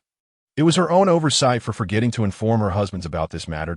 Hu Zhenhai chimed in jovially. "Thank the beast god. As long as he is safe, it's all good, even if he can't go out. At least he is alive. Jiao Jiao, your space is vast enough that your brother won't suffer too much." "Yes, yes." Tian said that from now on, all the chores will be his. Li Jiao Jiao quickly interjected. Chu He furrowed his brow, and Li Jiao Jiao's heart sank. Chu He had just observed closely. This male beast was definitely not Jiao Jiao's husband.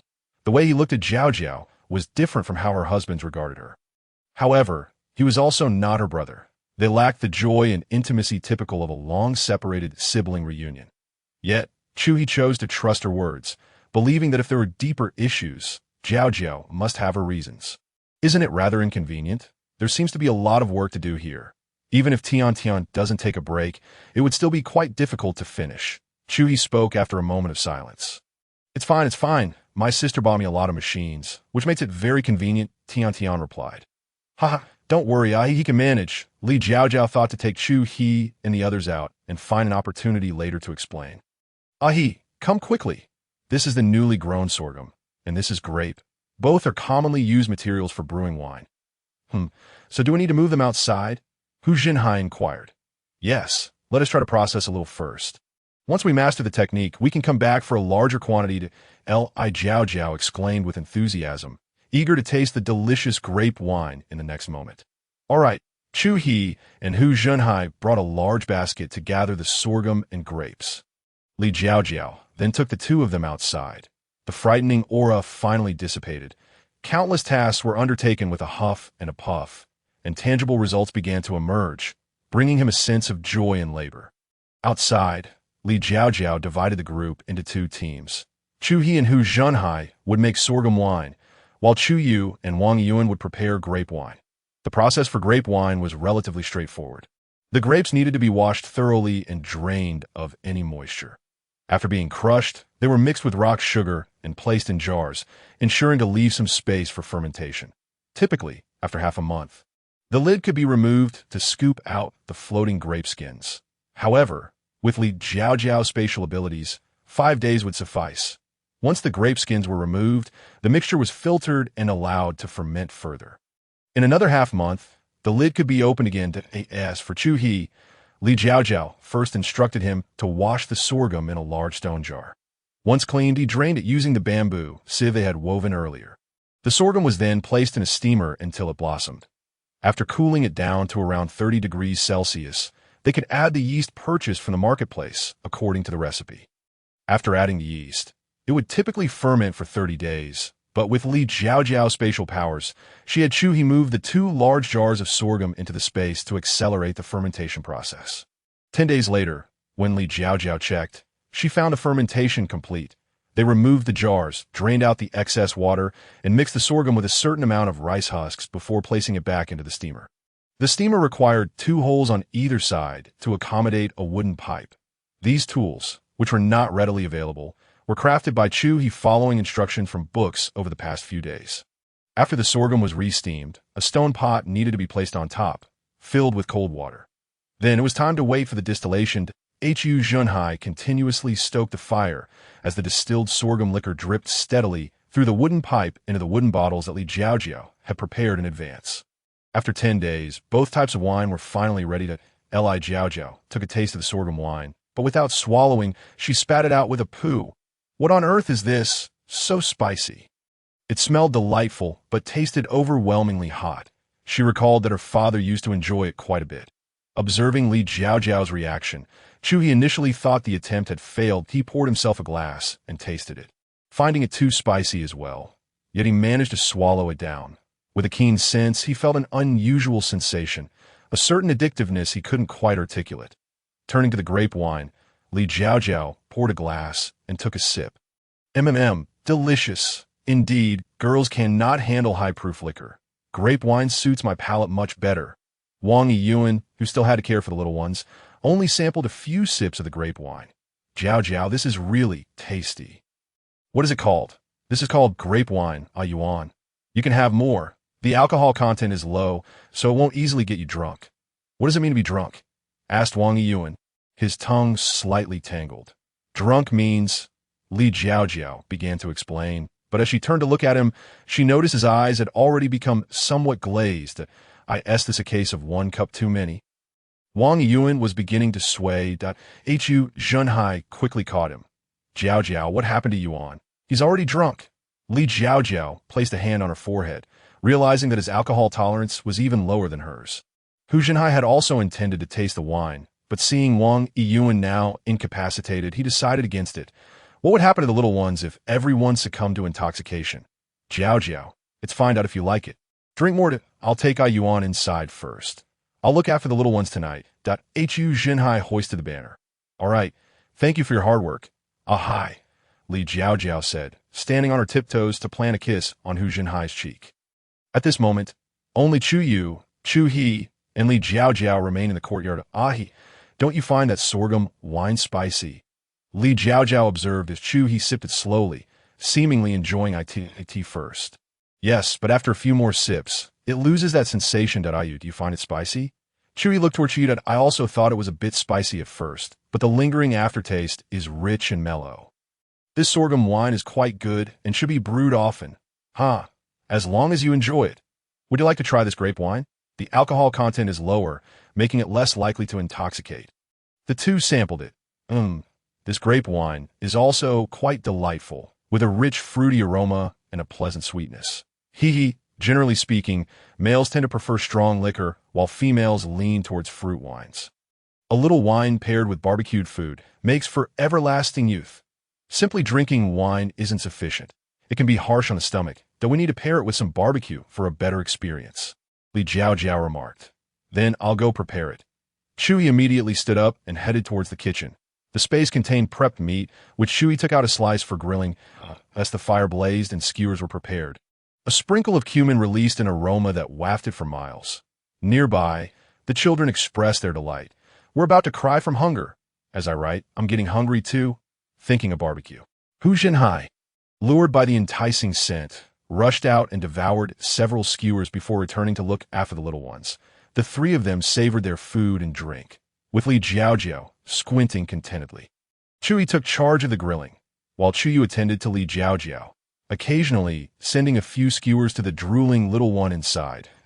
As the moon rose high and the cups had been raised several times, Li Jiao Jiao felt her head spinning, her eyes unfocused as she gazed at her two beastly husbands. She observed that these two truly had remarkable alcohol tolerance. After so long, they still sat upright, showing no signs of inebriation. Feeling like a novice by comparison, she realized she could not keep up. Noticing Li Jiao Jiao's condition, Chu Yu intended to help her back to rest. However, Chu Yi subtly gestured for him to hold off. Chu Yu, unaware of Chu Yi's intentions, remained silent, watching Li Jiao Jiao enjoy her drink. Jiao Jiao, come, I toast to you. Thank you for giving me warmth, for blessing me with so many lovely little ones, and for providing me a home. With that, Chu Yi downed 3 large cups of wine. After finishing, he exchanged a wink with Chu Yu, signaling him to follow suit. Chu Yu mimicked him, lifting 3 cups. He expressed his gratitude for encountering Li Jiao Jiao with a lengthy speech. Seeing this, Li Jiao Jiao exclaimed, "Oh, what a cultured person!" She also downed 3 cups in response.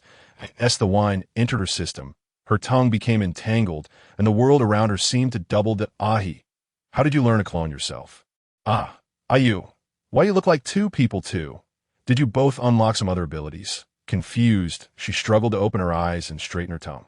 Chu He and Chu Yu exchanged glances, wondering who this no-count was. Jiao Jiao, Chu He's slightly enchanting voice whispered in her ear. Li Jiao Jiao raised her hand to cup Chu He's face. Silly ahi. It's him, the one you saw in the space. He is my system. I spent a lot of money to give him a body and make him tangible. He claims he can work and take care of the children. Otherwise, I wouldn't have spent so much. It was a hefty sum. I made him look like my brother, so that giving him tasks wouldn't feel so awkward. Chu He and Chu Yu exchanged shocked glances, realizing they shared the same astonishment. After a moment, Chu Yu asked Jiao Jiao, "What is a system? Isn't the one in the space your brother? Why do you also call him no-count?" Ayu, you're so silly. A system. How do I explain? Li Jiao Jiao lamented, clutching her head. It's just that my space and various elixirs were all given by him. Is he a beast god? Chu He asked uncertainly. No. He said he has a main system above him. If we're to speak of a beast god, it would be the main system. Jiao Jiao, where did you come from? Chu Yu cautiously ventured to ask the question he most wanted to know. Sure, that's a secret, Li Jiao Jiao said, propping her chin up with her hands and quickly raising a finger to her lips upon hearing Chu Yu's inquiry. Just after shushing him, she began to ramble on. Let me tell you. You mustn't tell my several husbands, okay? Why not? Silly, I'm afraid it might scare them. In a state of confusion, Li Jiao Jiao lifted her eyes to gaze intently at the person before her, exclaiming, You bear an uncanny resemblance to my dear husband. Alas, I wonder if I shall ever return. How is Li Tian managing all alone? If we were to perish, he would be left all by himself. How pitiable. Woe is me, Li Tian, without your sister by your side. You must take good care of yourself. Woe is me. Yet I find solace in my situation. After being struck by that car, I thought I was done for. Yet here I am, not only alive, but surrounded by so many handsome husbands. And to my astonishment, I can even bear little animals. Can you comprehend the magnitude of that? Ha! I was utterly astounded when I discovered my ability to transform. Chu Yu and Chu he listened quietly to Li Jiao Jiao's ramblings, their expressions remaining in a state of shock.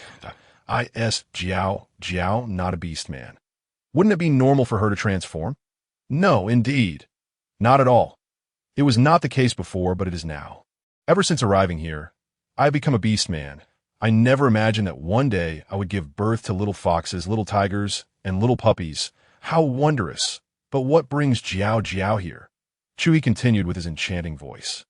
What purpose do I serve here? Woe is me. I am at a loss. I had been contemplating how I had finally settled my debts, even planning to apply to Nanda, when suddenly that enormous vehicle came crashing in. Woe is me. That reckless driver had no regard for a young girl like me. Woe is me. As Li Jiao Jiao lamented, tears streamed down her face. Chu Yu and Chu he could no longer bear to listen, their hearts aching for her. Jiao Jiao, do not cry. It's all in the past now. Look at you, you are well. Each took a side, wrapping their arms around her. Jiao Jiao wiped her tears with one hand and her nose with the other. Still feeling quite sorrowful, hearing her cries, Hu Zhenhai rushed out in a panic to ascertain the situation. What is the matter? Are you two ganging up on Jiao Jiao? He exclaimed, immediately adopting a combative stance. Chu quickly stepped forward. No. Jiao Jiao just recalled some painful memories from her childhood. Really? Indeed, truly. Chu Yu managed to coax Hu Zhenhai back into the beast den. Chu He, feeling a twinge of regret, sat down on a nearby stone bench, incessantly questioning why he had allowed his curiosity to get the better of him. Jiao Jiao had mentioned that was her brother. Hence, it must be so. Why delve deeper? Now, witnessing the redness around Li Jiao Jiao's tear-filled eyes, Chu He slapped himself twice in frustration. Chu was taken aback. What are you doing? Hai is right. My actions have indeed caused Jiao Jiao distress. If I hadn't pressed her for answers, she wouldn't have been reminded of those sorrowful events. Enough. We mustn't wake Jiao Jiao. Chu looked up only to find that, amidst her tears, Li Jiao Jiao had nestled in a Chu Yu's embrace and drifted off to sleep. Quickly, take Jiao Jiao inside to rest. It's your turn today, Chu Yu said, gently placing Li Jiao Jiao in a Chu Yu's arms. Chu Yu nodded at Chu Yu and carried Li Jiao Jiao back to the beast den, carefully laying her back on the bed. Her face was streaked with tears and mucus. Observing her in such a state made Chu Yu's heart ache even more. He softly pressed a kiss on her forehead, then went to fetch a basin of water, meticulously cleaning the dirt off her face with a look of earnest devotion. Jiao Jiao felt a tickling sensation on her face and instinctively tried to brush it away. But Chu seized her tiny hand, cleaning it together with hers. Li Jiao Jiao called out with a tearful voice, her eyes still closed. I am here, Jiao Jiao, I am here. Woe is me. I feel so sad. I miss my parents and Li Tian. Do not be sad. Jiao Jiao, I promise not to ask you again. Please do not be upset. Chu too shed tears. Thank goodness for you. Thank goodness for you, and for all of you and the little ones. Once Li Jiao Jiao finished crying, she grasped Chu He's hand and spoke in a muffled tone. Chu He lay down beside her, holding her tightly as they drifted off to sleep together. Before dawn the next day, Li Jiao Jiao was stirred from her slumber by an incessant stream of chatter. Upon opening her eyes, she felt a throbbing headache and noticed her face was swollen. What on earth is happening?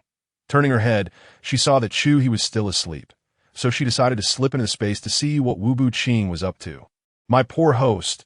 Oh, how you lament. The host on the verge of demise, going back and forth, Repeating these few lines, Li Jiao Jiao approached and dealt Wu Buqing a resounding slap. What are you babbling about? Are you cursing me? Speak. What is your intention? Oh, you have finally awakened. How dare you strike me? Perhaps you should reflect on your own actions first, Wu Buqing wailed. What have I done? All I did was have a drink and enjoy a barbecue. Is there poison in the wine we brewed? Have I died again? Li Jiao Jiao called out in a strange voice. Wu Buqing shot her a glare. If only you were dead. The issue is that while you are still alive, you are about to die. Who wants to kill me? Is there danger? Are there violent individuals? Li Jiao Jiao bombarded him with questions. Wu Buqing rolled his eyes again. What did you say last night that could bring about your demise?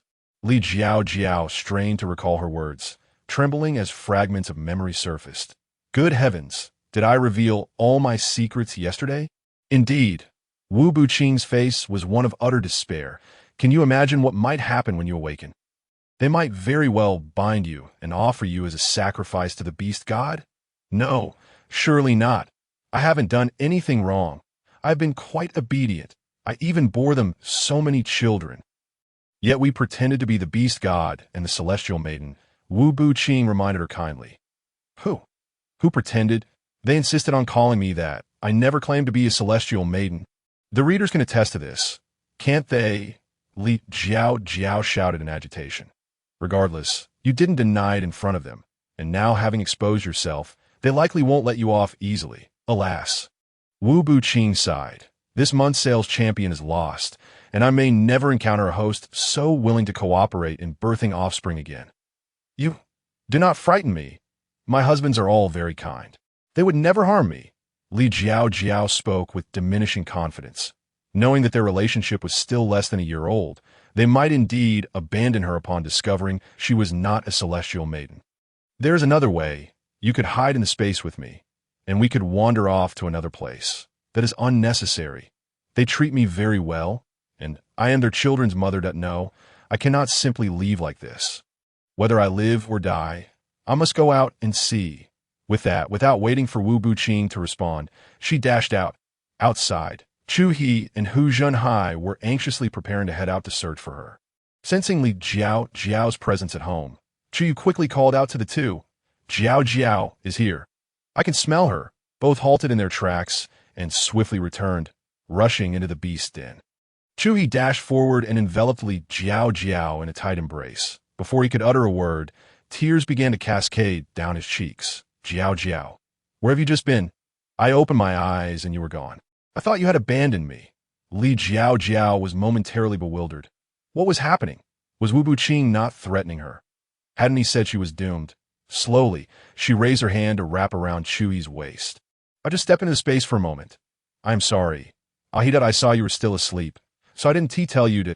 It's all Wu Buqing's fault for saying such frightening things. Just wait until I go in next time to deal with him. Hu Zhenhai, seeing it was a misunderstanding, returned to preparing breakfast. Jiao Jiao, you must be hungry. The food will be ready soon. Chu Yu, filled with remorse, apologized to Li Jiao Jiao. Jiao Jiao, I'm truly sorry for bringing up your painful memories last night. It was my fault for being so curious about your past. I should not oppress you. If you're angry with me, you may hit me or scold me. Just please do not leave me. Chu looked at Li Jiao Jiao with tear-filled eyes. Are you not angry with me? Leaving Jiao Jiao uncertainly asked, Why? Chu looked bewildered, and Chu Yu inquired with equal confusion, Why? Taking a deep breath, Jiao Jiao whispered softly, Because I am not a celestial maiden. Chu was even more perplexed, and Chu Yu continued to question, and then, Jiao Jiao replied, Then, you should be angry that I deceived you, right? Their reactions left Jiao Jiao utterly flustered. Why should we be angry? Regardless of whether you are a celestial maiden, you are still our little female, are you not? Chu finally regained his composure and replied with utmost seriousness. Jiao Jiao pouted, her eyes reddening as she prepared to cry. Please don't cry, Jiao Jiao. Every time you shed tears, it feels as though my heart is being trampled upon. Countless reassured her, you must be very upset, thinking that we would be furious over your not being a celestial maiden, and that we would burn you as a sacrifice to the beast god. Jiao Jiao felt completely betrayed by Countless. Jiao Jiao, no matter whether you are a celestial maiden or not, in front of outsiders. You are still a celestial maiden. This secret is known only to the three of you. It's not that I don't trust a high in the others, but the fewer who know, the safer it is. From now on, do not utter that you are not a celestial maiden. Even if you're not a true celestial maiden, everything you have done for them is something only a celestial maiden would do. Jiao Jiao nodded in understanding. Actually, I come from... Jiao Jiao wanted to explain her origins properly. However, before she could say anything, Chu Yu interrupted her. Jiao Jiao, you need not tell us where you come from. You only need to answer one question. Will you leave us? Jiao Jiao wanted to say she was certain, as she hadn't asked, and countless hadn't mentioned it either. But seeing the anxious expressions on the faces of her handsome husbands, she couldn't bring herself to provide such an ambiguous answer. After much thought, Jiao Jiao decided to take them into the space to directly ask countless. With that, she took one hand of each and flashed into the space. Jiao Jiao, how did you bring us in? Chu exclaimed, I don't know the answer, so let us go ask my system together. Countless, who had been lounging leisurely on the lawn, was startled and jumped up as three people suddenly appeared before him. Nervously, he looked at them. Sis, what you want? We just wanted to ask if there's any possibility that one day I could return to the modern world, that if you have enough points, it's not impossible. Upon hearing this, the expressions of everyone varied. Jiao Jiao felt a bit surprised. Although she hadn't expected to leave, this news still delighted her. Chu Yu and Chu He, however, felt a sense of impending crisis. Although they didn't understand what points meant, they grasped the implication that it was not entirely impossible. Jiao Jiao, can you not leave? Chu Yu's eyes brimmed with tears almost instantly. Chu He's eyes also turned red. Countless could no longer bear to watch. Two grown men crying like this was quite a sight. Clearing his throat, Countless continued, I know my sister cares for you both deeply and doesn't want to leave. But now that you know her greatest secret, it makes her feel very insecure. Chu looked earnestly at Jiao Jiao. Jiao Jiao, you should know that regardless of your identity, I will never divulge it. I understand what this means to you. Chu He, with his mind in a whirlwind these past few days, was puzzled as to how he had ended up trying to pry secret from Jiao Jiao while she was drunk. And he couldn't fathom why he felt the need to uncover Jiao Jiao's secret, let alone drag Chu Yu into it. Now, all he felt was regret. Hearing Countless say this, he wished he could atone for his actions.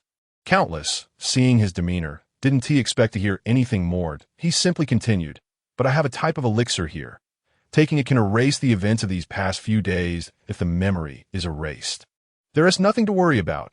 Countless secretly praised himself for being clever. This elixir was developed by a colleague of his because the host had been acting out of character. The effects were remarkable, and it would soon be sold in these subsystems. Although it was a bit pricey, it was better than risking his own host's safety. Besides, the points were not coming from him. I'll take it. I want to take it. Chu Yu and Chu He exclaimed in unison. Sis, do you want to buy it? Are you sure you want to take it? Jiao Jiao looked at the two. Yes. They both nodded firmly.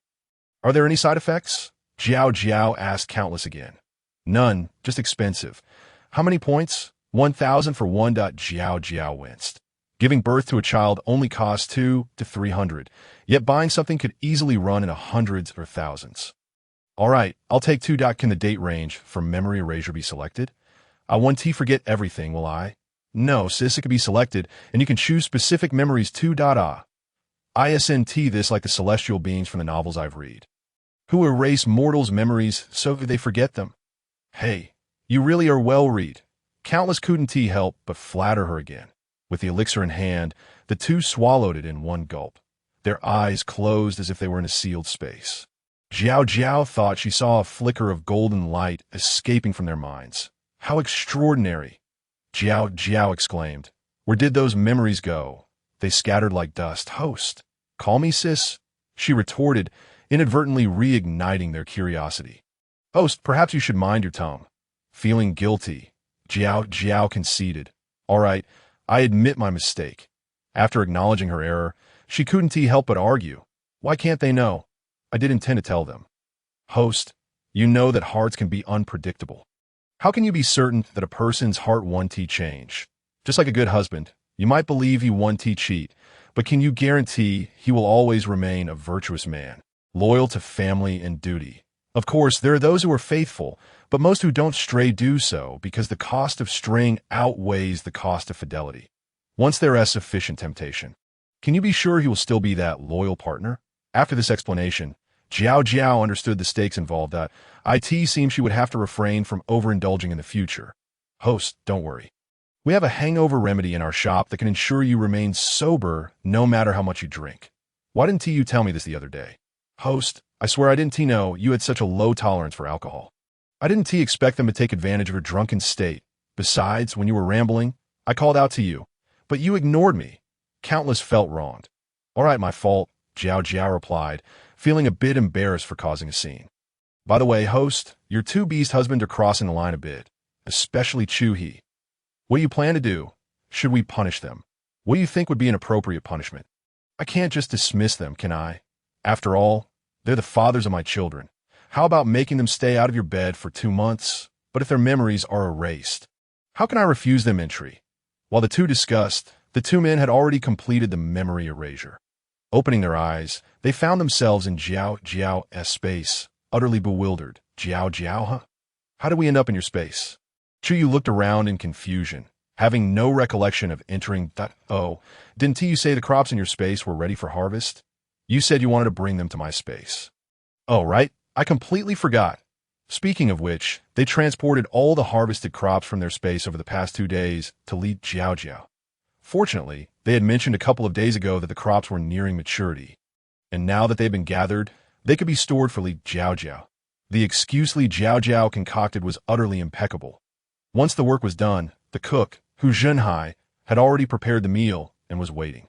At this point, Li Jiao Jiao had become increasingly dependent on Hu Zhenhai. Having grown accustomed to his culinary creations, she found other beast husbands' meals to be somewhat lacking, as the ancients said. To win a woman's heart, one must first capture her stomach, and indeed, it held true. With delectable dishes and a handsome visage, Hu Zhenhai garnered even more of Li Jiao Jiao's affection. For several consecutive days, Li Jiao Jiao had broken the rule of 1 person per day, allowing both Hu Zhenhai and Wang Yiyuan into her beast den. The partially amnesiac Chu Yu and Chu He were left in the dark, unable to inquire further. They simply felt a twinge of grievance and sadness. Chu He keenly noticed that since they had emerged from Li Jiao Jiao's space days ago, her attitude towards Chu Yu and himself had turned lukewarm, leaving him puzzled about what he had done wrong, which was quite tormenting. That evening, when Li Jiao Jiao again uttered, "Tonight, Ahai will accompany me," he could no longer restrain himself and stood up to look at her. "Jiao Jiao, could you step outside with me for a moment? I have something to discuss." Chu Yu, curious about Li Jiao Jiao's recent behavior, followed suit. This left Hu Zhenhai and Wang Yiyuan exchanging bewildered glances. They did not comprehend Li Jiao Jiao's intentions when they asked her in bed. She merely replied, "Isn't it good to be pampered?" The issue was, while it was indeed pleasant, such prolonged indulgence would inevitably lead to complications among the beast husbands. Finally, Chu Yu and Chu He decided to inquire. In the courtyard, Chu He gently took Li Jiao Jiao's hand. "Jiao Jiao, have I done something recently to upset you?" Feeling the chill of Chu He's palm, Li Jiao Jiao's heart ached a bit. He was her beloved, and she did not wish to punish them so severely. Yet she felt compelled to impose some form of retribution. Thus, she forced herself to say, "It is because you attempted to pry information from me while I was intoxicated, which has drawn the beast god's decree of punishment upon you." Chu Yu and Chu He were taken aback, unable to believe they had committed such an act. The beast god's decree meant that for the next month, they were barred from entering her beast den. "Understood? I am sorry, Jiao Jiao, that I hope I have not caused you harm, but I assure you, it was not intentional." Chu He explained weakly, his face paled. "That I know, and so does the beast god. Therefore, your punishment is merely that you cannot enter my beast den for the next month. After that, all will be well. That I understand, Jiao Jiao, that I will strive to improve." Chu Yu affirmed, "As will I, striving to remedy my faults as soon as possible." Both expressed their resolve. When Li Jiao Jiao entered the beast den, Hu Zhenhai was already waiting, completely undressed, with only a soft beast skin modestly draped over him. "Jiao Jiao, what did he want to discuss with you?" Upon seeing Li Jiao Jiao enter, he hurriedly stood to prepare her a bath. Li Jiao Jiao was momentarily dazzled by his muscular physique. The two soon tumbled into the bathing tub together for the past few days. Chu Yu and Chu he had diligently engaged in work, tending to the young and hunting on the 37th day since Hu Zhenhai's departure. A resounding tiger roar echoed from afar outside the tribe. Hu Zhenhai had returned.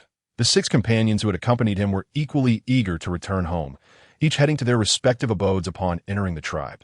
Jiao Jiao, I'm back, Hu Zhenhai shouted boisterously from a distance. Li Jiao Jiao had already heard his voice and stood at the courtyard entrance, waiting as Hu Zhenhai approached. He saw Li Jiao Jiao looking at him sweetly, her entire being seemingly glowing. Overcome with excitement, he dashed over and spun her around several times in his embrace. I missed you so much, Jiao Jiao, did you miss me? He lifted her high, his sparkling eyes gazing into hers. Of course I miss you, Li Jiao Jiao said, cupping Hu Zhenhai's face and planting a firm kiss on his forehead. Hu Zhenhai beamed with joy, akin to a child. Just as Li Jiao Jiao attempted to pull away, he captured her lips, and they shared a passionate kiss. After a long moment, the two reluctantly parted.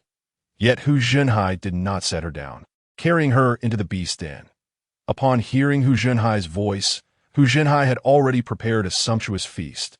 The moment Hu Zhenhai entered the den, he was greeted by the aroma of delectable food. Teasing Hu Zhenhai, brother, your culinary skills have improved tremendously. Just the fragrance alone indicates how delicious it must be. Your verbal skills have also sharpened. How are father and mother? Are they well? They're all doing well. Without us around, they seem even more spirited and less worried. It's as if they appear younger. Your parents didn't blame me for whisking you brothers away, did they? Li Jiao Jiao jested. No, they even asked me to thank you on their behalf for your gifts, and especially for ensuring that we brothers are no longer single. Hu Zhenhai replied earnestly. Li Jiao Jiao chuckled. All right, then I shall graciously accept their thanks. Now, let us eat. You've had quite the journey. After finishing their meal, Li Jiao Jiao inquired about his experiences upon returning. Upon my return, I first taught them how to make charcoal. After 4 or 5 days, they had all learned the basics. That I had my father carefully select the ascending pills to accompany the loyalty pills. Once I felt everything was settled, I realized how much I missed you and yearned to return immediately.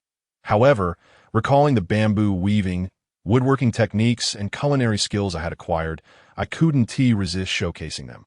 Consequently, they insisted on learning from me, pleading for my guidance. Hu Zhenhai sheepishly recounted, scratching his head. So, did you teach them? Li Jiao Jiao laughed, not holding any grudge. Of course. They were incessantly praising my brother and me, saying we were fortunate to have the beast wife of a celestial maiden. While Hu Zhenhai's words were not exaggerated, many of the single male beast men in the tribe were indeed envious. Surely, you must have been lavishly praising me, elevating my status to celestial heights, Li Jiao Jiao teased, her expression revealing her insight. Hu Zhenhai covered his mouth, exclaiming, Jiao Jiao, how did you know? It's almost as if you were there with me. I've never been to your tiger roar tribe, and they've never seen me. Yet they envy you and Ahai, which surely means you've been singing my praises nonstop. Jiao Jiao, you are truly clever. However, I speak only the truth. I'm not exaggerating at all. You excel in every way, fool. Hu Zhenhai playfully smacked him. You can't convey a simple message without causing a ruckus. Elevating Jiao Jiao to celestial heights may invite undue attention. Oh, brother, that one happened. We are formidable. They wouldn't dare to provoke us. Hu Zhenhai's expression darkened. Did you reveal our beast ranks? No. I wouldn't dare. You've cautioned me about that. Hu Zhenhai immediately pinched his own ears, lowering his head in submission. That is more like it. But how could you? All right, Ahai, stop hitting him. Tian has just returned, Li Jiao Jiao interjected, pulling Hu Zhenhai's hand away. What he said is also true. We truly need not fear now. Generally, ordinary people would not dare to provoke us. You? Use your brain next time. Hu Zhenhai sighed, looking at Hu Zhenhai helplessly. Did I understand, brother? Hu Zhenhai replied, his joy at returning home somewhat diminished. All right, enough of this talk. Let us rest early. Tian must be exhausted from the journey. The group tacitly decided to grant Hu Zhenhai the privilege of companionship for the night, upon seeing that he could hold the fragrant and softly Jiao Jiao. Hu Zhenhai was instantly invigorated, swiftly bathing. He entered Li Jiao Jiao's beast, As he stepped inside, he found Li Jiao Jiao reclining on the stone bed, her silvery hair cascading like a waterfall beside her. With a radiant smile adorning her face and luminous eyes fixed intently on the entrance, Li Jiao Jiao gazed at Hu Jintian. A rush of blood surged to Hu Jintian's head, prompting him to stride over. Eagerly, he bent down to kiss the one he had longed for day and night. Jiao Jiao, do you still stand by your promise? What?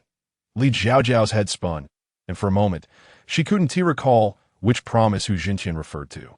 Sensing her confusion, a flicker of disappointment crossed his eyes. Was it true that she didn't cherish him as much? However, as Li Jiao Jiao noticed his hesitation, her mind cleared, and she quickly grasped what he meant. Fool, my mind was elsewhere just now, and I didn't registered. I did promise you. Of course I remembered. If it didn't count, I should be pregnant with several little ones by now. Shouldn't I? As she gently pinched his ear with her delicate hand. Hu Jintian, filled with joy, pressed a kiss on Li Jiao Jiao's lips, his enthusiasm intensifying through the night of wild abandon. The following day, he awoke with a sore back. Upon hearing some movement, Hu Jintian entered the cave and saw Li Jiao Jiao rubbing her waist incessantly. With a heart full of remorse, he approached and took over her task. I am so sorry, Jiao Jiao. I missed you terribly and let myself go a bit last night. All right, for I missed you just as much. Please, continue to massage me, she said, opening her arms in a plea for an embrace. Hu Jintian sat at the edge of the bed, one hand tending to her waist while the other encircled her as she sat on his lap. Initially, Li Jiao Jiao thought having multiple beast husbands was quite splendid. Every morning, she would awaken to a parade of handsome men before her. She recalled an article she had once read detailing the 6 benefits of frequently gazing upon handsome men. It could stimulate estrogen, enhance one's beauty, prolong life, improve hair health, and merely 10 minutes of admiration equated to 30 minutes of aerobic exercise, promoting blood circulation and lung function, along with bolstering memory. Now, she realized that the article referred to merely looking, not the act itself. However, it was evident that her beastly husbands intended for more than just gazing upon her. Tian, did you encounter Kai on your way back? Li Jiao Jiao inquired. No, but upon returning to the Hu Shao tribe. I heard the patrolling tribesmen mention that they saw Kai pass by our tribe 4 days before I arrived back. Well, he should be fine then that I estimate he'll return soon. I just visited my brother's offspring, and when I returned, my father and mother were eager to hear about it. They were overjoyed to learn that my brother was soon to become a father. Hu Jintian reassured Li Jiao Jiao. Let us not dwell on him for now. I have good news to share. Do you wish to hear it? What good news? You are soon to become a father yourself. Hu Jintian halted his massage, staring at Li Jiao Jiao in disbelief. Are you serious? I am to be a father? Indeed. Your little one is already nestled within me. In 2 months, you will experience the joys of fatherhood. Li Jiao Jiao replied, equally elated. She recalled that she had not yet taken the pregnancy elixir this morning and had just been about to do so when she heard the countless voices say, No need to take it. It's already there. Huh. Whose is it? Of course it's yours, Hu Jintian. You're quite the vigorous beast husband. Li Jiao Jiao's cheeks flushed. Being aware of their vigor was one thing, but hearing it from someone else felt entirely different, especially when that person bore the face of her own brother. It felt so awkward. You mustn't discuss this matter with me in the future. Why not? Why do you ask why? It's nothing. I'm just not accustomed to discussing such private matters with others. Very well. After a brief moment of intimacy, they headed out for lunch. Li Jiao Jiao requested the countless voices to update her on the current state of her protective barrier. Host, you currently possess 27,900 cubic meters. The entire tribe occupies over 30,000, nearing 40,000 cubic meters. This is still insufficient. What should we do? Li Jiao Jiao felt a twinge of concern for the Tianing tribe. Calculating the time, she realized it had already been over a month since the eagle had been taken away.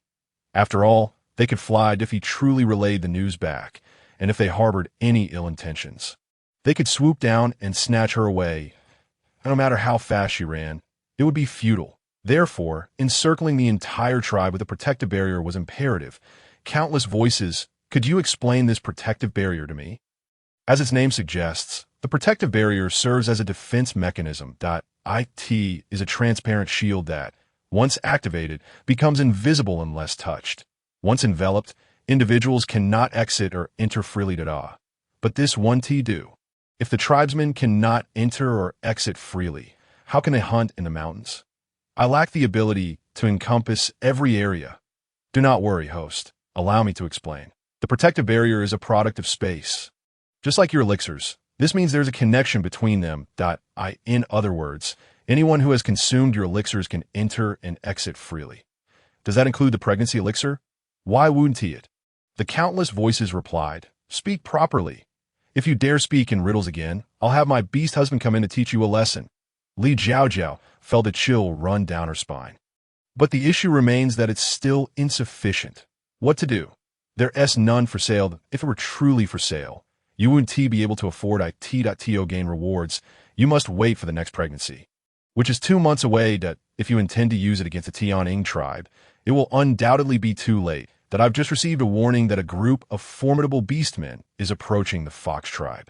Approximately 10,000 kilometers away, Li Jiao Jiao jumped up in fright, momentarily forgetting that she had been resting on Hu Jintian. The sudden movement caused her forehead to collide with his chin. Jiao Jiao, what's wrong? Hu Jintian asked, concern etched across his face. It's nothing. Nothing at all, she replied, clutching her forehead. Let me see, Hu Jintian insisted, pulling her hand away to reveal the redness. You say it's nothing, with a tender touch. He gently rubbed her forehead. Rest a bit longer. I'll massage you, he said, pulling her back into his embrace. Li Jiao Jiao accepted his care, intending to inquire further with the countless voices. Perhaps they were referring to Wang Yikai and his companions? As she nestled in Hu Jintian's arms, Li Jiao Jiao's consciousness slipped into the space again. Continuing her inquiry with the countless voices, the individuals you mentioned earlier are Wang Yikai and his companions.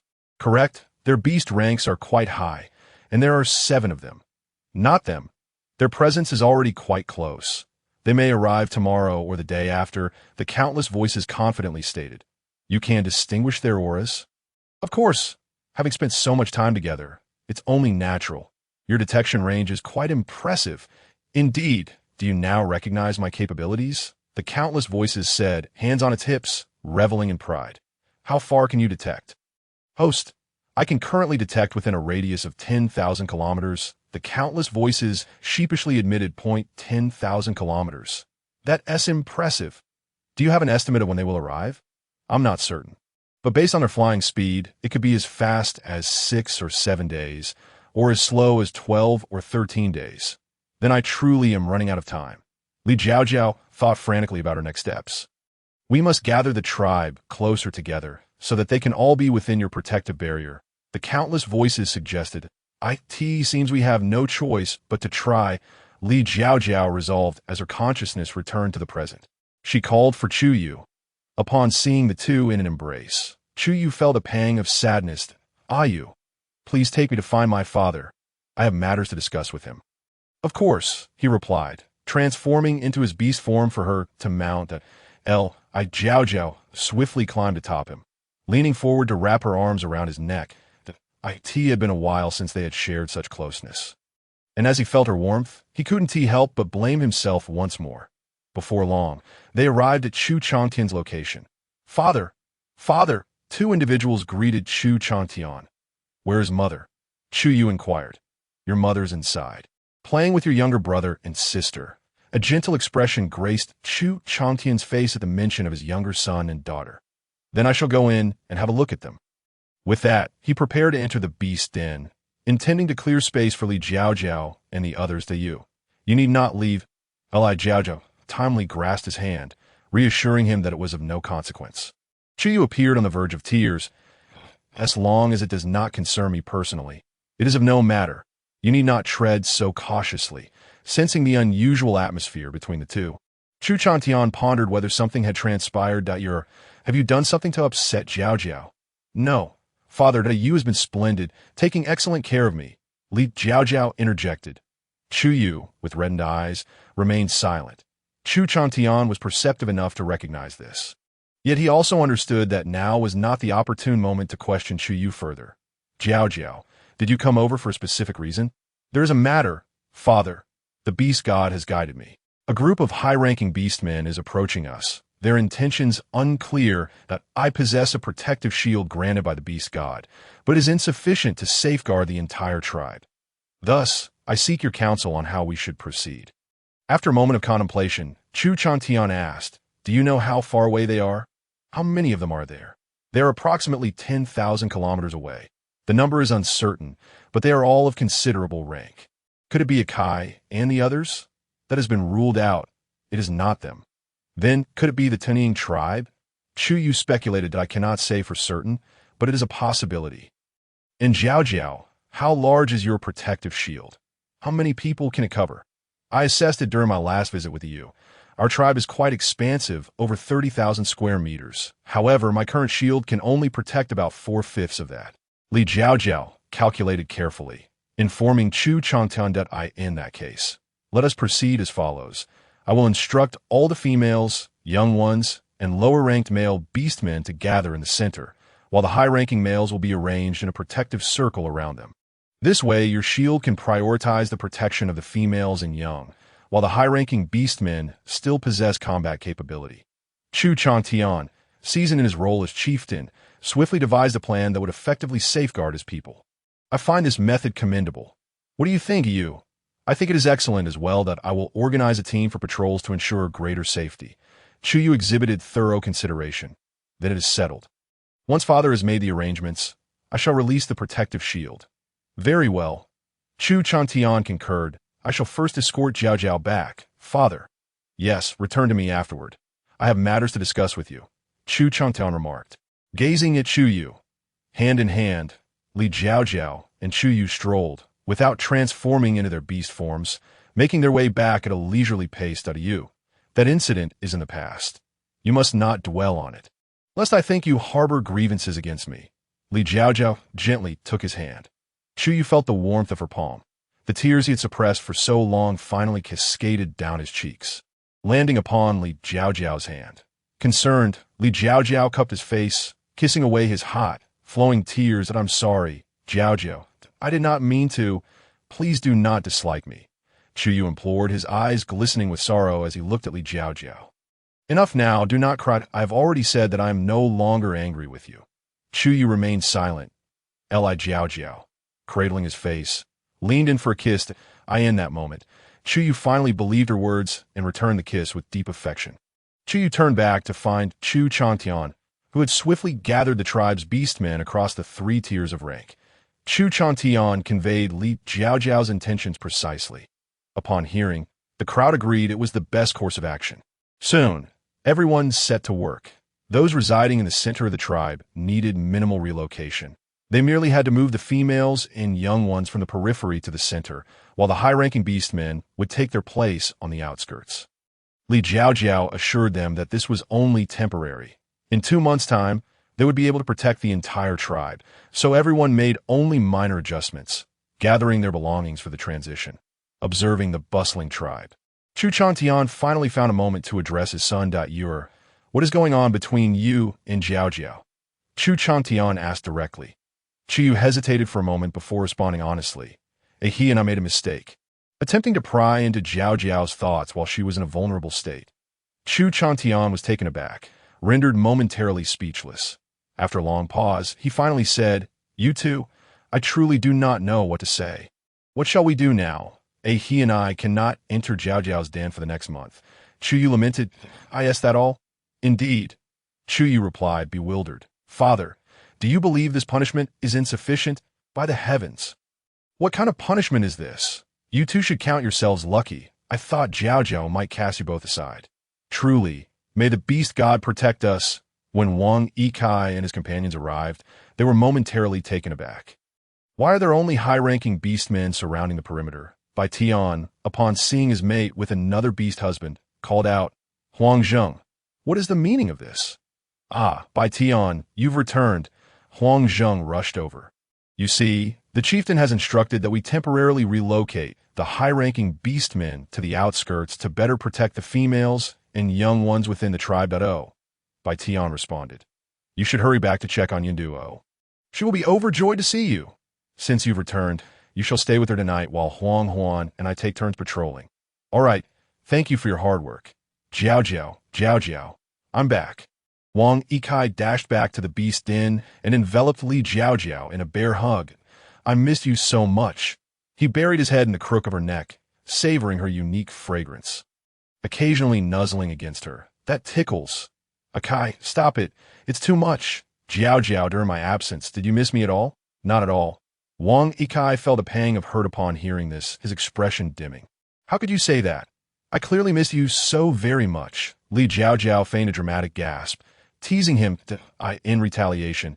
Wang Yikai playfully nipped at her. Da-da, she exclaimed softly. Wang Yikai's gaze turned increasingly intense, the air thick with an alluring tension. Embracing Li Jiao Jiao, he drew her into the den. Sounds of rushing water echoed from within. The next day, Li Jiao Jiao consumed the childbirth elixir, successfully planting the seed. How wonderful! My belly feels full once more. 2 days later, the tribe members had settled into their new homes. Following the countless instructions she had received, Li Jiao Jiao stood atop a high slope, waving her hand to release the protective shield. Enveloping most of the tribe in its embrace, the transparent dome glimmered under the sunlight, emanating a soft halo. Jiao Jiao tossed a small stone as a test. It soared gracefully in a parabolic arc, only to rebound unexpectedly as if it had struck something elastic. Be careful. Chu exclaimed, swiftly catching Li Jiao Jiao and rolling aside to avoid the stone. You gave me quite a scare. Li Jiao Jiao gasped, her heart racing. Are you all right, Jiao Jiao? Chu asked, concerned. I'm fine. I did not expect this thing to be so effective. Come on, let us head back and try again. As two individuals strolled along, they arrived at the edge of the protective shield. Jiao Jiao gently touched it with her hand, as if caressing a delicate bubble.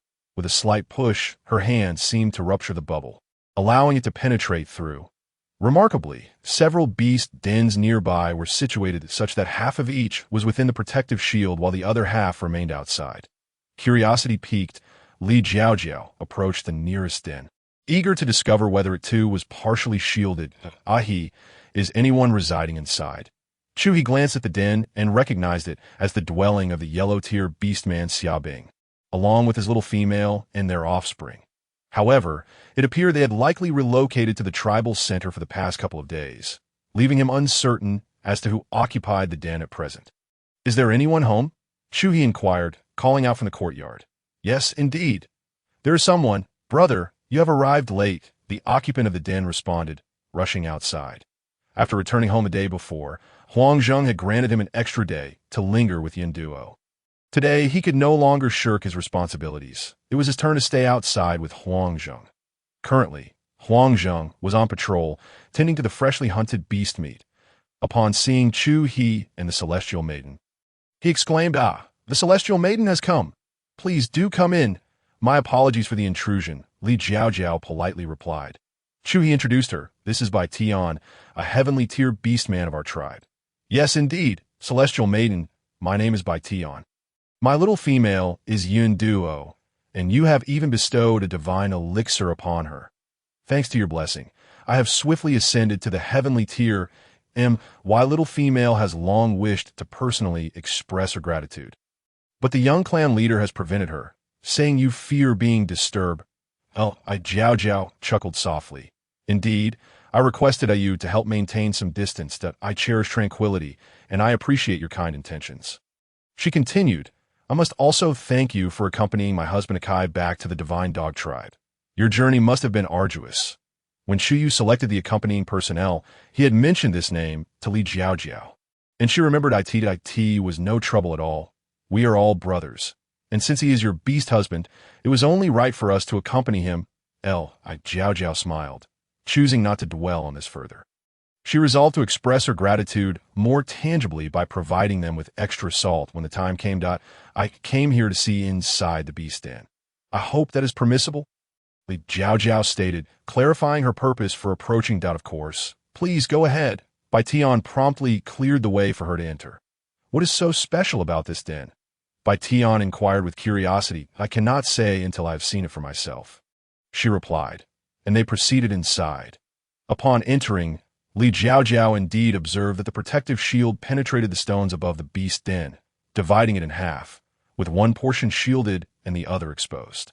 A smile of delight blossomed on her face as she turned to the others, exclaiming, "Just as I suspected, this protective shield can indeed permeate through stone." She gestured towards the area before her. Bai Tian, not comprehending her words, naively stepped forward to touch the air, suddenly aware of a peculiar sensation akin to a membrane. "Celestial Maiden, is this the protective shield?" he asked in astonishment. Li Jiao Jiao nodded affirmatively. Summoning his courage, Bai Tian pushed against it again, feeling as though the membrane had abruptly ruptured, allowing his hand to slide through. "Celestial Maiden, forgive me. I have breached this protective shield," he exclaimed, shrinking back in fear, questioning if the chief had misled them about its strength. Had his own power increased? Would the Celestial Maiden punish him? Li Jiao Jiao chuckled inwardly at his kneeling figure, his expressions shifting between concern and confusion. "Please rise. I have yet to finish speaking. Our tribal members are allowed to enter freely, which is why you could extend your hand, stand up, and attempt to walk inside." Bai Tian, still skeptical, stood and cautiously stepped forward. As he passed through the barrier, he felt a sensation akin to bursting a bubble. Yet upon stepping inside, the area appeared intact once more. Li Jiao Jiao instructed them to stand still, retrieving her crossbow and aiming in an empty space beside Bai Tian. Releasing an arrow, startled, Bai Tian gasped. This time, Chu He, having gained experience, quickly embraced Li Jiao Jiao and sidestepped as she shot the arrow. The projectile ricocheted and embedded itself deep into the den's wall. Bai Tian stared in awe, emerging from the den, exclaiming, "Celestial Maiden, this protective shield is truly formidable. It can effectively defend against enemy attacks. I am uncertain how strong an attack it can withstand, but you may sleep more securely within the inner area at night. Currently, this protective shield predominantly permits our tribal members to enter and exit freely. The Celestial Maiden implies that only our tribe's people can enter. Not entirely. Those beastmen to whom you previously granted elixirs when visiting the Divine Dog tribe can also enter. As can those from the Tiger Howl tribe who have consumed the elixirs. Will the little females and young cubs from our tribe still be able to venture outside?" More questions arose, and Li Jiao Jiao assured them, "Later, I will gather everyone to elaborate on these matters." As time grew late, she decided it was best to return. "Celestial Maiden, why not stay for a meal before departing?" Li Jiao Jiao smiled, reflecting on how this custom of inviting others to share a meal seemed to have been passed down through generations. And no, perhaps another time, Bai Tian replied. Not daring to insist, he escorted them to the entrance.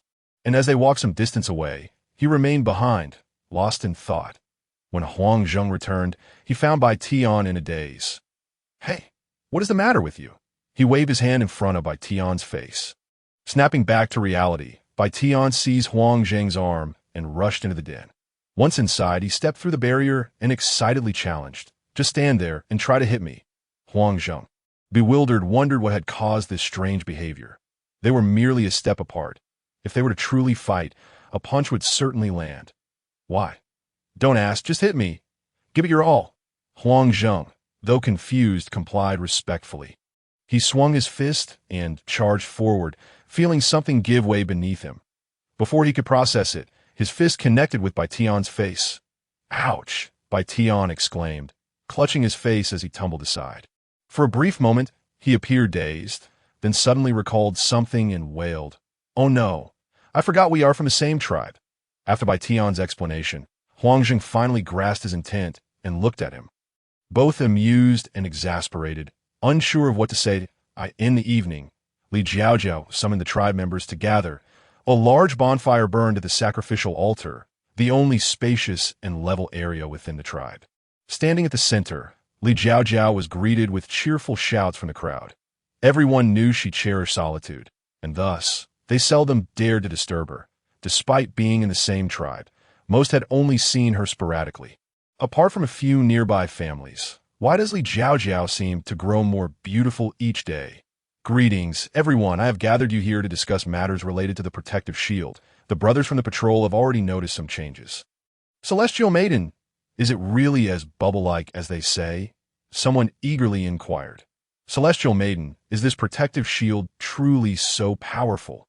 Another asked, "Celestial Maiden, will we still be able to come and go with this shield in place?" Before Li Jiao Jiao could respond, Chu Changtian interjected sternly. Each question in turn, please. The crowd instantly fell silent. But if you all speak at once, I cannot hear you, she remarked. At a male beastman raised his voice, Celestial Maiden. Does this mean that with a protective shield, we have nothing to fear? In principle, yes. However, there are no absolutes. There may always be others beyond our comprehension, so it is crucial that everyone continues their training. Relying solely on ourselves is the most dependable course, that we cannot place all our hopes on the protective shield, correct? Another individual stepped forward to ask, Celestial Maiden, will the little females and cubs still be able to play outside? Li Jiao Jiao. This protective shield only recognizes elixirs. Put it simply, anyone who has consumed an elixir can enter and exit freely, while those who have not are temporarily unable to do so. Therefore, the little ones in the tribe cannot venture outside. Celestial Maiden, can this protective shield withstand the heavy snowfall of winter? Li Jiao Jiao. Unfortunately, it cannot. Natural elements such as wind, fire, rain, and snow cannot be obstructed. Its primary function is to defend against physical attacks from other tribes. A few days ago, I posed this question to Shu Buqing, and when he informed me it was not possible, I felt a tinge of disappointment. However, he explained, if we block the rain, this area will become increasingly arid. If we block the wind, the air within will stagnate, correct? Upon reflection, I agreed. Celestial Maiden, may I request a demonstration? Li Jiao Jiao called upon Chu Yu and Chu He to step outside the barrier and shoot a few bolts to observe the results. The reason for summoning these two was their spatial abilities. Once the arrows were released, they could retreat into the space and avoid any casualties. The two swiftly ascended to the high slope where Li Jiao Jiao had stood earlier, drawing their crossbows and unleashing a volley of 50 bolts. Once they finished, they immediately retreated into the spatial realm, emerging only after anticipating the rebound. The onlookers at the sacrificial altar witnessed a flurry of projectiles slicing through the air. Those orcs who had participated in battles against the hyena tribe recognized them as crossbow bolts. A voice shouted, "It's crossbow bolts!" Some timid orcs hurriedly sought refuge, while the bolder ones observed the arrows halting midair before reversing direction and returning. They erupted in joyous cheers. Celestial Maiden! Celestial Maiden! Blessings from the beast god. Celestial Maiden, grant us your favor. Only then did the timid ones dare to peek out, reassured that the protective shield indeed proved effective. Chu Changtian exclaimed with fervor, Jiao, Jiao, thank you. You always think of our tribe. Our entire clan will forever be grateful to you. Ah, Father, you are being too courteous. I am also a member of the Fox tribe. It is only right for me to contribute what I can to the tribe. Is it not? Regardless, we shall always remember everything you have done for us. Meanwhile, 1,000 miles away in the Phoenix tribe, Feng Xiao, you are to undergo your rebirth today. That I, your father, am tied up with matters and cannot attend. I shall have your cousin watch over you. Feng Xiao furrowed her brow, somewhat discontented. Father, you know well that I do not get along with Feng Hua. What if he tries to sabotage me? He wouldn't dare. Feng Chi's voice rose several octaves. After a moment of contemplation, he added, I truly cannot leave at this moment. He's the highest-ranking beast in our tribe aside from myself. How about this? I will summon a few more individuals to guard you. Feng Xiao pondered for a moment, conceding that should suffice. With so many around, he likely wouldn't dare to employ underhanded tactics. Very well. Feng Chi called upon several high-ranking beasts from the tribe, 3 from the heaven stage, 3 from the earth stage, and Feng Hua. Feng Hua was the second in a century to succeed in rebirth, the last being Feng Chi himself 40 years prior. Although several tribe members had reached the heaven stage in recent years, none had been able to achieve rebirth. 4 years ago, when Feng Hua underwent his rebirth, it caused quite a stir. The neighboring tribes, initially eager to encroach upon the Phoenix tribe's territory, gradually lost interest and reverted to mere spectators. The flattery from the tribe members swelled Feng Hua's ego over the years. Adding to this, his little female companion had originally favored Feng Xiao. After Feng Xiao rejected her affections, she chose him instead. Thus, he increasingly believed that the position of young clan leader should rightfully belong to him. What irked Feng Xiao most was this very notion. Because of a mere little female, Feng Hua had repeatedly sought to trouble her. If he truly possessed the demeanor to be magnanimous, then allowing him to take the role of young clan leader would be acceptable. Yet, he was a petty individual. In the past, when someone mocked the appearance of the Black Phoenix, he resorted to violence, leaving the person with a crippled leg. On another occasion, while hunting, he sustained an injury. And when a kind uncle attempted to teach him hunting techniques, he perceived it as mockery, resulting in that uncle becoming mute. Youth clan leader, the essence of exotic herbs has been prepared for you. The essence of exotic herbs is a spiritual concoction that aids the Phoenix tribe during rebirth, enhancing the purity of their inner fire. Feng Xiao approached, took the potion, inspected it, and asked, Feng Hua, hasn't he come near this essence?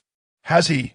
A Shui glanced around to confirm Feng Hua was absent and whispered to Feng Xiao, no, Feng Hua has kept his distance. This was personally gathered and prepared by Qing and me. Good. Thank you for your efforts. Feng Xiao, along with Feng Shui and Feng Qing, had grown up together and shared a disdain for Feng Hua, yet they felt powerless to confront him. They hoped for Feng Zhao's success in rebirth, allowing her to triumph over Feng Hua. With all preparations complete, Feng Xiao consumed the essence. Transforming in her beast form, she flapped her wings and soared into the sky. Out of the corner of her eye, she caught a glimpse of a cryptic smile on Feng Hua's lips. A sudden chill gripped her heart, but she had no time to dwell on it. Flames enveloped Feng Zhao's entire beast form as she ascended higher, gradually becoming a mere speck of light. Suddenly, Feng Yin sensed something amiss within her, feeling her body slowly turning cold.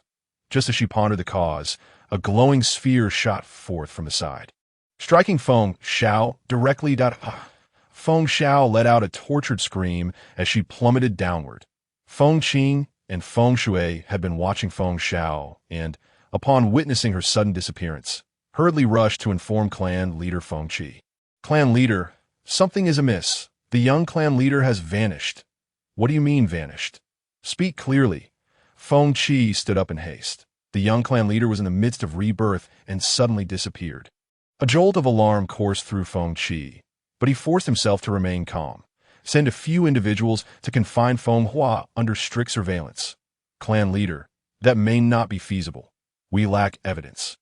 Feng Hua was sitting quietly, and no one witnessed him make a move. Feng Qi pondered this logic momentarily, and then instructed, then have 2 individuals follow him, monitoring his every action.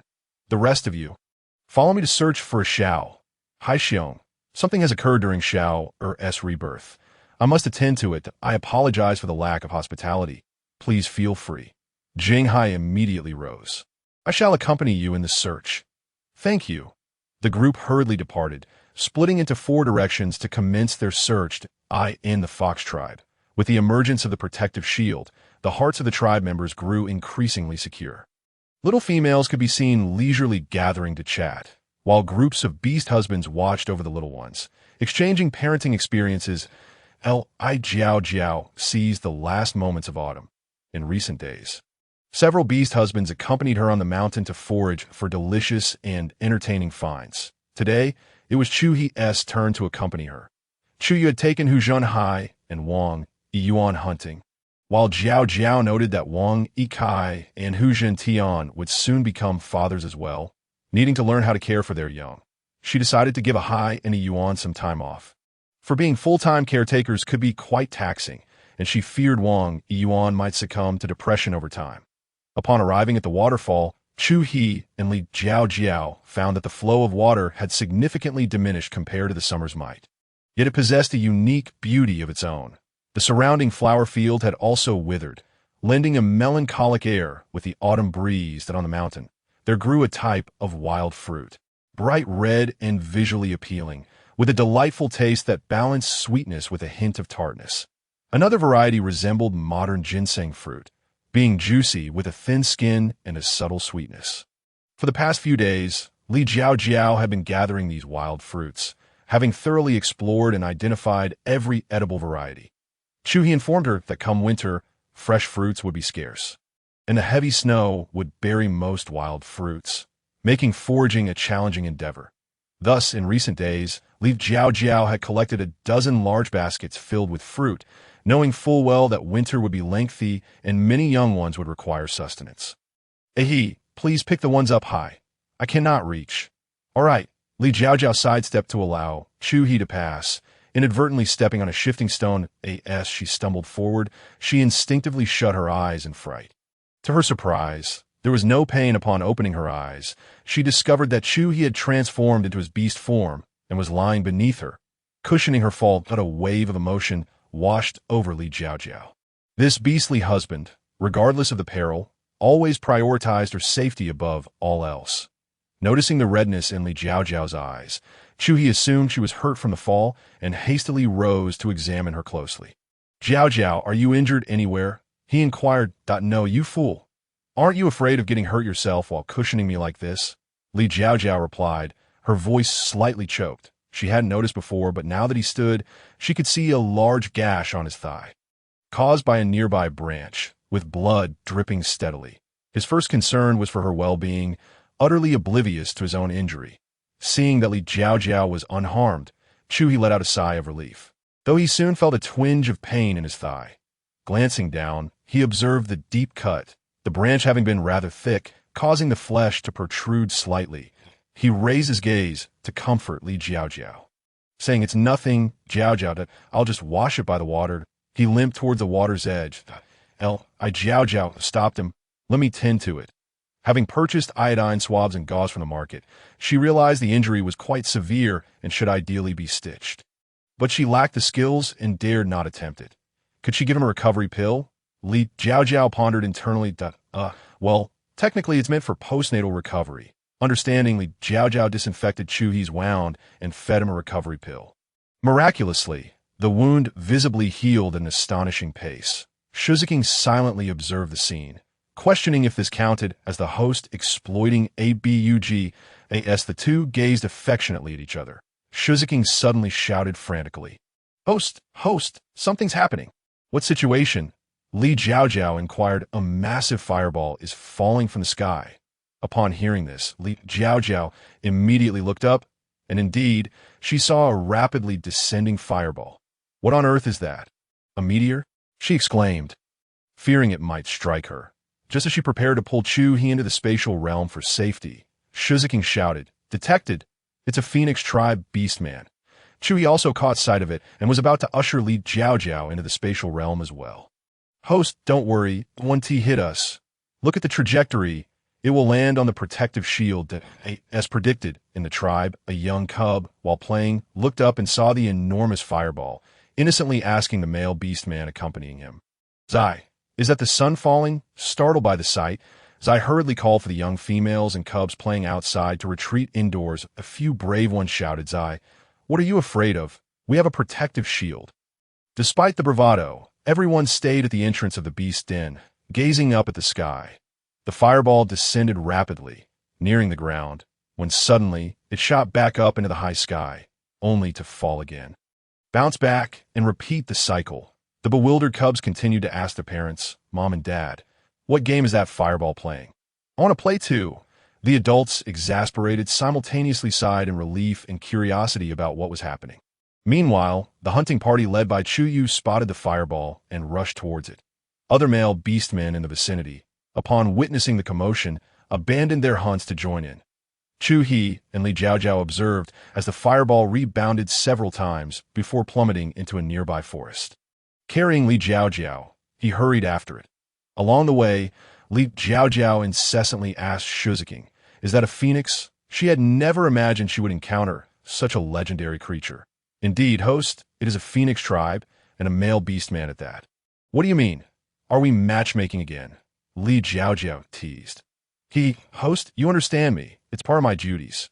"Where did he come from? You never mentioned him before." This. Shizuking lowered his head. "Host, my level isn't high enough. I can't determine where he came from. The Phoenix tribe is beyond my detection range, but they must be from outside this vast expanse." The group converged from various directions towards the fireball, and soon everyone had gathered. When Li Jiao Jiao arrived, she noticed the peculiar expressions on everyone's faces, filled with confusion. Looking down, she was met with a sight that left her bewildered. This dark lump. "You're telling me it's a phoenix?" The flames on the fireball had extinguished, revealing what now resembled a charred lump. After a moment of shock, Li Jiao Jiao instructed Shizuking to scan the condition of this phoenix. "Scanning complete. Host, there is still hope, but the cost may be steep." A resurrection pill is required. Li Jiao Jiao's eyes widened in disbelief. What nonsense! A lump of charred remains requires 3,000 points for a pill. Forget it. She turned to leave. Host.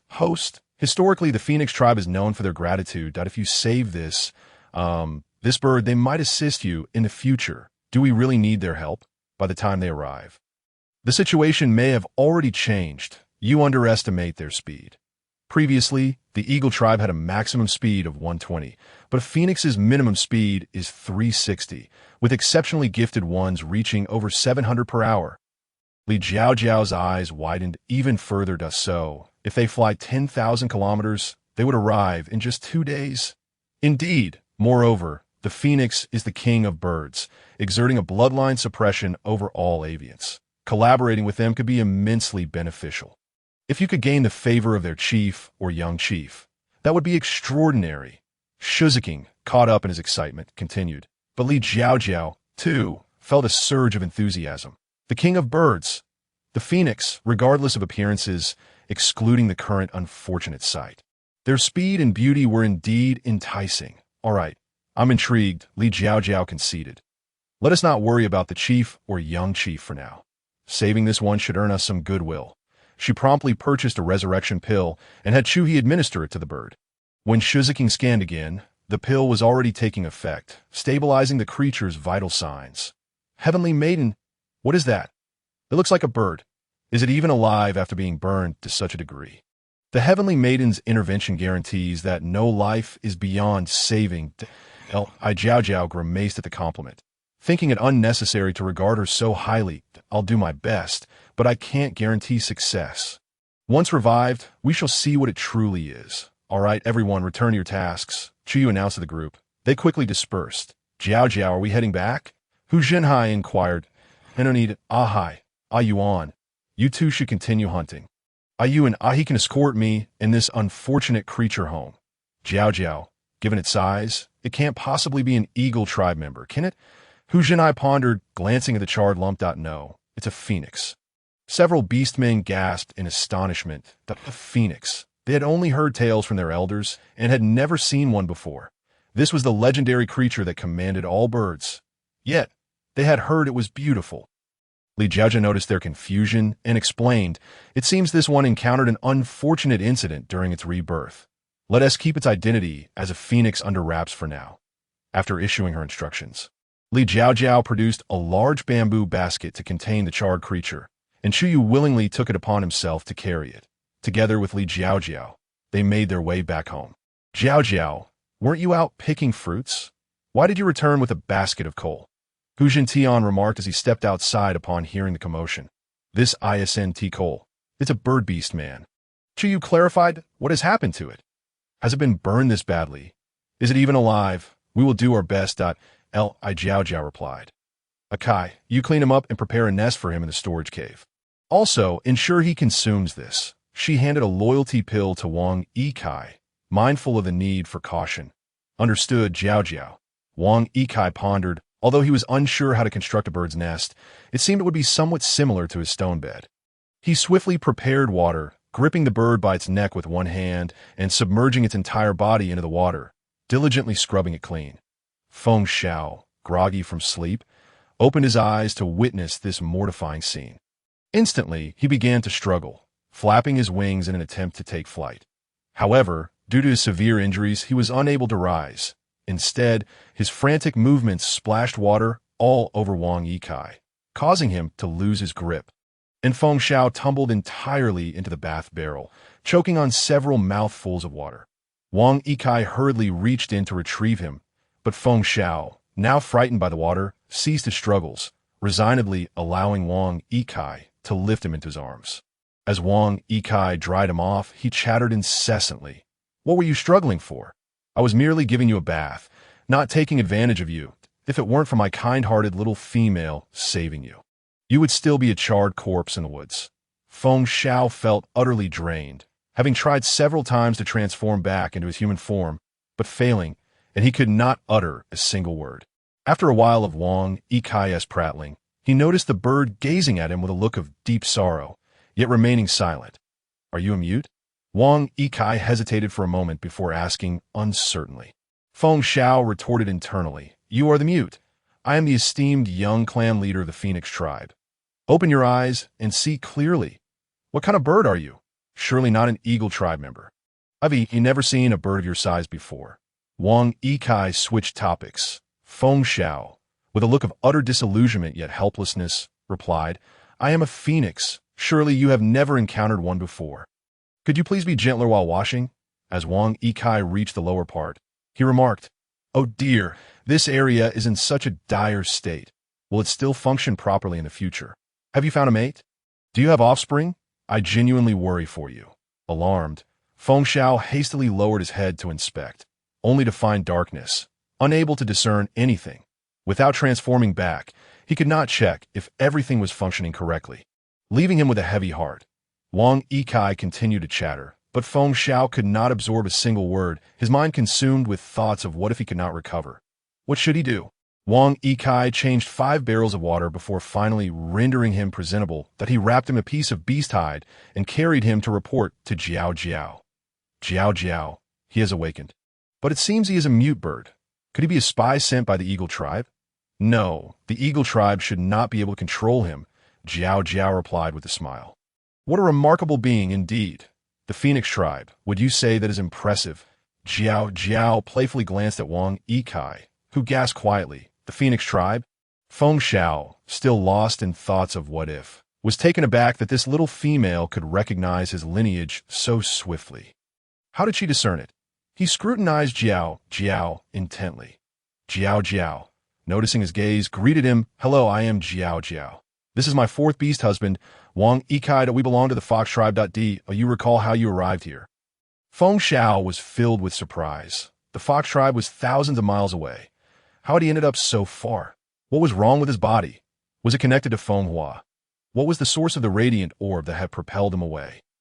Despite his myriad questions, none were answered and no one could hear his thoughts. "Are you naturally unable to speak?" Jiao Jiao asked earnestly. Feng Xiao had no intention of responding to her inquiry, yet Jiao Jiao's beauty made it difficult to ignore her. A delicate beauty, with a smile in her eyes as she posed 2 questions, it felt rather unreasonable to disregard her, so he shook his head. Jiao Jiao understood and asked, "Did you injure your throat?" Feng Xiao nodded. "Did something happen during your rebirth?" Feng Xiao was taken aback. How did she know about that? Who was she truly? At this moment, his curiosity about Jiao Jiao piqued. Observing his astonished expression, she deduced much. "Is your tribe far from us?" Wang Yikai inquired, equally intrigued. Feng Xiao lazily cast a sidelong glance at Wang Yikai, neither nodding nor shaking his head. Jiao Jiao recognized his prideful demeanor, suspecting he would respond simply because she had seen through his identity as a phoenix. Thus, she refrained from pressing further. She produced a strengthening pill for Wang Yikai, saying, "Yikai, give him this. It will aid in his swift recovery that I hope once he heals, he might remember some of his former self. Perhaps he could introduce us to some excellent single males from his tribe, considering we went to great lengths to save him." Wang Yikai accepted the pill and addressed Feng Xiao. "Brother bird, open your beak. I'm going to give you this pill."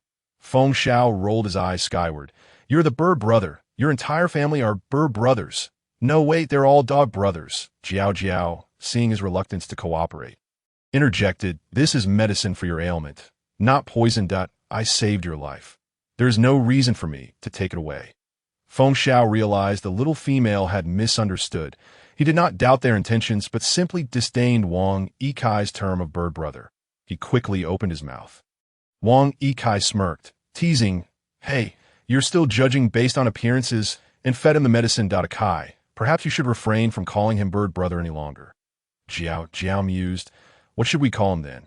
Wang Yikai replied, "How about just brother?" Upon hearing this, Feng Xiao found it much more agreeable and nodded in approval. Meanwhile, in the Phoenix tribe, Feng Qi returned with a grim expression as tribe members gradually filtered back from all directions. "Clan leader, we found nothing." "Clan leader, we also discovered nothing." "Clan leader, we have no leads." Not a trace of the young clan leader's presence. Feng Qi felt increasingly agitated, pacing back and forth, contemplating where else to search. They had nearly scoured a 3,000-mile radius. "Bring Feng Hua to me." As the clan leader for many years, his presence was naturally commanding, and with a stern countenance, he appeared even more formidable. Soon, Feng Hua was brought forth. Upon entering the cave, he was met with Feng Qi's darkened expression, which filled him with a sense of triumph. Yet he feigned concern. "Clan leader, has the young clan leader still not been found? I request to join the search." Feng Qi fixed his gaze on Feng Hua, scrutinizing his expression for any signs of deceit. Unfortunately, he could not discern anything amiss. He coldly asked, "Feng Hua, tell me the truth. Did you have a hand in Feng Zhao's mishap?" Feng Hua immediately knelt. "Clan leader, it was not me." His words were resolute, his gaze steady, and his expression unwavering. "Where were you when Feng Zhao underwent his rebirth? I was right beside him, protecting him. Several others can attest to this." Feng Qing and Feng Shui were reluctant to serve as witnesses, but found themselves unable to refute his words, thus remaining silent with peculiar expressions. Feng Qi felt a flicker of doubt. Could it be that he had wronged him? Feng Hua observed everything.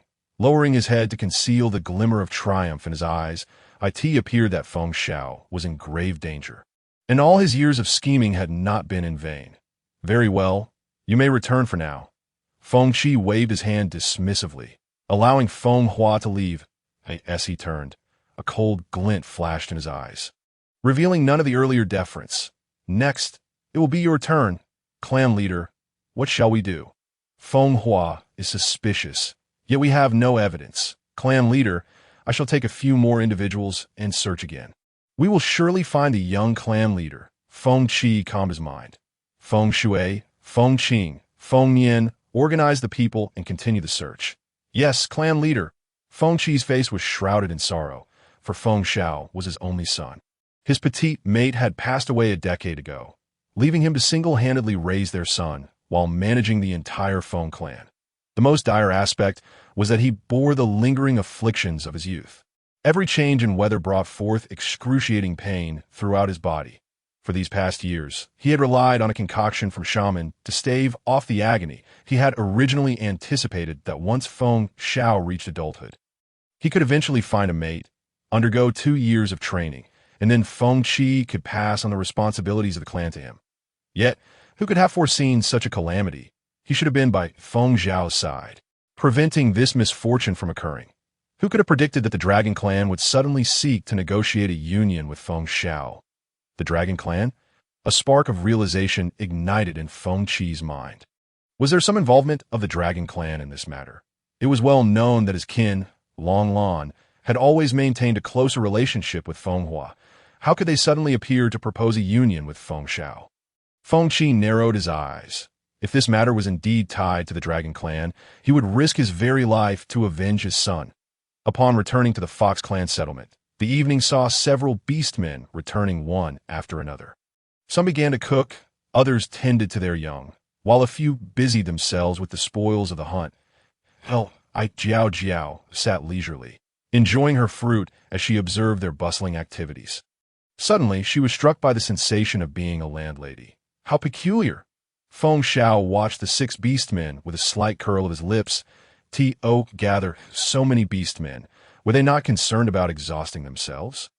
After Wang Yikai had given him that pill earlier in the afternoon, he felt his body had regained much of its vitality. It seemed as if all his broken tendons and bones had healed instantaneously. Yet upon reflection, he found this somewhat exaggerated.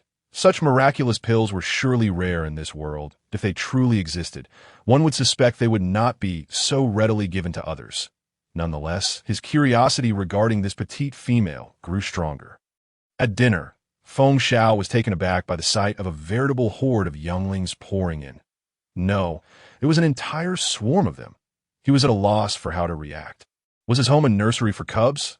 Why were there so many? Wait a moment. Why did these cubs share the same aura as the beastmen present? A flood of questions surged through him. And he blurted out, "Are all these your offspring?" All eyes turned towards him. Feng Zhao was equally astonished that he could speak. A wave of delight washed over him. He then attempted to see if he could transform into human form. Still not possible. He would take it slow, but at least he can now speak. "You can talk now?" Chuyu gazed at him intently. Yes, I'm immensely grateful for your life-saving kindness. Once I return home, I shall prepare a generous token of appreciation. His voice was melodious. Where do you hail from? Li Jiao Jiao inquired gently. Greetings, petite female, that I am Feng Shao from the Feng clan. Our tribe is thousands of miles from here. When I was young, I ventured out with friends and learned of several clans in this area. However, my father, worried for my safety, seldom allowed me to travel far. Would you care to share what transpired? I was ambushed during my rebirth, Feng Shao replied, unwilling to divulge too much. They were still strangers, and it seemed foolish to bare his soul so readily. Li Jiao Jiao nodded, nearly confirming her suspicions. How old are you? Hu Jintian asked. I just turned of age yesterday. In our Phoenix clan, we undergo rebirth upon reaching adulthood. Those who succeed are few, while many fail, for those like me who do not succeed. It will depend on future opportunities that I see. How does your body feel now? Aside from still being unable to transform in a human form, I have no other issues. Once again, I thank you for your life-saving assistance. You should thank our petite female. Her kind heart is what saved you. Feng Shao, thinking she appeared to be older than him, asked, May I call you sister? Thank you, dear sister, for saving my life. His once haughty demeanor transformed as he gazed at Li Jiao Jiao with bright eyes. The 6 beastmen watched in astonishment at how he addressed her as sister. Li Jiao Jiao smiled, not thinking much of it. You are indeed younger than me, so of course you may. Did you give birth to all these cubs by yourself? Yes, is there a problem with that? You are truly remarkable. My parents only had me, and most of our kin typically have just one, at most two. Feng Shao felt a twinge of envy toward these beastmen for having so many cubs. If the Feng clan had such a multitude, his father would not need to wear a perpetual frown. The cubs, having never encountered a featherless bird, were fascinated and clamored to play with Feng Shao. First we eat. We can play afterward, Li Jiao Jiao interjected, and the cubs quieted down. Naturally, if even their father dared not cause a ruckus, they would not want to incur their mother's wrath, knowing full well their fathers would spank them. As the family enjoyed their meal together, Feng Shao was struck by a wave of warmth, recalling how he had spent years with only his father, in a cold and desolate existence. His eyes suddenly grew moist. It was merely the wind causing them to water. After dinner, Feng Shao played joyfully with the cubs. After all, he was still a child at heart. Days swiftly passed, and Feng Shao increasingly felt at home within this family. Surrounded by curious and delightful items he had never seen before, delectable food, and a multitude of adorable cubs, every member of the household cherished him, and although he retained a hint of pride, his heart was genuine and kind. One day, Li Jiao Jiao posed an uncountable number of questions. Master, what is the matter with Feng Zhao's body? Why has his beast rank returned, yet he still cannot transform in a human form? Host, why not call him over for me to scan and examine? That sounds good. Feng Shao, come here, Li Jiao Jiao called from the pavilion. Hey, I'm coming, sister. Feng Shao hopped over, creating a rather humorous scene that had Li Jiao Jiao in stitches at his bouncy gait. You ask why I don't fly. That would stir up too much dust. Li Jiao Jiao had firmly prohibited him from flying indoors. Sister, is it inappropriate for you to openly jest at my expense? The proud little phoenix had resurfaced. All right, I concede. I shall refrain from laughing. Come closer. I will examine why you cannot transform. As Feng Shao approached, the voice of the entity within her mind spoke. Host, hold his hand. This method ensures a more accurate assessment. Li Jiao Jiao hesitated but complied, grasping the tips of Feng Zhao's wings. His face flushed crimson, and his heart skipped a beat. Thankfully, he was still shrouded in darkness. Otherwise, explaining this to his sister would be quite the challenge. What was she up to anyway? Did she wish for him to become her beastman? Surely, with so many already, he could only be the 7th. And how embarrassing that would be. Yet his sister was truly beautiful, capable, and intelligent. What did it matter how many beastmen she had? Meanwhile, Li Jiao Jiao was engaged in conversation within her mind and remained blissfully unaware that the young man before her had concocted several dramatic scenarios in his imagination. Sister loves me, he mused, the proud little phoenix and the sweet little white rabbit, the younger phoenix brother and the older rabbit sister. Does she desire me? Should I pounce on her? Would I be punished? Minutes passed, and finally the entity relayed. Host, There are still toxins within his body, which are preventing him from transforming. Can it be resolved? Li Jiao Jiao recalled having detoxifying pills on hand. Absolutely. This toxin is quite rare. Although it is of a low tier, without an antidote, he would remain in this state for life. Fortunately, our pills are precisely what is needed. Feng Xiao, still lost in his thoughts, suddenly realized Li Jiao Jiao had released his wing tips and was bewildered by the sudden change. Before he could contemplate the situation, he saw her produce another pill for him. His curiosity about her had only deepened over the days. Eat this. It will detoxify you. Detoxify? Are you saying I am poisoned? Feng Xiao was taken aback. Indeed, although the toxin is not potent, it is uncommon that if you encounter something unfamiliar without an antidote, you would remain in beast form for life. Thank you, sister. The young female not only saved her own life, but also aided in her restoration to her beastly rank. And now she was even assisting him in examining his body for toxins and providing him with an antidote. With such kindness from her sister, he feared that no matter how splendid a gift he prepared, he could never adequately repay her. Perhaps he should offer himself in gratitude. Li Jiao Jiao observed that this individual seemed lost even while taking medicine, leaving her speechless. Why not take the medicine before daydreaming? Li Jiao Jiao gently advised that, yes. As soon as the elixir entered his system, Feng Xiao felt his meridians open up with newfound clarity. Now, why don't you try transforming into your human form? Feng Xiao silently intoned. Transform. In an instant, a bear man appeared before Li Jiao Jiao. Feng Xiao's face flushed crimson. While he had grown accustomed to his beast form and the lack of clothing, being exposed like this was utterly mortifying. Li Jiao Jiao, however, seemed quite unfazed, merely casting a brief glance to spare him from further embarrassment. Not bad. Muscular build, well-proportioned limbs, tall stature, and quite handsome. He certainly aligns with my aesthetic. Why not transform back into your beast form and put on some clothes? Li Jiao Jiao suggested, Oh. Feng Xiao had been so focused on covering himself that he had forgotten to revert to his beast form first. Embarrassment washed over him as he dashed away, while Li Jiao Jiao couldn't help but laugh heartily behind him. She hadn't anticipated that this younger brother's foolish demeanor could be somewhat endearing. Initially, she harbored no particular thoughts about Feng Xiao, but upon witnessing his striking human form, her heart stirred with unexpected ripples. Sister, let me take you out for some fun. At that moment, Feng Xiao emerged, now dressed, standing under the sunlight. The rays illuminated his fiery red hair and accentuated his fair complexion, rendering him exceptionally charming. His lips bore a soft pink hue, evoking an irresistible desire to kiss. Li Jiao Jiao was mesmerized by the sight before her, exclaiming, Oh my heavens, someone put me out of my misery. If I cannot claim such a beautiful man, I shall regret it for life. Yet, she quickly regained her composure, realizing her thoughts were somewhat inappropriate. How had she become such a brazen woman? Why not invite Chu He and Chu Yu to join us?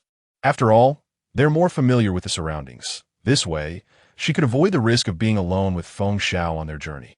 Sister need not worry. We birds are quite sensitive to routes and will not let you lose your way. I just want to be with you, sister. It's all thanks to you for saving me. I wish to take you flying in the sky. There was another reason Feng Xiao withheld. Typically, only the female he admired would be permitted to ride upon the backs of their kind. Li Jiao Jiao mused. Hey, kid, if you manage to win me over, don't say I didn't give you a chance. Flying to the sky, is that truly possible? But wouldn't it be too tiring for you to carry me? Li Jiao Jiao felt a surge of excitement.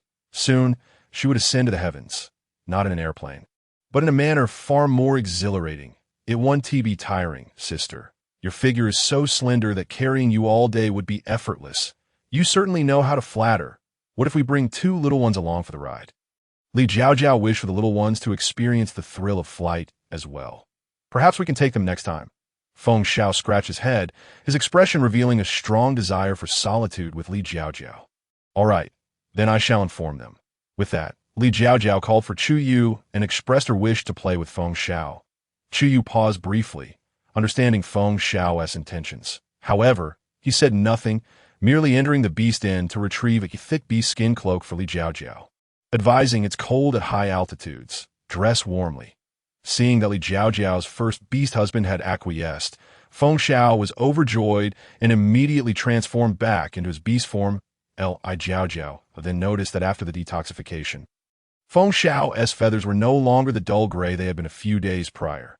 They had regained their vibrant luster, shimmering in the sunlight. That Xiao, your feathers, they're stunning, Li Jiao Jiao gasped. Hearing her straightforward compliment, Feng Xiao replied cheerfully, I owe it all to you, sister. He then winked at her, sparking a sensation akin to electricity, causing Li Jiao Jiao's heart to flutter just as it did when she looked at Chuyu.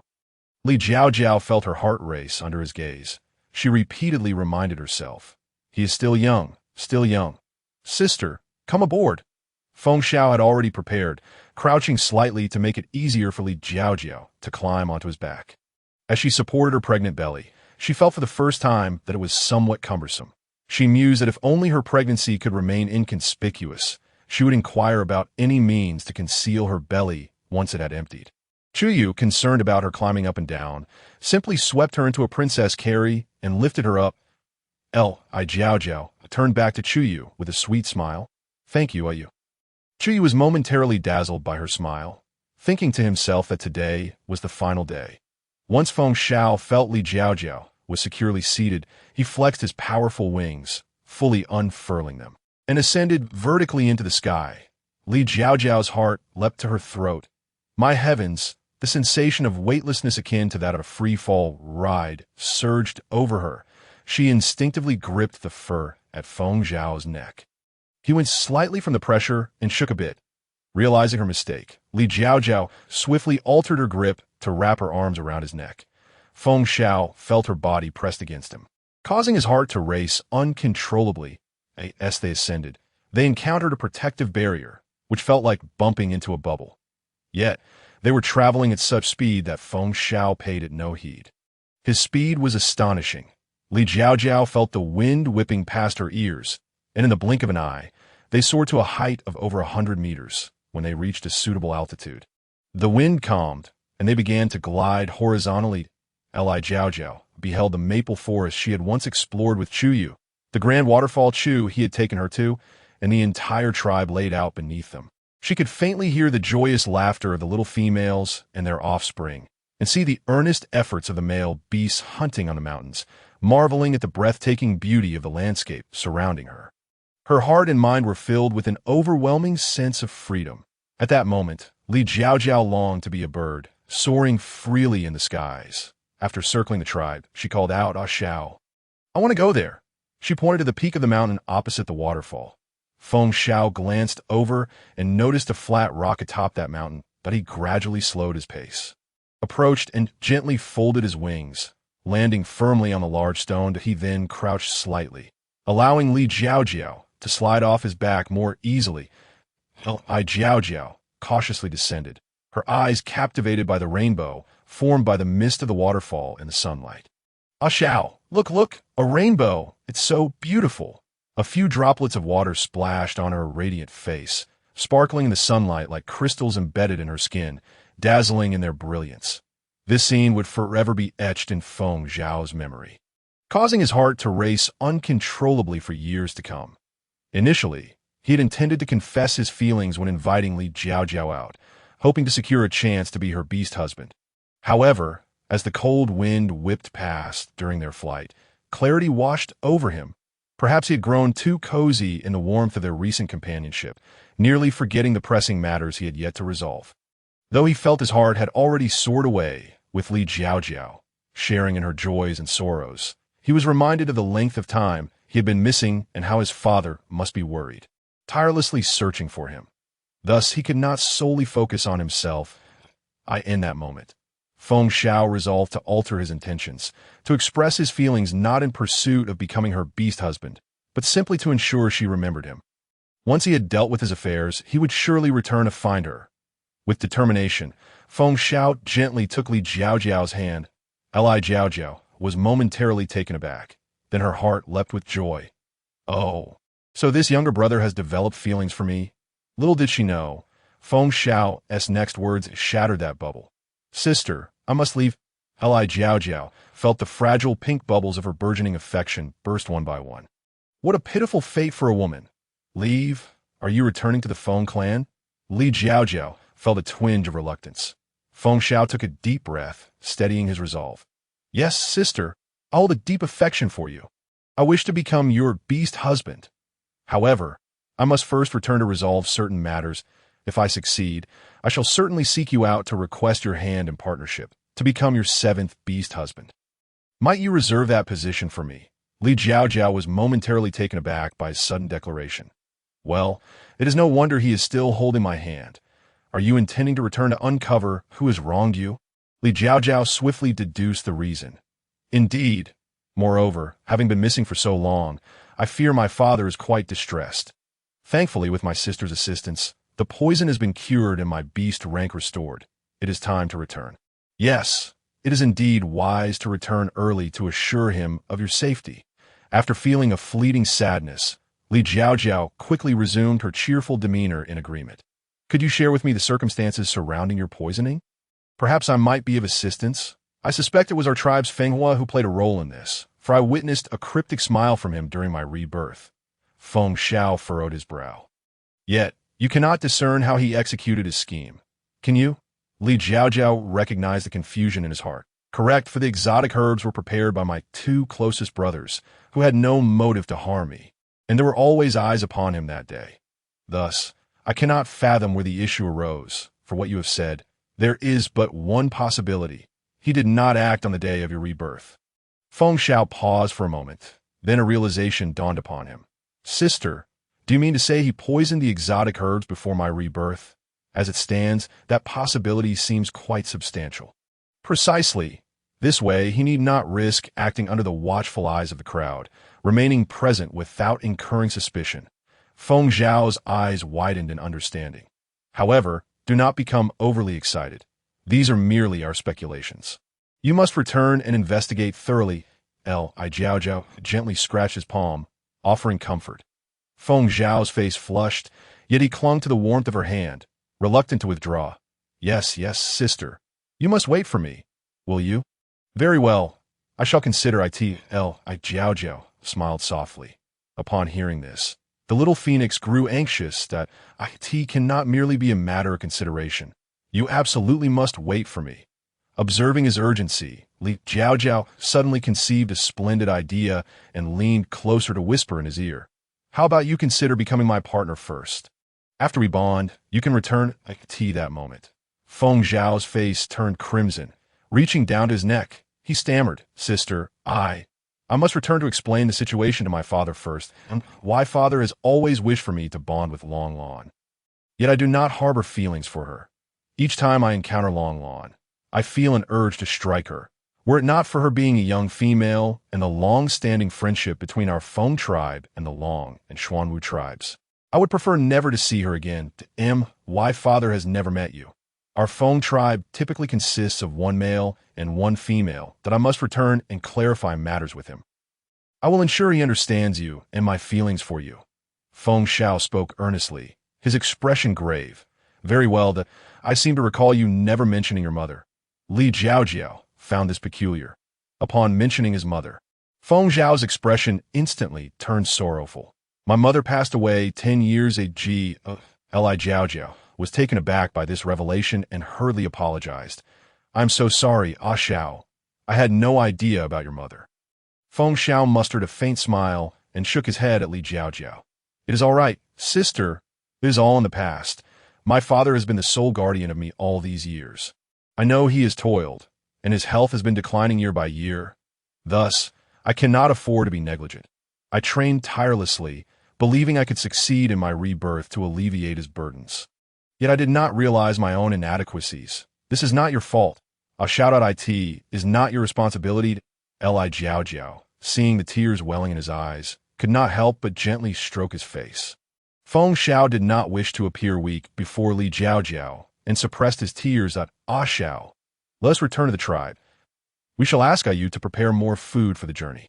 Thank you, sister. Li Jiaoju nimbly climbed on a Feng Xiao's back, and the phoenix soared into the sky.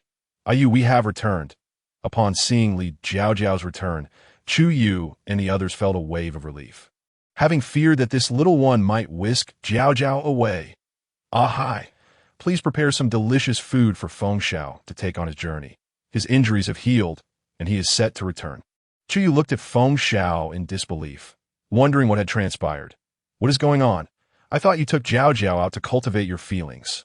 Feng Xiao, sensing Chu Yu's gaze, awkwardly led him to the courtyard and said, Brother Chu Yu, I have urgent matters to attend to at home and have already informed sister to reserve the position of seventh beast husband for me. Once I have resolved my issues, I will return without delay. Have you made up your mind? Chu Yu asked solemnly. Indeed. My father is likely still searching for me everywhere. I cannot allow him to worry for too long. Seeing his determination, Chu Yu refrained from further commentary. Meanwhile, Hu Jinhai had swiftly prepared a bounty of food.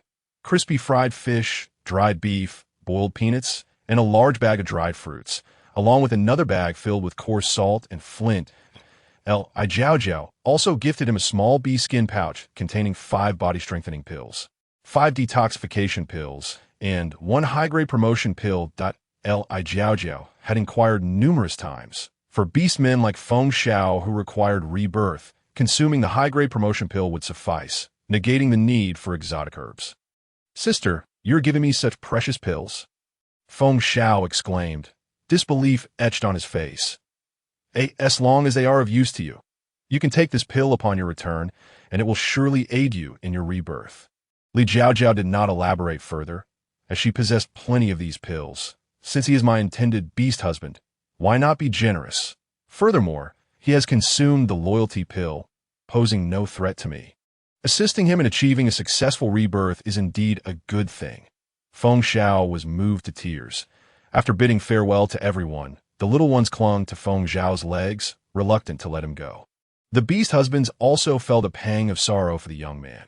Just as Feng Xiao was preparing to depart, he suddenly heard someone calling for Chu Yu. Young master, the tribe leader requests your presence at the outer tribe. Since the protective barrier fell, Chu Chantian had referred to the area outside as the outer tribe. Did my father mention the reason? The tribe leader did not specify, but it seems the Eagle tribe has sent someone.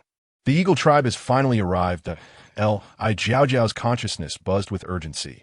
Master, are these the Eagle tribe members you detected last time? Yes, they are. What ranks do they possess?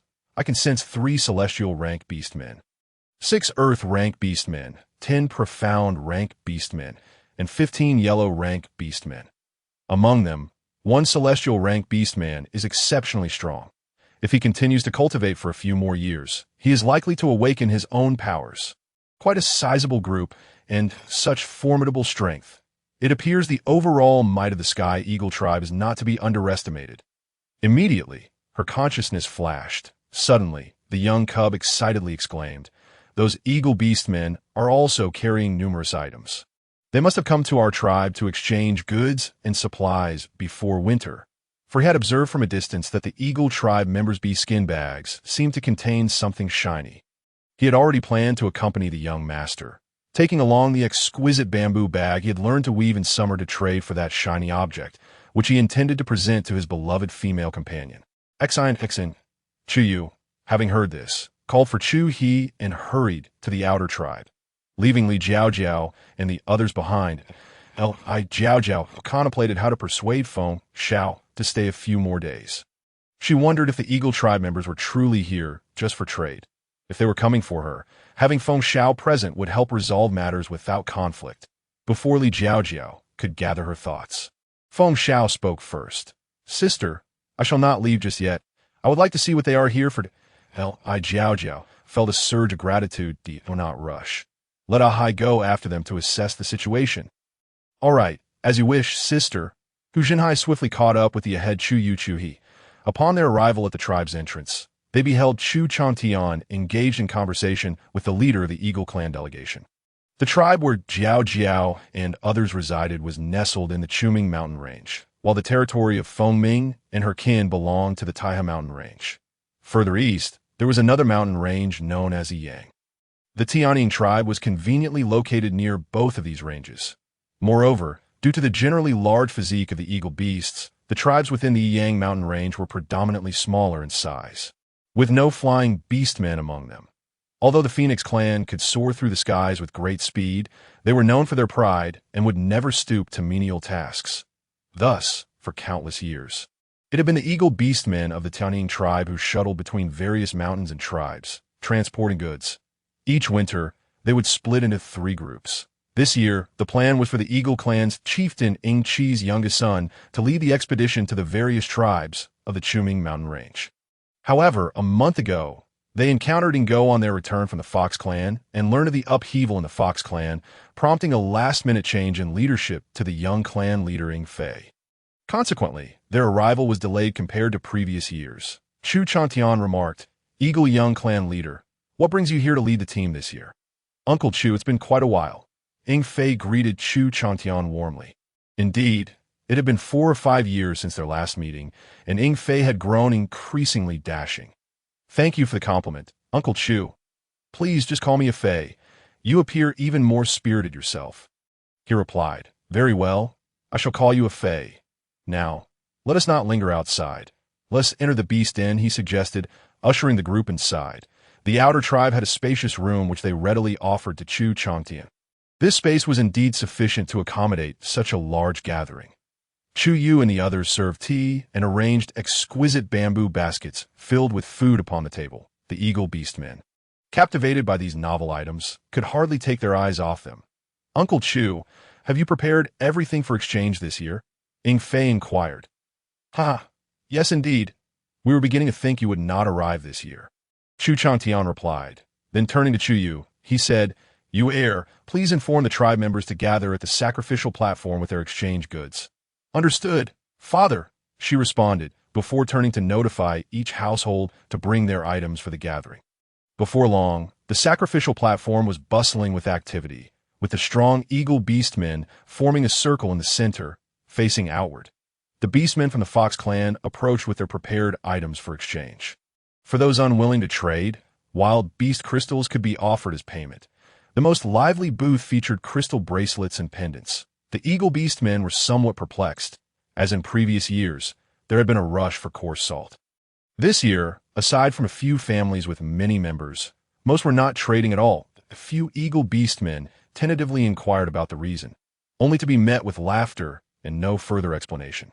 Unbeknownst to them, Li Jiao Jiao had been distributing items periodically. So now everyone was trading their saved beast skins and woven bamboo baskets for more desirable goods. However, the most sought-after item among the Fox clan was charcoal. When the eagle beastmen observed the charcoal being used without emitting any smoke while providing ample heat and lasting longer, they were astonished and filled with admiration. "Uncle Chu, where did you obtain this?" Ing Fei asked. "It is crafted by our own tribe members," Chu Chantian replied. "Impressive. Is there any left? I would like to take some back with me." "Yes, we have quite a bit left, but it is not easy to produce." "So the conditions for exchange are—" I understand. Naturally, it cannot be exchanged for ordinary items. In the end, the 40 baskets of charcoal prepared by the Fox clan were entirely acquired by the eagle beastmen, along with some finely crafted wooden cups and bowls. The items they brought were exchanged with those desired by the beastmen, and the rest were eagerly pushed onto Chu Changte. As the moon began to rise, the crowd gradually dispersed. The joy on Ing Fei and the others was palpable. "This is wonderful. With this charcoal, the chances of survival for the young females and cubs in the tribe this year have greatly increased. Moreover, Uncle Chu generously gifted us 5 pairs of flint." He could hardly contain his excitement when he saw sparks fly from merely striking 2 small stones together, nearly causing his heart to skip a beat. On the other hand, Chu Chantian was equally pleased and hurriedly sought out Li Jiao Jiao. "Jiao Jiao, Jiao Jiao. This year has been a tremendous success. Our 40 baskets of bamboo charcoal were exchanged for 400 kilograms of coarse salt, 2 Tier 1 wild beast crystals, 16 Tier 2 wild beast crystals, and various trinkets they obtained from other tribes. In previous years, we had to prepare a substantial amount of fine beast skins and meat just to exchange for a small amount of salt. This year, we didn't even ask for salt, and they insisted on giving it to us. Truly delightful." Li Jiao Jiao and the others were equally thrilled, realizing that their products possessed core competitiveness. That evening, after a month-long punishment of being barred from entering Li Jiao Jiao's Beast Inn, Chu Yu and Chu He finally had their sentence lifted. Throughout the night, sounds that could make one blush were incessantly heard. Previously, Out of consideration for Feng Xiao, who was not her mate, Li Jiao Jiao had taken her partners to her own space to celebrate. This night, she intentionally did not avoid Feng Xiao, resulting in him being unable to sleep a wink. The following morning, noticing his dark circles, Li Jiao Jiao feigned surprise. "Ah, a Xiao. What happened to those dark circles under your eyes?" Feng Xiao looked at Li Jiao Jiao with a gaze full of longing, his mind wandering to thoughts of what it must have been like to hear his name whispered by her throughout the night. Surely, it must have been as enchanting as he imagined. He found himself yearning to kiss her and taste the sweetness he envisioned. Lost in thought, he became momentarily dazed. A Xiao. "Feng Xiao, can you hear me?" Li Jiao Jiao waved her hand in front of him. Still, there was no response. Wang Yikai nudged him. "Brother Feng Xiao." "Huh. What did sister just say?" "I didn't tea here." Realizing he'd been lost in his thoughts, he felt a twinge of embarrassment. Jiao Jiao asked how you came to have such dark circles under your eyes. Wang Yikai repeated her question. I can't possibly say. I was kept awake by some indescribable sounds. Can I?" Upon seeing his flushed face, Wang Yikai understood instantly and smiled knowingly, choosing not to say anything further as he resumed his work. As Li Jiao Jiao stepped into the courtyard to bask in the sunlight, she noticed a group of individuals milling about her doorstep. Chu Chantian and the others had been waiting there for quite some time. Meanwhile, last night, the Eagle Beastmen returned to the Beast Inn prepared by Chu Chantian with their 40 baskets of charcoal, their spirits high. The Eagle Beast Inns were constructed on cliffs, requiring protection from snow and wind each winter. The high altitude made their dens several degrees colder than the ground below. Last winter, they had lost 7 young females and 15 cubs. Each time he recalled the sorrowful expressions of the parents who had lost their cubs, and the despair of the male beast men who had lost their mates. Ying Fei, as the young clan leader, felt an overwhelming heaviness in his heart. Among the 20 or so male beast men who had accompanied him, several had already formed pairs, with a few even having cubs. Now, having acquired such a valuable source of warmth, it felt akin to a divine blessing. Everyone felt that their journey to the Fox clan had been immensely fruitful. They had also observed that every household in the Fox clan possessed wooden doors, which were far more effective than beast skin curtains. Due to the high altitude and strong winds, previous beast skin curtains would often lift in the breeze, allowing cold air to seep into the dens. They had attempted to weigh down the curtains with stones, but it had proven ineffective. Inspired by the wooden doors of the Fox clan, Ying Fei devised an even better idea. What if we add some beast skins to the wooden doors when we return? Wouldn't that enhance their thermal insulation and wind resistance? That's a splendid idea. Young clan leader, just look at their doors. They're simply made of wood. How come we never thought of this before? Perhaps we were just foolish. Did you not know that the Fox clan has always been quite clever? But have you not heard? All these wondrous items we have not encountered before are the creations of their celestial maiden. What? That celestial maiden again. I find myself increasingly curious about the nature of this little female. Young patriarch, do you think we could request them to teach us how to do these things? Before I arrived at the Fox tribe's encampment, I noticed that both the Tiger Roar tribe and the Divine Dog tribe had their share of intriguing novelties, which I suspect they learned from them. Before dawn the next day, a few of the single members, including Ying Fei, rose early to seek out Chu Chantian. "Uncle Chu." "Good morning." Chu Chantian reluctantly stirred from his stone bed. "Ah, Fei, why are you all up so early?" "I haven't even had the chance to embrace my little female. Is my hospitality lacking?" No, absolutely not." Ying Fei quickly denied. "I slept quite well last night." "That is good to hear. So what brings you here at such an early hour?" Ying Fei, ever polite, replied, "I was hoping to trouble Uncle Chu to introduce me to your celestial maiden." "Celestial maiden?" Chu Chantian glanced at the still darkened sky, his brow twitching. "It's rather early for her." "Isn't it? She's likely still asleep. It's fine. We can't sleep anyway, so let us just wait for her to rise." Chu Chantian's gaze softened, though he couldn't shake the feeling that he was mistaken. Why did it seem that Ying Fei's eyes sparkled at the mere mention of Jiao Jiao? With no other choice, Chu Chantian moved to wait near the entrance of Jiao Jiao's courtyard. Upon seeing them, Jiao Jiao was not at all surprised, thinking to herself, "They have finally arrived. Father, what brings you here so early? Is there something amiss?" Her crisp voice resonated in Ying Fei's ears. striking his heart like a bell. When he glanced up again, her fair, delicate visage and naturally rosy lips were simply enchanting. The others accompanying him couldn't help but swallow hard. Ingo, observing the others' reactions, smirked with satisfaction. See, I told you I was lying. This must be the celestial maiden, right? Ingfei rushed forward. Hello, I am Ingfei, as he reached out to grasp her fragile, bone-like hand, which seemed to glow with an ethereal whiteness. He thought to himself that her beastly partners must dote on her immensely. She clearly bore the marks of indulgence. Wiping the sweat from his palms on his bee-skin skirt, he shook her hand. Jiao Jiao raised an eyebrow, feeling a twinge of disdain. Was it perhaps because he wasn't handsome? After a moment's contemplation, she concluded that this was likely the reason. After a brief handshake, she withdrew her hand. In her mind, she pondered numerous times. Is this the person you referred to as possessing higher abilities? Tongzi, what is his character like? The response came, somewhat dispirited. Yes, it is him. Host Tio, be frank. The character of this batch of Eagle Tribe beastmen is quite average. It's hard to assess when there is not a single standout among a group of short individuals. In that case, let us not bother. Let us pass on them and treat them normally. Jiao Jiao courteously invited them to sit in the pavilion, where the Eagle Beastmen began to shower her with insincere flattery. Celestial Maiden, did you create this as well? You truly are remarkable. I never expected the Celestial Maiden to be not only beautiful, but also intelligent. Could you perhaps teach us these skills? One of them, with a bold face, inquired. Another interjected, what nonsense are you speaking? Jiao Jiao thought she had finally encountered someone with a shred of sense. However, that person continued, surely, a stunning little female like the Celestial Maiden wouldn't require our requests. She would gladly assist us and impart her skills. Jiao Jiao felt her forced smile begin to falter. Chu Yu and Chu He's expressions darkened, and even Ingfei could distinctly sense the chilling atmosphere. Hu Zhenhai and a few others, upon hearing this, were also displeased.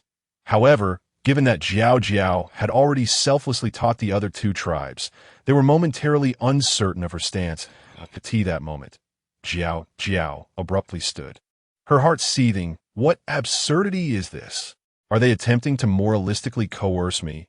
Her countenance soured, and without glancing at the others, she directed her words solely at Chu Changtian. Father, I need to nurse the cubs now. I can't continue this conversation. Chu Changtian, equally vexed, thought it unreasonable that they should suddenly demand various skills when their relationship was already distant. After she left, the expressions of the Eagle Tribe beastmen darkened. Uncle Chu, what does the Celestial Maiden mean by this? I've heard she has taught the Tiger Roar Tribe and the Divine Dog Tribe numerous skills. Why can't she teach us? Ingfei altered his tone, becoming somewhat sarcastic towards Chu Changtian. Chu Changtian felt a twitch at the corner of his mouth, wanting to retort, what is the nature of our relationship with them compared to yours? Don't you have any self-awareness? However, since Jiao Jiao had not openly stated her intentions, he hesitated to offend them outright.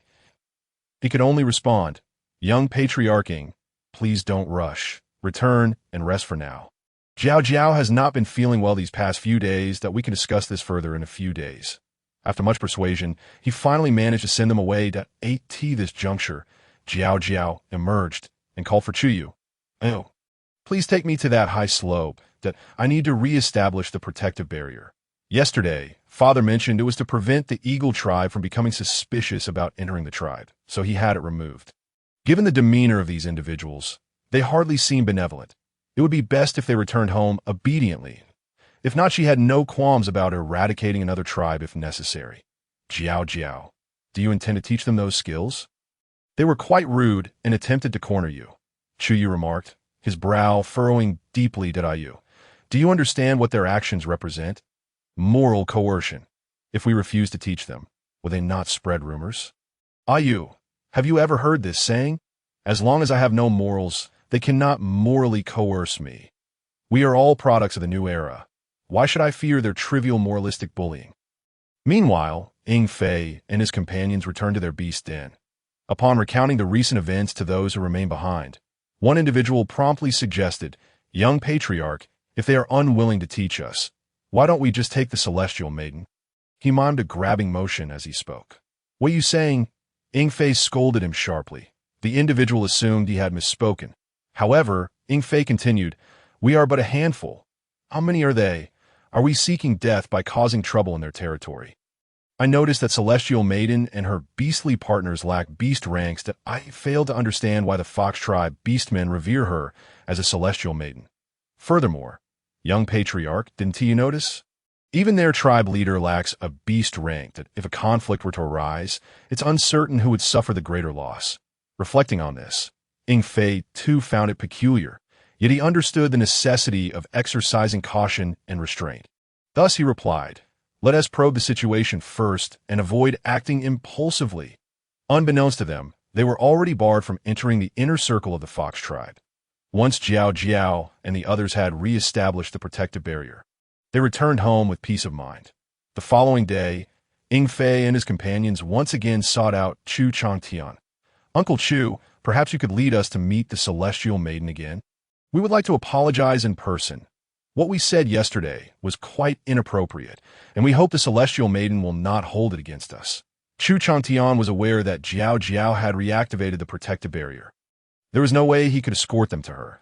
Instead, he called for someone to fetch Jiao Jiao to him. The Eagle Beastmen exchanged knowing glances when the tribe members arrived to summon Jiao Jiao. She considered for a moment, leaving Wang, Yiyuan, and Hu Zhenhai at home to watch over the cubs, while bringing the rest along. Upon their arrival, the Eagle Beastmen immediately spotted the resplendent Feng Xiao. They exchanged glances, perplexed. "What is going on? Why didn't we notice a member of the Phoenix tribe here yesterday?" Due to the innate dominance of the phoenix over other avian species, Ying Fei and his entourage instinctively felt a twinge of fear towards this young patriarch of the Phoenix tribe. Coincidentally, Feng Xiao also recognized Ying Fei. He had visited their mountainous region several times for trade. How to describe this individual? If one were to say that Ying Fei was a prodigy in cultivation, having reached the Earth rank in his coming-of-age year, Feng Xiao had achieved the Celestial rank in just 3 short years, positioning him among the elite of the younger generation. Feng Xiao turned to Jiao Jiao and said, "Sister, I know him. He is the epitome of a self-serving individual. He treats his own tribesmen well. But when it comes to outsiders, he only offers a friendly face if there is something to gain. Otherwise, he shows them the cold shoulder." Jiao Jiao let out a cold snicker, clearly demonstrating that her mood shifted faster than the turning of a page. Perched upon Chu Yu's back, she leisurely made her way to the gathering crowd. Ying Fei's gaze involuntarily followed Li Jiao Jiao's movements. It was only after conversing with a few young cubs yesterday that he realized this Li Jiao Jiao was no ordinary individual. Astonishingly, she had given birth to over 70 cubs solely by her own efforts. Moreover, judging by her current appearance, it seemed that she was still expecting, which meant she could potentially bear hundreds of cubs on her own. No wonder she was revered as a Celestial Maiden. Such fecundity was indeed formidable within the entire beast realm. If she were to be claimed for his own tribe, there would be no concern about their development and growth. Contemplating this, he glanced around. With just these few individuals, none of whom possessed beast tier status, except for Feng Xiao, who was of the heavenly tier, he deemed the others unworthy of his attention, as long as he acted swiftly. Capturing her and soaring into the skies, there would be no chance for them to rescue Li Jiao Jiao from his grasp. With his resolve solidified, the thoughts of the few around him grew increasingly twisted. Chu Yu and the others also noticed the peculiar glances the Eagle Beastmen cast towards Jiao Jiao. Exchanging knowing looks, Chu He and Feng Xiao positioned themselves at the forefront, while Hu Zhenhai and Wang Yikai followed closely behind Li Jiao Jiao, forming a square around Chu Yu and Li Jiao Jiao. Observing their actions, the Eagle Beastmen couldn't help but chuckle. A group lacking beast tier status, attempting such trivial maneuvers. Who did they think they were trying to fool? The Celestial Maiden. Yesterday's missteps were regrettable. They hoped she could overlook them and not hold it against their band of male beasts. After all, male beasts often spoke without much consideration, and it was only because of the Celestial Maiden's beauty and benevolence that they had spoken so. They hoped she would impart to them the diverse skills of her tribe. Ying Fei feigned an insincere apology, attempting to coerce Li Jiao Jiao into compliance. With a frigid smile, Li Jiao Jiao replied, "I truly appreciate your compliments, and I am well aware of my beauty and kindness. However, That does not correlate with my willingness to teach you various skills. Even if you extol me to the heavens today, I still shall not impart my knowledge that, if you desire such knowledge, you must offer sufficient compensation in return. Have I made myself clear? Please do not trouble me again." Upon finishing her words, she ungracefully rolled her eyes and prepared to leave. Ying Fei was taken aback by Li Jiao Jiao's refusal to engage in any pleasantries today. Anger clouded his judgment, and he declared, "If you refuse to teach here, then come with us back to the Tianying tribe." With that, he transformed into his beast form and soared into the sky, his formidable claws aimed directly at Li Jiao Jiao. Several beastmen quickly transformed into their beast forms to intercept Ying Fei's charge, blocking him from pouncing on Li Jiao Jiao. Chuyu led Li Jiao Jiao in a swift retreat, and within a few strides, they entered the protective barrier. Once inside, Li Jiao Jiao tapped Chuyu's back to signal him to halt. She observed the eagle beastmen with an air of nonchalance. The fox tribe beastmen residing in the outer circle, alerted by the commotion, rushed over. Upon witnessing the skirmish, they eagerly joined the fray. The eagle beastmen, airborne, launched attacks on the fox tribe, their claws swiping downwards and their hard beaks aiming to peck at them. However, the fox tribe beastmen were no pushovers, although they lacked the advantage of flight. Their speed compensated for in a few agile maneuvers. Several eagle beastmen found themselves colliding clumsily with one another. Seizing the opportunity, Ying Fei darted towards Li Jiao Jiao, aiming to dive straight down. Li Jiao Jiao displayed no hint of panic. Sensing something amiss, Ying Fei nonetheless could not detect any imminent danger nearby. Thus, he continued his descent. Yet as he approached Li Jiao Jiao, an abrupt and forceful barrier sent him hurtling away as if he had collided with a solid stone. The eagle beastmen, startled by the commotion, stood dumbfounded, unable to comprehend what had transpired. How had the young tribe leaders suddenly howled in agony mid-air in reverse direction, taking advantage of their stunned state? The fox tribe beastmen seized the moment, launching a counterattack that left several eagle beastmen wounded. As for Ying Fei, he remained oblivious to his fate, still disoriented, witnessing the fox tribe's bold and imposing stance. The eagle beastmen lost their courage to continue fighting. Those with injured wings could only hobble along in pursuit of their unscathed companions, who still remembered to carry the 40 baskets of charcoal. The fox tribe beastmen, observing their comical plight, erupted into laughter. The eagle beastmen wore expressions akin to having eaten something foul. Each of them seethed inwardly, vowing that their grievances must not go unpunished. However, first and foremost, they needed to locate their young tribe leader and hastily return to their tribe, for winter was fast approaching, and the deep snow could not accommodate any male beasts lingering outside. If they failed to find the young tribe leader and bring him back in time, the thought of their leader's notorious methods sent shivers down their spines. Once they retreated to a relatively safe area, they hurried to gather herbs to tend to their wounds. The eagle beastmen with functional wings pressed on in the direction Ying Fei had been flung, while the others, burdened with charcoal, followed behind at a slower pace. Meanwhile, Ying Fei gradually regained consciousness, attempting to rise, only to discover both his wings were broken, leaving him in a disheveled state with scratches and bruises from fallen branches, some deep, some shallow, and drenched in blood. He needed to find herbs swiftly. Struggling to his feet, he searched for medicinal plants while reflecting on the entire ordeal. Even now, he could not fathom how he had been sent flying. Could it be that the celestial maiden truly had the protection of a beast deity? If that were the case, it would present quite a dilemma.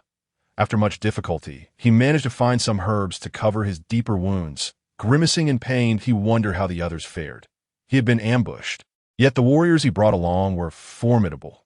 Surely they would inflict some losses on the fox tribe, wouldn't they? Ying Fei remained in a nearby cave for 2 days, awaiting the tardy return of his fellow tribesmen. "Why did you arrive so late?" he questioned, unaware of how he had endured those 2 days. Initially, he thought his injuries were merely superficial, but as the days progressed, the wounds began to scab, and he felt waves of pain, leading him to realize that he might have sustained internal injuries as well. If he did not return quickly to seek the shaman's treatment, his life could be at risk at this moment. Apprehension gripped him as he noticed only a sparse few tribesmen arriving, causing his tone to sour. The few who had come, upon hearing his tone, felt their tempers flare, while some managed to temper their emotions. One hot-headed earth-tier beastman could no longer contain himself and retorted, "Indeed, young tribe leader, we have to carry the exchanged goods, care for our injured brethren, and come to find you. Of course, we would be delayed. Unlike you, who ran off at the first sign of trouble, I did not run away." Ing Fei's cheeks flushed with anger, momentarily lost for words as he realized he could not explain his abrupt departure. His lips trembled for a moment before he finally uttered, "You know nothing. I was ambushed." The male beastman rolled his eyes, internally dismissing Ing Fei's claims, wearing an expression of disbelief, yet he chose not to argue further. Ing Fei found his disdain infuriating, causing his entire body to tremble with rage. "This is intolerable. My body aches even more." Another celestial tier beastman stepped in to mediate. "Come now, let's all refrain from further conflict. We have all sustained injuries, and we must prioritize recuperation. Winter is approaching, and we must hasten our return." Yet, the thought of returning like this left them unsatisfied. With frustration, he struck a nearby tree trunk, causing leaves to cascade to the ground. The previously confrontational male beastman rolled his eyes and brushed the leaves off his feathers, musing, "What more can you do about your dissatisfaction?" Eagle Fei, upon witnessing his subtle movements, felt a surge of anger rising in his chest.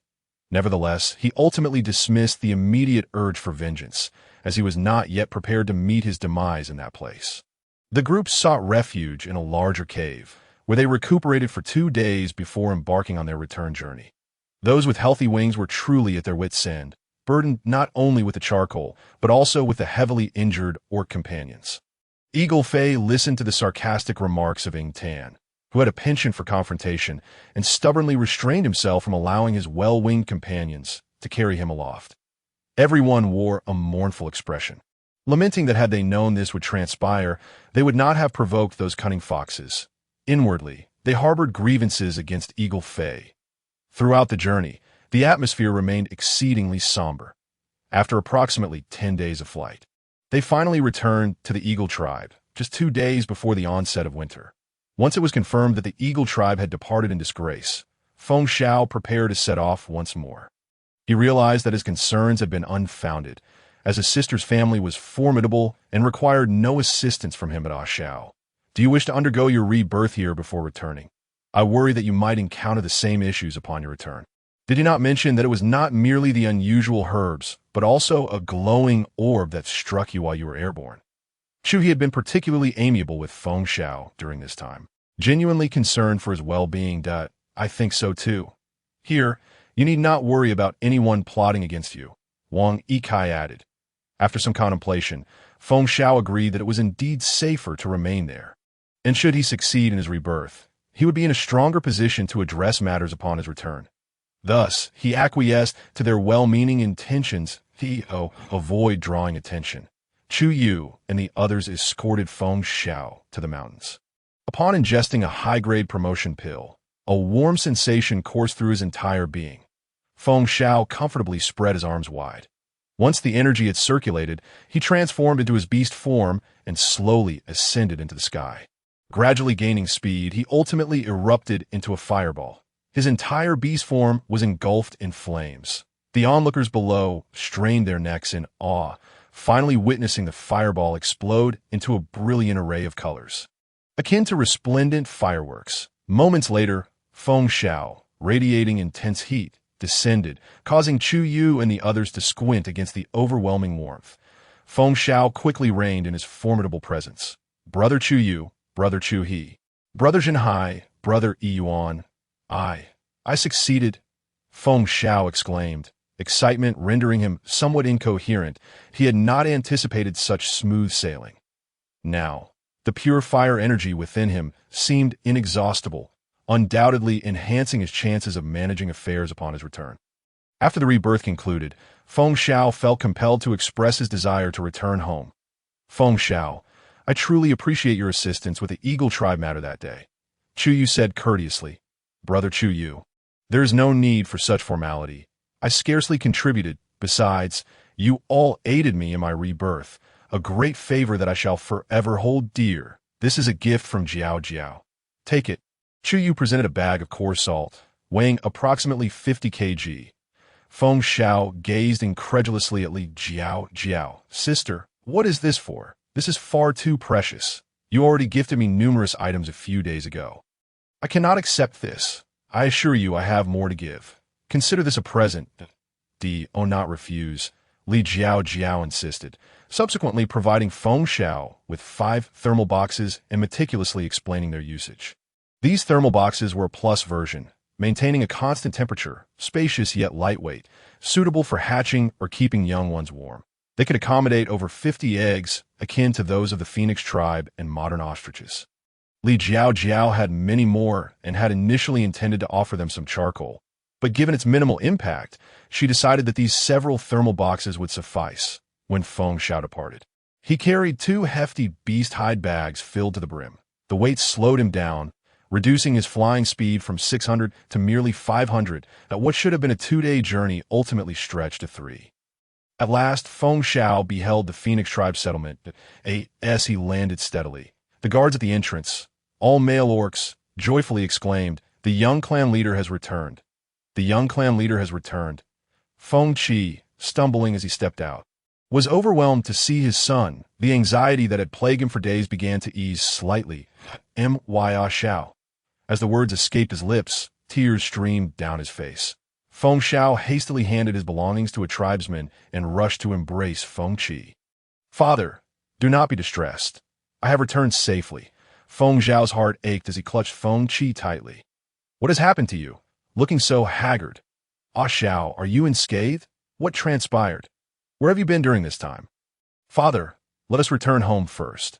I shall explain everything. This time, I have indeed turned misfortune into fortune." Feng Xiao assisted Feng Qi toward their beast den. Just as they departed, Feng Hua emerged from behind a wall, casting a shadowy glance at Feng Zhao's retreating figure, inwardly muttering, "What a resilient one, to have survived this. How unfortunate that you returned. Your father will be none too pleased." Along the way, more tribe members joined in to help Feng Xiao carry his belongings. Everyone was curious, having assumed that Feng Zhao's prolonged absence meant dire circumstances, yet they were astonished to see him return unscathed, laden with so many items. Upon entering the den, Feng Xiao immediately unveiled the thermal boxes and the 50 kilograms of coarse salt. He addressed the tribe members. "You may not know, but this time I have turned misfortune into fortune that on the day of my rebirth, an unexpected incident led me to travel thousands of miles away, where I encountered a lovely female. She was incredibly kind, not only rescuing me, but also preparing many items for me as I worried about my father's safe return. This is coarse salt, which we will distribute later according to family size. Furthermore, my dear female informed me that this is a thermal box, where the young born in winter can be nurtured. The temperature remains constant, alleviating concerns about them freezing." The Phoenix tribe orc's eyes sparkled with excitement. Feng Xiao refrained from mentioning that the thermal boxes could also be used for hatching eggs, as he believed that hatching was a responsibility that every father should bear.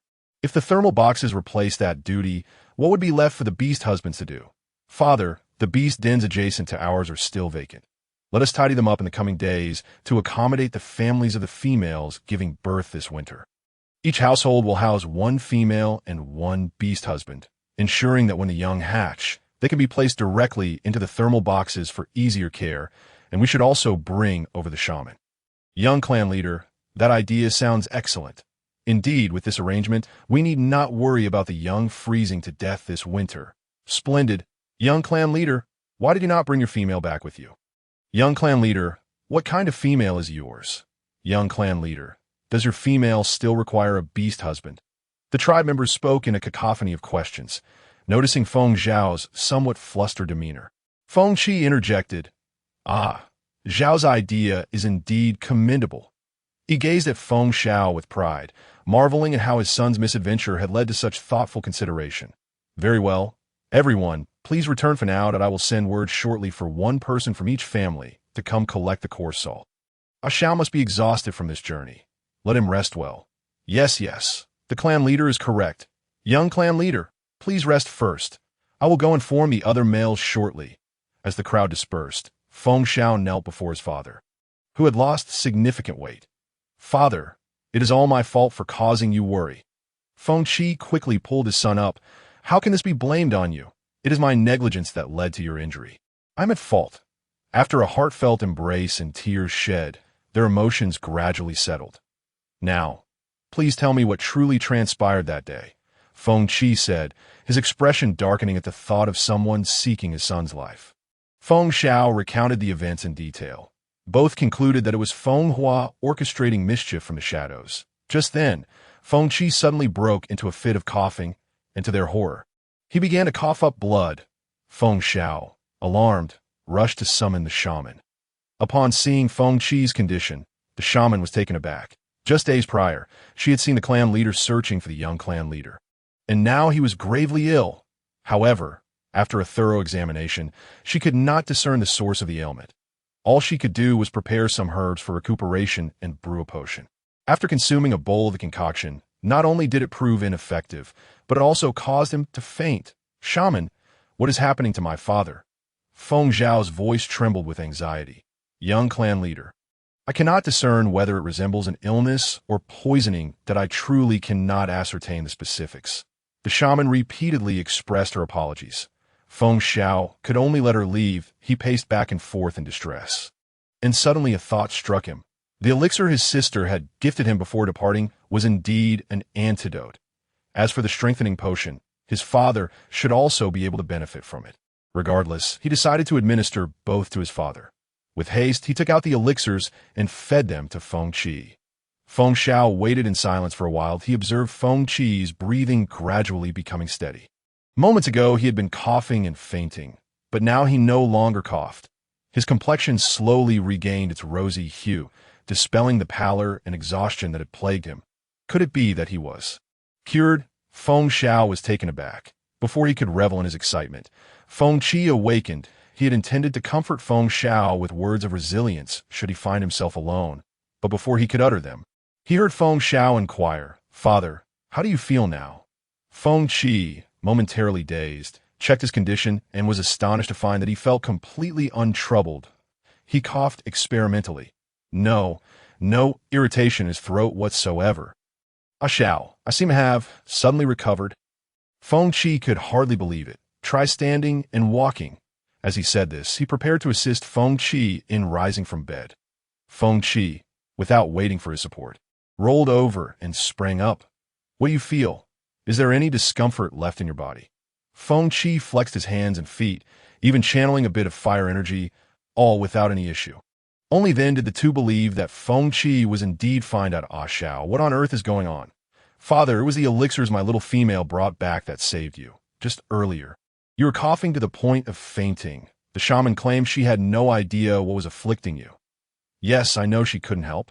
I consulted her recently when I was unwell. These elixirs were brought back by my little female. Sit down and tell me more about this little female. She is both kind and beautiful. It is she who saved me. Her beast husbands are all exceptionally formidable, and while I recuperated at their home, it was her beast husbands who took care of me. Feng Qi pondered deeply for a long while before finally speaking. You know, our Phoenix clan has always taken pride in our traditions. We have always formed families with one male and one female. However, considering that this little female saved you, it may be possible for you to bond with her. Yet, I fear it may be a burden for you. Xiao, to become the second beast husband to the young clan leader. Upon hearing this, Feng Xiao weakly replied, not the second beast husband. What do you mean? Has something happened to her first beast husband? Do you wish to be the first beast husband? No, father, they are all well. What I mean is, she has more than one beast husband. That a sense of foreboding washed over Feng Qi. How many beast husbands does she have? Surely not 2 or 3. 6, if I were to join, I would be the 7th. Feng Qi staggered back, feeling as though his recovery was not yet complete. Father! Feng Xiao quickly steadied him. She is truly a wonderful person. In fact, she is the most beautiful little female I have ever seen. You are infatuated with her beauty. Have you already bonded with her? Father, she is genuinely exceptional and highly capable. Each of her beast husbands is of heavenly rank. We have not yet formed a bond. She may not even have an interest in me. She insisted that I return to seek your approval once she learned that our Phoenix clan adheres to one male and one female. Hearing this, Feng Qi felt somewhat comforted. However, he added, why would she not be interested in you? You are not lacking in any regard. Parents often cannot bear to hear anything negative about their children. Can they? She never spoke ill of me. That is merely my own perception. Father, I truly like her. Please grant your consent. You have only just come of age. Perhaps you should wait a while longer or explore other options? There are many exceptional little females. Father, even if you were to make me wait another decade, my heart would still be set on her. Look at Long Zhu. Does not Long Lan seem quite well suited for you? She is like you since childhood, is of beast rank, and is quite sturdy. Surely, any offspring you have together would be remarkable. Feng Xiao thought to himself. Could she possibly surpass my sister? But he held his tongue. He had never considered his sister's fertility as a factor, but I do not like her. Moreover, is it not Feng Hua who has feelings for her? Feng Xiao found it perplexing. However, the Dragon Clan leader does not harbor any affection for Feng Hua. Father, have you ever wondered why, on the day of my rebirth, the Dragon Clan leader sought you to discuss my potential union with Long Lan? Why was it precisely that day? The inconsistencies were too numerous to ignore. What about the light orb that struck me? Did the Dragon Clan leader ever leave your sight that day? Feng Qi was taken aback, and then a realization dawned upon him at Ah Shao. Are you suggesting that the Dragon Clan leader is in collusion with Feng Hua? That must be it. One poisoned me with the exotic herb while the other seized the opportunity to injure me. Their intent was to eliminate me, but why? That is something I shall have to inquire of my good cousin. A heavy weight settled in Feng Zhao's heart. That I suspect your ailment is also the doing of Feng Hua. Father, you must continue to feign illness. That I will summon the males of the clan. Under the pretext of distributing salt, we shall cleanse our clan of traitors today. Feng Qi quickly applied some pollen to his face, rendering himself pale and ghostly, and then feigned a cough. Once Feng Xiao stepped outside. He notified the males of the clan that they could come. He then personally sought out Feng Shui and Feng Qing. Having just returned from a hunt, upon hearing that Feng Xiao was back, they hurried to his home. The three encountered each other on the way. Once they returned to Feng Zhao's residence, they recounted the entire episode that on that day we went to gather the exotic herbs. The ferocious beast was sleeping nearby. Qing and I coordinated our efforts. He went to collect the herbs while I dealt with the beast. Qing moved swiftly, diving from the sky to snatch the herbs. But when the beast awakened, it attempted to pursue. I quickly tossed down some red grass to distract it, and it was led astray, ceasing its chase. Both felt a deep sense of guilt, as the exotic herbs had been their sole endeavor. With no one else intervening, Feng Hua must have poisoned the herbs directly, and you two unwittingly gathered the tainted ones. But how did he manage to act when the ferocious beast was guarding the herbs? Feng Qing mused. You not recall. The beast only awakens upon contact with the herbs. He could poison them without ever touching the herbs. Indeed. So what shall we do now? For now, observe my lead. Just as they finished speaking, others from their families began to arrive. Several boisterous individuals entered and immediately exclaimed, Young clan leader, you've turned misfortune into fortune. Indeed, just look at how much coarse salt you've brought back from your outing. In recent days, the Eagle clan's exchange yielded far less, and see how pure this salt is. It far surpasses what the Eagle clan brought. Feng Xiao noticed that Feng Hua had also arrived. Yet he merely stood in the corner, silent. Well then, it seems most have arrived. Let us begin. Each shall receive 100 grams. Qing, you will keep the records. Shui, you will distribute. Understood, they replied in unison, commencing their tasks. The Phoenix clan was not large. With the elderly and young combined, there were only about 400 members. Soon, everything was distributed. Afterward, Feng Xiao called for everyone's attention. Please, hold on a moment. He turned and assisted the ailing Feng Qi out of the cave. The males of the clan were taken aback. Young clan leader, what has happened to the clan leader? A few days ago, I heard the clan leader was ill, but how has it escalated to this? What did the shaman say? Feng Xiao waited until everyone had inquired before answering. The shaman said my father has been poisoned. Upon hearing this, the crowd's expressions changed dramatically. Poison? How could this happen out of the blue? Young clan leader, what is the situation? That is a question better directed at my good cousin. Would you not agree? Fenghua.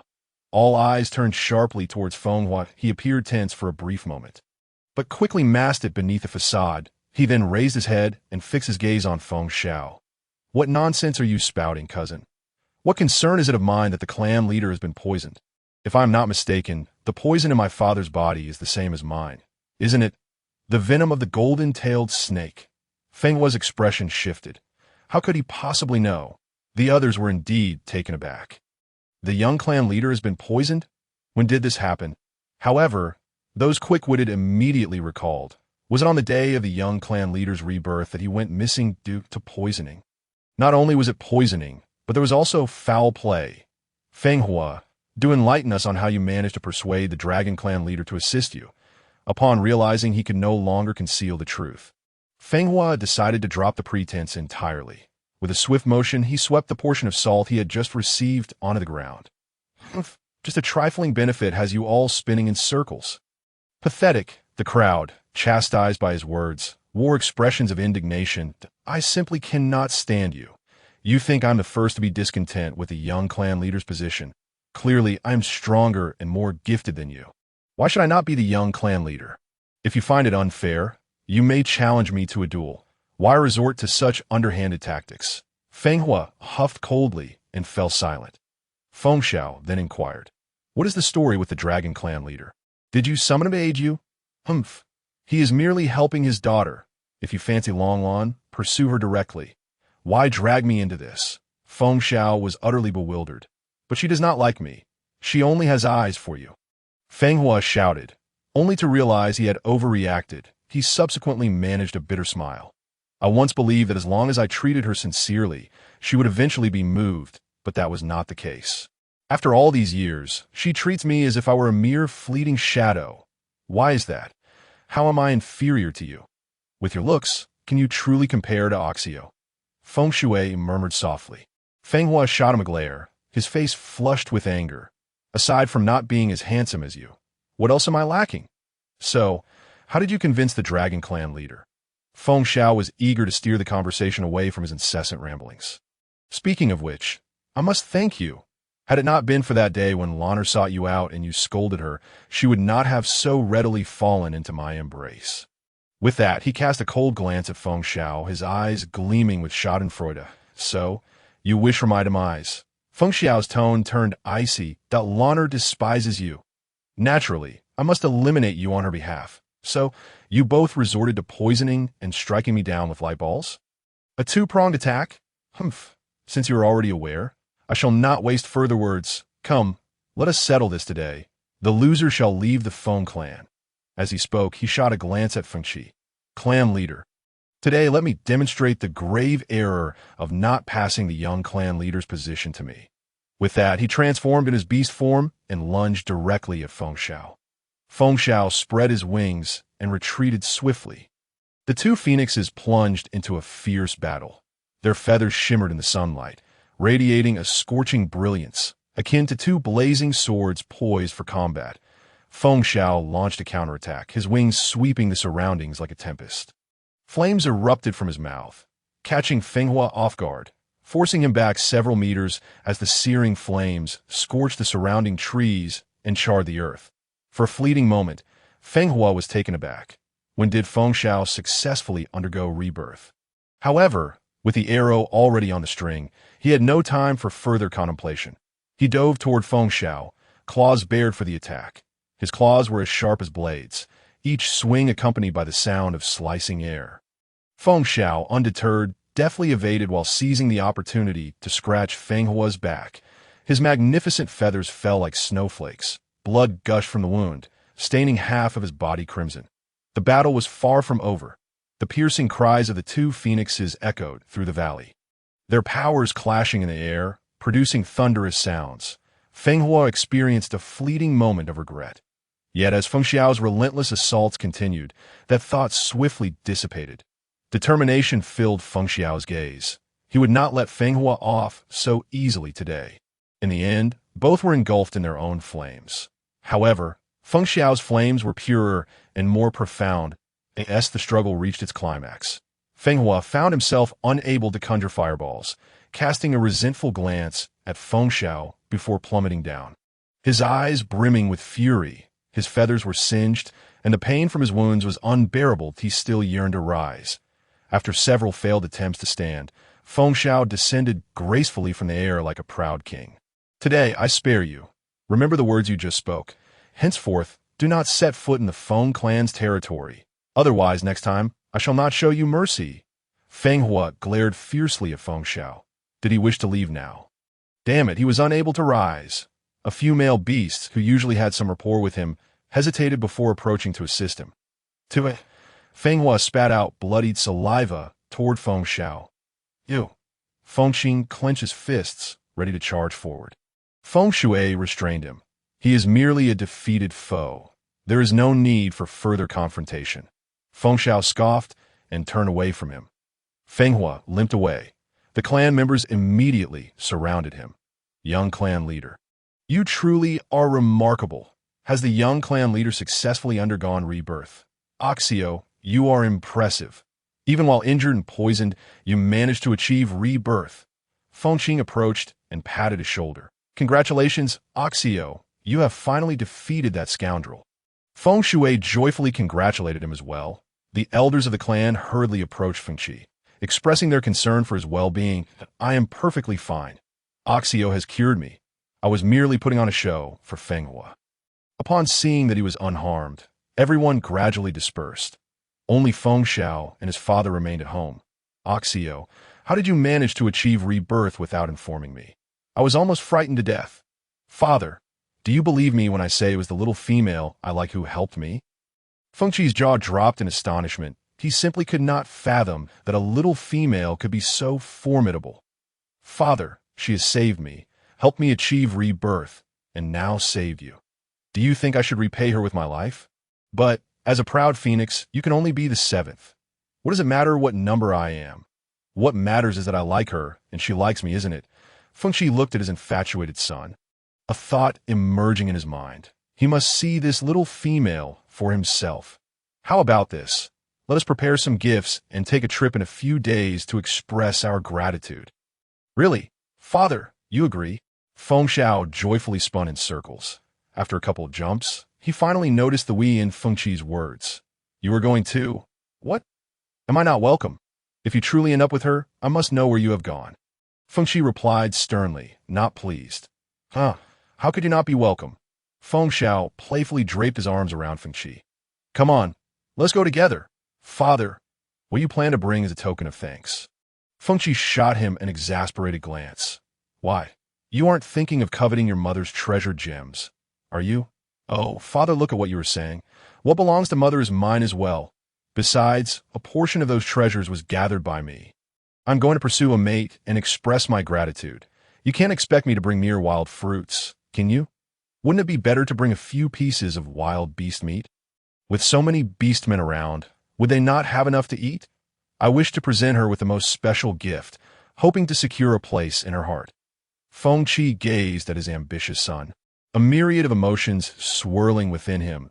It seemed as though he had matured all at once, on the verge of forming a lifelong partnership, and soon he would no longer have the luxury of finding him bothersome.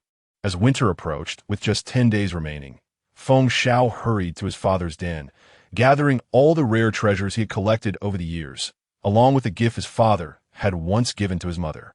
Just as he was about to leave, he paused to consider and ultimately decided to leave behind the necklace his father had gifted to his mother as a token of their love. He worked swiftly, preparing everything in no time. Feng Qi also busied himself procuring 2 fine pieces of tender meat from wild beasts and collected over 20 hides. Thus, the following day, Feng Xiao returned with his father to the fox tribe.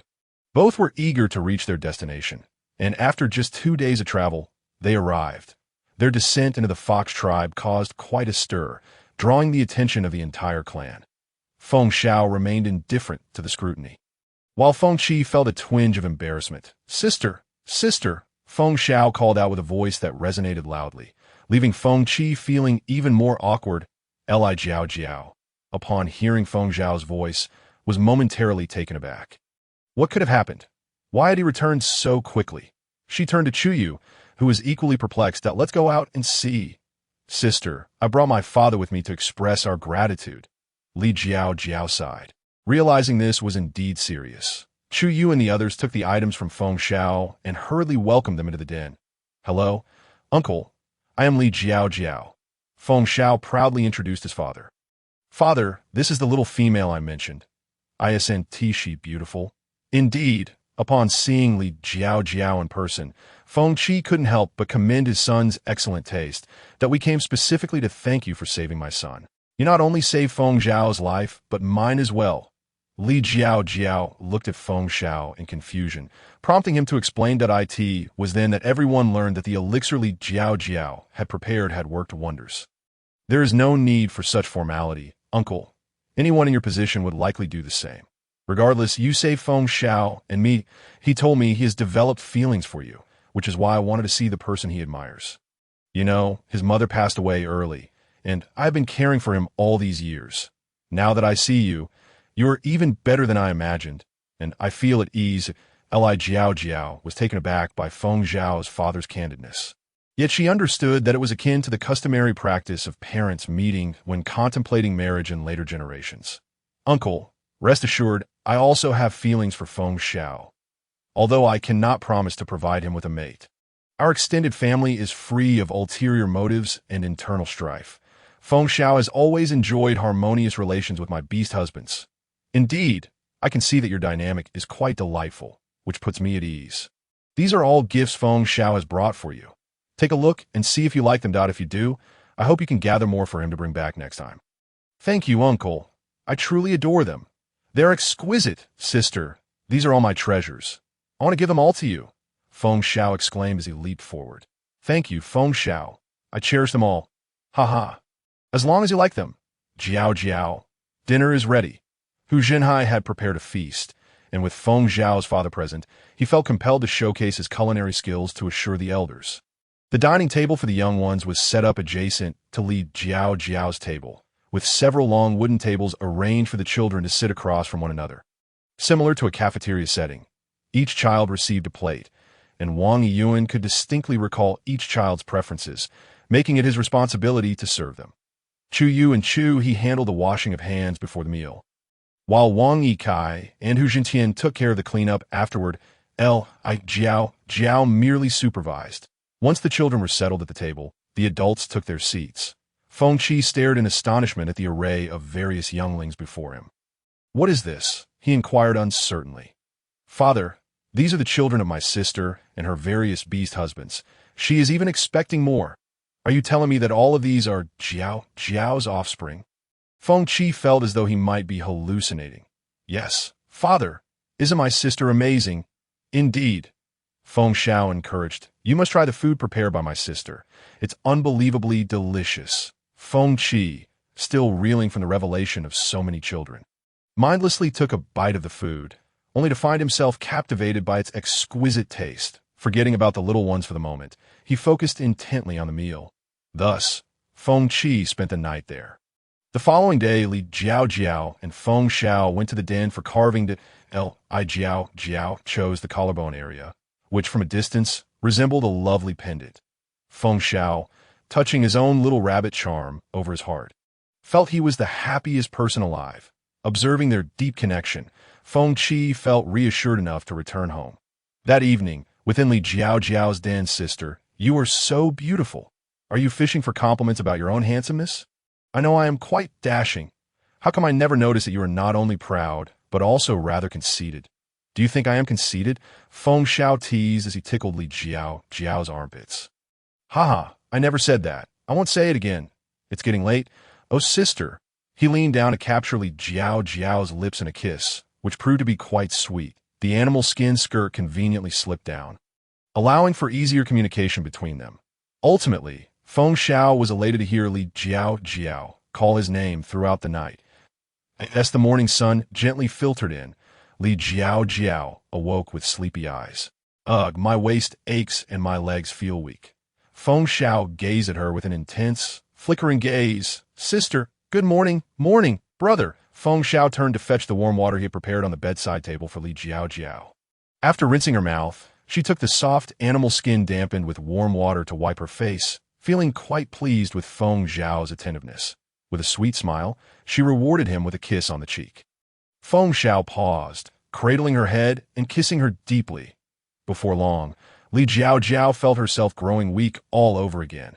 Another exhilarating encounter. This morning's brother was certainly passionate. One mustn't provoke. It is unwise to do so.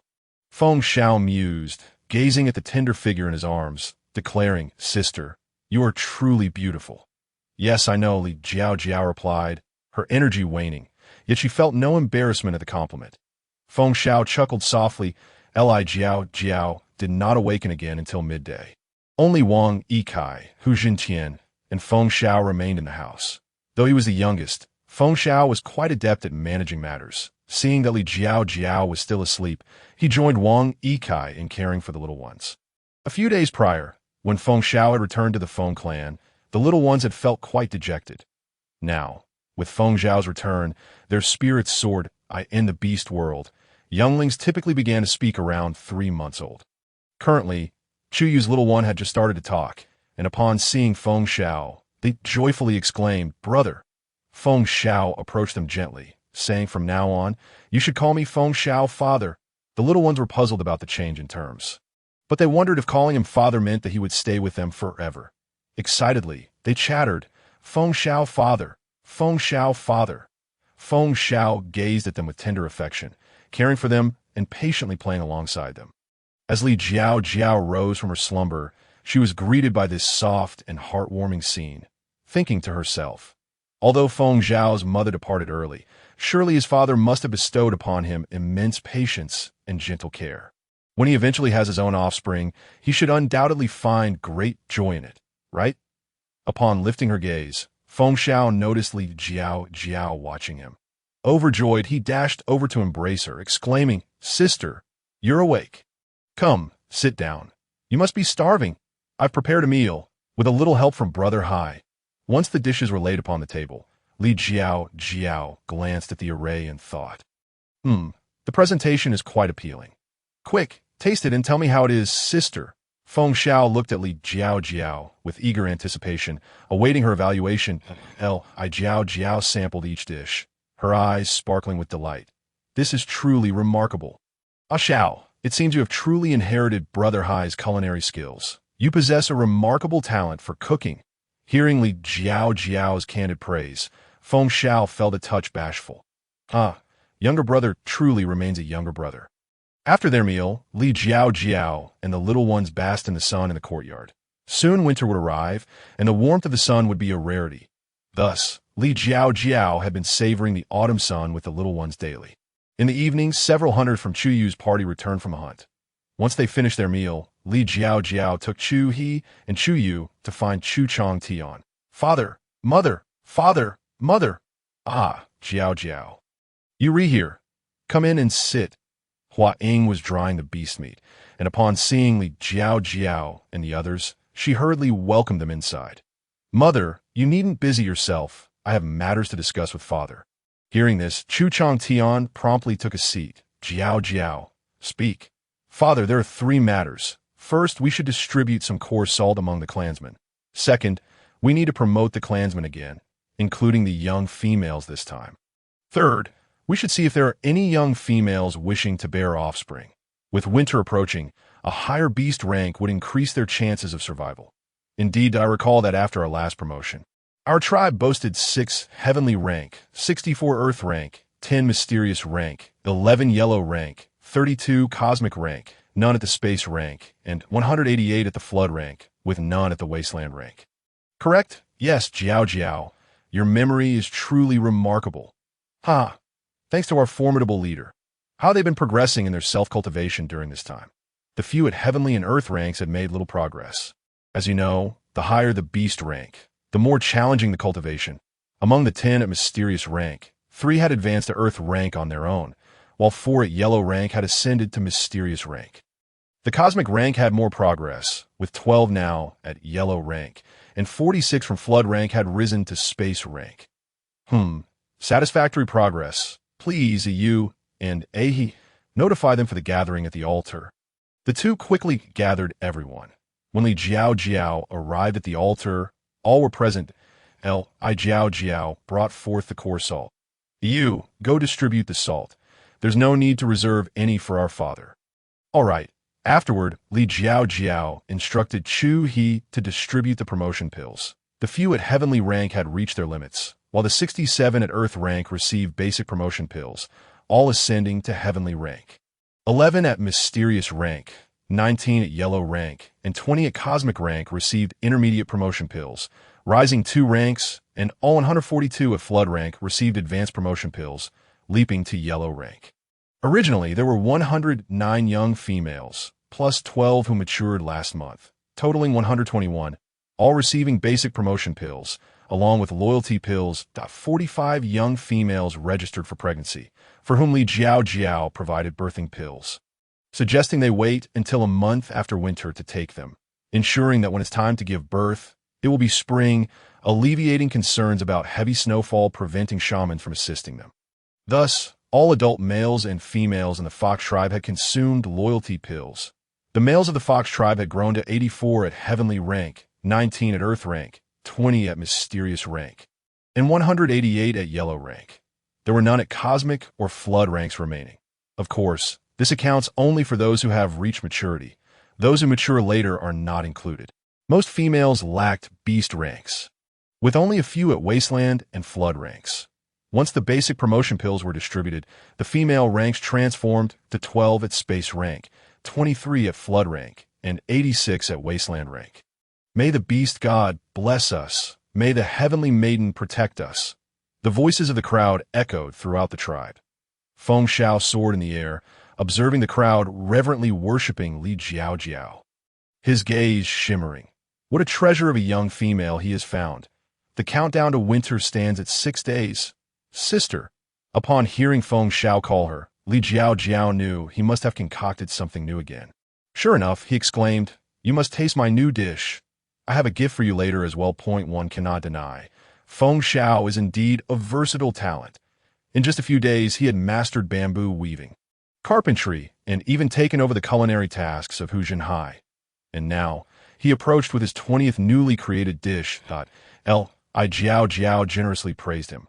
"Ah Shao, with your prowess, are you trying to outshine the previous few beast husbands?" "Ha! They must be saying they only wanted you to learn, not to surpass. My brothers wouldn't think that way. Competition fosters progress." "Indeed," Li Jiao Jiao responded with a soft smile. After their meal, Feng Shao playfully blindfolded Li Jiao Jiao and led her into his beast den. "Sister, don't open your eyes yet." Feng Shao guided her to sit by his stone bed, gently releasing her as he went to fetch something. After a rustle, he announced, "Sister, you may open your eyes now." Li Jiao Jiao slowly opened her eyes to behold a gleaming mound of gold. "What is this?" Just as Li Jiao Jiao voiced her inquiry, she heard a myriad of excited cries in her mind. Ah! Host, quickly ask your young beast husband where this came from. What is this?" Upon hearing this excited voice, Li Jiao Jiao skipped the inquiry with Feng Shao and posed the question to the system instead. "Gold! Gold!" At this moment, the system was not only shouting, but also stamping its feet in excitement. Li Jiao Jiao recalled the first time she encountered the system space, with its dazzling golden landscape. "All right, now I understand why you're so thrilled." Regaining her composure, she listened as Feng Shao explained. "I found this while hunting. It caught my eye, so I picked it up. Sister, do you like it?" Li Jiao Jiao had indeed never seen such a large lump of gold. It seemed to weigh around 2 kilograms, and if it were in the future, it would be worth an immense fortune. "I love it. It's beautiful. Where did you find this?" "I discovered it near the river where I hunted yesterday." Host, quickly let him take you to see it." The system urged excitedly. "That I know you're thrilled. But try to contain your excitement," Li Jiao Jiao said, rubbing her forehead. Raising her head, she asked Feng Shao, "Is it far from here?" "Not very far. If we fly, we can reach it in the morning." "Would you like to see it, sister? There's plenty more there. These shiny things were once primarily favored by our sparrow kin among the avian tribes. You wouldn't believe how much they love collecting them." Many of the treasures I gave you were exchanged with them. I noticed you seem to enjoy the shiny stones I brought you last time. Your cave is adorned with colorful stones. So I guess you would like this too. Thank you, Ah Xiao. I truly appreciate your thoughtfulness. I really love it.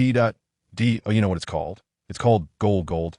That name certainly fits. Feng Xiao beamed with a sunny smile. So handsome, Li Jiao Jiao found herself momentarily entranced. Host, let us hurry. The system urged impatiently. Li Jiao Jiao considered asking why it was in such a rush as the gold wooden tea run away.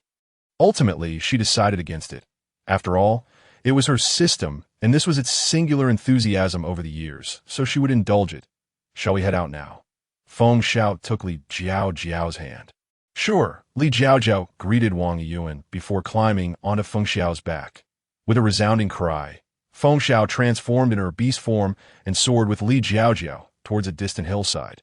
The resplendent feathers shimmered with golden hues under the sun, and Li Jiao Jiao felt an exhilarating sense of grandeur perched atop. The river flowed in a direction unfamiliar to her, and reaching it on foot would require traversing a towering mountain or taking a considerably longer route. Consequently, Chu Yu and the others had never taken Li Jiao Jiao there.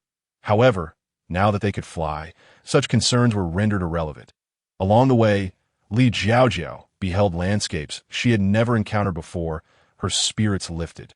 Indeed, travel is a balm for the soul. After flying for over an hour, Feng Xiao began to gracefully fold her wings, preparing to descend. Li Jiao Jiao looked down and spotted numerous small golden nuggets glinting in the sunlight. Almost blinding at first glance, Feng Xiao gently set Li Jiao Jiao down, who eagerly dashed off to collect the gold. These nuggets had likely been washed ashore by the river for ages, gleaming brightly on the surface. Wealth had arrived. If fashioned into ornaments, they would surely sell like hotcakes throughout the beast realm. But who could craft them? No need to ponder so much. Let's gather them first. Observing Li Jiao Jiao's exuberance, Feng Xiao was also swept up in the excitement. Sister, why don't you take a break and let me collect them? Ah Xiao, I enjoy collecting. Let's do it together. Who wouldn't love gathering money? If only the count were not so daunting, she would surely be the fastest. It was midday, and the blazing sun soon had Li Jiao Jiao feeling quite overheated. It's so hot. She exclaimed. Ha! How about this? Feng Xiao replied, scooping a handful of water and splashing it onto Li Jiao Jiao. Li Jiao Jiao playfully scolded, unable to evade the icy river water splattering her face. Tossing the gold in her hands aside, she joined Feng Xiao in a playful water fight. The two mischievous souls frolicked for quite some time. Eventually, Li Jiao Jiao, exhausted, lay down on a large rock beneath a tree to rest. Feng Xiao, chuckling, ran over to her. Sister, just as Feng Xiao called out, she halted, breath caught in her throat. For at that moment, Li Jiao Jiao's face was adorned with tiny droplets of water, illuminated by the dappled sunlight, adding an enchanting allure to her appearance, akin to a sprite that had unwittingly descended to the mortal realm. Feng Xiao tiptoed closer, embracing her and inhaling the distinctive fragrance that enveloped Li Jiao. In a moment of infatuation, he pressed his lips against hers. Li Jiao Jiao was momentarily taken aback, but soon reciprocated fervently. Her delicate voice echoed through the tranquil forest, stimulating every fiber of their beings, while the gentle autumn breeze brought a refreshing coolness to their shared moment of affection. After what felt like an eternity, tranquility returned to the woods. They exchanged satisfied smiles, their hearts content. They had collected a substantial amount, and Feng Xiao's prepared animal hide bag was brimming. She lifted it to toss over her shoulder. However, she found it too heavy. I didn't exert my full strength just now. Feng Xiao chuckled awkwardly. Then, gritting her teeth, she made another attempt. It just lifted off the ground. I still can't get onto my shoulder. Sister, it seems a bit heavy. Perhaps we should take part of it back first, and I can fly back for the rest later. Li Jiao Jiao simply smiled, not responding. She walked over, and with a mere touch, the entire animal hide bag vanished. Feng Xiao's eyes widened in astonishment. Sister, where did the bag of gold go? How is it gone? Want to know? I'll show you, Li Jiao Jiao replied, taking Feng Xiao's hand and vanishing into her spatial realm. Feng Xiao covered her mouth in disbelief, gazing at the neatly arranged plants, and the distant groups of animals, struggling to comprehend the sight before her. "Sister, where is this?" Feng Xiao asked, her voice trembling. "My space. What is space?" "It means this entire area is my domain. Without me, no one can enter. Sister, you are truly amazing. There's so much here," Feng Xiao exclaimed, pointing at a vast expanse of vegetables, before Li Jiao Jiao could respond. A cacophony of voices erupted. "This is food. Silly bird. Every day." Li Jiao Jiao's tone turned serious. "Oh, sister." The voice of Shuzi quickly shifted to a more respectful tone. Feng Xiao warily observed Shuzi, positioning Li Jiao Jiao protectively behind her. "Sister, who is this? Do you know him?" Feng Xiao inquired, her previous innocence replaced by seriousness. "Oh, not be alarmed. This is my younger brother. In the presence of beastmen, we must refer to each other as siblings." "Younger brother?" Feng Xiao thought to herself. "ISNT your younger brother me." Li Jiao Jiao seemed to sense her confusion and clarified. "Ah, yes, younger brother, in the sense of sharing the same parents. His name is Tiantan. Due to unforeseen circumstances, he cannot live normally outside and must remain in my space." Li Jiao Jiao swiftly explained without allowing Feng Xiao to ask too many questions. "Everything here is managed by Tiantian. The vegetables, flour, and rice you inquired about are our daily sustenance." "But won't he be lonely all by himself? Shouldn't I help him with the work next time?" Shuzi's eyes brightened at the suggestion, ready to agree. But Li Jiao Jiao interrupted. "No need, Xiao. He uses machines.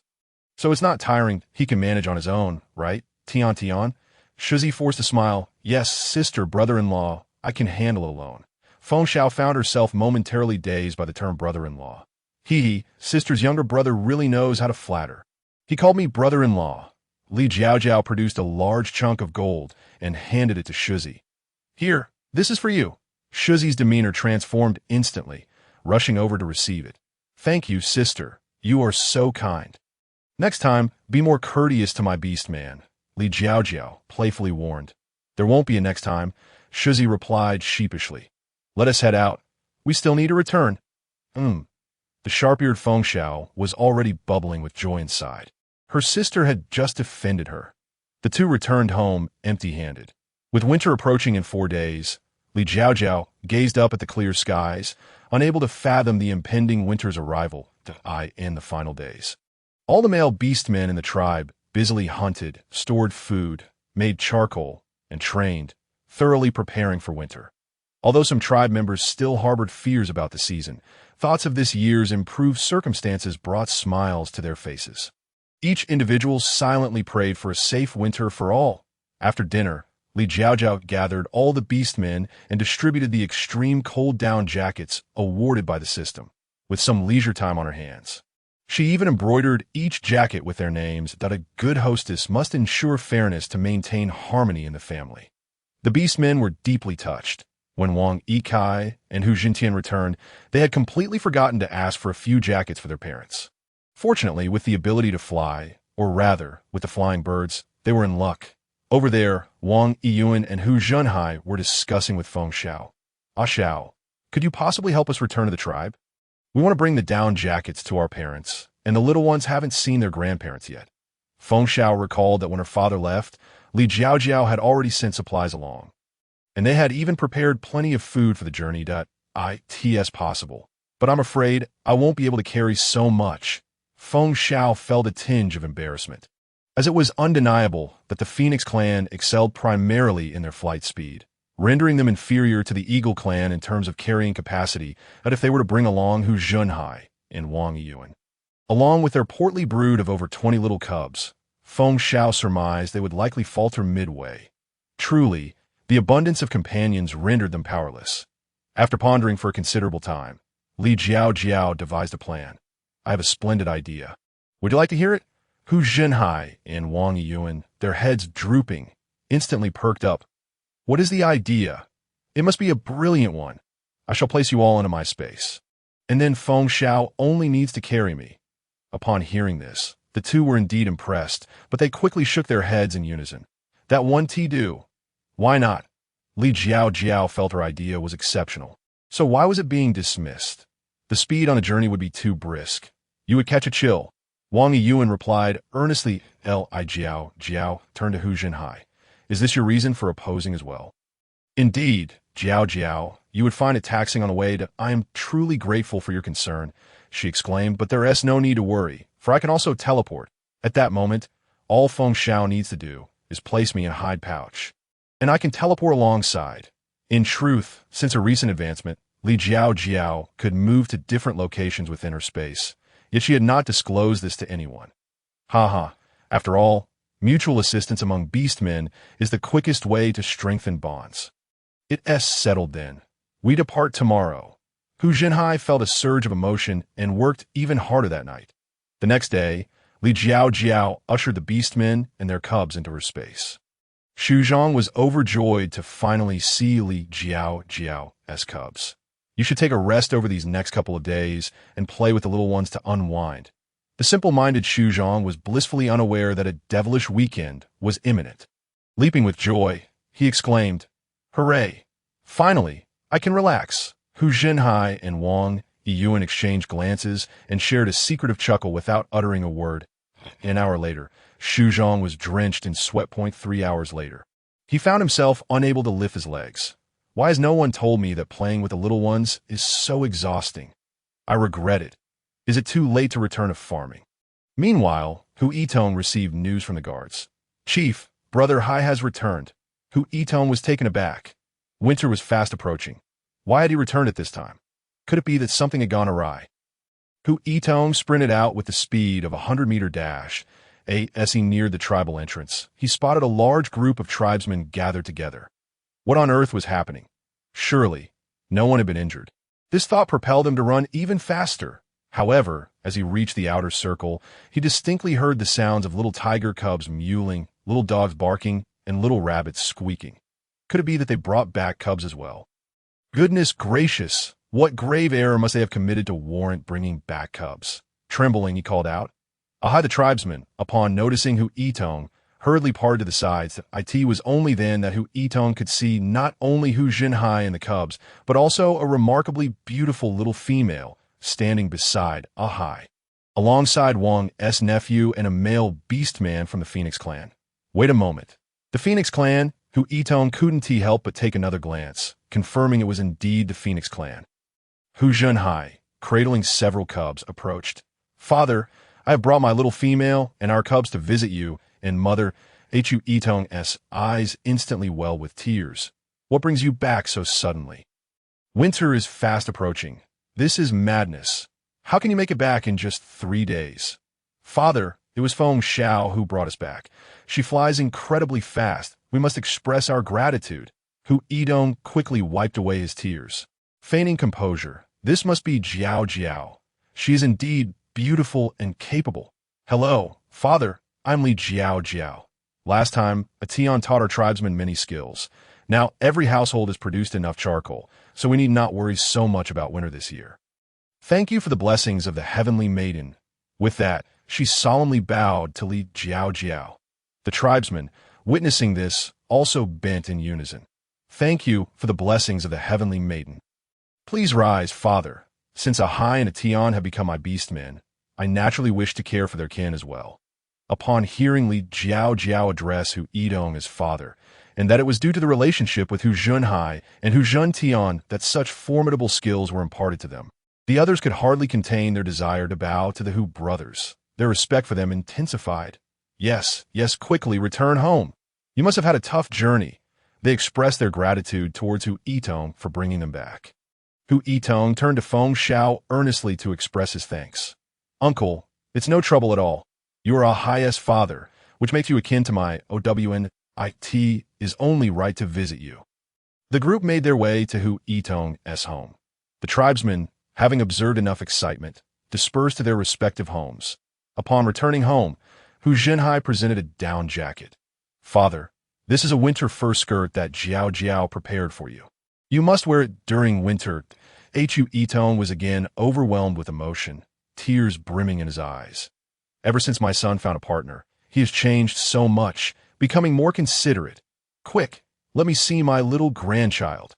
Xiyun also embraced the cubs, showering them with affection. Yet, her affection did not stop there.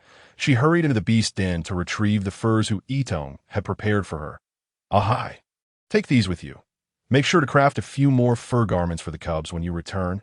Mother, there's no need. We have prepared plenty for the cubs. It will be sufficient. You should keep these for yourselves. After repeated assurances of sufficiency, Xian felt a twinge of disappointment as she prepared to stow the furs back in the den. Li Jiao Jiao noticed this and stepped forward to intercept her. Mother, I like this piece. Li Jiao Jiao selected a pinkish-white patterned fur. Seeing her delight, Xian's mood brightened instantly. Jiao Jiao, see if there are any others you like. Feel free to choose more. All right. Thank you, Mother. Li Jiao Jiao replied with a gentle smile. She selected 3 pieces in light colors, and Xian joyfully exclaimed, Jiao Jiao likes these light colors from now on. Whenever your father hunts these colors of furs, he shall set them aside for you. All right, I must thank father and mother then. Hu Zhenhai observed his mother and Jiao Jiao chatting harmoniously, as if he suddenly grasped something. Li Jiao Jiao then produced 5 thermal boxes. Explaining their usage in detail, Hu Zhenhai set to work in the kitchen, preparing a lavish dinner spread. Li Jiao Jiao decided to stay the night, allowing the cubs to spend more time with their grandparents. She realized the bond between generations was undeniable, having begun since ancient times. That night, the cubs played until they were utterly exhausted before finally falling asleep. Li Jiao Jiao lay in Hu Zhenhai's embrace. She hesitated for a long while before speaking. Ahai, should we leave a couple of cubs for your parents to raise? Why? Because you and Atian have both been taken away by me. Silly girl, they will gradually adapt. The 2 younger brothers at home are enough to give them a headache. True. After that, they decided not to pursue the topic further. With their parents' den nearby, they refrained from any mischief, settling instead to sleep peacefully with the soft little female in their arms. The next morning, Li Jiao Jiao announced their intention to depart. They still had to visit Wang Yiyuan's home. Wang Yiyuan's father had passed away many years ago due to an accident while hunting, and his mother had left early as well. Thus, Wang Yiyuan was essentially half a son of the Wang family. They exited the Hushao tribe and, employing their previous methods, swiftly arrived at the Divine Dog tribe. They delivered the items, taught them how to use them, and allowed the cubs to frolic with Wang Ting and his family for an entire night. Wang Ting and Mu Yao felt reassured upon seeing Wang Yiyuan and Li Jiao Jiao's close relationship, especially upon hearing that Li Jiao Jiao was expecting cubs from Shaokai and Shaotian, which made them all the more cautious. The following morning, Li Jiao Jiao addressed her parents. Father, Mother, we are preparing to return to the tribe. It is indeed time to cease any further delays. Please take care on your journey and remain vigilant for your safety. Xian has been reduced to tears. Oh, Mother, do not be disheartened. Once winter has passed, we shall return with the little ones for an extended stay. It is settled then. You must return after winter. At this moment, the countdown to winter stands at merely 1 day. Wang Ting is also aware that they cannot afford to leave anyone behind should an unforeseen circumstance arise on the road. It could lead to serious consequences. Fengxiao no longer hesitates and takes flight. Throughout the journey, no mishaps occur, and by afternoon, they arrive safely at the Fox clan's village. The beastmen have timed their preparations well, having cooked a feast in anticipation of Li Jiao Jiao and the others. Upon witnessing Fengxiao's calm descent and seeing Li Jiao Jiao appear safe and sound, the beastmen's hearts finally settle in their chests. Au ahe atian akai, how I have missed you all. As she speaks, she kisses each one in turn. One cannot deny that being surrounded by such handsome men is truly a delight. That evening, they hear the creaking and cracking of branches. Li Jiao Jiao, half asleep, opens her eyes to hear Chuyu asking, "What is it, Jiao Jiao? Did I wake you?" What is that noise outside? It is the sound of snow breaking the branches. In an instant, Li Jiao Jiao is fully awake. Did it snow that heavily on the first day? Are you cold? As he asks, he places Li Jiao Jiao's hand in the warmth of his own palm. I am fine, not cold. I ask, there a fire outside? Li Jiao Jiao feels a gentle warmth seeping into the cave. Yes, Ahe ignited the charcoal before the snow began and is still tending to it. Will he keep watch alone until dawn? No, we have arranged it. We will take turns. Au, you're so thoughtful, truly my beloved husband. You always handle matters so well. I am indeed fortunate. As Li Jiao Jiao speaks, she kisses Chuyu once more that I am the lucky one to have met you. Jiao Jiao, Li Jiao Jiao, supporting her waist, feigns a plea for mercy. The next morning, she rises from bed. Upon reaching the mouth of the beast cave, she hears the wind howling fiercely. The door is almost impossible to push open. After much effort, she finally manages to create a small opening and peeks outside that, oh my goodness, the entire village is nearly invisible. The snowfall from the night has accumulated to over half a meter deep. Jiao Jiao, come back in. It's cold outside. Chuhi, having just finished a shift and freshened up, sees Li Jiao Jiao, poking her little head out in astonishment. He quickly wraps his arms around her waist, pulling her back into the warmth. Birar, it is indeed freezing out here. Ahe. Chuhi gazes at Li Jiao Jiao's flushed cheeks and nose, tenderly warming her with his own heated hands. Li Jiao Jiao chuckles as she embraces Chuhi. Ahe, you worked hard last night. Chuhi returns the embrace. How could I feel weary when I can protect Jiao Jiao and our children from the cold and illness? Ahe, I'm so grateful to have you. Li Jiao Jiao buries her head into Chuhi's chest. Nuzzling him affectionately. Jiao Jiao, do not nuzzle. Chuhi's voice suddenly deepens as he holds her even tighter. At first, Li Jiao Jiao does not comprehend, but upon sensing Chuhi's unusual demeanor, her cheeks flush crimson. I will stop nuzzling. How about Jiao Jiao helps me instead? How can I assist? Chuhi's expression darkens, and without further words, he guides Li Jiao Jiao's hand beneath his bee skin skirt. Let us return to my cave in broad daylight. In the open, right at the entrance of the meeting cave, that is rather audacious. Upon hearing this, Chuhi bends down, effortlessly lifting Li Jiao Jiao and striding toward her cave. Ahe, my hands are so sore. Li Jiao Jiao pouts. Then, can Jiao Jiao assist me in another way? Chuhi looks at her with a pitiful expression. Well, whether it is my hands or my waist that tires, one must be chosen, right? Ultimately, Li Jiao Jiao decides on tiring her waist. At least she can enjoy it as well. After their passionate encounter, Li Jiao Jiao nestles back in Chuhi's arms for 8 p.m. noon. Hu Jinhai has prepared a sumptuous meal, and Li Jiao Jiao awakens. Ahai, your cooking has become increasingly delectable. It seems Ah Xiao has put quite a bit of pressure on you. Haha, sister, we're making progress together. Feng Xiao joyfully replies as she brings out the dishes. Mother, Feng Xiao, father, woof woof, woof. Wang Yiyuan and the others have also washed the little ones' hands, gathering them around the dining table. The little ones joyfully greet their mother and various fathers. Li Jiao Jiao lovingly strokes each of their little heads. Leaving none untouched, the little ones wag their tiny tails and perk up their little ears in excitement. Eat good and eat your meal. After you finish, I will take you to play in Mother's space. Mother is so wonderful, the talking little ones exclaim. Ah woo, the non-speaking little ones call out. The little ones cheerfully dig into their food. They are growing rapidly, partly due to their beast rank, as those with higher ranks in the same litter tend to thrive better. Additionally, it might be because Wang Yiyuan and the others are taking excellent care of them. After the meal, the beastmen place the little ones into baskets, each carrying one, and Li Jiao Jiao brings them all into her space. The hard-working laborers are still diligently toiling away. Suddenly, upon seeing them all enter, their eyes widen in surprise. They recall the soreness in their limbs from the previous days of caring for the little ones. Hey sis, how did you all come in here? Of course, we missed you, dear uncle. Li Jiao Jiao responds nonchalantly.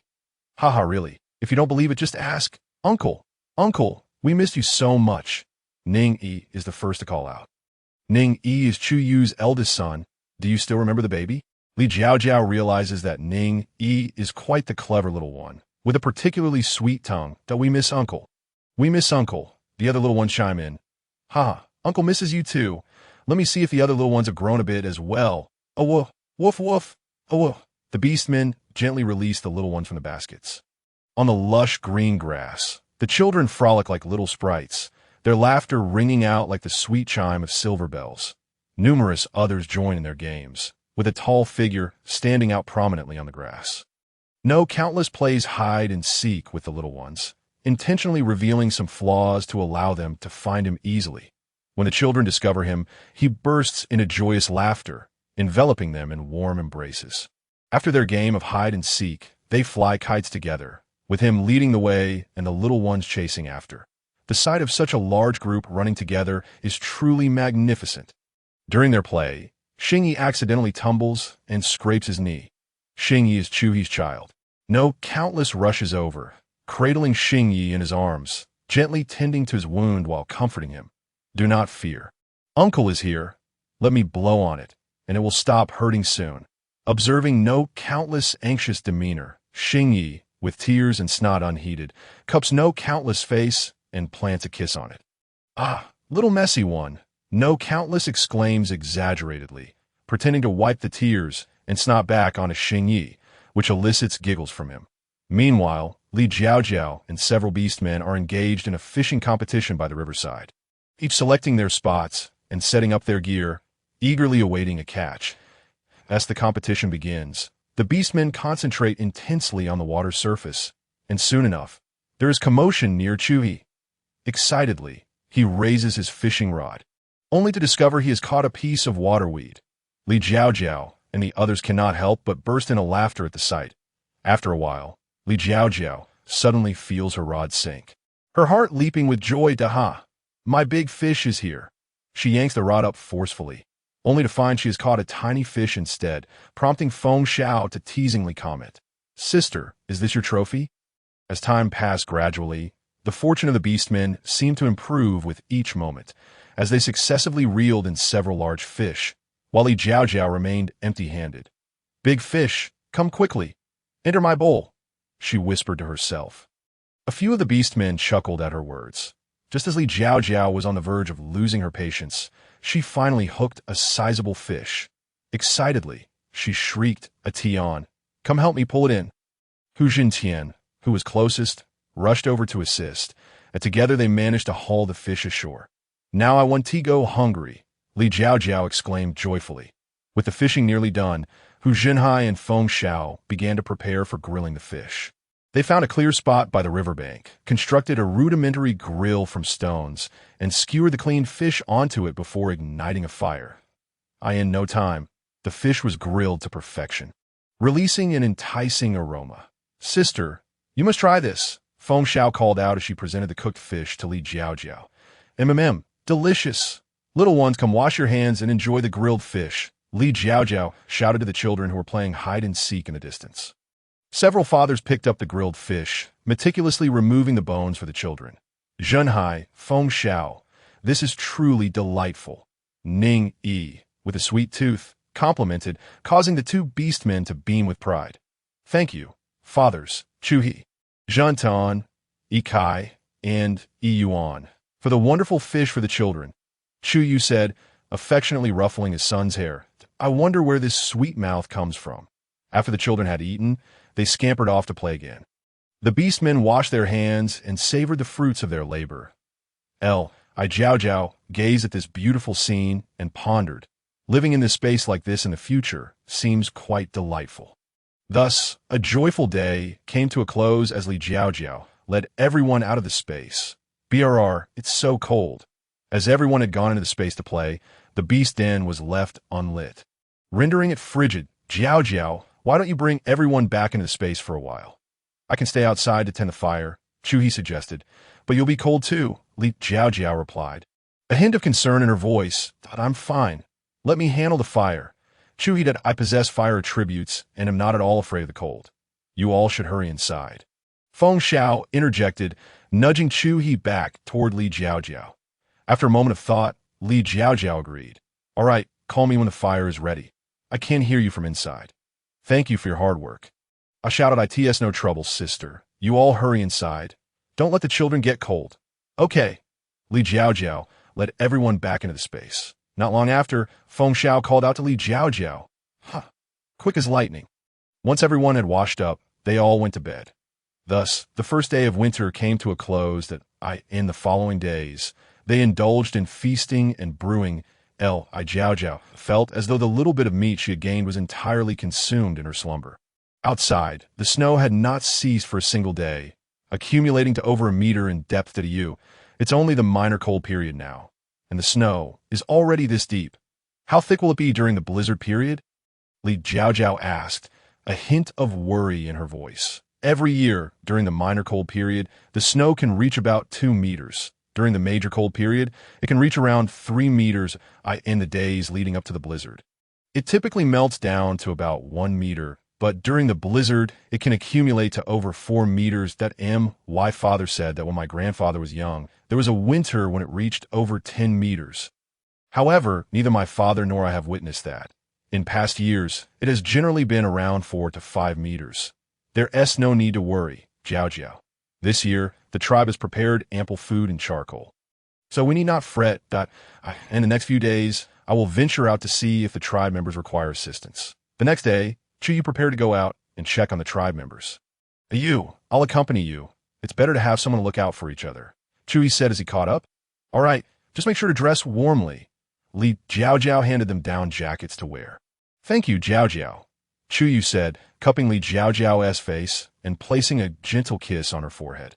Chu followed suit, giving her a kiss as well. In truth, they both wished to express that they were not cold, as it had yet to reach the blizzard period. When that time came, the temperatures would be bone-chilling. Nevertheless, Li Jiao Jiao's concern warmed their hearts. Outside, the snowflakes continued to fall gently, blanketing the entire tribe in thick layers of snow, making it nearly impossible to discern the location of the beast. It was only thanks to Chu's familiarity with every Beastman household that they were able to find their way.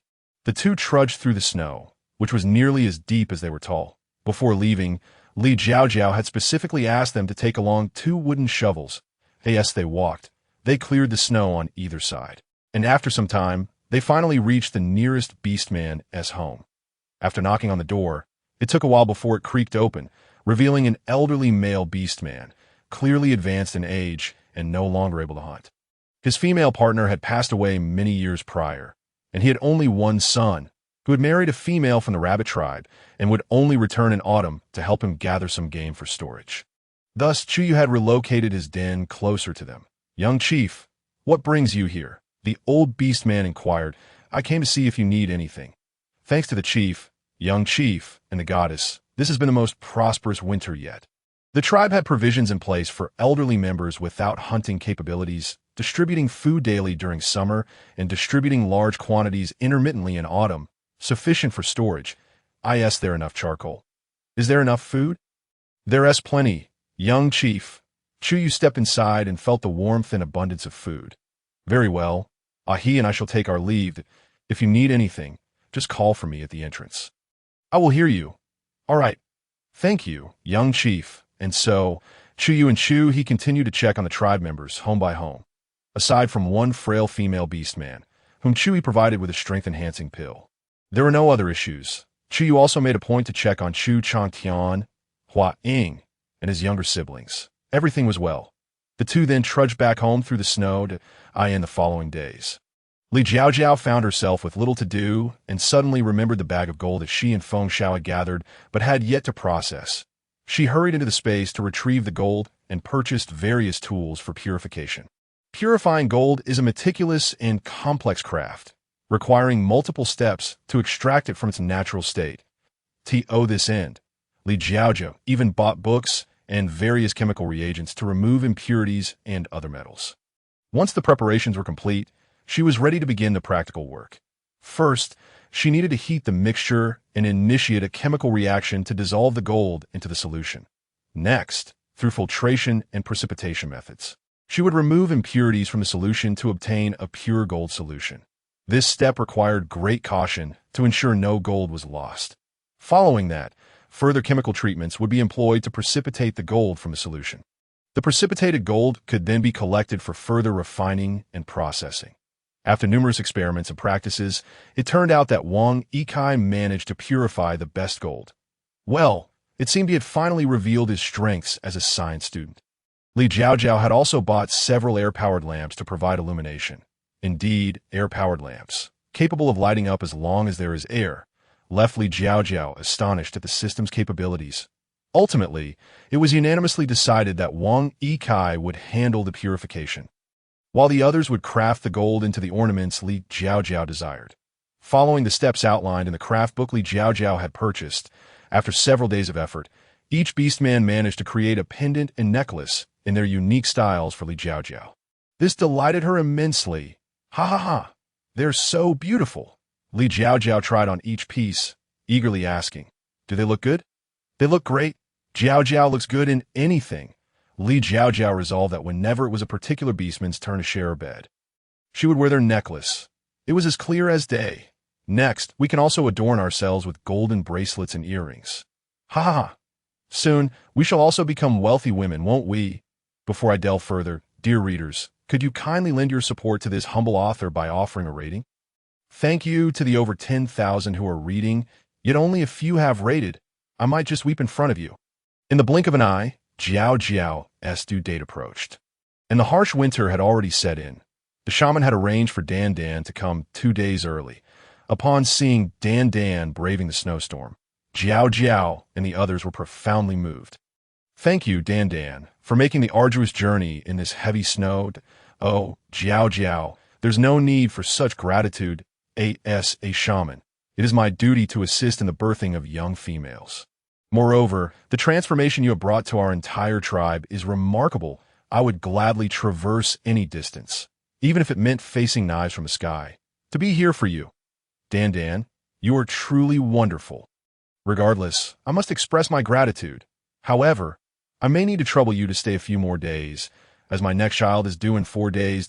No problem. I will wait until you have delivered both of your children before I take my leave." Chiyu had already prepared a beast den for Dan Dan and her mate. He was currently escorting them to the den for rest. Ping, you may use everything inside. If you need anything, just let us know. Dan Dan and her mate, Jun Ping, had just recently become partners, exhibiting a charmingly simple demeanor. During the last rank advancement, Jun Ping had just reached the celestial tier. Young clan leader. "You needn't be so courteous," Jun Ping said in a deep voice. "We're truly grateful for your willingness to assist us." Jiao Jiao felt a deep sense of comfort. It seemed that everyone she encountered here was kind-hearted. Devoid of the melodrama she had feared, free from those who sought to harm her. Each day was filled with peace, allowing her to eat, sleep, and nurture her young without worry. Upon waking, she found warm water by her side, and every night, someone would warm her bed. There was no need to toil like a beast from dawn till dusk, nor to fret about being dismissed like a common worker, nor to carry the burdens of an emperor, constantly concerned about intrigue in the harem. If only such days could last for 1,000 years. On the third morning, just after Jiao Jiao had risen and finished her meal, her labor began. "Ayu, water." Chuyu promptly brought her water. Jiao Jiao hurriedly consumed the pain-free birthing potion and awaited the onset of labor. Shortly thereafter, the system began its announcements. Ding! The host has given birth to the 76th offspring, male. Beast form, white tiger, beast rank, mysterious tier. Rewards, 160 points, birthing pills X9, intermediate rank up pills X3, loyalty pills X3, coarse salt 80 kg, barbecue seasoning 500 GX20, defensive shield 300 cubic meters. Ding! The host has given birth to the 77th offspring, female. Beast form, black tiger, beast rank, mysterious tier.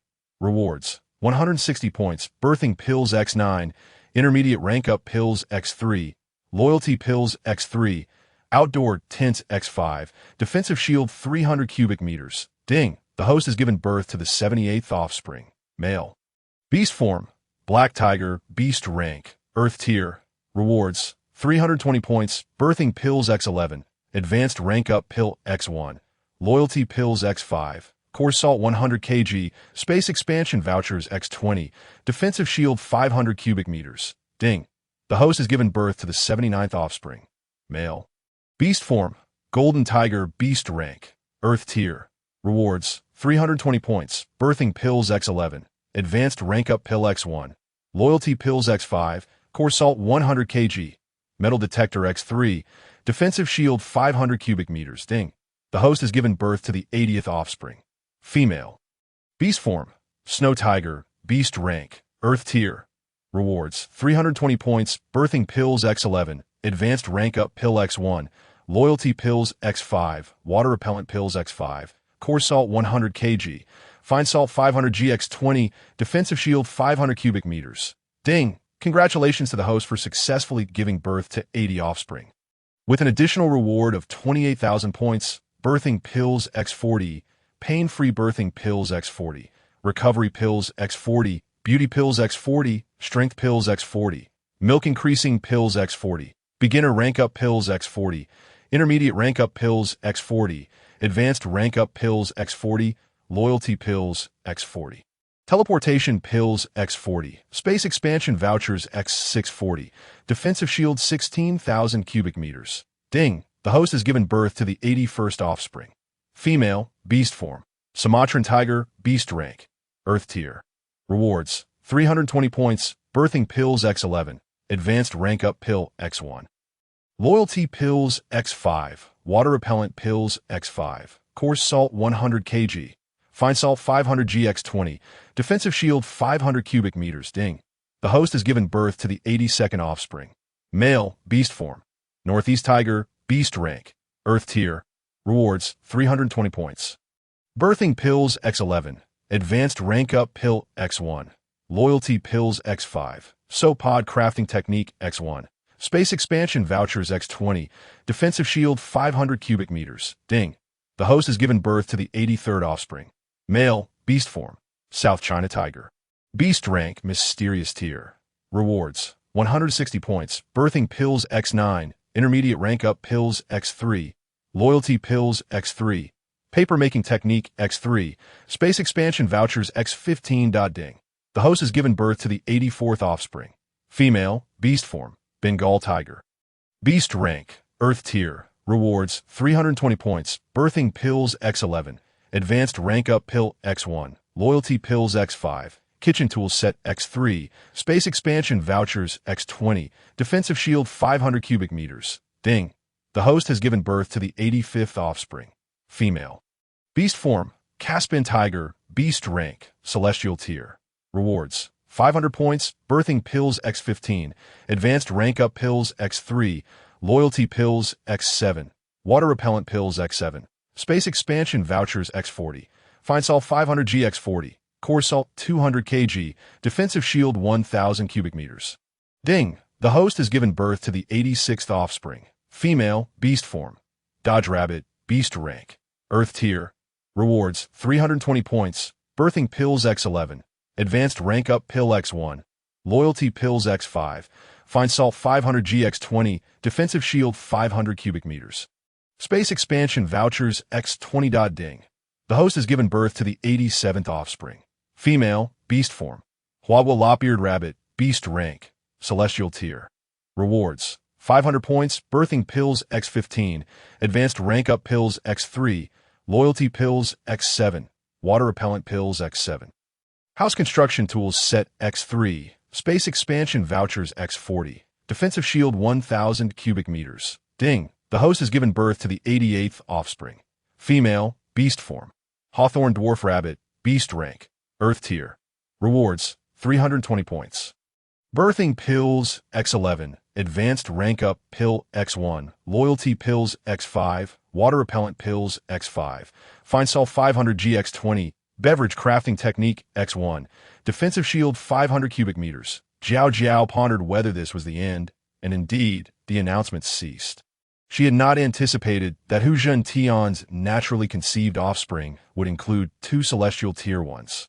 Perhaps it was due to her recent elevation to the celestial tier. Dan had already experienced numerous such occasions. Expertly marking all the offspring, confirming Jiao Jiao's safety, and realizing that no more children remained in her womb, she swiftly turned to clean the little ones. Fortunately, despite the frigid air outside, the temperature within their beast den remained a comfortable 20 degrees, allowing for the bathing of the young ones without concern.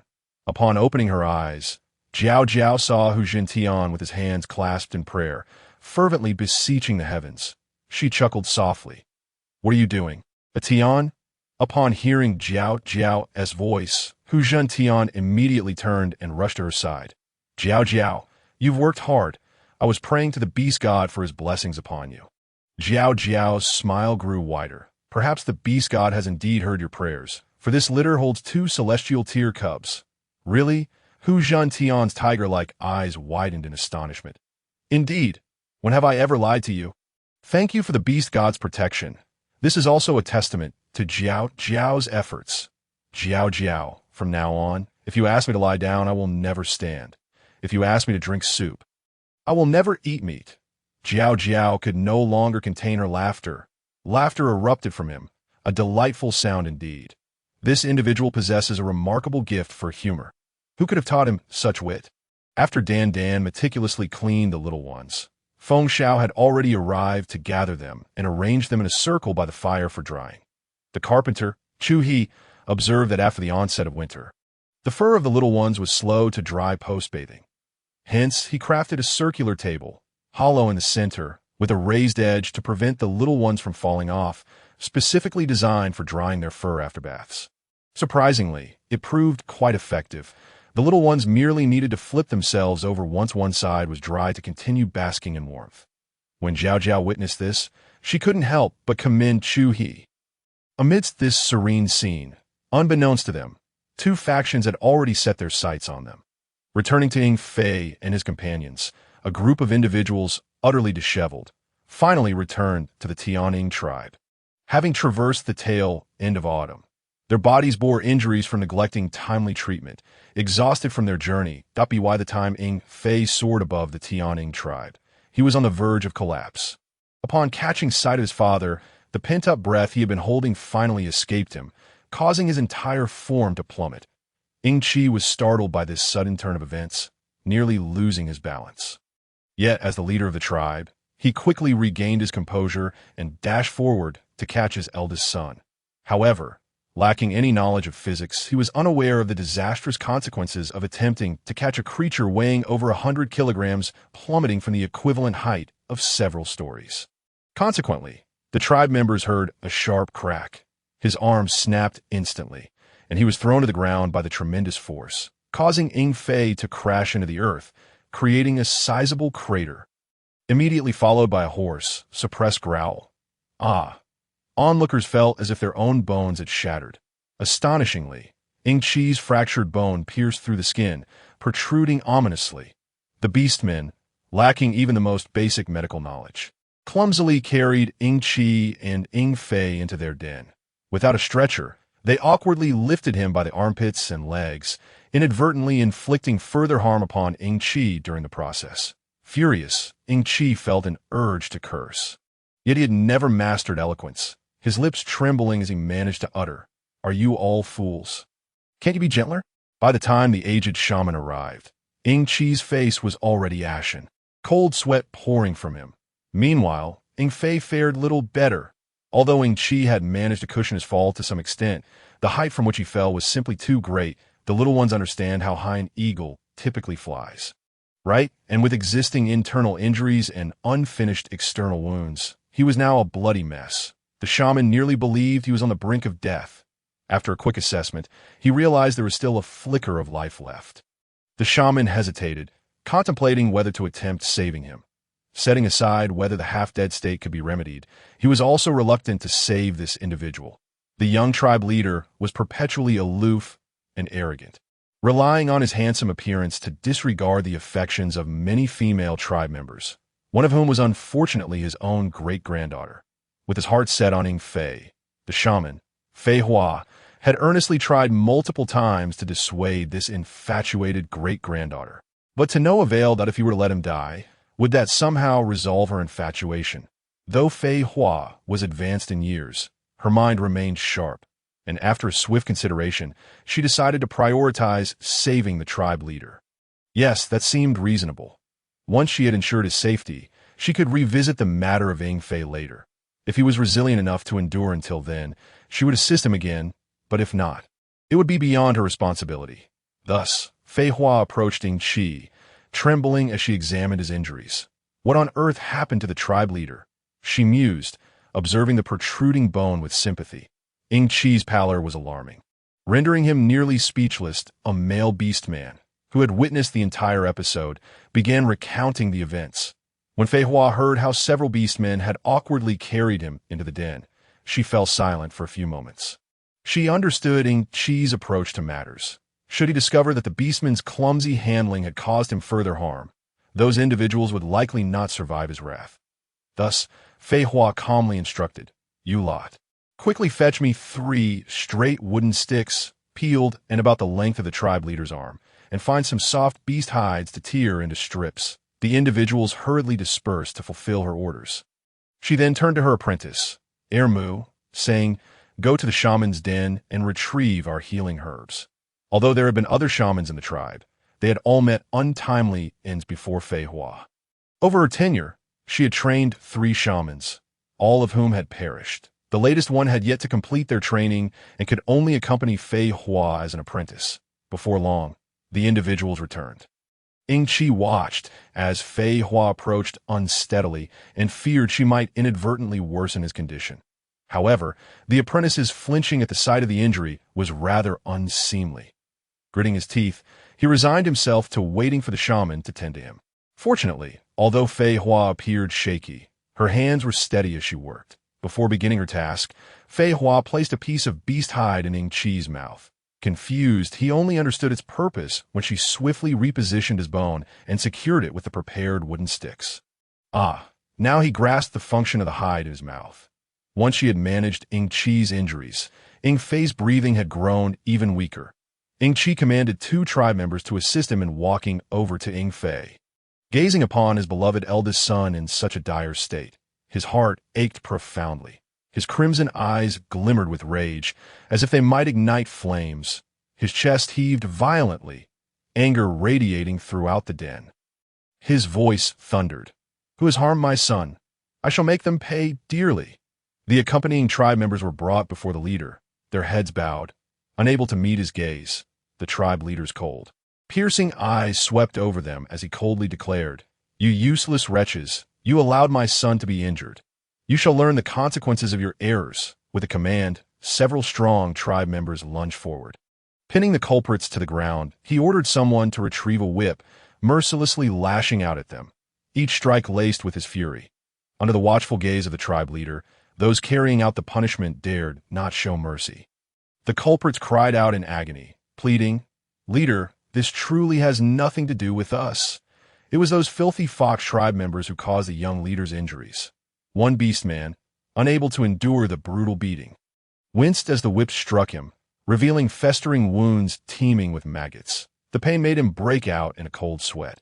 Yet the tribe leader felt no compassion whatsoever. "It is your duty to protect. You deserve this punishment." After the thrashing, still unsatisfied, the tribe leader ordered their confinement, denying them food and water. The entire tribe fell into a state of dread under the leader's wrath. No one dared to speak or defy his orders. Nor did anyone dare to plead for mercy. They all understood that their leader was a cruel and obstinate individual. Observing the wretched state of those imprisoned beastmen sent a shiver down everyone's spine. With winter fast approaching, how long could they survive without treatment, medicine, food, or water?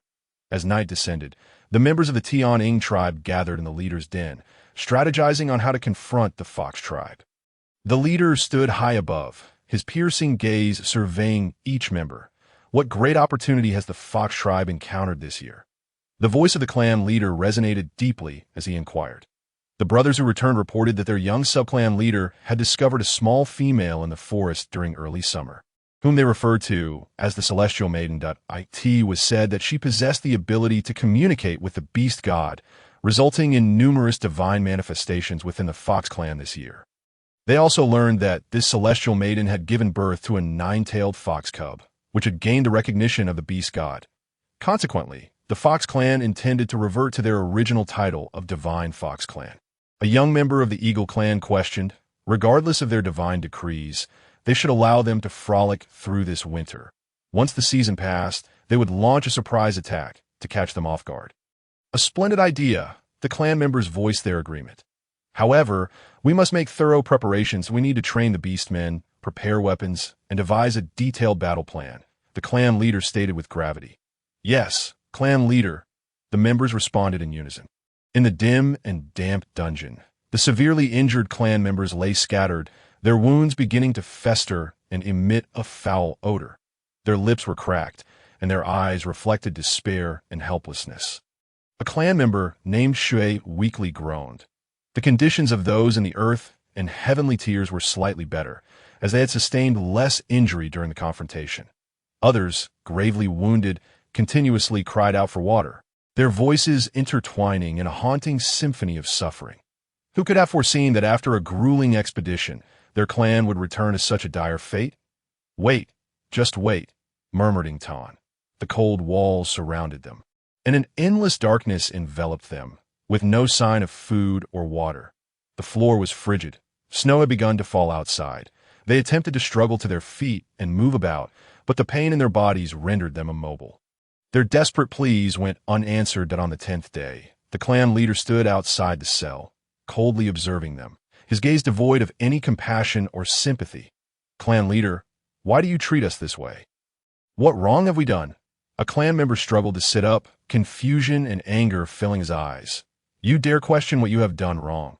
You went out with the young sub-clan leader, yet failed to protect him. That is the reason for your punishment, the clan leader bellowed. The more than 10 eagle beast men, upon hearing the clan leader's words, were consumed by despair. They understood that their lives were forfeit. Several beast men in the dungeon had already perished. Soon, they feared they too would not endure much longer. Ington thought mournfully. Suddenly, the dungeon door creaked open, allowing a faint light to filter, and he lifted his head and beheld a familiar figure. It was his friend Ingma, who approached with food, water, and some basic medical supplies. Ington, how are you holding up? Ingma hurried to his side, offering the food and water before tending to his wounds. Ington shared the food and water with a few others. I cannot linger. It would be disastrous if the clan leader discovered me. Thank you, Ingma. Have you heard how long the clan leader plans to keep us imprisoned? Not yet, came the reply. The dungeon fell into a deeper silence. After a while, Ington spoke. All right, you should leave quickly. With Ingma's meager sustenance, their strength gradually began to return. The day before the blizzard period, the clan leader finally relented and released the remaining few. Ington looked around. Only 8 of them remained, including himself. How ironic. In just a month, 26 had been taken away. The brothers who had laughed and joked together a month ago did not perish in the hunt or in battles with other clans, but rather succumbed to the clan leader's punishment. As the dungeon door swung open, a foul stench assaulted their senses, causing their waiting relatives to instinctively step back. That my son. Upon seeing Ington's frail form, his mother wept bitterly. Mother, why are you here? Ington's eyes widened in surprise. We heard that the clan leader agreed to release you, so we hurried to fetch you. Another eagle beastman's brother interjected, as their mother was too choked with emotion to speak. Heaven knows how they endured the past month. Each time they heard of someone being dragged off and thrown over a cliff, they would rush down to see if it was their kin. While Ington and the others had endured great hardship within, their families outside had equally endured torment. Without further ado, they supported each other and made their way to Ington's home. His house was the furthest from the clan leader's beast den. The shaman awaited them there, making it easier for him to tend to the wounded without having to traverse through the heavy snowfall, which was nearly impossible. Ington's father had prepared a large pot of tender meat soup. Tanner, drink this gentle broth first to soothe your stomach. They had gone too long without food. The clan members waiting at the dungeon door had compassionately offered them handfuls of snow. Ingma had only dared to visit 3 times, each time bringing little food to Ington's mother, holding her son's cold hand, struggled to contain her tears. Father, how is the young sub-clan leader? He is better now. I hear he can open his eyes and speak.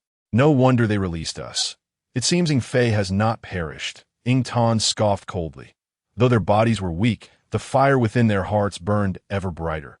After a long period of contemplation, Ington finally spoke. Father, what do you think of the clan leader? At this, his father suddenly looked up. Tanner, do you mean? Ington nodded without speaking further. They began to plot their rebellion, fully aware that although it was a perilous endeavor, they were prepared that, of course, they first needed to restore their health. The blizzard period lasted a full month. The snow amassed to a depth of 6 meters. That be by the end of the month, Ington and the others had regained nearly all their strength. During the blizzard, the Eagle warriors had ceased their training. Now that the storm had passed, Eagle Chi summoned everyone to commence their drills anew. This time, Ington and his companions were included, upon hearing that their clan leader intended to attack the Divine Fox clan. They could not help but scoff inwardly. Such arrogance, seeking death, yet they maintained their composure. That evening, they gathered at Ingtan's home to discuss strategies. Tan, what do you think we should do? My suggestion is to assemble our forces and eliminate them before they launch their attack. I have another idea. We could pretend to join them in attacking the Divine Fox clan, then secretly send word ahead to prepare them, allowing us to collaborate and completely encircle them. Another Eagle Beast man, Ingshu, proposed, you mean to leverage the strength of the Divine Fox clan? Wouldn't that be unwise? Ingtan countered, think about it. If we ally with them, they would surely see us as reliable allies and might even share their skills with us next year. But they plan to set out as soon as winter ends. When would we have time to send word? I still believe it's best for us to eliminate them ourselves. However, we must also consider casualties. Currently, only about half would be willing to rise up with us. Among that half, their strength is not to be underestimated. My little female is still carrying my offspring. To be honest, I am somewhat afraid of dying. There is no harm in leveraging their strength, is there? The others fell silent. Ingshu had a point. Minimizing casualties was indeed the best course of action. In the end, they all agreed to this plan. So when would be the best time to send word? Going in winter would still carry significant risks. Would this approach work? As winter passes, I shall set forth. My beast rank is low, and when the main force departs, my absence will go unnoticed. You all must find a way to delay for a few days to grant me some time. After contemplating, the few in Ingtan concluded that this method is indeed the most viable and thus tentatively settled on this plan. During the forthcoming major and minor cold periods, the male beastmen of the tribe continued their training as usual. Ingtan discreetly cast a glance at Ingfei, thinking to himself, how should I put it? Perhaps he does not have long to live. The external wounds have healed, yet he continues to cough blood incessantly. The shaman has no remedies, had it not been for the fact that she is the only shaman in the entire tribe. Ingchi would likely have disposed of her by now. Alas, if only Jiao Jiao were here, she could have discerned that his injuries are internal and beyond salvation. What is most nauseating is that Ingchi actually left half of the charcoal they exchanged for Ingfei. The young females and cubs of the tribe received hardly anything. Asu, it's so cold. I'll light a fire for you, Fei Fei, but truly, that non-smoking item of the chieftains cannot provide us with some warmth. Ingshu felt disheartened. They had exchanged for it, yet none of their own received even a single piece. Ingshi remarked, you have all committed such grave errors, and you still have the audacity to ask for things? At that moment, a profound sense of helplessness surged within. This only solidified the resolve to overthrow Ingchi. Meanwhile, just days before winter's arrival, Fengshi returned in high spirits. Upon arriving at the tribe, the clansmen gathered around. Chieftain, how is it? Is the young female chosen by the young chieftain as splendid as he described? Seeing the chieftain's joyous demeanor, they were certain he must be satisfied. Indeed, I am exceedingly pleased, this young female. Feng Xiao is truly remarkable. I must say my Feng Xiao has an exceptional eye, Fengshi praised effusively. However, out of the corner of his eye, he noticed another male beastman in the tribe, Feng Zhua, who had always trailed behind Feng Hua. The two were like snakes and rats in the same den. Had he not failed to gather evidence against him for the tribe's detriment, he would have been driven out long ago. Now they could only keep a closer watch on him. With his decisiveness, Fengshi promptly began preparations to clear the empty beast dens near his own. On the eve of winter, he relocated the weaker young females and cubs of the tribe to this place. Throughout the winter, the Feng tribe experienced no disturbances, in stark contrast to the dragon tribe. The chieftain of the dragon tribe, Longyu, gazed at Feng Hua with displeasure. Feng Hua, are you truly so inept? You cannot even defeat a mere Feng Xiao. Longlon frowned. Father, please stop. Can't you see that Feng Hua is injured? Just as Feng Hua was about to feel touched, he heard Longlon add, can't you wait until he recovers before berating him? Ah, this father-daughter duo. Truly not worthy of expectation. He hung his head, a flash of malice glimmering in his narrow, phoenix-like eyes, unnoticed by Longyu and Longlon. Regardless of Longyu's insults, Feng Hua remained silent. Eventually, tiring of his tirade, Longyu disdainfully scoffed. Were it not for your status as a reborn phoenix and your infatuation with my daughter, I would never have regarded you in the next life. Feng Hua hastily jumped from his bed and knelt before Long Yu. Thank you, father, for granting me this opportunity. You certainly know how to take advantage. It is only because of my father's generosity that I shall treat Lan'er well in the future. Humph. Do you dare to treat her poorly? If you do, my brothers and I will undoubtedly teach you how to be a proper beast husband. Feng Hua tightened his fists at his sides. Long Yu stormed off, and Long Lan feigned concern as she helped Feng Hua to his feet. Feng Hua, do not take it to heart. My father merely worries I may be wronged. He actually thinks quite highly of you. Lan'er, does your father approve of our union? Yes, but Feng Hua, I have a fondness for a string of colorful stones. Those stones can only be found on the Gong Mountain of your Feng tribe. Could you find a string to serve as our betrothal gift? But Lan'er, my injury may not heal swiftly. Let us become betrothed first, and when my wound heals, I shall fetch it for you. Is that agreeable? No, I want to wear it during the betrothal ceremony. You do not understand. Our tribe shaman possesses a string that her beast husband gifted her. She flaunts it daily, saying my beast husband is unworthy, unable to even bring back a few colorful stones. I do not mind. If you wish to be outshone, I shall not stop you. Feng Hua clenched his fists once more. Lan'er, but Feng Qi forbids me from stepping into the Feng tribe's territory again. The my injury is not yet healed. If I go, I fear I may not return alive. Oh, very well. Then I shall not pursue it. When you recover, you may leave. Long Lan waved her hand dismissively. Feng Hua stood in stunned silence for a moment. Leave? Lan'er, where am I to go? Of course, back to where you came from. Lan'er, you know I cannot return. What does that matter to me? You are already defying me with your words. What use is such a beast husband to me? Merely to add to my troubles. I do not intend to defy you. You know how much I care for you. When you said you hated Feng Shao, I immediately sought ways to deal with him. Did I not? Do not speak so righteously. Do you not wish for his demise as well? Now you use me as an excuse? Feng Hua, struck at the heart of his thoughts, dared not retort further. Either bring me the colorful stones within 3 days, and we shall be betrothed, or once your wound heals. You shall leave our dragon tribe. Choose for yourself. I choose the first option. Feng Hua lowered his head again, pondering if Feng Shao were present. Would Long Lan treat him in the same manner? That would be more acceptable. With that thought, he turned and departed. Feng Hua, feeling powerless, lay on the bed. After 2 days of recuperation, he dared not delay further, flapping his injured wings to fly to Gong Mountain.